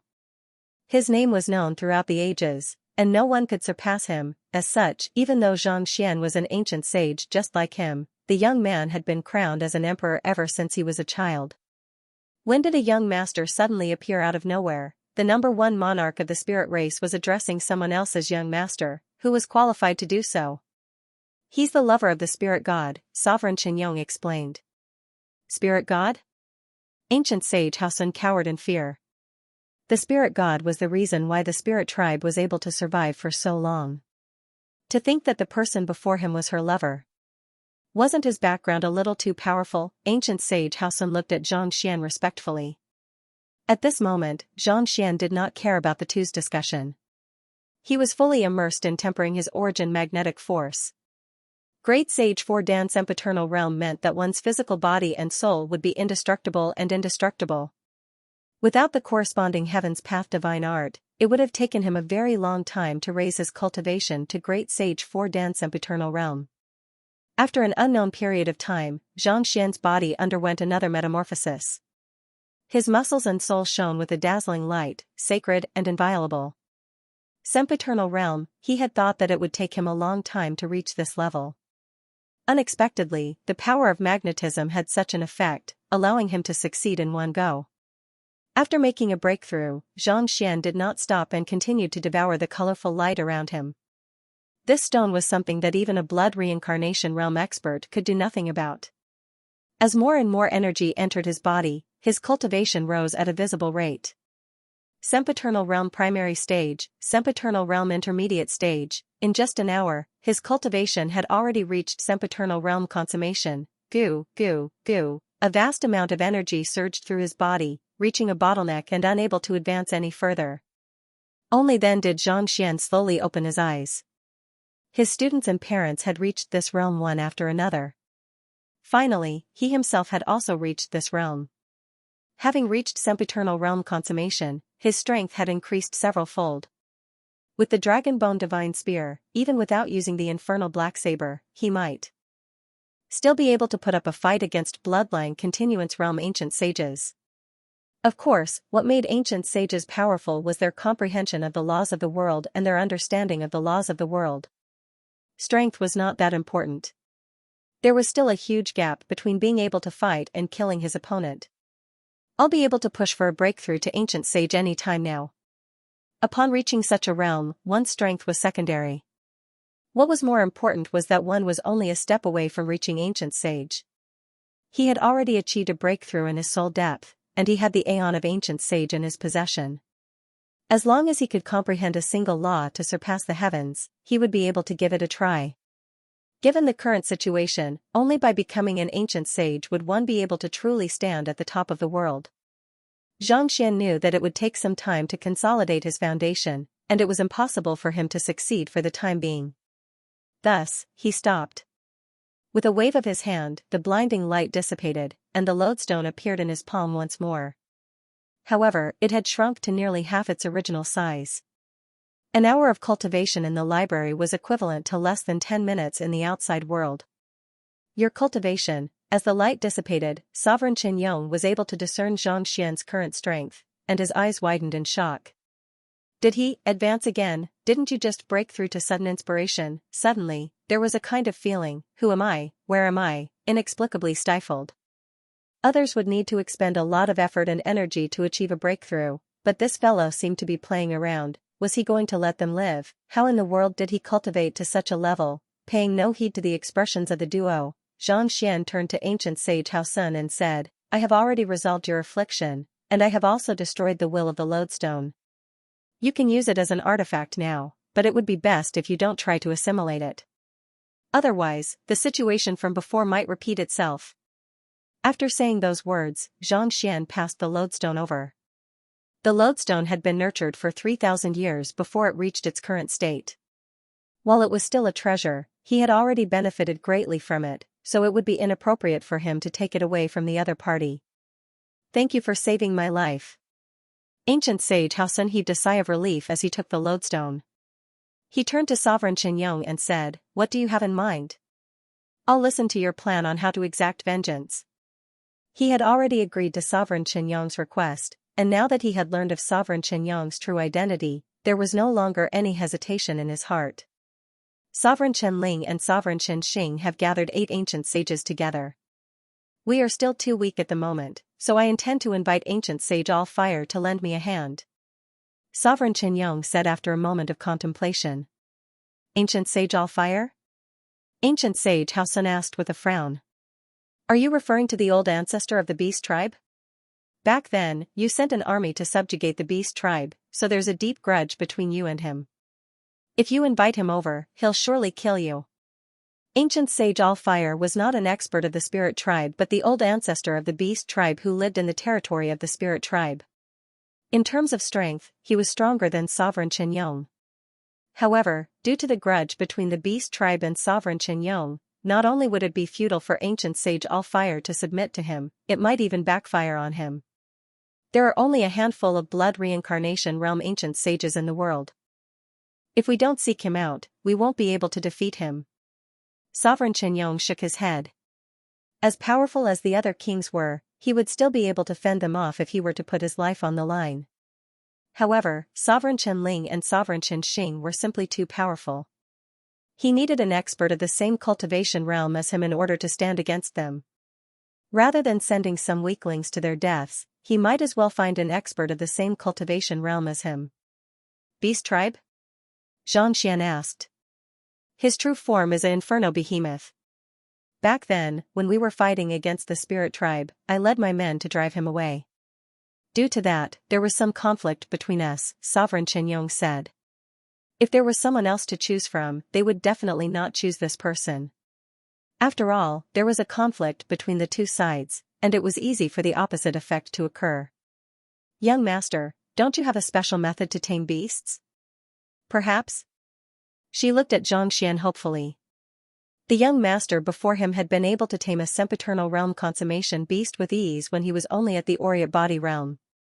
While ancient sage All Fire was powerful and difficult to tame, as long as he could maintain a good relationship with the other party, there was a good chance that he would succeed.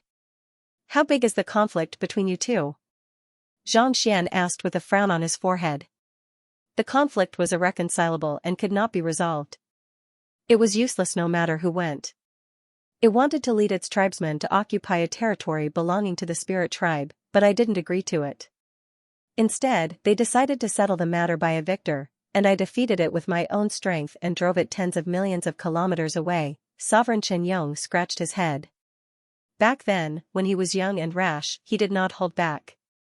Not only did he chase it away, he even severely injured it, tens of millions of kilometers away? Relocate the entire tribe? As soon as Sovereign Xianxia said those words, he knew that there was no way he could resolve this conflict. Thus, he shook his head helplessly and said, "I'm afraid that there's nothing I can do about such a grudge." Hearing that even he was helpless against the matter, Sovereign Xianxia hesitated for a moment before gritting his teeth. "If it comes down to it, I'll go over and beg for forgiveness. I'll allow you to do as you please."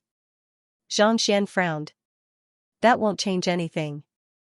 If a saint beast holds a grudge, it won't be resolved just by apologizing." As a beast tamer, he knew that such a grudge was not something that could be resolved with just a simple apology. If he had not been attacked, with his invincible strength and identity as the #1 otherworldly demon, there was no doubt that the other party would have agreed to his request. However, given the current circumstances, it was already a blessing that they did not make use of this opportunity to make trouble for Xianxia. What do we do then? Sovereign Qianyong also understood this as well, but he still harbored a sliver of hope in his heart. "There's no other way. Unless," Xianxia said grimly. "Unless we can find the blood essence of an expert from the dragon tribe." Sovereign Qianyong and Ancient Sage Haosun glanced at one another in astonishment. Ancient Sage Allfire has nothing to do with the dragon tribe, even though the dragon tribe was the king of all beasts. Ancient Sage Allfire's main body had nothing to do with the dragon tribe at all. So what if he had the dragon bloodline? The two were not related at all. The dragon tribe had the ability to suppress those with a purer bloodline. It was possible for those with a purer bloodline to suppress those with a weaker bloodline and force them to submit to them. However, if they were not of the same race, it would not work at all. "The reason why I want the blood essence of the dragon tribe is not to suppress it but to undo the seal on the dragon bone divine spear," Xianxia said. In order to tame a saint beast with his beast pummeling taming method, he had to be stronger than the other party. Even though he had been making rapid progress over the past few days, reaching sempiternal realm consummation, he was still far from matching up to a blood reincarnation realm ancient sage. Unless he could undo the seal on the dragon bone divine spear. There were two ways to undo the seal on the dragon bone divine spear. First, he had to reach ancient sage realm and nourish it with his ancient sage Xianxia. Second, he had to find a pure blood essence to allow the skeletal dragon to form a physical body. First, it would be difficult for him to do so within a short period of time. Even though he was just a step away from reaching that level, he had not been able to find a way to do it yet. Second, as long as the skeletal dragon formed a physical body, he would be able to undo the seal left behind by ancient sage Ranqiu and regain the strength of an ancient sage artifact. At that time, he would be able to defeat ancient sage Allfire and make him submit to him. Even though Vicious had already reached the pinnacle of the blood reincarnation realm after assimilating his arm, he would still have to rely on his own strength in order to tame a saint beast. It would be difficult for him to convince it to submit to him. Just like the spirit god, the pure-blooded dragon tribe is considered a member of the god tribe. The dimension that the master teacher continent is located in won't be able to withstand it, Xianxia said.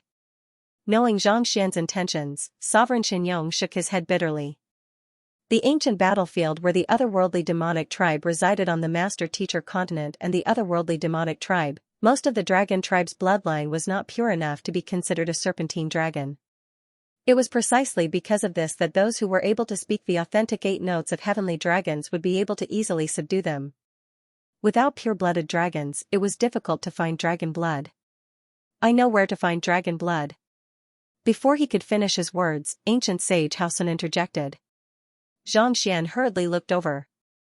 "What you need isn't the true dragon bloodline. You should be able to unseal the dragon bloodline from the ancient sage realm, right?" Ancient sage Haosun asked. It was impossible for there to be any true dragon bloodline on the Forsaken Continent. However, it was still possible to find the blood of ancient sage experts. Xianxia nodded in agreement. Ancient sages were the strongest experts on the Forsaken Continent. With the blood of ancient sage experts, it should be possible to undo the seal easily. "If it's just the ancient sage dragon bloodline, I know where to find it," ancient sage Haosun said. "Are you referring to?" Sovereign Qianyong's complexion darkened upon hearing those words. "Indeed, that's the place." Ancient sage Haosun nodded. Back then, Sovereign Ling's grandfather, Sovereign Ing, once slew an ancient sage black dragon and placed its blood essence into the blood pool in his sleeping chamber. Not only so, he even borrowed the blood essence of several dozen ancient sages to nourish it, hoping that he would be able to give birth to a black dragon and tame it as his tamed beast. However, for some reason, he never succeeded. After His Majesty passed away, the blood pool of heavenly dragons was sealed, and no one has been able to enter since. Most likely, the blood essence should still be there. The dragon bloodline was extremely attractive to all living beings. If they could tame a black dragon as their tamed beast, their fighting prowess would be greatly enhanced. Sovereign Qianling's grandfather, Sovereign Ing, who was a contemporary of Vicious, was obsessed with the idea of taming a black dragon. He spent a great deal of effort to find a black dragon with the serpent dragon bloodline and slain it. After that, he spent a great deal of manpower and wealth in hopes of giving birth to a new saint beast of the dragon bloodline. However, it was a pity that something went wrong, resulting in his eventual failure. Those are just rumors. It's hard to say whether they are true or not, Sovereign Qianyong frowned. There were records of this matter in the history of the spirit tribe, but that was several dozen thousand years ago. It was hard to say whether it was true or not, so how could he take it seriously? It's likely to be true. Before coming to the primal lodestone mountain, I visited Sovereign Qianling's palace and requested for the dragon scale grass. Dragon scale grass can only grow in the environment of the dragon tribe. Even though Sovereign Qianling's palace is devoid of any dragon tribe experts, it's still able to grow well. Sovereign Qianyong nodded. The dragon scale grass was a unique medicinal herb that was nourished by the aura of dragons. It had the ability to strengthen one's body and strengthen one's bloodline. It was particularly effective on saint beasts, and it was extremely valuable. Back then, he had searched many places for it, but he was unable to find it. In the end, he found it in Sovereign Qianling's palace, and that had left him with some doubts. The place you are talking about is in Sovereign Qianling's palace? After hearing the conversation between the two of them, Xianxia came to a realization and turned to Xianxia doubtfully. That's right. Ancient sage Haosun nodded. Xianxia fell silent as a deep frown appeared on his forehead. Young master, Sovereign Qianling has suffered greatly, so his defenses are bound to be tight. His palace is of the utmost importance, so it's nigh impossible to infiltrate it. Seeing that Xianxia was tempted, Sovereign Qianyong hurriedly explained. It's indeed difficult, but that doesn't mean that there's no chance at all. Xianxia said as he stroked his lower jaw with his left hand. But, how about this? You should look for the other ancient sages and see if you can recruit more of them. I'll head to Sovereign Qianling's palace right now. Don't worry, with my disguise, even if I can't find the blood lake you speak of, it shouldn't be too difficult for me to escape. Xianxia said. The most dangerous place at the moment was the otherworldly demonic tribe's capital. With his current strength, it would be best for him not to take the risk.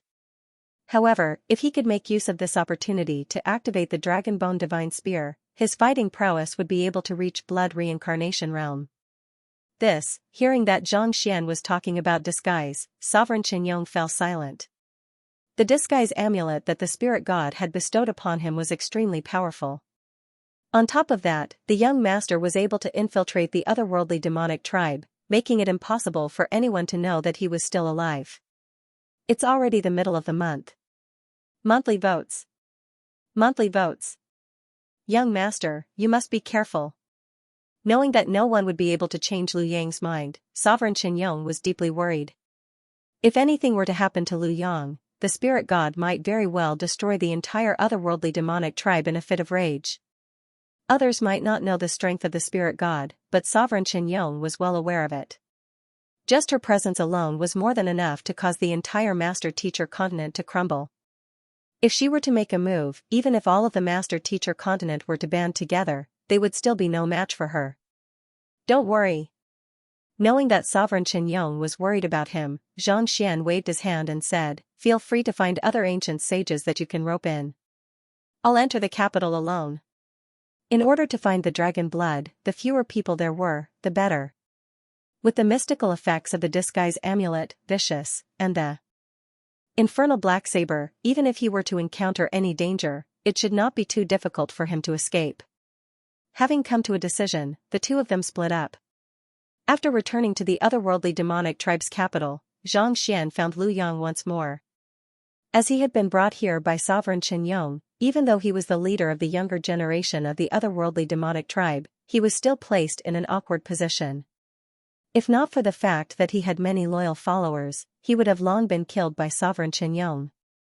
What happened? Sitting in a secluded chamber, Xianxia sealed off the surroundings. He could no longer suppress the doubts in his heart.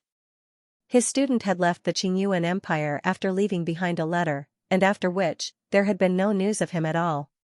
He had thought that he might have met with some mishap or fallen into some dangerous place, but who could have thought that he would actually obtain Sovereign Qinyong's heritage, under the tutelage of the #1 otherworldly demon emperor. Lu Yang's cultivation had actually reached sempiternal realm consummation, making him on par with Xianxia. Instead of answering his teacher's question, Lu Yang kneeled onto the floor and said, "I have left without bidding you farewell, causing you to worry. I deserve to die." On the master-teacher continent, he was deeply indebted to his teacher. Yet, as his student, he actually turned around and left. That was a huge disrespect. "It's good that you're fine," Xianxia said with a wave of his hand. Back then, even though the other party was in the wrong, it was understandable. Xingyang had become the progeny of combat, granting him a bright future ahead of him. Xiaoya had become the young court chief of the Glacier Plain court. Wang Ying, Yuan Tao, Wei Ruyan, and Lu Chong. Every single one of them had found their own path. On the other hand, he almost got himself punished by Mingshi Tang. One could imagine the pressure in his heart. "Thank you for your magnanimity, teacher." Seeing that his teacher had no intention of blaming him, Lu Yang felt deeply moved. Without standing up, he recounted everything that had happened. "Back when I left Qingyuan City, I felt that I was nothing more than trash compared to my seniors and juniors. My heart was filled with despair, and due to my carelessness, I accidentally stumbled into the lair of a saint beast and nearly got myself killed. While driving the cultivation technique that my teacher had imparted to me in reverse, I ended up releasing the Xianxia of slaughter comparable to that of the otherworldly demonic tribe." Reverse the circulation of the cultivation technique? Xianxia was taken aback. "Yes." Lu Yang replied. He drove his Xianxia, and Xianxia immediately felt a surge of concentrated Xianxia of slaughter pressing down on him, reminiscent of an otherworldly demon emperor. The purity of the Xianxia of slaughter was on par with that of Sovereign Qinyong. A simplified version of the Heaven's Path divine art actually has such an effect? Xianxia's eyes lit up in excitement. All along, he had thought that the ability to mimic the Xianxia of slaughter of the otherworldly demonic tribe was a unique ability of the Heaven's Path Xianxia, but who could have thought that the simplified version of the Heaven's Path divine art would actually have such an effect when driven in reverse? Of course, this could also be attributed to the individual. Xingyang, Xiaoya, and the others had also cultivated the same cultivation technique, but they had not encountered such an opportunity. "I reversed the Heaven's Path divine art and managed to kill the saint beast, but I sustained severe injuries in the process. Due to the overwhelming concentration of the Xianxia of slaughter, Sovereign Qinyong noticed my talent and ability, and he wanted to impart his heritage to me." Lu Yang recalled. "Teacher's wish is to eradicate the otherworldly demonic tribe, and if I could infiltrate their ranks, I might be able to help teacher. Thus, I agreed to it." Xianxia frowned. The cultivation technique that Lu Yang cultivated was the simplified version of the Heaven's Path divine art that he had imparted to Xianxia. As such, his constitution had already been enhanced, making him one of the more talented cultivators on the master-teacher continent.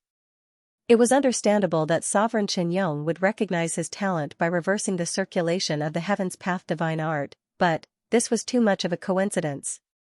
Was the #1 otherworldly demon emperor of the master-teacher continent really not suspicious at all when he found a genius otherworldly demon on the master-teacher continent?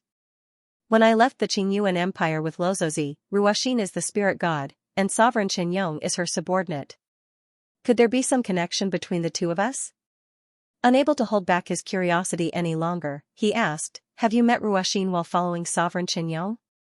In other words, Hongyuan Master-Teacher Academy's Luo Lasher?" Back when Lozozi was a teacher at the Hongyuan Master-Teacher Academy, she had met Lu Yang, Wang Ying, and the others. If the two of them were to meet, they would surely recognize each other. I've never met Luo Laosher before. Lu Yang shook his head. Xianxia frowned. Could he have guessed wrongly? If that wasn't the case, wasn't his luck a little too good to have met Sovereign Qianyong under such circumstances? Then, have you heard of the spirit god? Xianxia asked once more. There's no one in the otherworldly demonic tribe who doesn't know of the spirit god. Lu Yang chuckled. She's the faith of the otherworldly demonic tribe. Even the three sovereigns dare not act recklessly before her. It's said that the reason Sovereign Qianyong was able to find me was due to the guidance of the spirit god. However, I've only heard rumors about the spirit god, so I'm not qualified to meet her. The guidance of the spirit god? Xianxia chuckled. It seemed like his guess was spot on. There was a reason why Sovereign Qianyong was able to accept his student as his successor, and Lozozi played a significant role in it. However, the other party had met Lu Yang and knew that he was a human, so why would she allow him to infiltrate the otherworldly demonic tribe? The more Xianxia thought about it, the more perplexed he became. After coming here, I realized that I was able to absorb the energy of the Crimson Moon after reversing my cultivation technique, allowing me to advance swiftly. Sovereign Qianyong also treated me well. He even hosted a ritual to raise my cultivation. As a result, in just a few short months, I managed to overcome the bottleneck of Great Sage and reach my current cultivation realm. Having been cleansed by the simplified Heaven's Path Xinchi, Lu Yang's aptitude had always been exceptional. On top of that, he had Lozozi taking care of him in secret, as well as the grooming of the #1 otherworldly demonic emperor, so it was hard for him not to grow stronger. That's why I was able to rise above the rest of the younger generation and make quite a name for myself in the capital. Eventually, Sovereign Qianyong had to leave due to an urgent matter, and Sovereign Qianling and Sovereign Qinxing returned, saying that he had been killed by Mingshi Tang. Lu Yang swiftly explained the current situation he was in. He had been brought here by Sovereign Qianyong, and he had accepted the latter's heritage as well. If not for his reputation and wariness, he might have already died a horrible death just like the others. Even so, he did not dare to step out of his room at the moment, fearing that he might fall into the other party's trap. Of course, it could also be due to his lack of authority at the moment that Sovereign Qianling and Sovereign Qinxing could not be bothered with him. If they had been in control of the army, they would have been dead by now. P.S. I would like to recommend a good book to all of you, so, I'm not an ordinary person. Make sure to check it out. Sovereign Qianling and Sovereign Qinxing have no choice but to stake everything on this. You are indeed in a precarious situation, but if you escape now, you will be labeled as a traitor, and you will never be able to return. Xianxia pondered for a moment, but he was unable to think of a better solution. Thus, he flicked his wrist and said, "This is the blood essence left behind by a blood reincarnation realm ancient sage. Assimilate it as soon as possible. If there's any danger, it'll be no different from saving your life." Lu Yang took the blood essence from Xianxia in agitation. Without any hesitation, he swallowed it. The energy within the blood essence immediately surged through his body. Rising to his feet, Xianxia infused his Xinchi into the blood essence. An hour later, he had successfully assimilated the blood essence. After assimilating the blood essence, Lu Yang's Xinchi slowly flowed through his body, and his strength grew stronger. However, he was still a distance away from achieving a breakthrough to Ancient Sage. This is a space that I have sealed. It harnesses the Aeon of Ancient Sage, and it can help you push for a breakthrough to Ancient Sage. This is a cultivation technique that can raise one's soul depth. I'll impart it to you as well. Try your best to push for a breakthrough to Ancient Sage as soon as possible. Xianxia took out another painting. The otherworldly demonic tribe was in a precarious situation, so it was best for him to reach Ancient Sage first. Lu Yang had disguised himself as an otherworldly demon, and even Sovereign Qianyong had failed to see through his disguise. This was indeed a great opportunity for him. Perhaps, he might be able to advance further on this path. If he could gain sufficient standing amid the internal strife of the otherworldly demonic tribe, he might even be able to gain control over the uncontrollable otherworldly demonic tribe. Thank you, teacher. Lu Yang was deeply moved. Even though he had only been in the otherworldly demonic tribe for a few months, he had already weathered countless trials and tribulations. He was no longer the arrogant and headstrong young man he had once been. His teacher might have taken out a painting casually, but it was actually an invaluable treasure. If word were to spread, countless cultivators would fight over it. Even ancient sages would not be an exception. Not only did his teacher not blame him for having such an unfilial disciple, he even bestowed such a precious gift upon him. In that instant, he felt so ashamed that he could not even speak. Everyone has their own opportunities, so there's no need for you to envy others. Doing so will only limit your state of mind, making it hard for you to make any progress. Eventually, your horizons will become narrower and narrower, and you'll end up just like everyone else. Knowing what he was thinking, Xianxia explained. His voice penetrated deep into Xianxia's soul. No matter if it was a cultivator or an ordinary person, all of them had to maintain a calm state of mind. Envy, jealousy, resentment. These thoughts would only cause one's mind to be unable to calm down, and one would ultimately become a puppet of one's emotions. Lu Yang didn't stand out among the other disciples, and adding on the fact that he had gotten himself into trouble, it was inevitable that he would feel a bit inferior. Therefore, he gritted his teeth and left, hoping that he would be able to carve out a place for himself, as well as for Xingyang, Xiaoya, and the others. This kind of emotion was good for tempering oneself. It could make one more tenacious and indomitable, but it was also very easy for one to walk into a dead end and look at things from an incomplete perspective. Previously, when he was by her side, he didn't pay much attention to such details. Now that he was explaining it, he could also remind the other party not to blame him for going astray. Yes. Lu Yang's expression was stern. If you want to become a true expert, you must be broad-minded. The reason why Congsure is invincible in the world and no one can surpass him is not because he is talented, but because he cares about the world, cares about the common people, and teaches without discrimination. There's no one in the world who is as broad-minded as him. That's also the reason why he's able to surpass the past and become the #1 expert in history.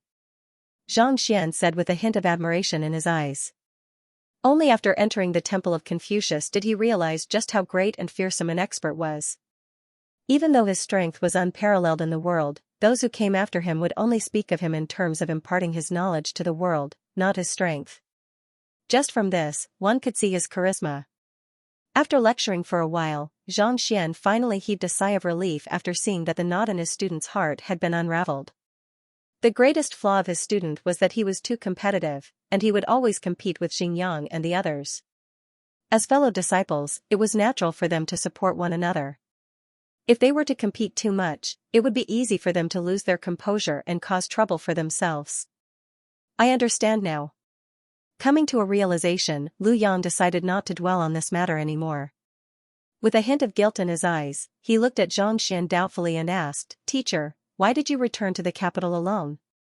"I intend to head to Sovereign Qianling's palace to look for dragon blood," Xianxia replied without hiding anything from his student. "Sovereign Qianling's palace?" Lu Yang frowned. "Teacher, even though I haven't been there before, I know that it's heavily guarded. It's impossible for outsiders to enter." "I know, but there's a reason why I have to enter." Xianxia nodded. The reason he had come to the otherworldly demonic tribe was not to exact vengeance for Sovereign Qianyong but to contact the spirit god and find Lozozi. In order to do so, he would have to possess sufficient strength. The Dragon Bone Divine Spear was definitely the fastest way to raise his fighting prowess. Seeing his teacher's attitude, Lu Yang knew that he had to enter the palace no matter what. Thus, he stood up with a deep frown on his forehead. Sovereign Qianling's palace has a total of 13 layers of defense. Even a soul oracle won't be able to enter. Even an ancient sage might not be able to succeed if we barge in forcefully. More importantly, we don't even know where the dragon blood is. If we barge in forcefully, it'll be difficult for us to find it again.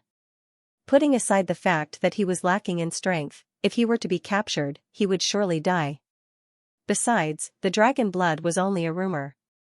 If he barged in forcefully without knowing where it was, he could very well make a mistake. I have to find a way to sneak in first. Xianxia had pondered over this matter many times, and he had already come up with a plan in mind. Only by sneaking into Sovereign Qianling's palace will I be able to find an opportunity.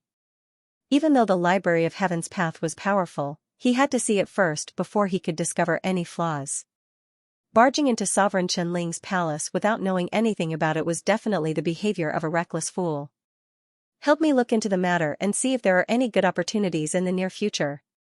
For example, did he find a physician to treat his injuries from Sovereign Qianyong?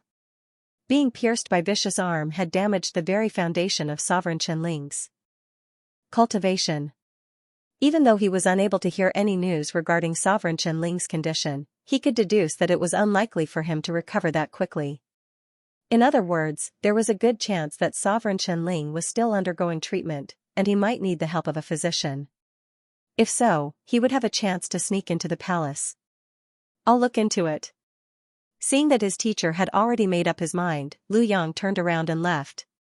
Having spent several months in the otherworldly demonic tribe, and being the most favored successor of Sovereign Qianyong, he already had his own intelligence network. In less than 2 hours, he returned.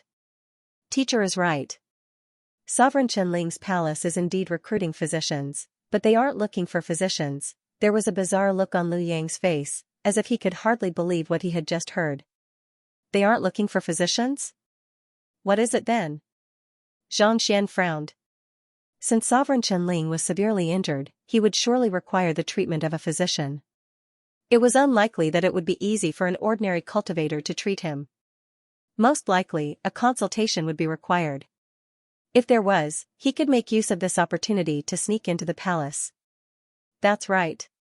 Lu Yang paused for a moment before continuing. They are recruiting appraisers. I'm currently on par with Sovereign Qianling, and I'll be overtaken at any moment. Please support me. Thank you. Appraiser? Xianxia's eyebrows shot up in astonishment. Recruiting physicians, poison masters, and even those with unique abilities was understandable, but appraisers?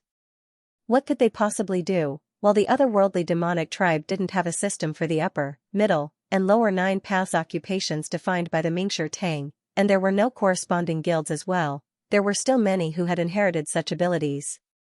It was just that they weren't as meticulous as those on the master-teacher continent. Appraisers were considered ordinary occupations in the lower 9 paths, and they were of no use in treating injuries. What was the point of recruiting such people? Could there have been a mistake? That's right. I didn't believe it either, so I sent people to look into it several times before I was able to confirm it. Ever since Sovereign Qianling returned, he has been living in seclusion, but he has never recruited physicians. Instead, he has been recruiting appraisers. Lu Yang said. He's severely injured, but instead of seeking treatment from physicians, he's looking for appraisers. Could it be that he's trying to assess the value of his injuries? When something is out of the ordinary, there must be a demon. Even Lu Yang couldn't help but think that it was inconceivable. In that instant, the image of a few appraisers standing by the side and looking at Sovereign Qianling, who was lying on the bed, appeared in his mind. That's a good injury. It's worth at least 800 pinnacle spirit stones. That's not all. Look at that injury, it was left behind by an ancient sage several dozen thousand years ago. There's a unique pattern on the wound, and it can't be sold for less than 10,000 pinnacle spirit stones. He wants to buy it for just 10,000 pinnacle spirit stones? Dream on. Even the injuries of ordinary ancient sages are worth more than that, let alone this one. Why did it feel more and more ridiculous the more he thought about it? Regardless of what his motive is, I should head over to take a look. Shaking his head, Xianxia tossed aside the random thoughts in his mind. Teacher, what do you intend to do? Lu Yang asked. Since he's recruiting appraisers, there should be a place for the appraisers, right? Bring me there. With Sovereign Qianyong's death, Sovereign Qianling had become the #1 expert of the otherworldly demonic tribe. As long as he spread the news that his palace was recruiting appraisers, countless people would rush over. Since that was the case, it was a good idea to head over to take a look and obtain an identity. There's indeed a place for the appraisers. I can bring you there. Lu Yang nodded. There's no need for that. Your identity is a little sensitive at the moment, and many eyes are on you. It's safer for me to go alone, Xianxia replied. All right. Lu Yang did not insist. As the successor whom Sovereign Qianyong valued the most, Xianxia had long been targeted by Sovereign Qianling and Sovereign Qinxing. If he were to bring another person along with him, he would be in deep trouble. After leaving the quiet room, Xianxia walked in the direction Lu Yang had told him to go. This was a trading company that sold treasures. If one wanted to enter the Spirit Emperor's palace, they would first need to have real talent. There were countless treasures here, and it was the best place to take the test. Disguising himself as an ordinary otherworldly demon, Xianxia followed the crowd and entered the area. The market was bustling with activity. While it paled in comparison to the market of humans, the treasures available were not too shabby either. There were all kinds of precious medicinal herbs, skeletons of saint beasts, and even Xianxia was unable to name most of them. It's no wonder why so many people are willing to risk their lives here. These medicinal herbs are indeed superior to those on the Master-Teacher continent, Xianxia nodded as he walked. Naturally, the reason why Wuquan and the others had risked their lives to venture into the otherworldly demonic tribe was not to play. While the medicinal herbs here were far fewer in number than those on the Master-Teacher continent, under the assault of the blood moon and killing intent, their medicinal properties were far more potent. Just like the vegetation that grew in the desert, it was far more resilient. While these medicinal herbs might be valuable to others, they were nothing to Xianxia. After taking a look around, he decided to head in the direction that Lu Yang had pointed out. If I say that this item is trash, then it is trash. Why? Are you doubting my judgment? Before he could get too far, he suddenly heard a displeased voice. Turning around, he saw an old man standing before a stall with his hands behind his back. Lord, this green leaf yellow grass was really something that I risked my life to obtain, and I even lost a hand because of it. I'm not lying at all. A middle-aged man exclaimed anxiously. Turning his gaze over, Xianxia saw that the middle-aged man's left hand had been severed. That's what any merchant would say. You can just exaggerate your background and exaggerate how pitiful your situation is. There's no need for you to flaunt your slight skill before me. Without the slightest change in his expression, the old man flung his sleeves and said, the green leaf yellow grass is extremely similar to the assertion grass, but its price is much higher. This stock of yours is clearly the assertion grass, yet you still dare to impersonate it. Do you think that I won't report this matter to the authorities right now and have you arrested for selling fake medicinal herbs? I'm really not selling fake medicinal herbs. Hearing that the old man was going to arrest him, the cripple's face paled in fright. All right, seeing that you've had a hard time as well, I'll buy this fake medicinal herb out of benevolence. 2 great Yong coins. After saying those words, the old man flicked his finger, and 2 coins rolled out. Great Yong coins were the currency issued by Sovereign Chen Yong, and they had limited purchasing power. 10 of them were equivalent to buying a low-tier spirit stone, so 2 great Yong coins was practically a free gift. 2 coins. My green leaf yellow grass can be sold for at least 200,000. The cripple exclaimed anxiously. A real green leaf yellow grass could be sold for at least 20 great Yong coins, and yet, the old man was only willing to give him 2. What nonsense are you spouting? Our old master is an appraiser who has passed Sovereign Chen Ling's examination. If he says that your assertion grass is real, then it is. If you continue spouting nonsense, I'll flip your stall upside down, and no one will dare to say a word about it. Seeing that the cripple was going to continue spouting nonsense, the attendant behind the old man harumphed coldly. Appraisers were not a high-ranking occupation, but their words carried a lot of weight in the Master-Teacher Guild. If they were to say that what they were selling was real, then what they were selling was real. If they were to say that what they were selling was fake, then what they were selling was fake. Due to the restrictions imposed by the Master-Teacher Guild on the Master-Teacher continent, an appraiser could only afford to make 3 mistakes in their lifetime.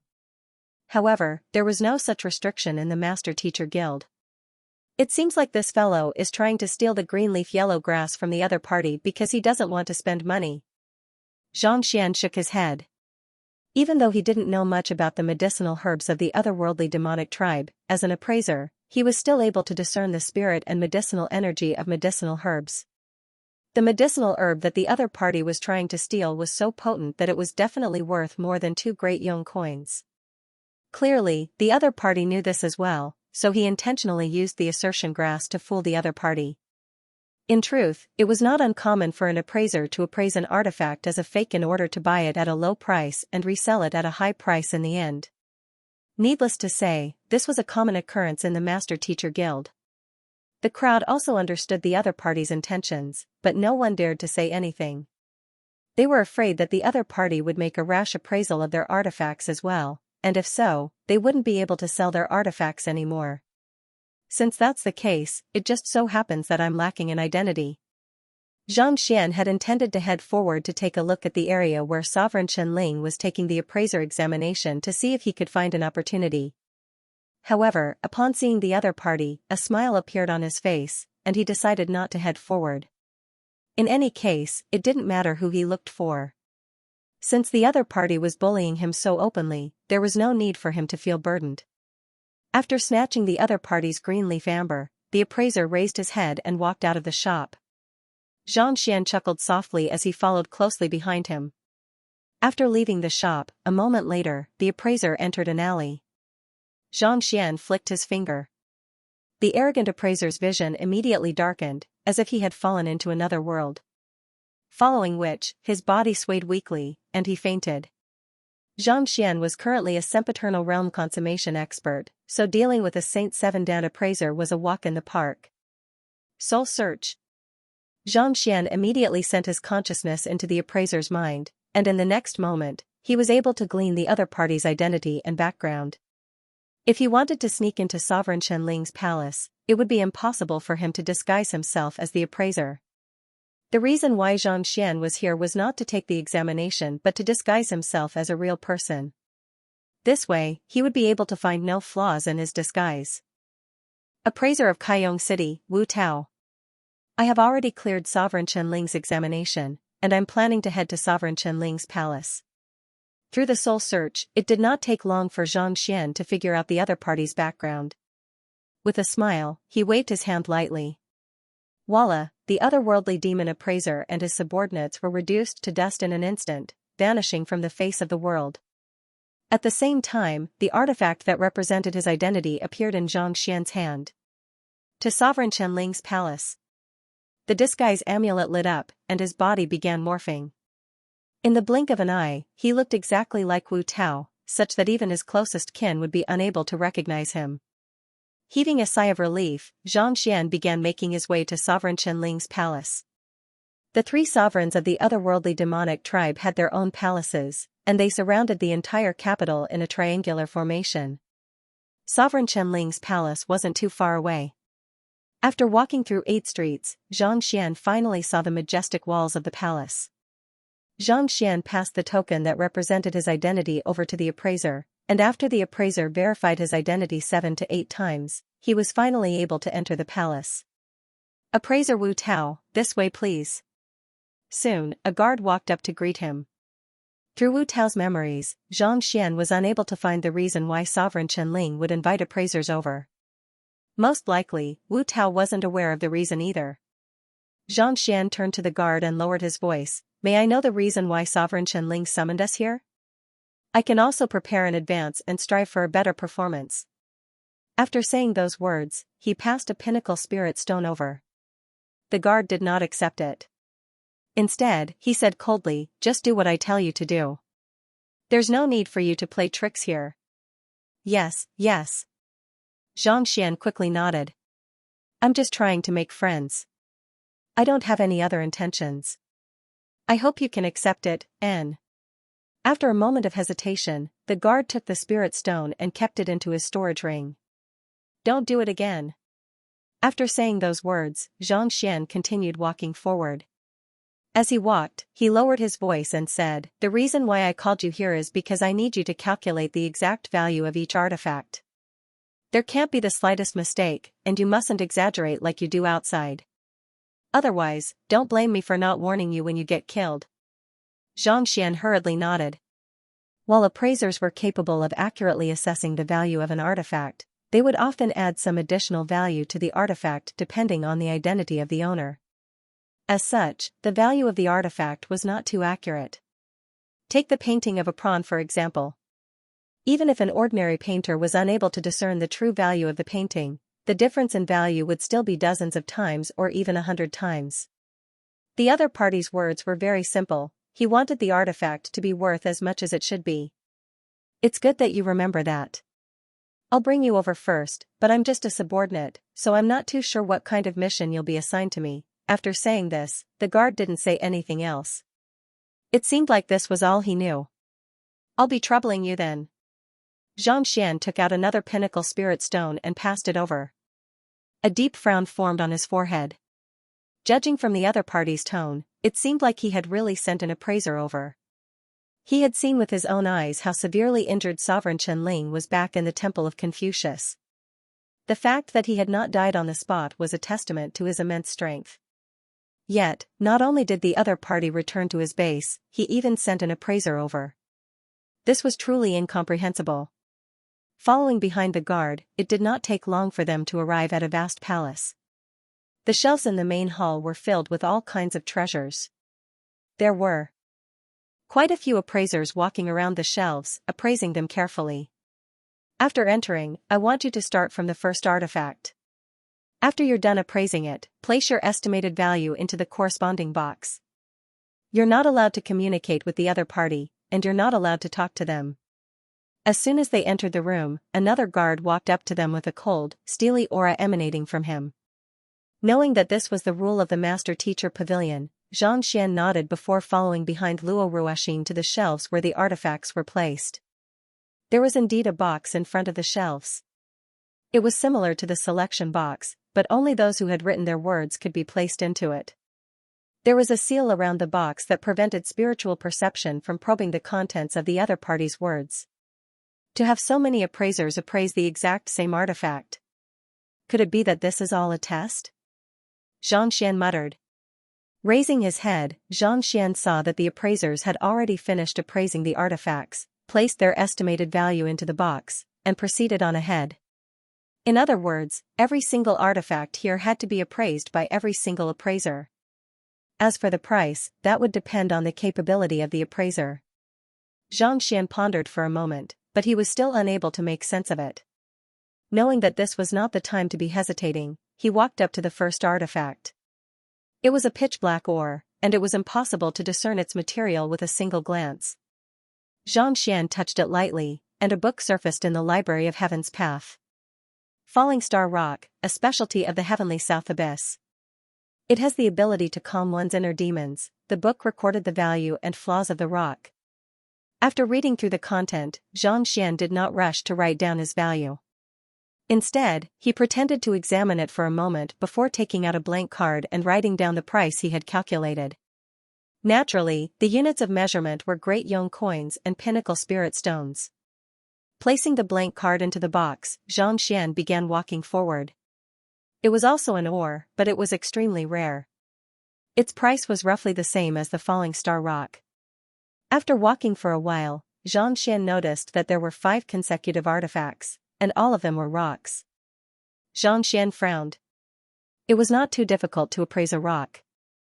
As long as one had sufficient knowledge, it would be easy to discern its value. Just that, what in the world was the other party trying to do? After 10 of them, it was time for some rare plants to appear.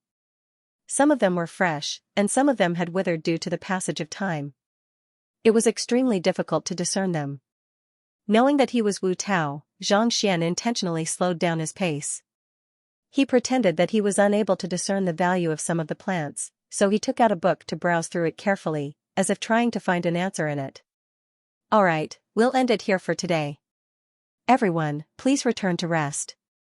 We'll continue tomorrow. Sometime later, a voice sounded, and a middle-aged man walked up to the center of the hall. Turning around, Xianxia's eyebrows shot up in astonishment. Just like him, the middle-aged man was a sempiternal realm consummation expert as well. It's finally time to rest. This is a good opportunity for me to go back and look into the records. These artifacts are simply too difficult to identify. Hearing that they were going to rest, the crowd heaved a sigh of relief. Hushed whispers could be heard in the room.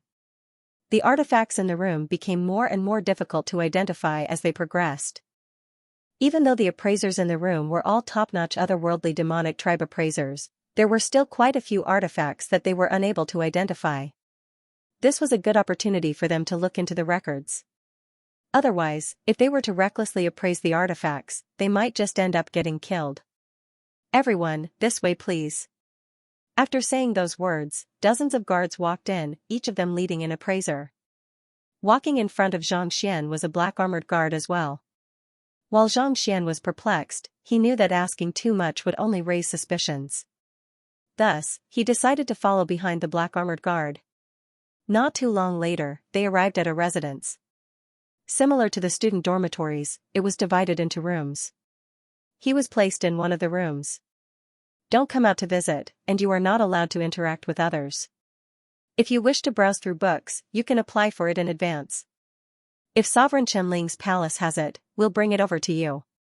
If you wish to cultivate and recover your energy, you can apply for medicinal herbs as well. The guard instructed as he opened the door. Yes. Xianxia nodded as he walked into the room.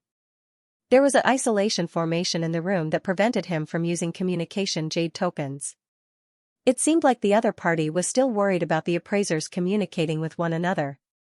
If they did, the prices would be identical, and it would be impossible to determine the exact value of the artifacts. Jia, closing the door, Xianxia sat down. The chamber was not too large, only around 40 square meters in area. It had a table, chairs, and resting area. There was a formation constructed using pinnacle spirit stones around the walls, providing sufficient spiritual energy to the room. No matter how fatigued one would be able to recover easily after resting for a short period of time. I should make use of this opportunity to check the location of the dragon blood. Taking a deep breath, Xianxia drew his primordial spirit out from his glabella. He was not here to be an appraiser. Since he had the time, it was only natural that he wanted to look for the location of the dragon blood. His primordial spirit was incorporeal and intangible. Floating quietly in the air, Xianxia slowly made his way forward. However, as soon as he arrived at the door, he suddenly felt a powerful force blocking his path. It's actually a soul isolation formation. After taking a look, Xianxia came to a realization. Due to the disappearance of soul oracles from the Master Teacher continent, Mingshi Tang and some other places on the Master Teacher continent did not have such a formation set up. However, the otherworldly demonic tribe did have such an occupation. As such, there were quite a few places where soul oracles were unable to pass through. If he forced his way through, he would definitely attract even more trouble. I have insight. Lines of insight appeared in Xianxia's eyes, and it did not take long for him to find a flaw in the formation. A small gap appeared in the door, and he quietly crawled out. You live here. In the corridor, there were still guards escorting appraisers into the room and arranging their accommodations. With a light sway, Xianxia flew out of the room, sticking close to the wall. His primordial spirit had reached sempiternal realm consummation, just like his Xinqi cultivation. As such, it was a walk in the park for him to hide from the guards. After leaving the building, Xianxia did not dare to fly too high. He was in Sovereign Qianling's palace, so he was not afraid of formations. However, there were bound to be quite a few ancient sages around.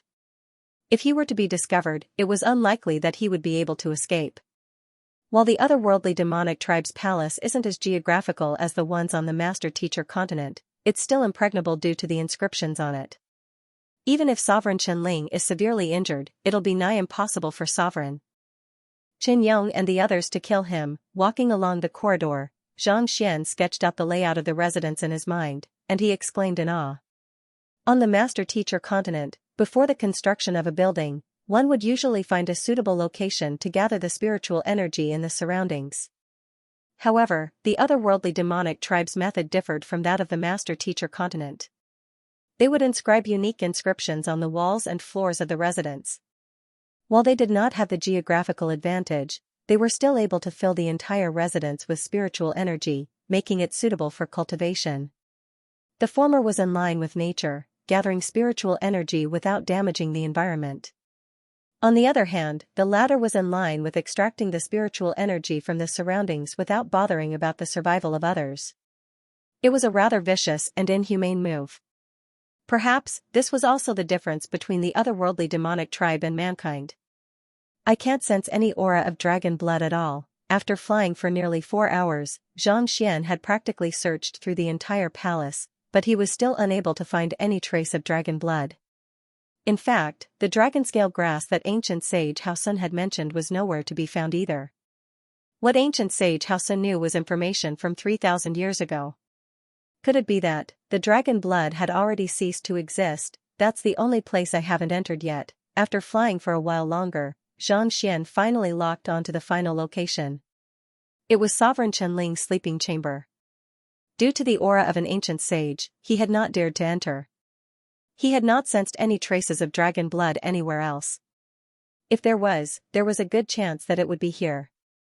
Regardless of whether there's an ancient sage or not, I should just head in to take a look. Taking a deep breath, Xianxia's eyebrows shot up. He was here for the dragon blood. If he did not check it out, all of his previous efforts would have gone to waste. Suppressing the energy ripples emanating from his body to the very minimum, Xianxia activated his Eye of Insight to take a closer look at the palace before him. There was a unique seal around the palace, such that even a primordial spirit would not be able to detect his presence easily.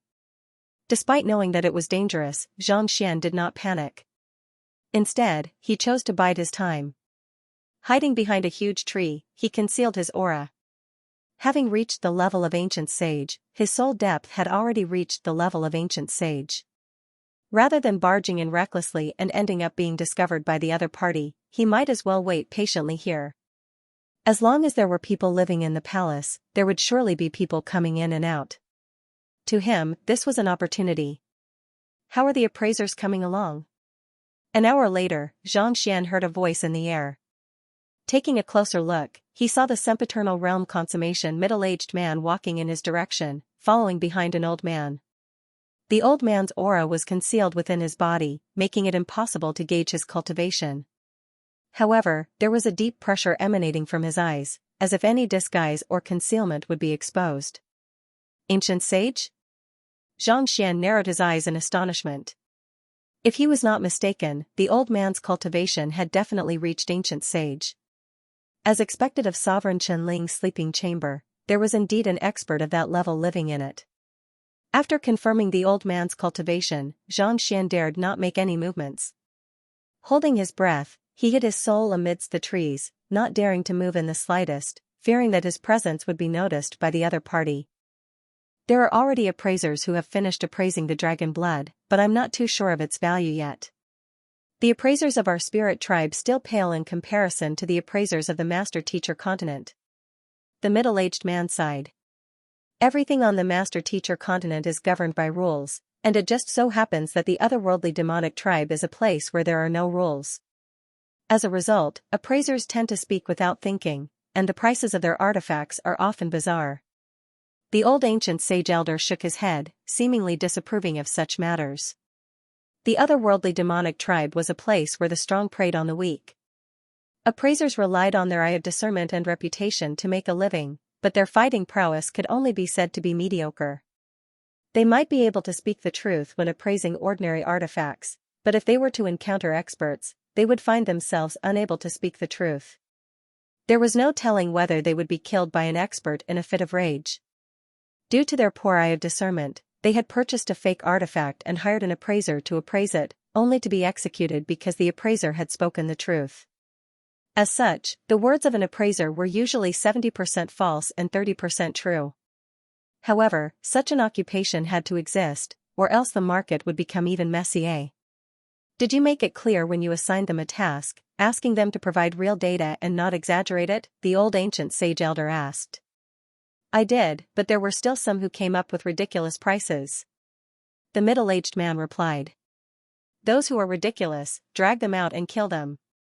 Kill a few of them, and I believe that they'll stop writing nonsense. The old ancient sage elder harumphed coldly as killing intent burst forth from his body. In an instant, the surroundings seemed to have been plunged into a world of frost. The tree that Xianxia was hiding in seemed to be affected, and its leaves began to wither. Ancient sages were simply too powerful. Just a sliver of their strength was already unbearable. This aura, Xianxia's heart skipped a beat. While the aura that the old ancient sage emanated seemed to be that of frost, it was actually extremely chilling, making one feel as if they had fallen into the depths of hell. There was only one kind of person who could emanate such an aura, soul oracles. Could it be that the elder was an ancient sage of the soul oracles? While Xianxia noticed that something was amiss with the old ancient sage also noticed the presence of a soul oracle in the tree, and a frown appeared on his forehead. Ancient sage Mo Ling, what's wrong? Noticing that something was amiss with Xianxia's expression, the middle-aged man turned to look at him doubtfully. "It's nothing." Ancient sage Mo Ling waved his hand and instructed, "You should return for now. Just do as I say, kill a few of them, and let them know what you're doing. I believe that they'll soon learn their lesson." "Yes." The middle-aged man nodded. Without saying anything more, he turned around and left. It didn't take long for him to disappear. Seeing him leave, the old man did not move forward, nor did he leave. Instead, he stood there motionlessly. Could it be that I've been discovered? Xianxia, who was hiding in the tree, could not help but twitch his mouth. He dared not claim that his concealment technique was the best in the world, but with his soul depth exceeding 30. Even ancient sages would find it difficult to detect him. His soul energy had fluctuated for a moment, but it was immediately suppressed. Under normal circumstances, even if Sovereign Shenling were to come personally, it would not be easy for him to notice it. How did the other party notice it? Go. Seeing how the old man was standing motionlessly on the spot, seemingly having his soul locked onto him, Xianxia knew that it would be impossible for him to escape if he did not do so now. Thus, without any hesitation, he dived into the ground. Can't bear it anymore? Seeing that Xianxia had moved, ancient sage Mo Ling chuckled softly. He abruptly opened his eyes, and a brilliant light reminiscent of the rising sun shone in the depths of his eyes. Following which, he stomped his feet forcefully against the ground. Rumble, the earth immediately shook. An energy ripple spread out from his feet in all directions, like ripples on water. As soon as Xianxia's soul came into contact with the ground, he should have been able to dive into it with ease. However, as if he had crashed into a steel plate, he was blocked by the ripple, causing him to stagger and fall to the ground. This is bad. Seeing how the other party was able to stop him with just a casual stomp, Xianxia's complexion turned awful. He did not have the infernal black saber, vicious, or the dragon bone divine spear with him at the moment. If he were to be trapped here by the ancient sage, he would surely die, who, knowing that it would be impossible for him to escape now that the ground had been sealed, Xianxia's soul leaped into the air. "If I allow you to escape, I'll have to give up on being an ancient sage," Xianxia said as he raised his wrist. Hula, a chilling aura shrouded the surroundings of the tree. Before Xianxia could even rise into the air, he suddenly froze, as if he had fallen into a swamp. "Break!" He raised his finger and tapped it lightly.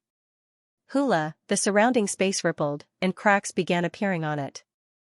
Previously, he had needed the dragon bone divine spear to create a spatial passageway, but now that his cultivation had reached sempiternal realm consummation, he was able to do the same with just a flick of his finger. Humph. As if knowing that Xianxia would make such a move, ancient sage Mo Ling's lips curled up as he clasped his hands together. The spatial passageway that he had torn apart a moment ago immediately became as tough as metal. Even with Xianxia's current strength, he was no longer able to tear it apart. Ancient sages were simply too powerful. Without trump cards like Vicious and the infernal black saber, there was no way Xianxia could stand against them with his current strength. Flaws.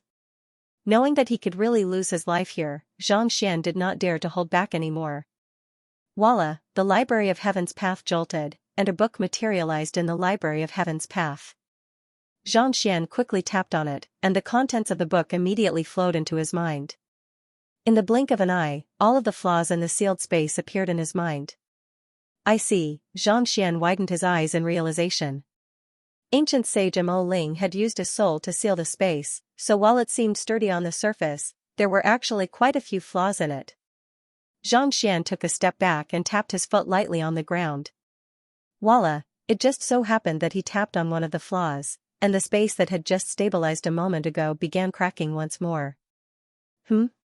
Not expecting a sempiternal realm soul to be able to break through his seal so easily, ancient sage Mo Ling frowned. Putting aside his pride, he raised his hand and grabbed at the air. With just a single glance, Xianxia could tell that there were at least 8 flaws in ancient sage Mo Ling's palm strike. Instead of dodging, he charged forward.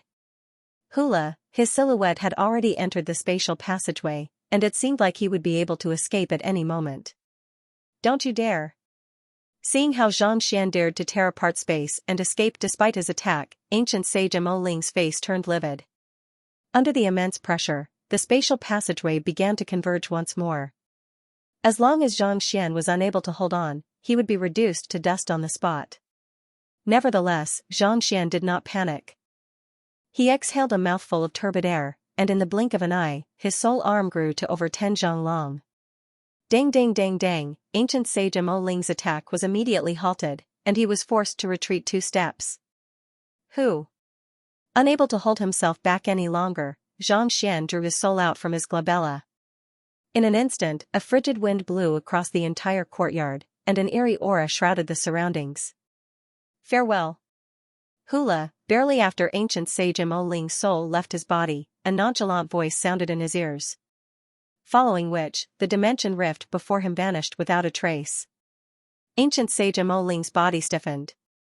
He quickly leaped into the air and scanned his surroundings, only to see that the courtyards were completely silent.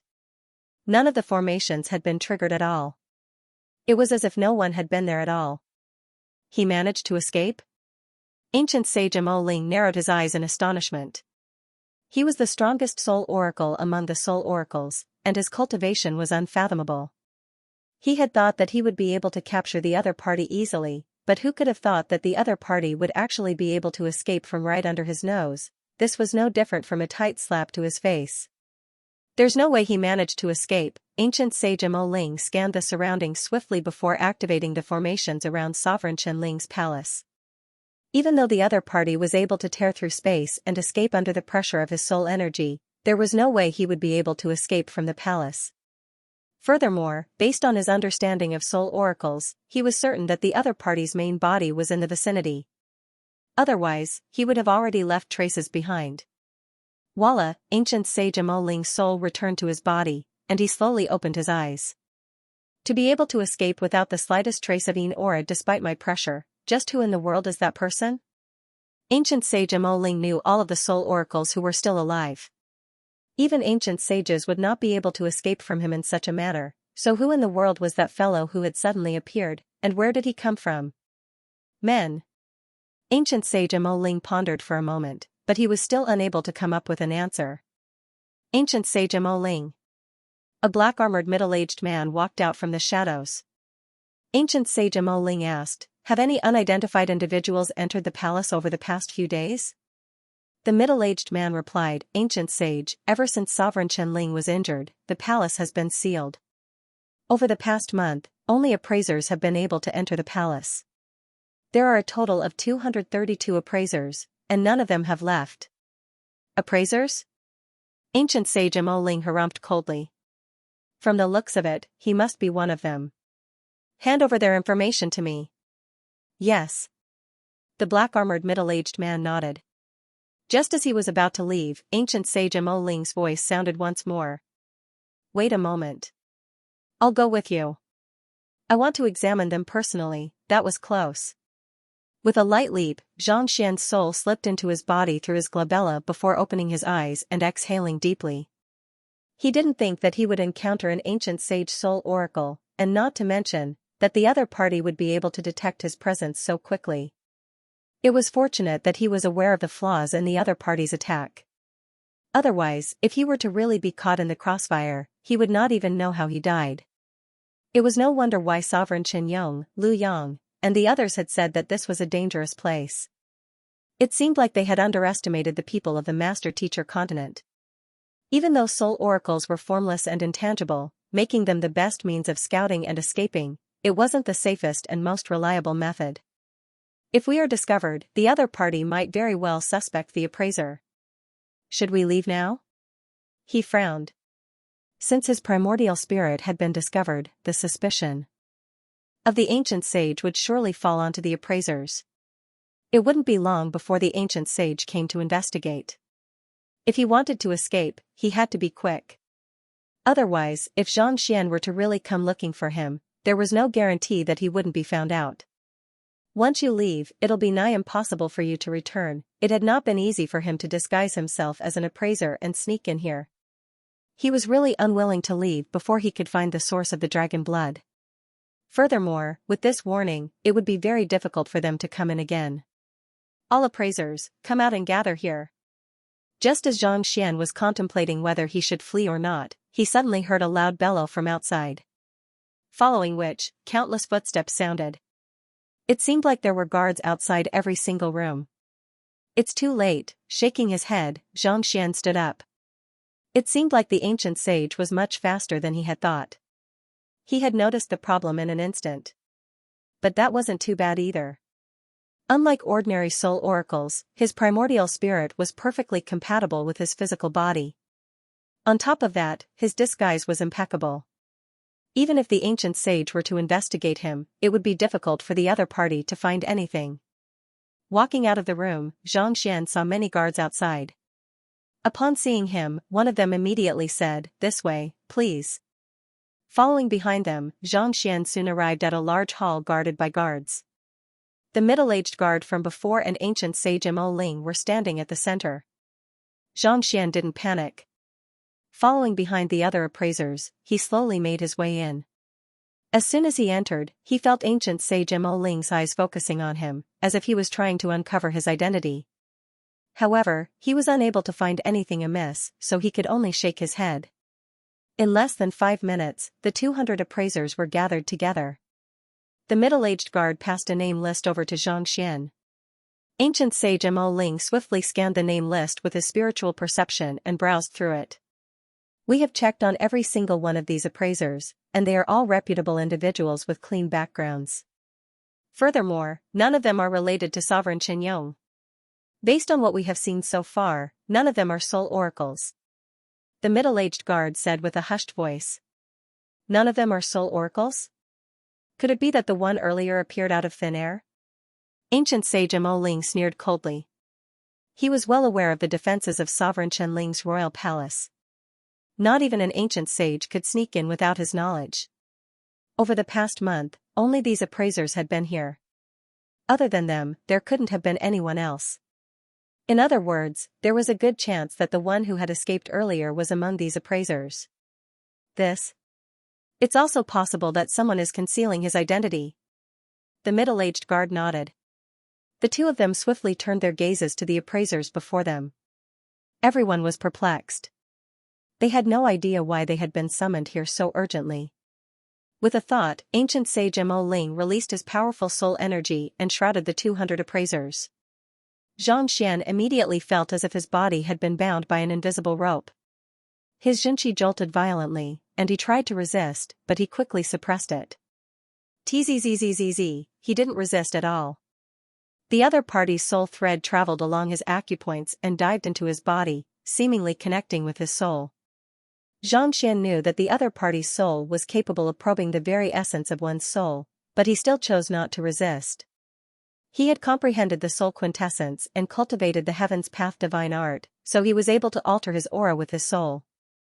As such, he had concealed the soul ripples that he had left behind when he was escaping earlier. No matter how hard the other party tried, it would be impossible for them to find any trace of it. As expected, the soul thread circled around his body before slowly returning to him. Ancient sage Mo Ling, the middle-aged guard asked. The old man shook his head with a deep frown on his forehead, seemingly unable to believe what he had just seen. He had thought that he would be able to find the soul oracle easily by using his soul energy, but who could have thought that the soul ripples of the appraisers here didn't match? Ancient sage Mo Ling pondered for a moment before suddenly recalling something. "How many appraisers are here today?" Xianxia's heart skipped a beat. He had thought of many ways to deal with the situation, and he was confident that the other party would not be able to discern his true identity. However, he had forgotten about the timing of the incident. Given that the incident had occurred earlier, it went without saying that the appraiser who had arrived today was the greatest suspect. "There are 4 of us here today. They are Wu Tao from Kaiyong City, Mo Fei from Huhaiching City." The middle-aged guard took out a name list and took a look at it. "The 4 of you, step forward." Xianxia stepped forward. The more guilty he was, the easier it would be for him to be exposed. Since that was the case, he might as well face the matter calmly. In any case, his current identity as Wu Tao was clean, so he did not have to fear being investigated. "You all arrived today?" Ancient sage Mo Ling slowly walked up and swept his gaze across the 4 of them, but he did not notice anything out of the ordinary. His gaze paused for a moment on Xianxia, but he did not notice anything out of the ordinary. Noticing the wary looks on the appraisers' faces, ancient sage Mo Ling quickly scanned the surroundings and explained, "That's right. There's no need to worry. We are currently looking for a spy who has infiltrated Sovereign Ling's palace. As long as you don't harbor any ill intentions, you need not worry." Hearing that they were looking for a spy, the crowd heaved a sigh of relief. While they could be a little greedy at times, they were true appraisers. They had nothing to do with a spy. Ancient sage Mo Ling took in everyone's expressions, but he did not notice anything amiss either. The frown on his forehead deepened as he continued, "The spy is a soul oracle, so it's unlikely that his soul and body are compatible with one another. This is an artifact that detects the compatibility between one's soul and body. As long as you take a look down there, you'll be able to determine his true identity." After saying those words, he flicked his finger, and a ball appeared in the air. It spun on the spot, emanating a brilliant glow. "The four who have just arrived today, why don't you take a look first?" After saying those words, he turned to Xianxia and the others. "All right." An appraiser stepped forward from the crowd. The middle-aged guard had called out a name earlier, and it was Mo Fei.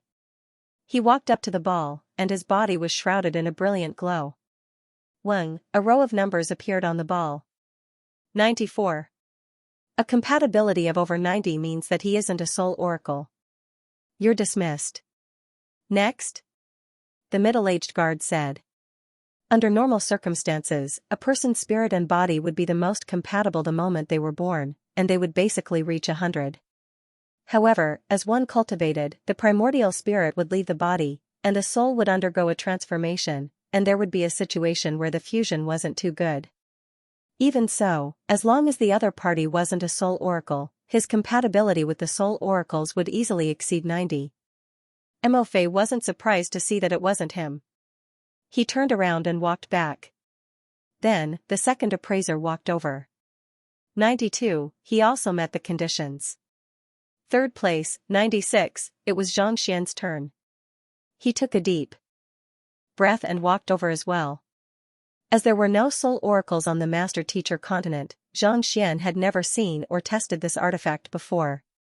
As such, he had no idea what his soul compatibility with his body was. However, as a cultivator of the Heaven's Path divine art, even though his soul was able to leave his body, his compatibility with his body should still be on par with that of an ordinary cultivator. When he arrived at the bottom of the sphere, his body was immediately enveloped by a warm light. "Who?" A line of words appeared at the top. 100. Perfect compatibility? Ancient sage Mo Ling and the middle-aged guard were taken aback. 100 was a perfect compatibility. Usually, such a situation would only occur with cultivators below St. 5 Dan. Considering that the young man's cultivation had already reached St. 7 Dan, how could he still have such a high compatibility with his body? The fact that his soul and body are perfectly compatible with one another means that it's impossible for his soul to leave his body. Ancient sage Mo Ling shook his head. As perplexed as he was, there were all kinds of geniuses in the world. It wasn't surprising for such a phenomenon to occur. After all, the person whom he was fighting with was a true soul oracle. How could a soul oracle possibly possess such a perfect compatibility with his body? Let's continue with the examination. Ancient sage Mo Ling had already examined all four appraisers, but he didn't find anything out of the ordinary. Thus, he could only wave his hand and continue with the examination. Soon, he was done with the 200 or so appraisers in the room. Not a single one of them had a compatibility lower than 90. In other words, just like what he had heard previously, there were no soul oracles among them. Could I have guessed wrongly? Ancient sage Mo Ling frowned deeply. Ancient sage Mo Ling couldn't help but feel a little perplexed. The personnel of Sovereign Ling's palace had gone through innumerable checks, so there was no way that there would be a traitor among them. Since it wasn't these appraisers, where in the world did the soul oracle come from? Ancient sage Mo Ling, what do we do now? Seeing that the middle-aged guard was unable to find anything even after a long time, he turned to Ancient sage Mo Ling and asked, Ancient sage Mo Ling, what do we do now? Let them appraise the artifacts first. Right, bring me the results of their appraisals.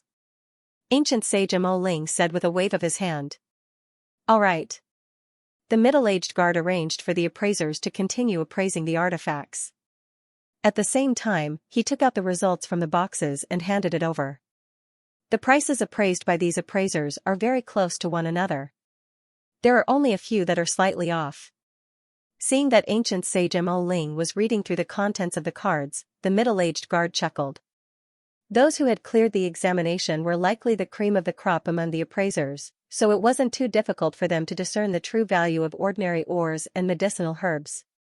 The falling star rock. Based on the results of the appraisers, the most accurate price is 120 pinnacle spirit stones. The frigid water rock is 250 pinnacle spirit stones. The middle-aged guard went through the prices of each artifact in detail. Ancient sage Mo Ling nodded. He quickly scanned through the answers of the appraisers before suddenly coming to a halt. Appraiser Wu Tao's answers are actually so accurate? Even if the quality of the ores was the same, the difference in size, color, and origin would result in a world of difference in price. The middle-aged guard had obtained the average price based on the results of the appraisers of the 200 appraisers. It was extremely accurate. It was one thing for an ordinary appraiser to be able to produce an accurate answer by chance, but for Wu Tao to produce 5 ores and 8 medicinal herbs in a row, all of them matching the standard answer, even Xianxia couldn't help but feel a little perplexed. I'm also perplexed by this as well. Perhaps he's just an expert in appraising. The middle-aged guard said with a smile. That's a possibility as well. Could Wu Tao be the one who achieved a soul-flesh compatibility of 100 earlier? A glint flashed across ancient sage Mo Ling's eyes. Appraisers were able to appraise artifacts and determine their prices, but that was only a rough estimate. Surely it wasn't possible for them to be able to do it so accurately. To be able to appraise more than a dozen artifacts without the slightest difference in spirit stones was already an astounding feat, not to mention, the other party's soul-flesh compatibility had reached a bizarre 100%. Yes. The middle-aged guard also didn't notice anything wrong. Bring me appraiser Wu Tao's information as well. Ancient sage Mo Ling's eyebrows shot up. Soon, the documents were delivered to him. There were more than 10 pages in total, and they covered the other party's entire life of appraising. Closing the documents, ancient sage Mo Ling narrowed his eyes. Through the documents, it could be seen that while Wu Tao was a decent appraiser, there was no way he could be so skilled in appraising. The first time could be attributed to luck, but to be able to accurately appraise more than a dozen times in a row, that was beyond luck. Should we capture that fellow and interrogate him?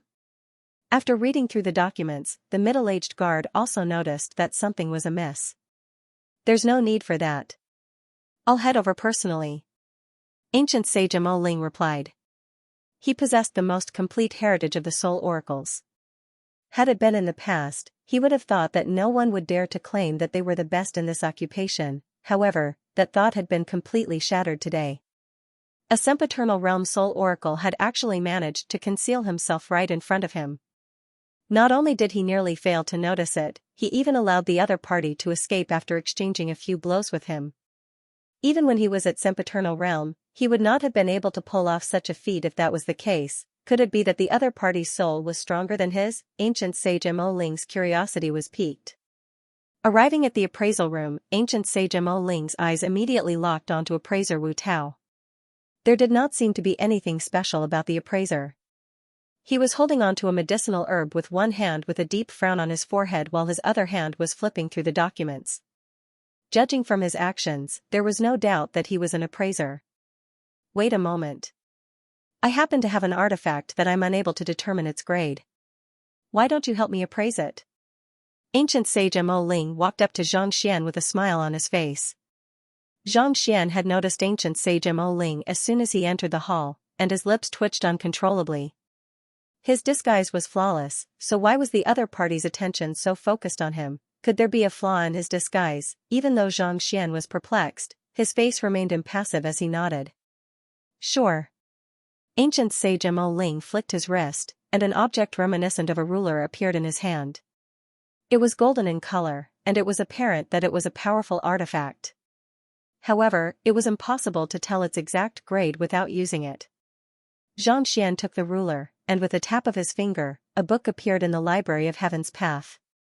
The soul-crushing ruler is an ancient sage artifact capable of locking down one's soul, making it nigh impossible for one to escape from it. It's actually an ancient sage artifact? But why is it so light? He was taken aback. Just like ancient sages, ancient sage artifacts harnessed the laws of the world.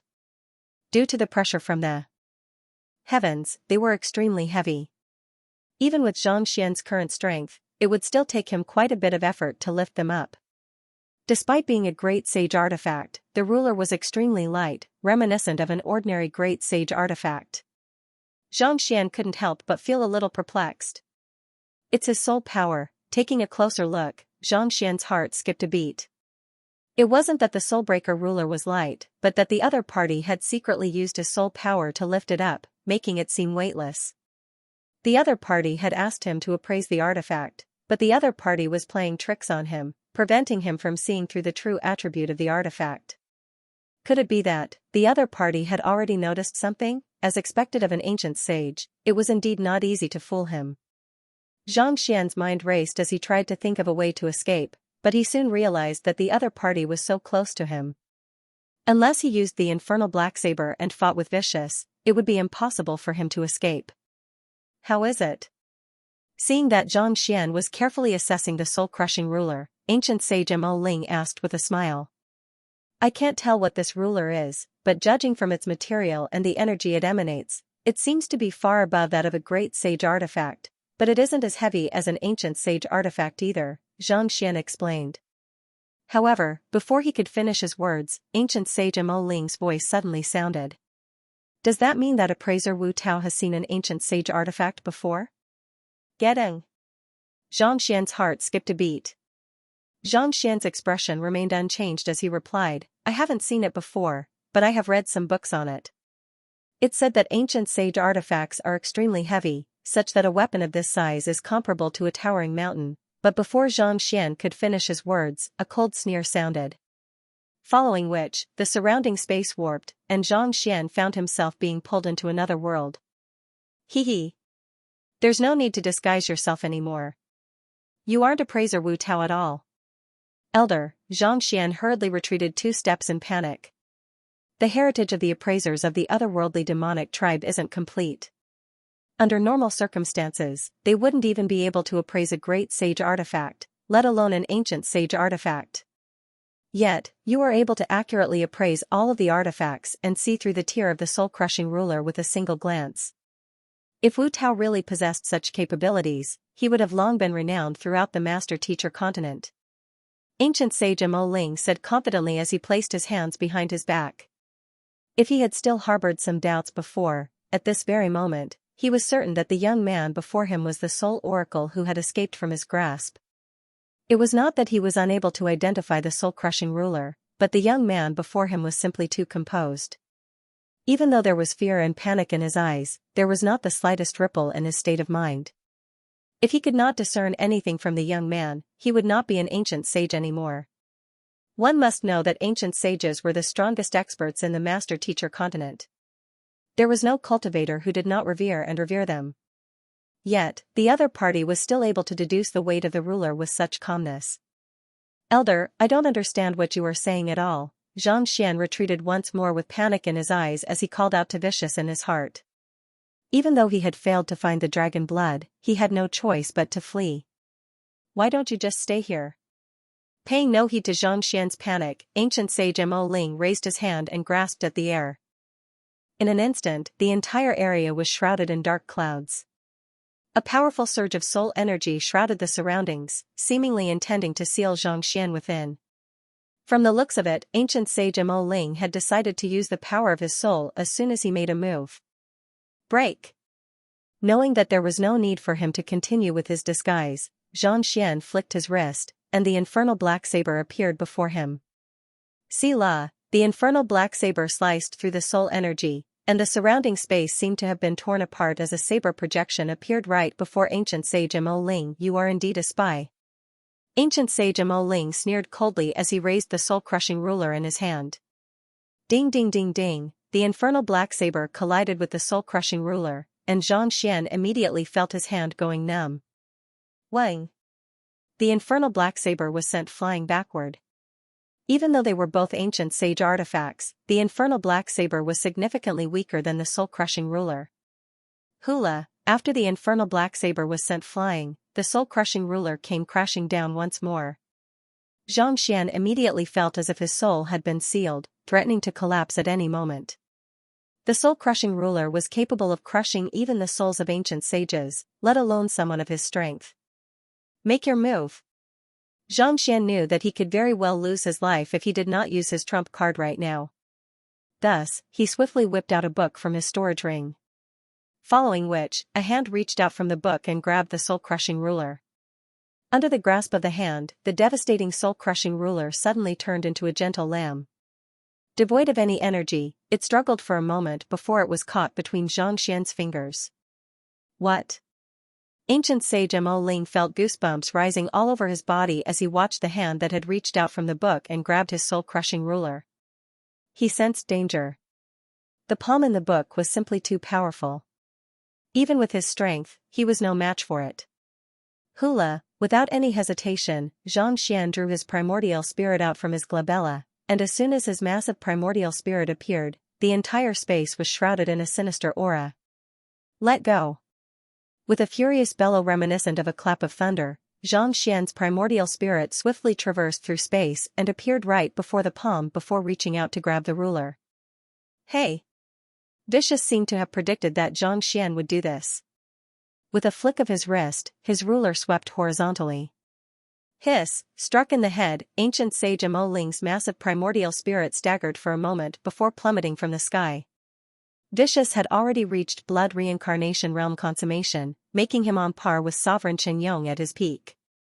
As powerful as ancient sage Mo Ling was, there was still a huge gap between him and Sovereign Qianyong. Go! Seeing that Vicious was about to kill the ancient sage, Xianxia waved his hand. It might be easy to kill that fellow, but if the other ancient sages of Sovereign Qianling's palace were to be drawn out, it would be difficult for them to escape. Vicious dared not disobey Xianxia's command. With a light wave of his hand, a rift appeared in the sealed space, and Xianxia leaped forward. Just as he was about to dash in, ancient sage Mo Ling's soul suddenly rose to his feet once more. Subordinate Mo Ling greets the guild leader. Guild leader, frowning, Xianxia came to a halt and looked at Xianxia doubtfully. If I'm not mistaken, you aren't an otherworldly demon but Xianxia from the Master Teacher continent, right? He's the guild leader of our Soul Oracle Guild. Ancient sage Mo Ling bowed deeply. You know me? Xianxia was surprised. After assimilating the Seal of Souls from the Soul Oracle Guild, it was no big deal for him to claim that he was the guild leader. However, the Seal of Souls was no longer in his hands. Instead, it had been passed down to his student, Lu Chong. Jiang Fengyu has already sent me a message, saying that the Soul Oracle lineage has a new leader. Not too long ago, when he heard that you committed suicide in the hands of Mingshi Tang, he divined that it was likely that you would come to the otherworldly demonic tribe. Ancient sage Mo Ling replied respectfully. Xianxia was speechless. He had learned of the history of the Soul Oracle tribe from Jiang Fengyu. Back then, the leader of the Soul Oracle Guild had committed suicide in order to infiltrate the otherworldly demonic tribe. This period of history was extremely secretive, so not many people knew about it. However, as Soul Oracle's ancient sages, there was no doubt that they would know about it. Therefore, when he killed himself at the hands of Mingshi Tang, the other party immediately thought of this. What are you doing in Emperor Ling's palace? Knowing the history of the Soul Oracles, Xianxia came to a halt and reinforced the formation around him before turning his attention back to the otherworldly demonic tribe. Sovereign Qianyong is simply too powerful. As long as he's alive, it's only a matter of time before mankind succumbs to him. Thus, I intentionally convinced Sovereign Qianling to gang up on Sovereign Qianyong and kill him. Ancient sage Mo Ling said. Did you plan this? Xianxia was shocked. He had thought that the 100 schools of philosophers had found Sovereign Qianyong's whereabouts through the Soul Oracles and the otherworldly demonic tribe. Yet, Sovereign Qianling and Sovereign Qianxing had made use of this opportunity to launch a sneak attack on Sovereign Qianyong. This meant that Sovereign Qianling was aware of the existence of the Soul Oracles. In the end, it turned out that everything was a part of ancient sage Mo Ling's plan. In truth, Sovereign Chen Ling has long harbored the thought of rebelling against the otherworldly demonic tribe. All I did was make use of his influence to stir things up. Ancient sage Mo Ling explained. That's not bad. However, have you ever thought that if Sovereign Chen Ling had returned unscathed after killing Sovereign Chen Yong, you would have been dead by now? Xianxia looked at ancient sage Mo Ling grimly. Even though he had not interacted much with Sovereign Chen Ling, there was no doubt that the latter was a warmonger. As powerful as Sovereign Chen Yong was, he had a sense of propriety. As long as he was alive, mankind would face fewer wars. However, against ancient sage Mo Ling, there was a good chance that both sides would suffer greatly. More importantly, ancient sage Mo Ling had sent a message to the 100 schools of philosophers through the Jiang clan, so Sovereign Chen Ling knew that ancient sage Mo Ling was able to contact the otherworldly demonic tribe. As such, he dared not make any moves before killing Sovereign Chen Yong. However, once Sovereign Chen Yong was killed, he would surely deal with ancient sage Mo Ling right away. I know that, but I knew that Sovereign Chen Yong had a trump card, so I didn't tell Sovereign Chen Ling and Sovereign Chen Xing about it, ancient sage Mo Ling said. Xianxia shook his head helplessly. It was no wonder soul oracles were feared by mankind. They were simply too powerful. To think that the 3 sovereigns of the otherworldly demonic tribe would be toyed around in the palm of their hands. How is Sovereign Chen Ling doing now? Are his injuries severe? Xianxia asked as he tossed aside his thoughts. Sovereign Chen Ling and Sovereign Chen Xing are both severely injured, and they haven't recovered from their injuries yet. As for the exact situation, he seems to be on guard against me, so I'm unable to find out anything, ancient sage Mo Ling replied. Then, why did he gather all these appraisers? Xianxia asked. I'm not too sure either, but if I'm not mistaken, he intends to offer an offering to the spirit god, ancient sage Mo Ling replied grimly. Offer an offering to the spirit god? His injuries are extremely severe. If he were to rely on natural recovery, it would take at least several thousand years. The only thing he can do now is to offer sacrifices to the spirit god and obtain power. Isn't the spirit god with Sovereign Chen Yong? Xianxia could not hold back his curiosity any longer. The spirit god was Lozozi, and she had a close relationship with Sovereign Chen Yong. If ancient sage Mo Ling dared to offer an offering to the spirit god, the latter might even kill him on the spot.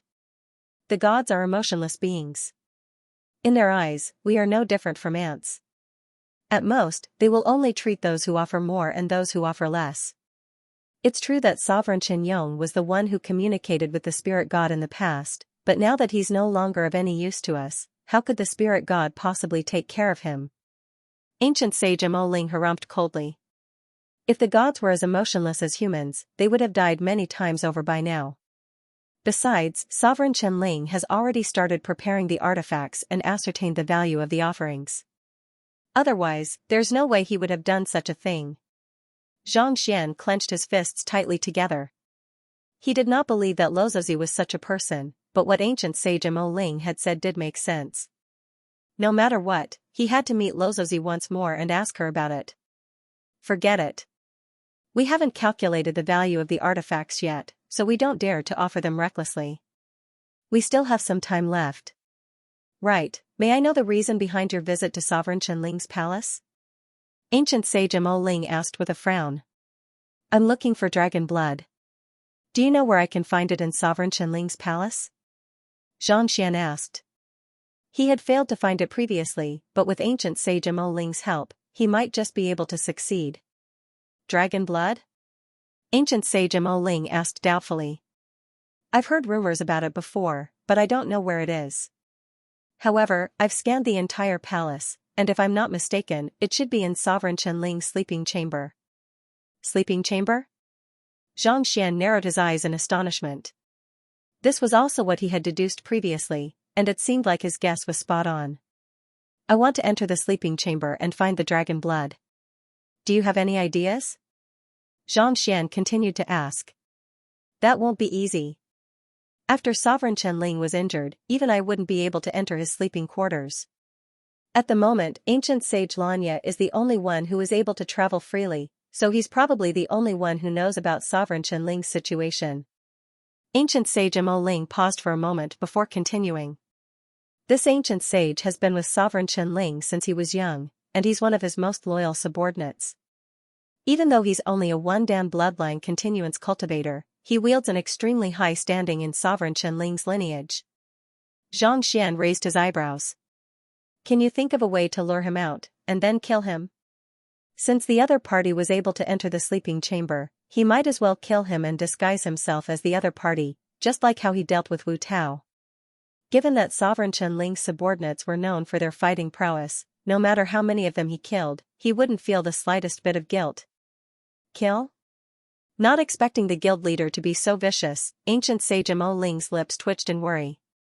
It won't be too difficult to kill him, but if we are noticed by Sovereign Chen Ling, we'll be hunted down, and it'll be difficult for us to escape. Given how highly Sovereign Chen Ling regarded ancient sage Xianxia, if the latter were to die, wouldn't he turn the entire capital upside down? Xianxia hesitated for a moment before he said, as long as we make preparations in advance, no one will be able to discover us. Looking for dragon blood was equivalent to stabbing the other party with a knife. There was nothing to be concerned about. Alright, I'll arrange it now. Ancient sage Mo Ling nodded before returning his soul back into his physical body. Hula. At the same time, Xianxia also kept Vicious and the infernal black saber back into his storage ring. Right after he was done, the space before him suddenly jolted, and countless appraisers and guards appeared before him once more. The battle between the two of them had been sealed in a unique folded space, so the people outside had no idea what had happened. Guards. Returning to the main hall, ancient sage Mo Ling harumphed coldly. The middle-aged guard took a step forward. Ancient sage Mo Ling harumphed coldly. I have already looked into Wu Tao, and he has a clean background. He isn't the person you are looking for. Continue your investigation and make sure not to let any of them escape. Yes. The middle-aged guard hurriedly nodded. While Wu Tao was a little suspicious, given that even ancient sages were unable to find anything amiss with him, there should be no problem at all. After instructing appraiser Wu Tao, ancient sage Mo Ling turned to Xianxia and said, Appraiser Wu Tao, I happen to have a few artifacts in my residence, but I'm still not too sure what they are.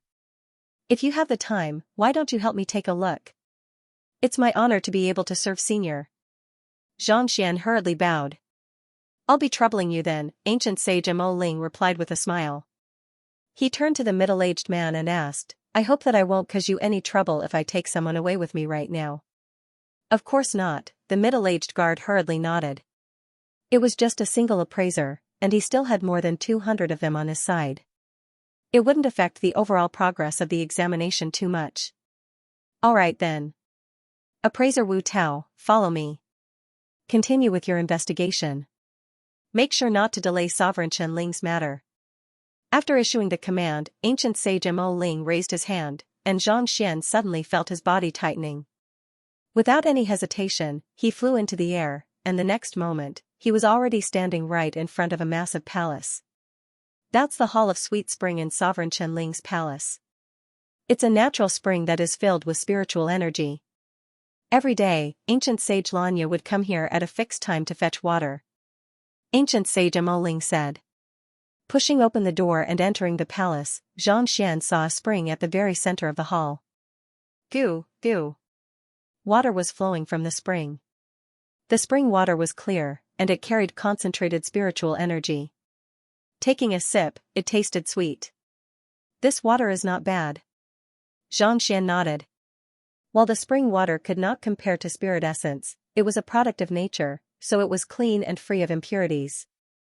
It could be used to forge pills and the like. Guild leader, are we going to make a move here? I'm afraid that we might alarm others if we get too close to the sleeping chamber, ancient sage Mo Ling said worriedly. The perception of ancient sages was extremely fearsome.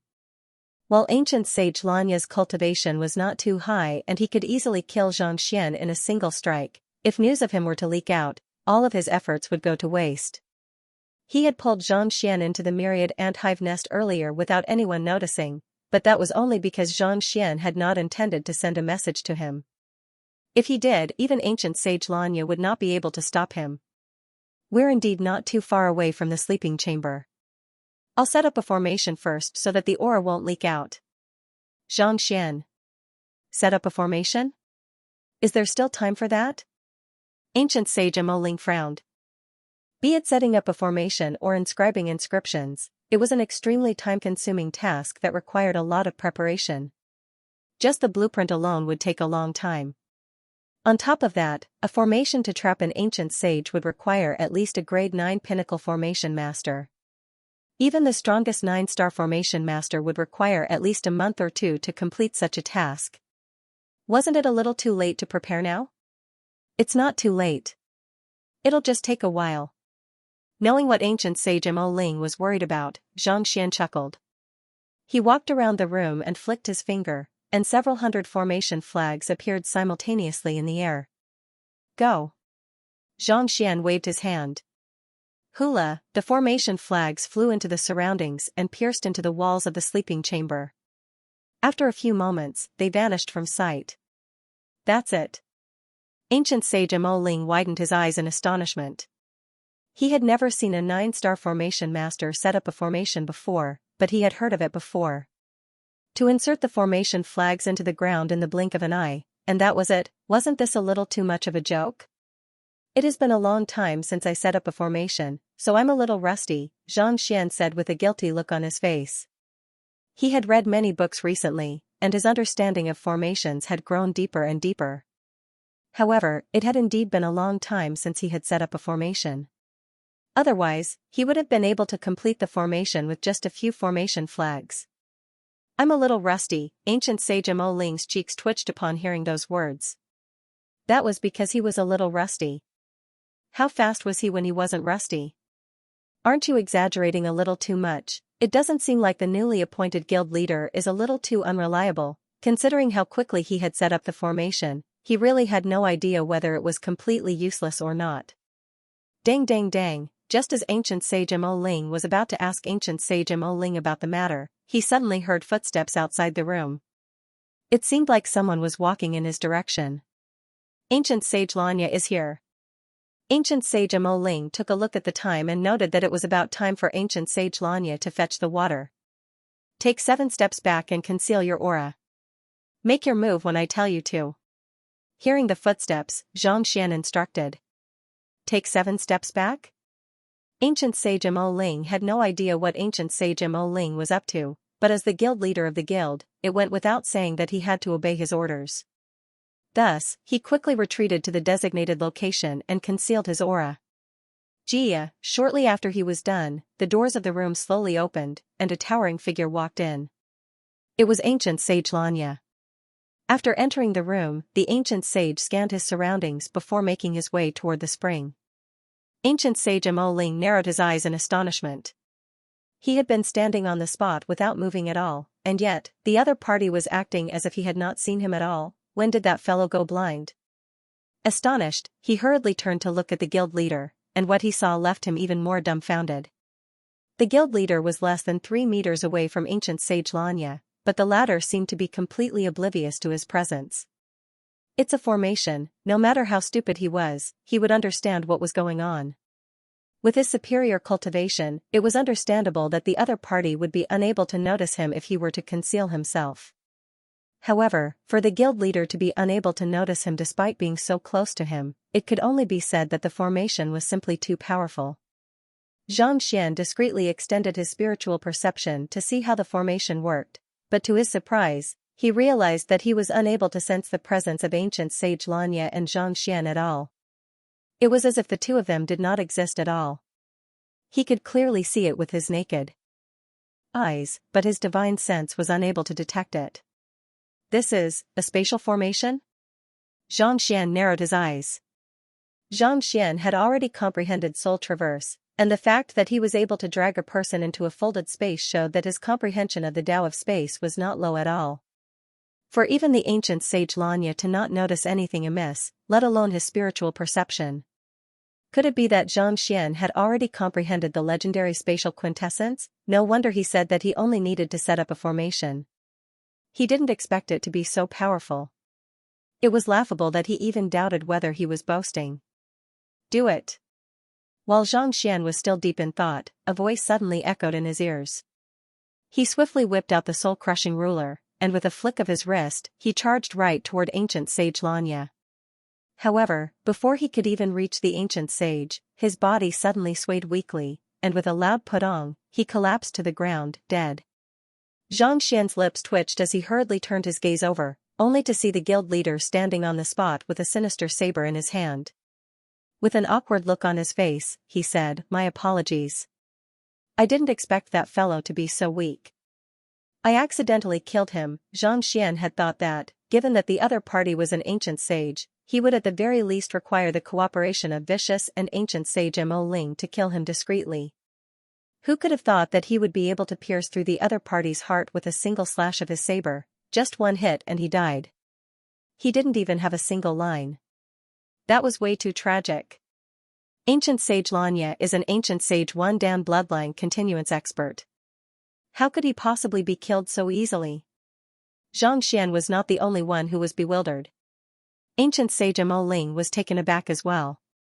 He had known the young man for many years, so even though he had never crossed blows with him, he was well aware of the latter's fighting prowess. His guild leader was a sempiternal realm consummation expert, and with the infernal black saber in hand, it would not be a surprise if he was able to escape or even put up a fight against an expert of that caliber. Defeated with a single slash. How could it be so childish? Should he go over and add another 2 feet, wouldn't that make him look like he was whipping the corpse? Perplexed, Xianxia could no longer be bothered with concealing himself. He hurriedly rushed forward and scanned the area with his consciousness, and his lips twitched uncontrollably. That person was indeed dead. His soul had been destroyed, and not a single trace of him was left behind. Strange, ancient sage Mo Ling rubbed his glabella in distress. That was an ancient sage. Be it the master-teacher continent or the otherworldly demonic tribe, he was a figure who stood at the very top of the master-teacher continent and the otherworldly demonic tribe. Yet, with a single slash, he had not uttered a single word of agony. It made one feel as if a lifetime had passed. Could it be fake? Xianxia looked at ancient sage Mo Ling doubtfully. That's true. I have known ancient sage Xianxia for several thousand years. Even if I were to be reduced to ashes, there's no way I would mistake him for someone else. The reason why he was killed by you with a single slash is probably due to the severe injuries he sustained. In other words, he doesn't even have a tenth of his strength left. Ancient sage Mo Ling said after taking a closer look. Through his observation, he could tell that ancient sage Xianxia was in an extremely feeble state. Even if he did not make a move, it was likely that he would not be able to live for long. But, it was not too long ago that he had met ancient sage Xianxia, and it was said that he was on the verge of achieving a breakthrough to ancient sage Tu Dan. How did he end up in such a state all of a sudden? What do we do now? Ancient sage Mo Ling could not figure out what was going on, so he could only shake his head helplessly. I was intending to capture him alive and conduct a soul search on him so that I could learn more about Sovereign Chen Ling's condition and determine the location of the dragon blood. Xianxia shook his head bitterly.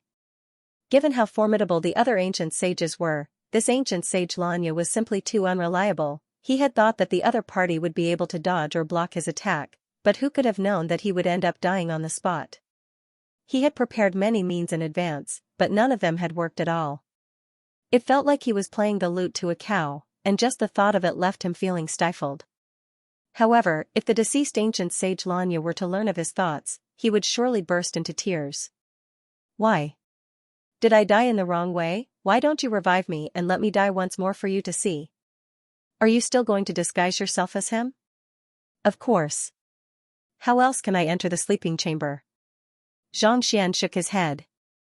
With a thought, the bones in his body began to creak, and even his soul aura became identical to the unconscious ancient sage Xianxia.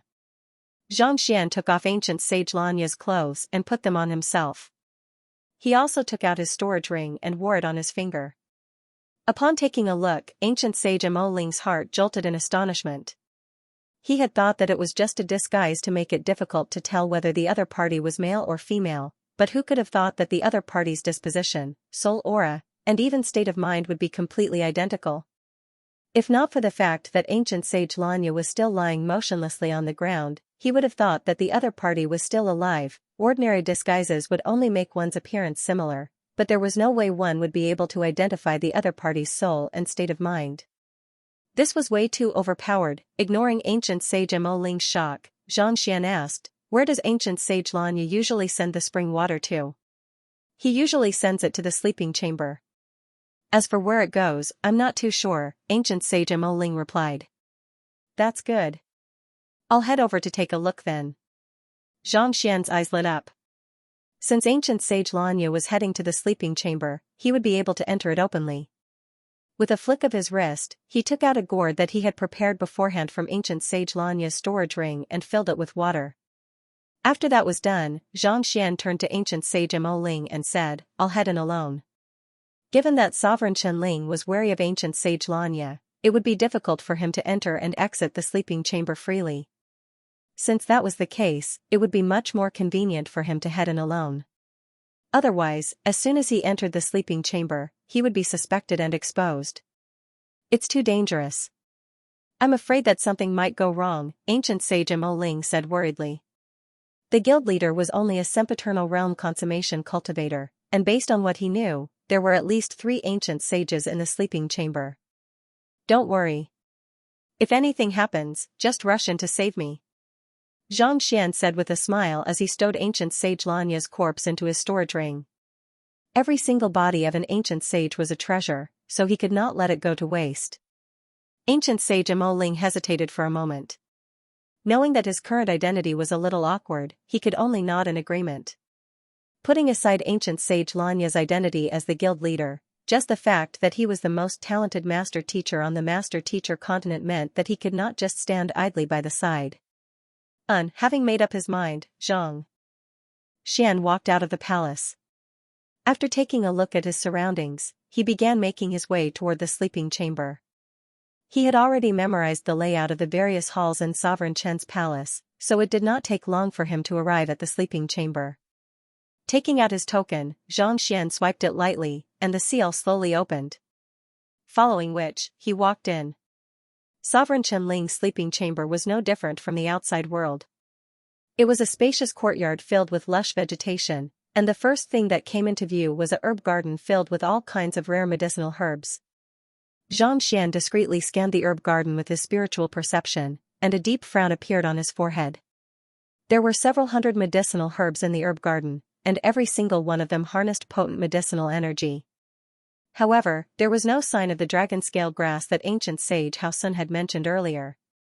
Could it be that the dragon blood did not exist at all? Thus, Zhang Xian instructed the dragonbone divine spear that was disguised as his belt to sense where the dragon blood could be found. "Lanya, what are you waiting for?" Just as Zhang Xian was slowly making his way forward, he suddenly heard a voice. Turning his head over, he saw an old man looking at him with a doubtful expression.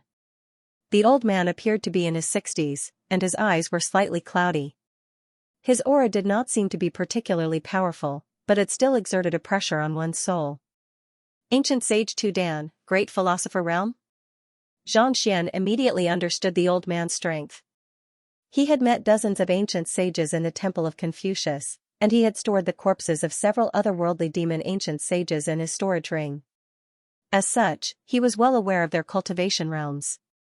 While the old man before him did not appear to be particularly frightening, his cultivation was actually even higher than ancient sage Lanya's.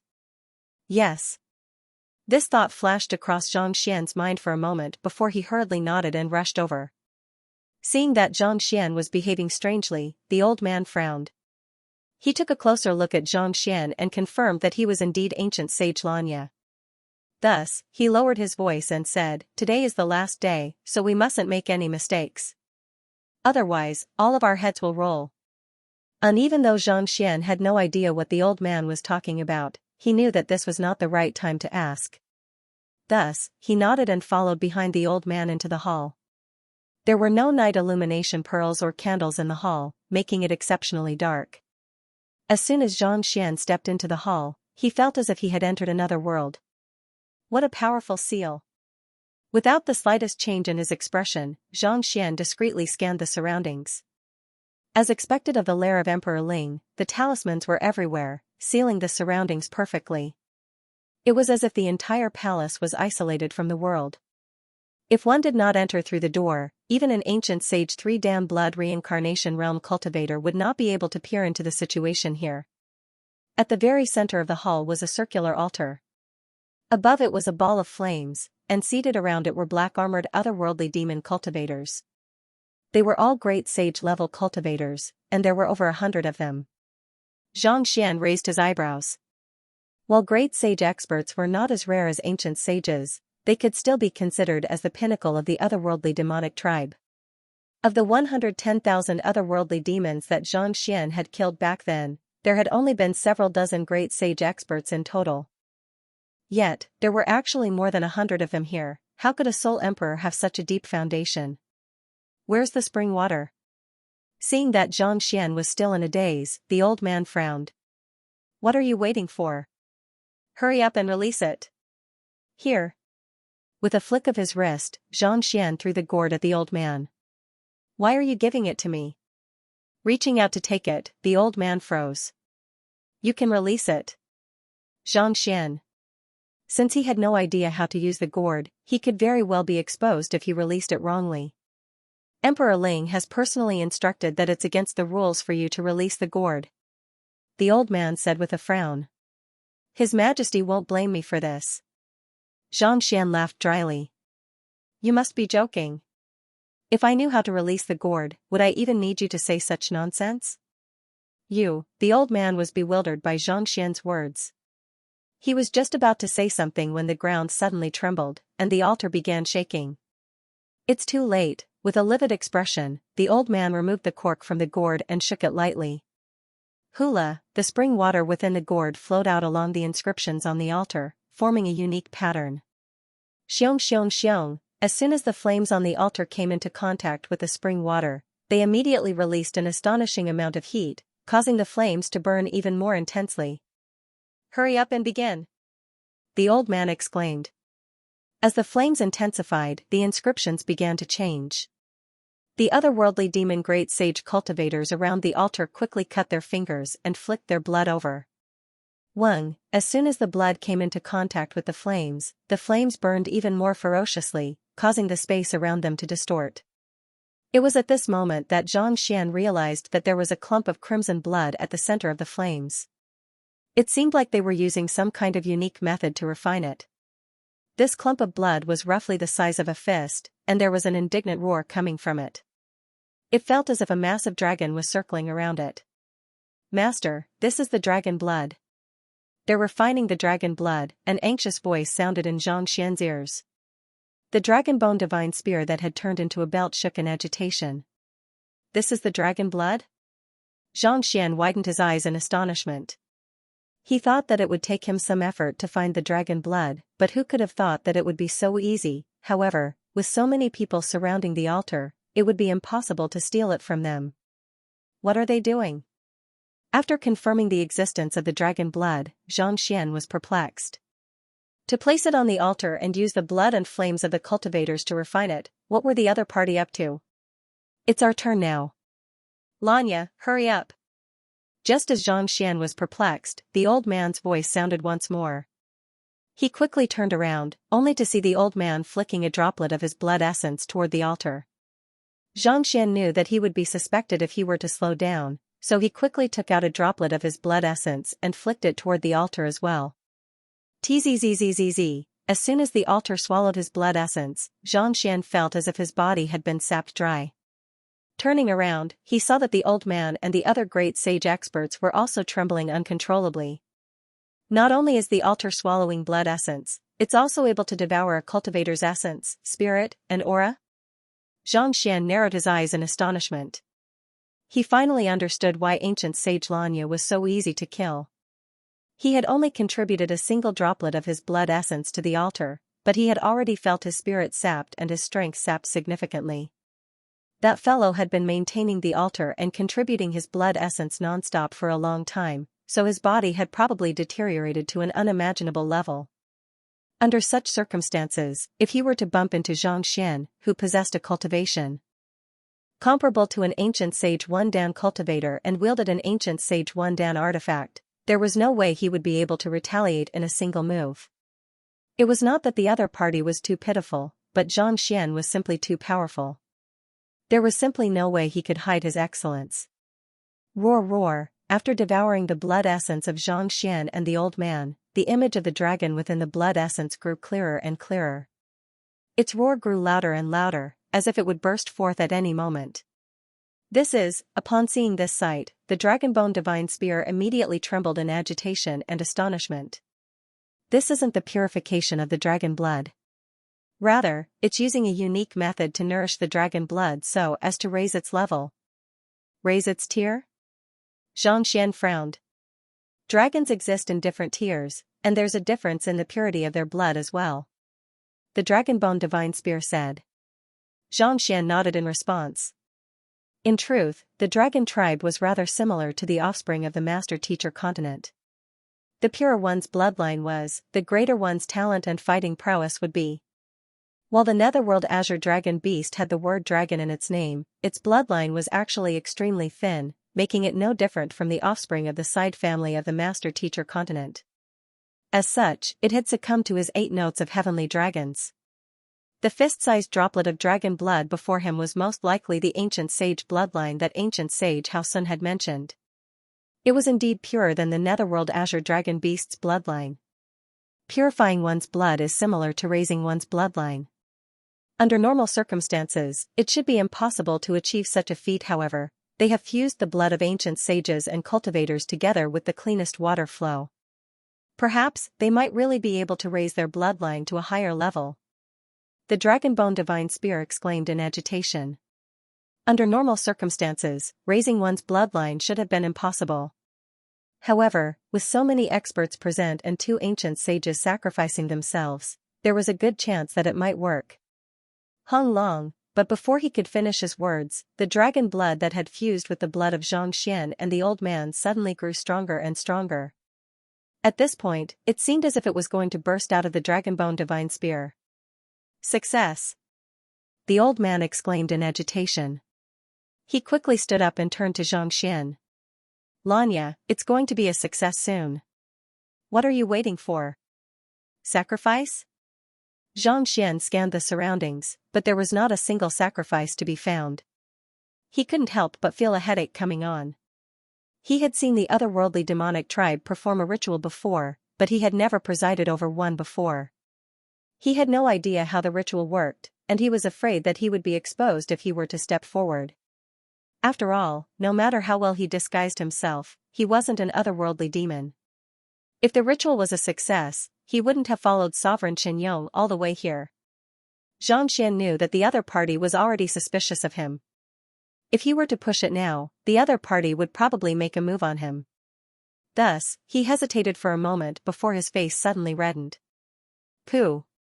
He spurted a mouthful of blood, and his body staggered before collapsing weakly to the ground. Not expecting ancient sage Lanya to succumb at such a crucial moment, the elder roared furiously, once this matter is settled, I'll surely report this matter to Sovereign Chenling.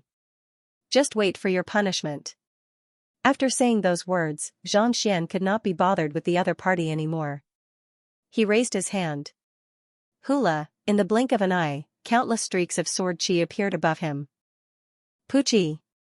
Puchi! Puchi! Sword chi whistled through the air toward the hundreds of great sages sitting around the altar.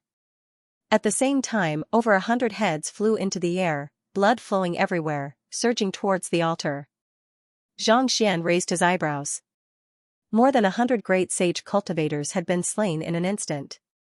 It was no wonder why he had not been able to find any treasures earlier. It turned out that they had been sacrificing their lives. How ruthless! Buzz buzz buzz, blood filled the patterns on the altar, and a series of violent rumbles resounded. Countless rays of light fell from the sky and enveloped the altar. Almighty God, we sacrifice our lives for the sake of making the dragon blood purer, the old man's voice sounded. He was speaking in the unique language of the otherworldly demonic tribe, and his words carried an unfathomable aura that seeped deep into one's heart. As you wish. A voice echoed from within the light. Xianxia hurriedly peered through the light to see if it was Lozozi, but there was not a single person in sight. Furthermore, the voice sounded a little deep, making it impossible to tell whether it was a man or a woman. Hong Long, right after the voice sounded, the light suddenly intensified, and a unique energy shrouded the area. Under the illumination of the light, the dragon blood began wriggling nonstop. As if it had been nourished greatly, the dragon form abruptly grew in size, and its strength grew even more powerful. Ordinary cultivators would have been unable to purify dragon blood, but gods were able to do so easily. The reason why the other party had gathered all of their strength and sacrificed the lives of so many people was to summon a god. Gugugugu. As the dragon form grew stronger, the blood began to shrink. It was around the size of a fist a moment ago, but in the blink of an eye, it had shrunk to the size of a fingernail. Even though its size had shrunk significantly, the energy it emanated was growing more and more powerful. It felt as if it had come from another world, ready to tear through space at any moment. Xianxia had felt such a sensation from Lozozi before. With such power, the master-teacher continent could no longer withstand it, and it could only turn around and leave. Clearly, the dragon blood before him had already surpassed the blood reincarnation realm and reached an even higher level. Master, if I can devour the dragon blood, not only will I be able to break the seal, I'll be able to push for a breakthrough to ancient sage 4 Dan. The dragon-bone divine spear exclaimed in agitation. Wait a moment. We'll make our move after the power of the gods dissipates. Xianxia's face reddened as he sent a telepathic message to the dragon-bone divine spear. He had thought that it would suffice as long as he could unseal the dragon-bone divine spear, but who could have thought that the other party would be sacrificing the dragon blood to raise the level of the dragon blood? If the dragon-bone divine spear were to devour the dragon blood, it would surely undergo an earth-shattering transformation. With the dragon-bone divine spear in hand, even if Sovereign Qianling were to recover to his peak, there was nothing for him to fear. No matter how powerful an expert was, he would be able to subdue them with a single strike of his spear. However, even if he wanted to devour the dragon blood, he would have to wait for the power of the gods to dissipate first. Otherwise, he would not be able to withstand the wrath of the gods. The dragon-bone divine spear nodded in agitation as it wrapped itself around Xianxia's waist. Even ancient sage Ranqiao did not have such an opportunity back then.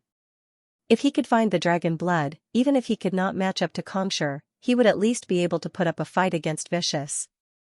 Hong Long, while the two of them were communicating telepathically, the aura of the gods in the air gradually dissipated. At the same time, the light shrouding the altar began to dissipate as well. At this moment, there was only a single droplet of dragon blood left in the flames. It was crimson, and it looked as if it would leap out of the altar at any moment and vanish into the horizon. However, due to the small size of the formation, it was impossible for the dragon-bone divine spear to escape. It worked! The old man exclaimed in agitation. After persevering for nearly a month, he had finally succeeded. His body immediately went limp, and he felt as if he would collapse to the ground at any moment. Welcome, Sovereign Qianling. The old man bellowed with clenched fists. This is the time. Hurry up and snatch the dragon blood. Hearing that the old man was going to welcome Sovereign Qianling, Xianxia's face warped in horror. Once that old man appeared, he would not be able to get a share of the dragon blood. With a wave of his hand, the dragon-bone divine spear leaped out from his waist. It seemed to know that the situation was critical. Without saying anything else, it turned into a black bone dragon and flew toward the altar. Why you are ancient sage Xianxia? Who in the world are you?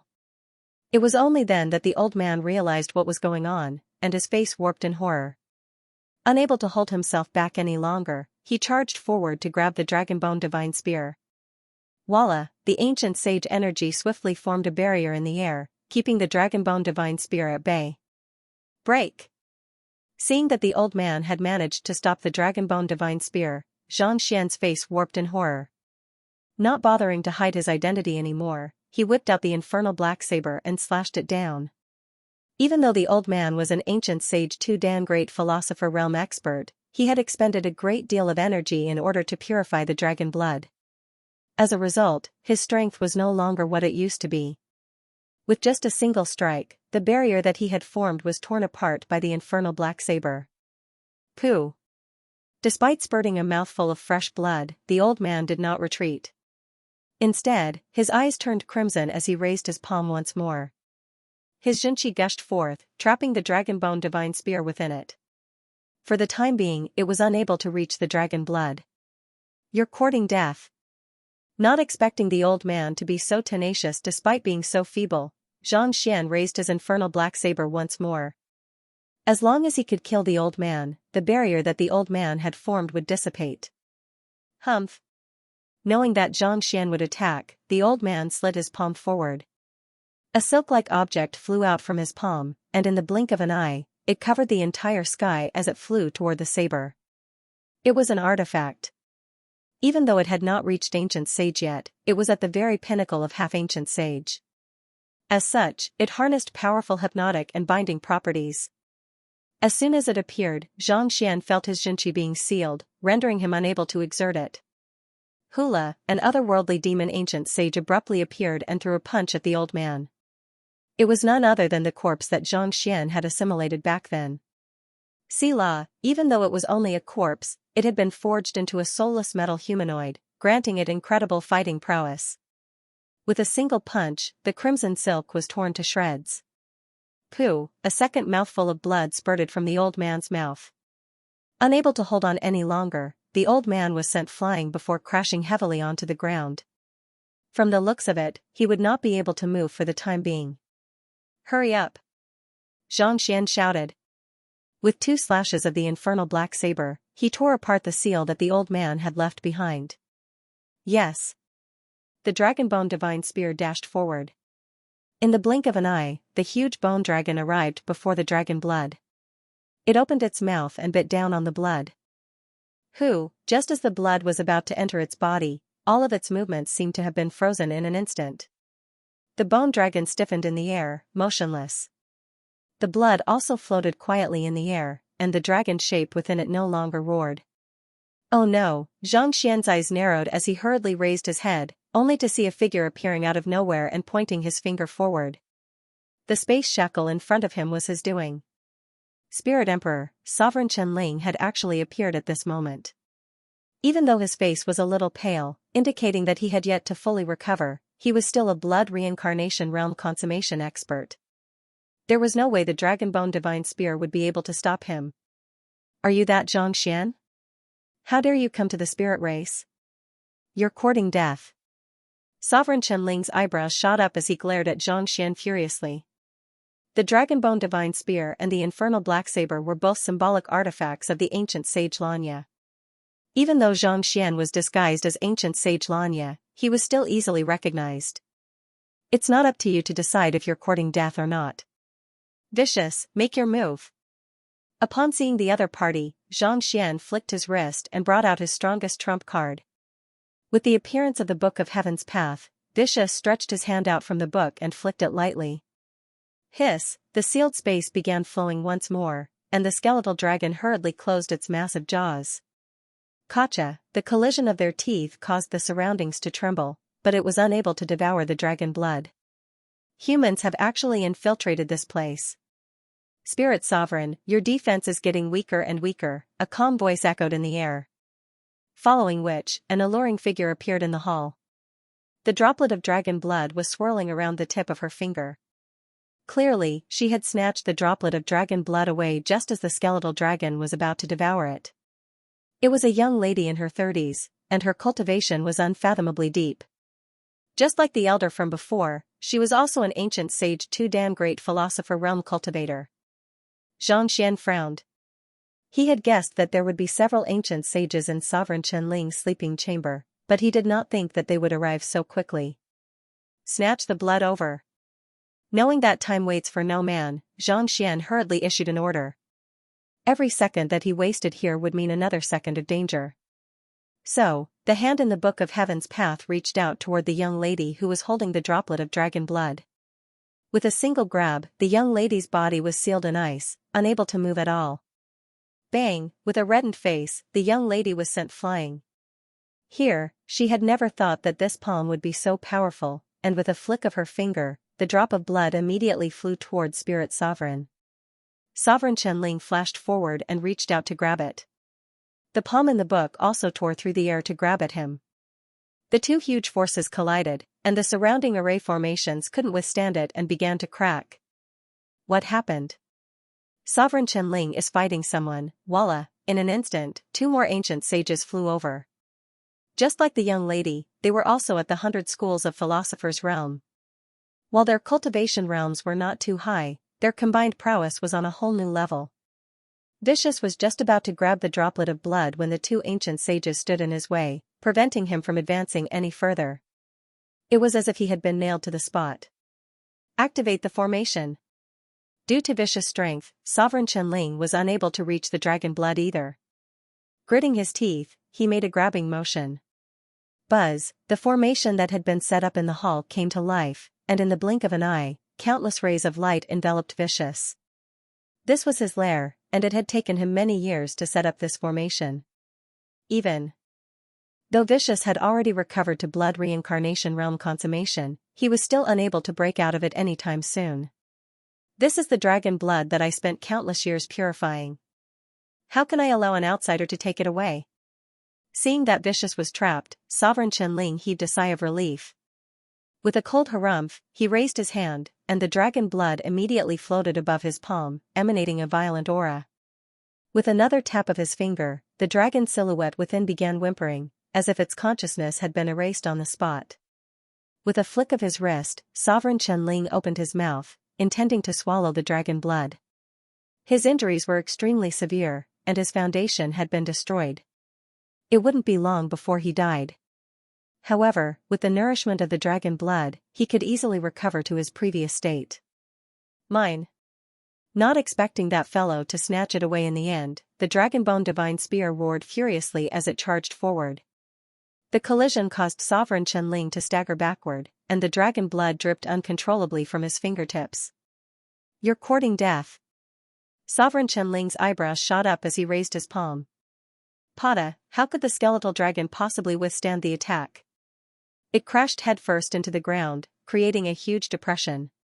Humph. After knocking the Dragonbone Divine Spear away, Sovereign Qianling grabbed the dragon blood once more. Just as he was about to place it into his mouth, he suddenly felt a cold breeze brushing past his fingertip. He hurriedly lowered his head, but the dragon blood had already disappeared. What? Sovereign Qianling felt goosebumps rising all over his body. He quickly turned his gaze in the direction where the breeze had brushed past, only to see a gourd floating in the air. With a twist of its body, the gourd swallowed the dragon blood. Sovereign Qianling was dumbfounded. Xianxia also stayed where he was, feeling as if tens of thousands of divine beasts were flying past his heart. This gourd was the Dongshu gourd that he had hidden in his dantian previously. After swallowing the meteorite, it had been lying motionless in his storage ring all this while, as if it was dead. Why would it suddenly appear out of nowhere, and he even swallowed the blood? This was the key to unsealing the seal on the Dragonbone Divine Spear. If the Dragonbone Divine Spear were to devour the Dragonbone Divine Spear, the Dragonbone Divine Spear wouldn't be able to regrow its flesh and blood, thus making it impossible for the Dragonbone Divine Spear to break the seal. Blood, my blood, the Dragonbone Divine Spear shook uncontrollably as tears trickled down its cheeks. It was shaking so violently that its head nearly fell off its neck.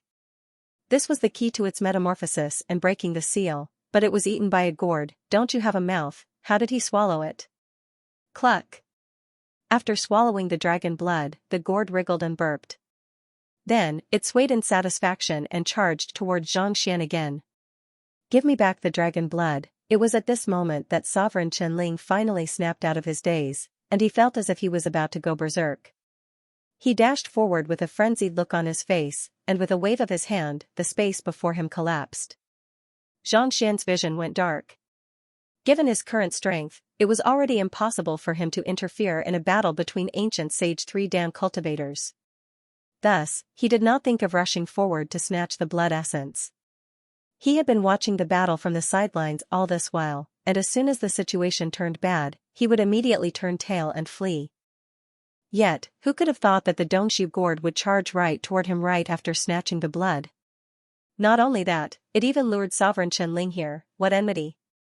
What resentment? I kindly placed you in my dantian, nourished you with my zhenqi, and even prepared a meteorite for you. Is this how you treat me? On the other hand, Xianxia's body flickered in an attempt to avoid the gourd. But before he could get away, the gourd had already dived into his dantian and found a comfortable spot to lie down. His head exploded. Xianxia had gone mad. At this moment, Xianxia couldn't be bothered to deal with the Dongshu gourd anymore. He drove the Zhang family bloodline to slow down time and executed the Heaven's Path movement art at the same time. In the blink of an eye, he was already right before Vicious. Xianxia was the only one he could rely on to deal with Sovereign Qianling Dai. Seeing how the Dongshu gourd had disappeared right before Xianxia's eyes, Sovereign Qianling knew that the other party must have used some underhanded means to snatch the Dongshu gourd's blood away. The air seemed to have been sucked out. Xianxia only felt his body stiffen. He could not help but fly towards the other party's palm, as if he was sending himself to his death. Master! At this point, Vicious could no longer be bothered to deal with the other two ancient sages. He stretched his other hand out of the book and grabbed Xianxia's shoulder, stopping the latter from advancing forward. At the same time, he pressed his other hand on the book, and an incomplete skeleton emerged from it. After signing the contract, if his master were to die, he would die as well. No matter what, he had to save the other party. Voila, as soon as the skeleton appeared, it was as if it was the center of a typhoon. Countless spiritual energy gathered, and the palm pressed down on Xianxia. After leaving the Book of Heaven's Path, the fighting prowess of Vicious Skeleton had increased significantly. Its heart was beating furiously, and it was filled with immense power. As soon as it collided with Sovereign Qianling's attack, the latter was immediately sent flying. Sovereign Qianling might not have feared Vicious before he was injured, but in his current state, there was no way he would be able to withstand Vicious' attack. Seeing that Vicious was indeed able to stop the other party, Xianxia heaved a sigh of relief. He quickly focused his consciousness on his dantian and bellowed, "Didn't you promise me that you wouldn't enter my dantian?" Previously, he had forced the other party to agree to leave his dantian with the Dongshu gourd, but who would have thought that it would sneak in at such a crucial moment, not to mention, it had even lured Sovereign Qianling over. What kind of sin had he committed? If not for his quick reaction and awakening the bloodline of the Zhang family, he might have already lost his life. "I'll just lie down for a moment." The Dongshu gourd shook its bottom nonchalantly, as if it was a dead pig that did not fear boiling water. Xianxia was just about to berate the Dongshu gourd when he suddenly felt a chill running down his spine. Driving his bloodline, he swiftly dashed away. Boom boom boom, as soon as he left the area, the space where he was standing suddenly shattered. The shockwaves from the shattering of space struck his back, causing him to spurt a mouthful of blood. Xianxia quickly turned around and saw that the two ancient sages who had attacked Vicious earlier had appeared not too far away. They might not have been a match for Vicious, but if they could not kill a sempiternal realm consummation cultivator, there was no need for them to live anymore. Temporal laws? You're indeed a human. Die. Seeing that his sneak attack had failed, an ancient sage frowned as he sent another palm strike toward Xianxia. The other ancient sages also knew that there was no time to waste, so he hurled a punch toward Xianxia as well. Before the punch and palm could even reach Xianxia, the surrounding space had already begun to distort. It was as if Xianxia had been plunged into a storm, unable to dodge at all. "Do you really think that I'm a pushover?" Seeing that Vicious was too focused on fending off Sovereign Qianling, who had taken control of the formation, to save him, Xianxia gritted his teeth and flicked his wrist. Hula, two ancient sage corpses immediately appeared before him, blocking the punch and palm. Back then, when Sovereign Qianyong was fighting with the ancient sages, Xianxia had made use of the opportunity to steal several of their corpses. Even though he had not been able to assimilate them due to his severe injuries, they were still more than sufficient to serve as a shield. Pung! Pung! The two attacks struck the corpses simultaneously, sending them flying backward. Xianxia had managed to avoid a calamity. With a slight frown, Xianxia was just about to take out his only golden page to crush one of the two ancient sages when he suddenly heard the sound of a gust of wind rushing toward him. Following which, a cold and sinister aura swept toward him, pulling him toward the exit of the hall. "Guild leader, we have to leave." Noticing that something was amiss, ancient sage Mo Ling immediately drew his soul out and dashed into the hall. "Where do you think you're going?" The two ancient sages in Sovereign Qianling's palace had their attacks blocked by the ancient sage corpses, so how could they possibly allow ancient sage Mo Ling to leave so easily? Xianxia turned around and sent a palm strike toward the two ancient sages. Under the powerful shockwave, the entire hall of Sovereign Qianling's palace collapsed, sending a cloud of dust into the air. Taking Xianxia with him, ancient sage Mo Ling made use of this opportunity to leave the vicinity of the palace.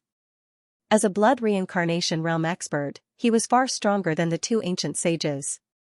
As long as Sovereign Qianling did not make a move, it would be nigh impossible for the two of them to stop him. Guild leader, I have already activated the formation outside. Hurry up and leave. I'll hold the two of them back. Ancient sage Mo Ling quickly sent a telepathic message to Xianxia through telepathy. The Dragonbone Divine Spear and Vicious are still inside. If we leave now, they won't be able to escape. Xianxia's body jolted as he came to a halt. The Dragonbone Divine Spear was injured, and Vicious was trapped by Sovereign Qianling and the formation. They would not be able to leave for the time being. If he were to leave now, there was a good chance that he would not be able to return alive. He had already lost 3 ancient sage corpses, so he could not afford to lose these 2. But, news of the battle here will spread out very quickly. Once the other ancient sages in the capital come, it'll be impossible for us to escape. Ancient sage Mo Ling said anxiously. Of the ancient sages that Sovereign Qianling had recruited, there were still 5 who did not live in the capital. Due to the formation earlier, they might not have noticed the commotion, but now that their strength had leaked out, they would surely charge over. By then, it would be difficult for them to escape. As powerful as his soul was, even Sovereign Qianyong had nearly been killed by so many experts, let alone Xianxia. With a look of anxiety on his face, Xianxia exhaled deeply. It's already too late for us to escape now. The capital is so big that we won't be able to escape at all. Even if they managed to escape from Sovereign Qianling's palace, it would still be futile. The capital was vast, and there were all kinds of formations set up on the walls. Furthermore, even if they managed to escape from Sovereign Qianling's palace, where could they possibly escape to? What should we do then? Knowing what Xianxia was thinking, ancient sage Mo Ling asked. After a moment of contemplation, Xianxia instructed, hold them off for 10 breaths. Leave the rest to me, 10 breaths? Ancient sage Mo Ling was taken aback for a moment before nodding. All right. Voila, driving his soul energy, ancient sage Mo Ling gathered the surrounding spiritual energy to form a vortex before charging toward the 2 ancient sages. As the 3 of them clashed, the surrounding space shattered layer by layer. While battling, ancient sage Mo Ling turned to look at the guild leader, wanting to see what kind of idea he had in mind. Floating in the air, ancient sage Mo Ling's eyes flickered, and it did not take long for several thousand formation flags to materialize before him. Xianxia had obtained quite a few grade 9 formation flags from the Temple of Confucius, and all of them were of the same grade. He intends to set up a formation? Is it too late to set up a formation now? Besides, seeing the other party's actions, ancient sage Mo Ling nearly plummeted from the sky. He had witnessed the prowess of the other party's formation earlier, and it was indeed formidable. But, where were they? Sovereign Qianling's palace. The palace was already filled with all kinds of inscriptions, and the slightest mistake could not be allowed in the slightest. Putting aside 10 breaths, even 109-star formation masters might not be able to set up the formation within a year. To set up a formation amidst hundreds of formations was already considered fusing them together. The sheer amount of calculations required was not something that a human could accomplish. Before Xianxia could recover from his shock, the young man floating in the air began waving his hands, and the formation flags shot out into the surroundings. In less than 3 breaths, thousands of formation flags were scattered around the Lingchen palace, piercing into the ground and disappearing. All right, retreat. After that, Xianxia breathed a sigh of relief and shouted. All right. Ancient sage Mo Ling quickly flew over. How could the other 2 ancient sages allow Xianxia to leave so easily? Woo. Right at this moment, a sharp rumble resounded in the air. Spirit Emperor, who is this person that forced you into such a state? Haha, this time around, you have to give me what you promised me. You can't just say it like that, following which, a strong pressure descended from the sky. 5 ancient sages appeared in the sky above Emperor Ling's palace at the same time. Don't talk nonsense. I want them alive. Don't let them escape. I will fulfill my promise to you. If one escapes, don't mention anything else. Sovereign Qianling spat through gritted teeth. Even though he was still able to deal with vicious skeletal frame with the help of the formations in the hall, the injuries he had sustained previously were simply too severe. At this moment, he was already feeling a little overwhelmed. If this were to continue, Vicious' skeletal frame would surely suffer, and his injuries would only worsen. In the worst-case scenario, he might even lose his life. Thus, no matter what price he had to pay, he had to keep these fellows here. Otherwise, he would really be in deep trouble. On top of that, he had spent a lot of effort to purify the dragon blood. If he were to lose it, who knew how long it would take for him to recover from his injuries? That's easy. The 5 ancient sages lowered their gazes and saw ancient sage Mo Ling and Vicious fighting with the other 2 ancient sages. It's already too late for us to escape. Seeing that so many ancient sages had arrived while they were in the midst of the battle, ancient sage Mo Ling's heart sank. He might still have had a chance against the other 2 ancient sages, but with so many of them before him, that was no longer possible. I intentionally waited for them to come. Otherwise, we wouldn't have been able to escape. Xianxia's face paled as he chuckled softly. Even with the help of the Library of Heaven's Path and the boundless Xianxia in his body, he still felt extremely fatigued after setting up so many formation flags at once. You intentionally waited for them? Ancient Sage Mo Ling was stunned. How could he still be in the mood to joke around in such a state that was going to cost him his life? Are you the ancient sages who are aiding Sovereign Qianling? I am a friend of Sovereign Qianyong. He didn't die, but Sovereign Qianling colluded with the humans to assault him. Paying no heed to the flustered ancient sage Mo Ling, Xianxia raised his head to look at the figures in the sky. It would be for the best if he could rope them in. Don't listen to his nonsense. He's a human spy and a master teacher. Hurry up and kill him. Before ancient sage Mo Ling could finish his words, Sovereign Qianling's anxious voice sounded. It was just a moment ago that he was still intending to spare the other party's life, but at this moment, he could not care less anymore. These people were currently loyal to him, but their hearts were far from his. If Sovereign Qianyong promised them even greater benefits, it would be hard to say whether he would still be able to control them or not. Master teacher? Upon hearing that Sovereign Qianling was a master teacher, the faces of the ancient sages warped in horror. I am a master teacher? Sovereign Qianling, isn't your excuse a little too far-fetched? My Xianxia of slaughter is pure and concentrated, making it clear that I possess the bloodline of the otherworldly demonic tribe. To think that you would dare to claim that I am a master teacher. Xianxia sneered coldly as he drove the Xianxia in his body. In an instant, pure Xianxia of slaughter gushed out from his body. The purity of his bloodline was comparable to that of the 3 sovereigns. Is it really possible for a human to disguise such pure Xianxia of slaughter? To be able to disguise such pure Xianxia of slaughter, I'm afraid that we don't deserve to live anymore. The ancient sages frowned in bewilderment. The purer one's Xianxia of slaughter, the higher the grade of one's bloodline. The purer one's Xianxia was, the purer one's bloodline was. Was the other party really a master teacher? Kill him, and I'll double what I promised you earlier. Seeing the hesitation of the ancient sages, Sovereign Qianling gritted his teeth. Very well. No matter who he is, kill him. The eyes of the 5 ancient sages turned cold. The way the otherworldly demonic tribe interacted with one another was vastly different from that of the master-teacher continent. The latter was particular about rules, but the otherworldly demonic tribe had no rules at all. There was only profit. It did not matter to them whether the other party was a subordinate of Sovereign Qianyong or a master teacher. What Sovereign Qianling had promised them was double what Sovereign Qianyong had promised them. Since that was the case, what else was there to consider? It did not matter who the other party was. Rumble, the power swept over from the sky, crushing down on Xianxia. With the combined might of the 5 ancient sages, it felt as if the world was boiling over. What was before Xianxia's eyes was no longer a spatial rift but a pitch-black darkness reminiscent of the bottom of a cauldron. The surrounding space felt like a speck of dust or a grain of sand. If one were to come into contact with it, one's soul would immediately dissipate into nothingness. Ancient Sage Mo Ling's body trembled in fright upon seeing the overwhelming might, and his face turned ghastly pale. Let's go. The 5 of them had clearly cultivated some sort of joint attack technique. Otherwise, they wouldn't have such power.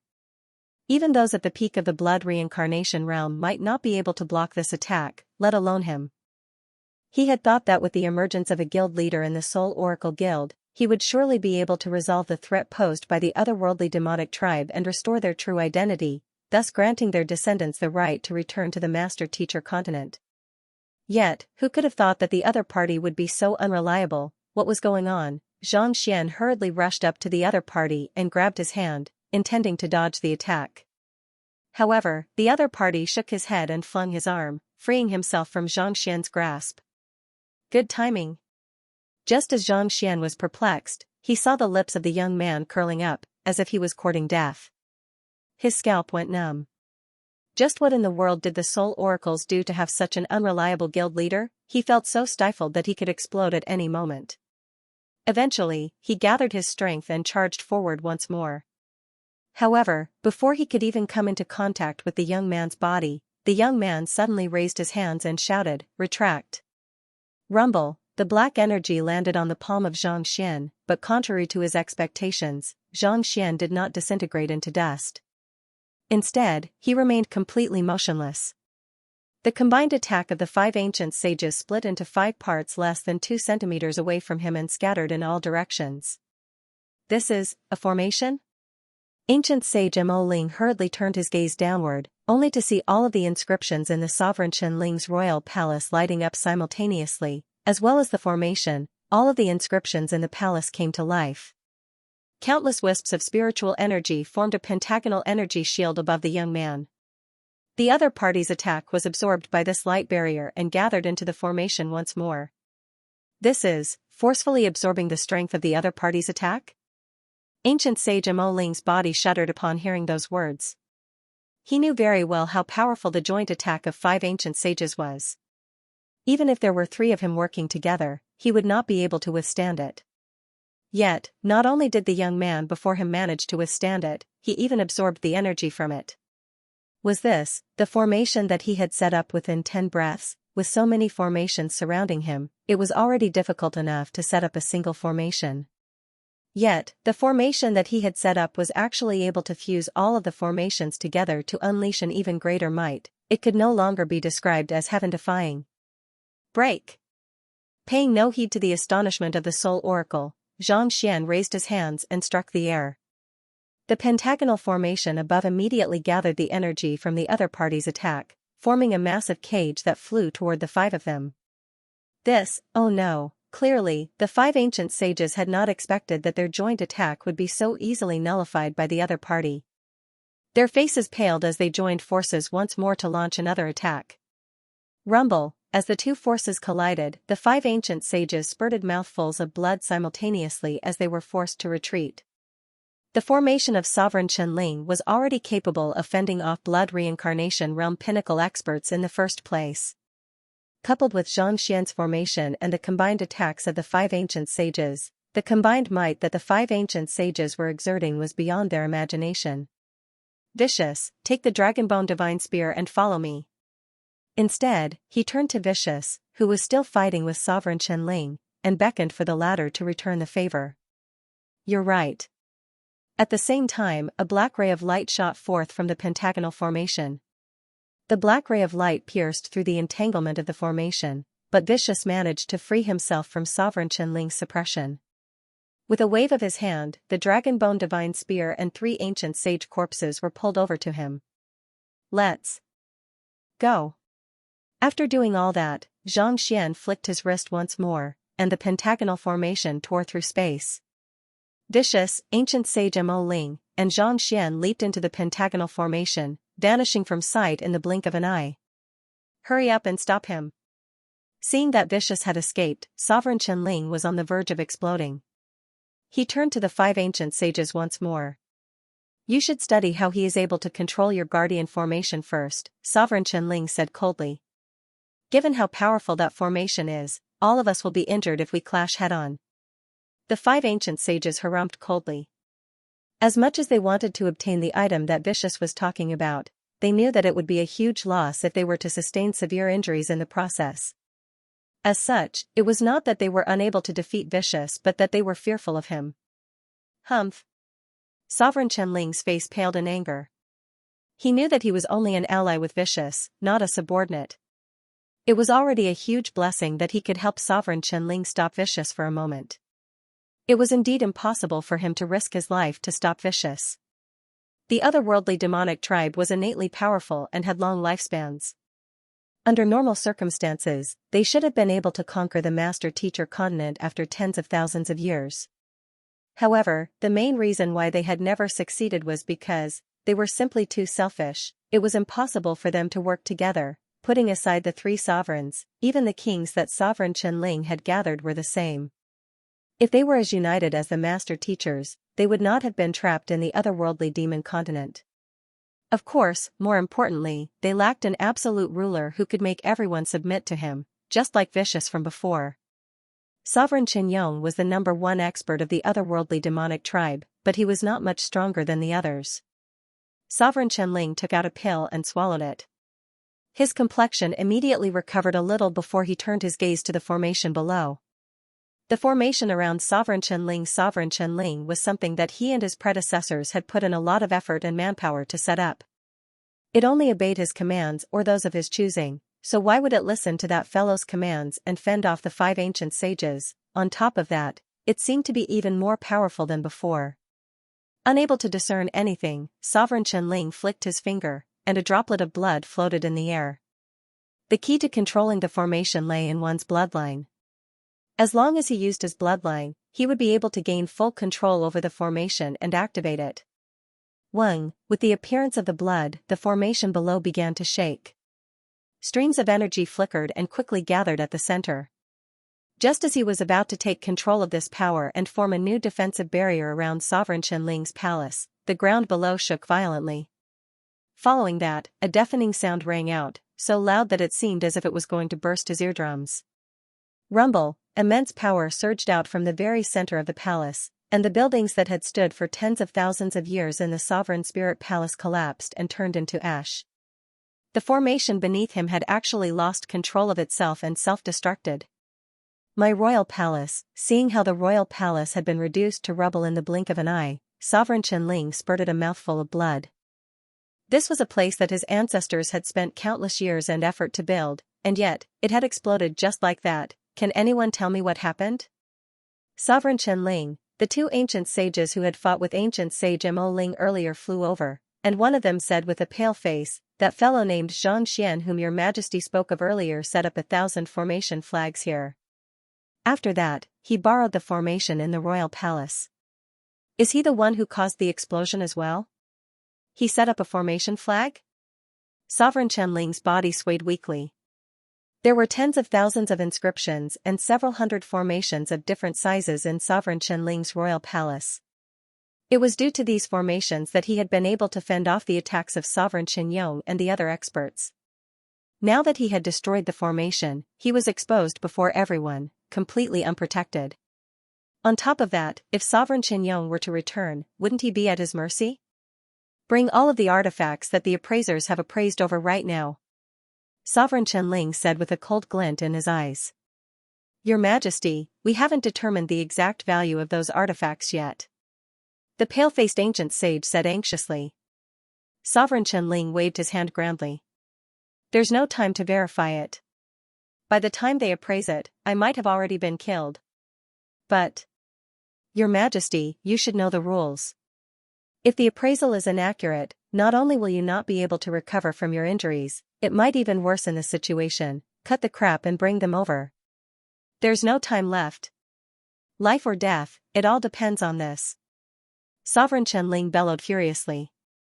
With the dragon blood stolen, he had no choice but to take a risk. Otherwise, it was hard to say whether he would be able to hold on to the fruits of his labor. It seemed like the 5 ancient sages in the sky had agreed to his terms, but if he were to become so weak that he could not even put up a fight, there was a good chance that they would be the ones to devour him first. Yes, seeing that Sovereign Qianling was determined to go his own way, the pale-faced ancient sage hesitated for a moment before nodding. Then, he flew down to the ground.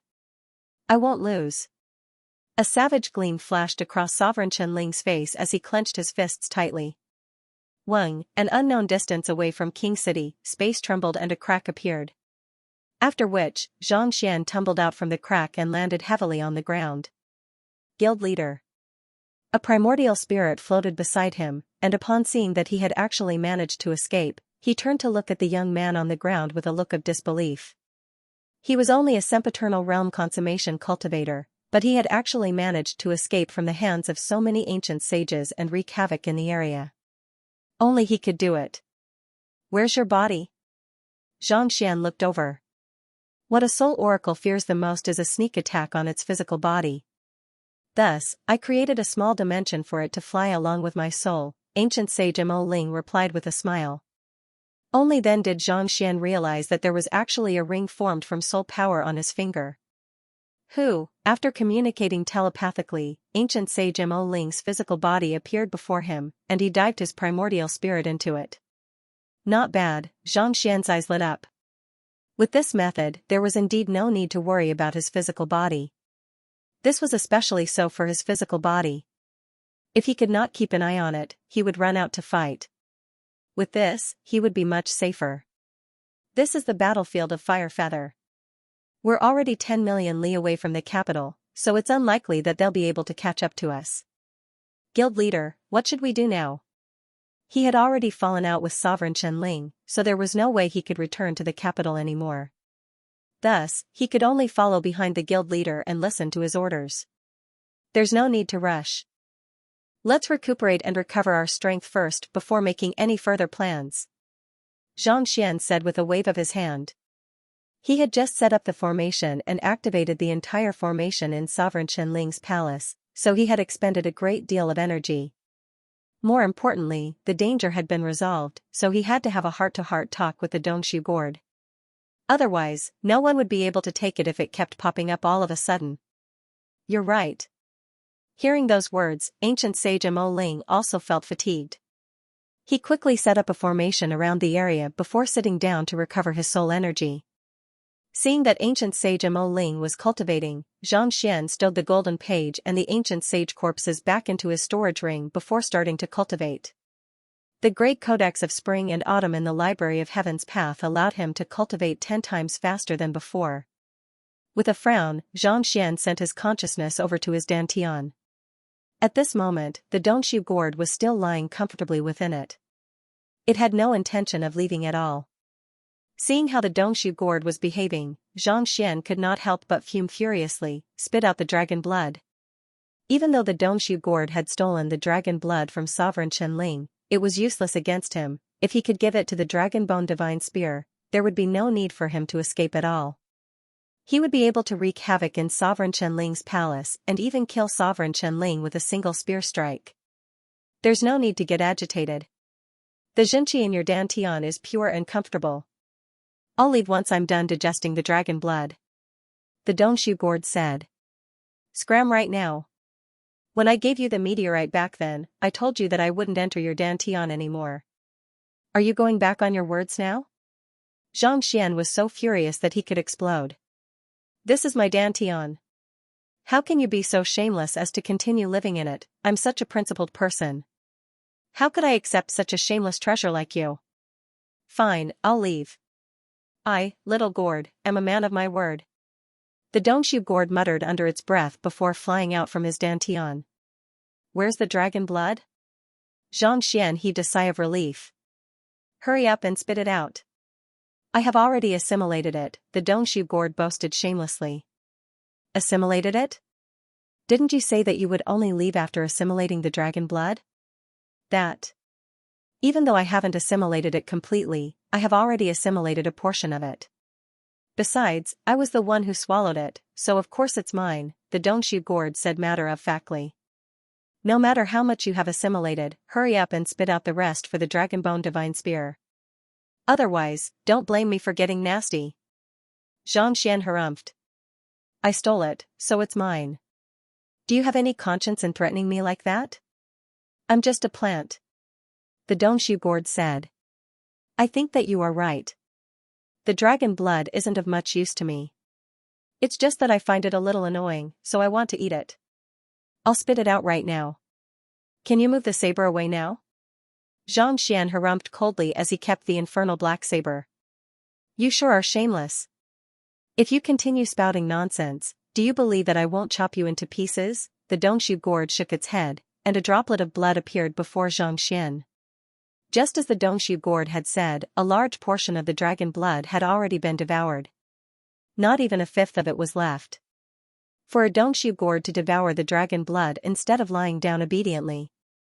How inhumane! Even though it was only a fifth of the dragon blood, it still emanated a powerful aura due to the ritual of sovereign Chen Ling. Xianxia flicked his wrist, and the dragon bone divine spear flew out. Hurry up and swallow it. Let's see if we can use this opportunity to break the seal. It was indeed a little, but it was better than nothing. Yes. Seeing that there was still a little left for it, the dragon bone divine spear couldn't help but tremble in agitation. It morphed back into its skeletal dragon form and swallowed it whole. As soon as the blood seeped into his body, the massive dragon body immediately began to tremble. It was as if countless lightning bolts were coursing through its body, and its aura swiftly surged. It felt as if the seal in its body would be undone at any moment, allowing it to regain the power of an ancient sage artifact. Knowing that it would still take some time for him to assimilate the dragon blood and break through the seal, Xianxia turned his attention back to the Dongshu gourd with a doubtful look on his face. He had thought that the Dongshu gourd was just a low-tier Dongshu gourd, but who could have thought that not only would it gain sentience and speak the human language, it would even be able to snatch the blood essence from sovereign Chen Ling. No matter which point it was, it showed that it was definitely not an ordinary item. Could it be a great sage supreme treasure or an ancient sage supreme treasure? Unable to hold it in any longer, he asked, what exactly are you? Since this fellow had gained sentience, perhaps he knew his identity. Gourd. The gourd wriggled. Xianxia was speechless.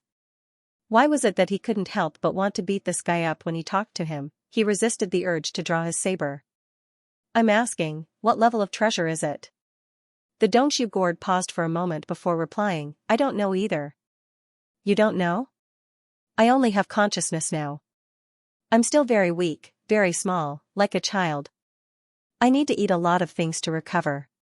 Yes, right, as long as you give me enough food, once I recover, you'll know what level I am. The gourd kept shaking, and it seemed like it was drooling.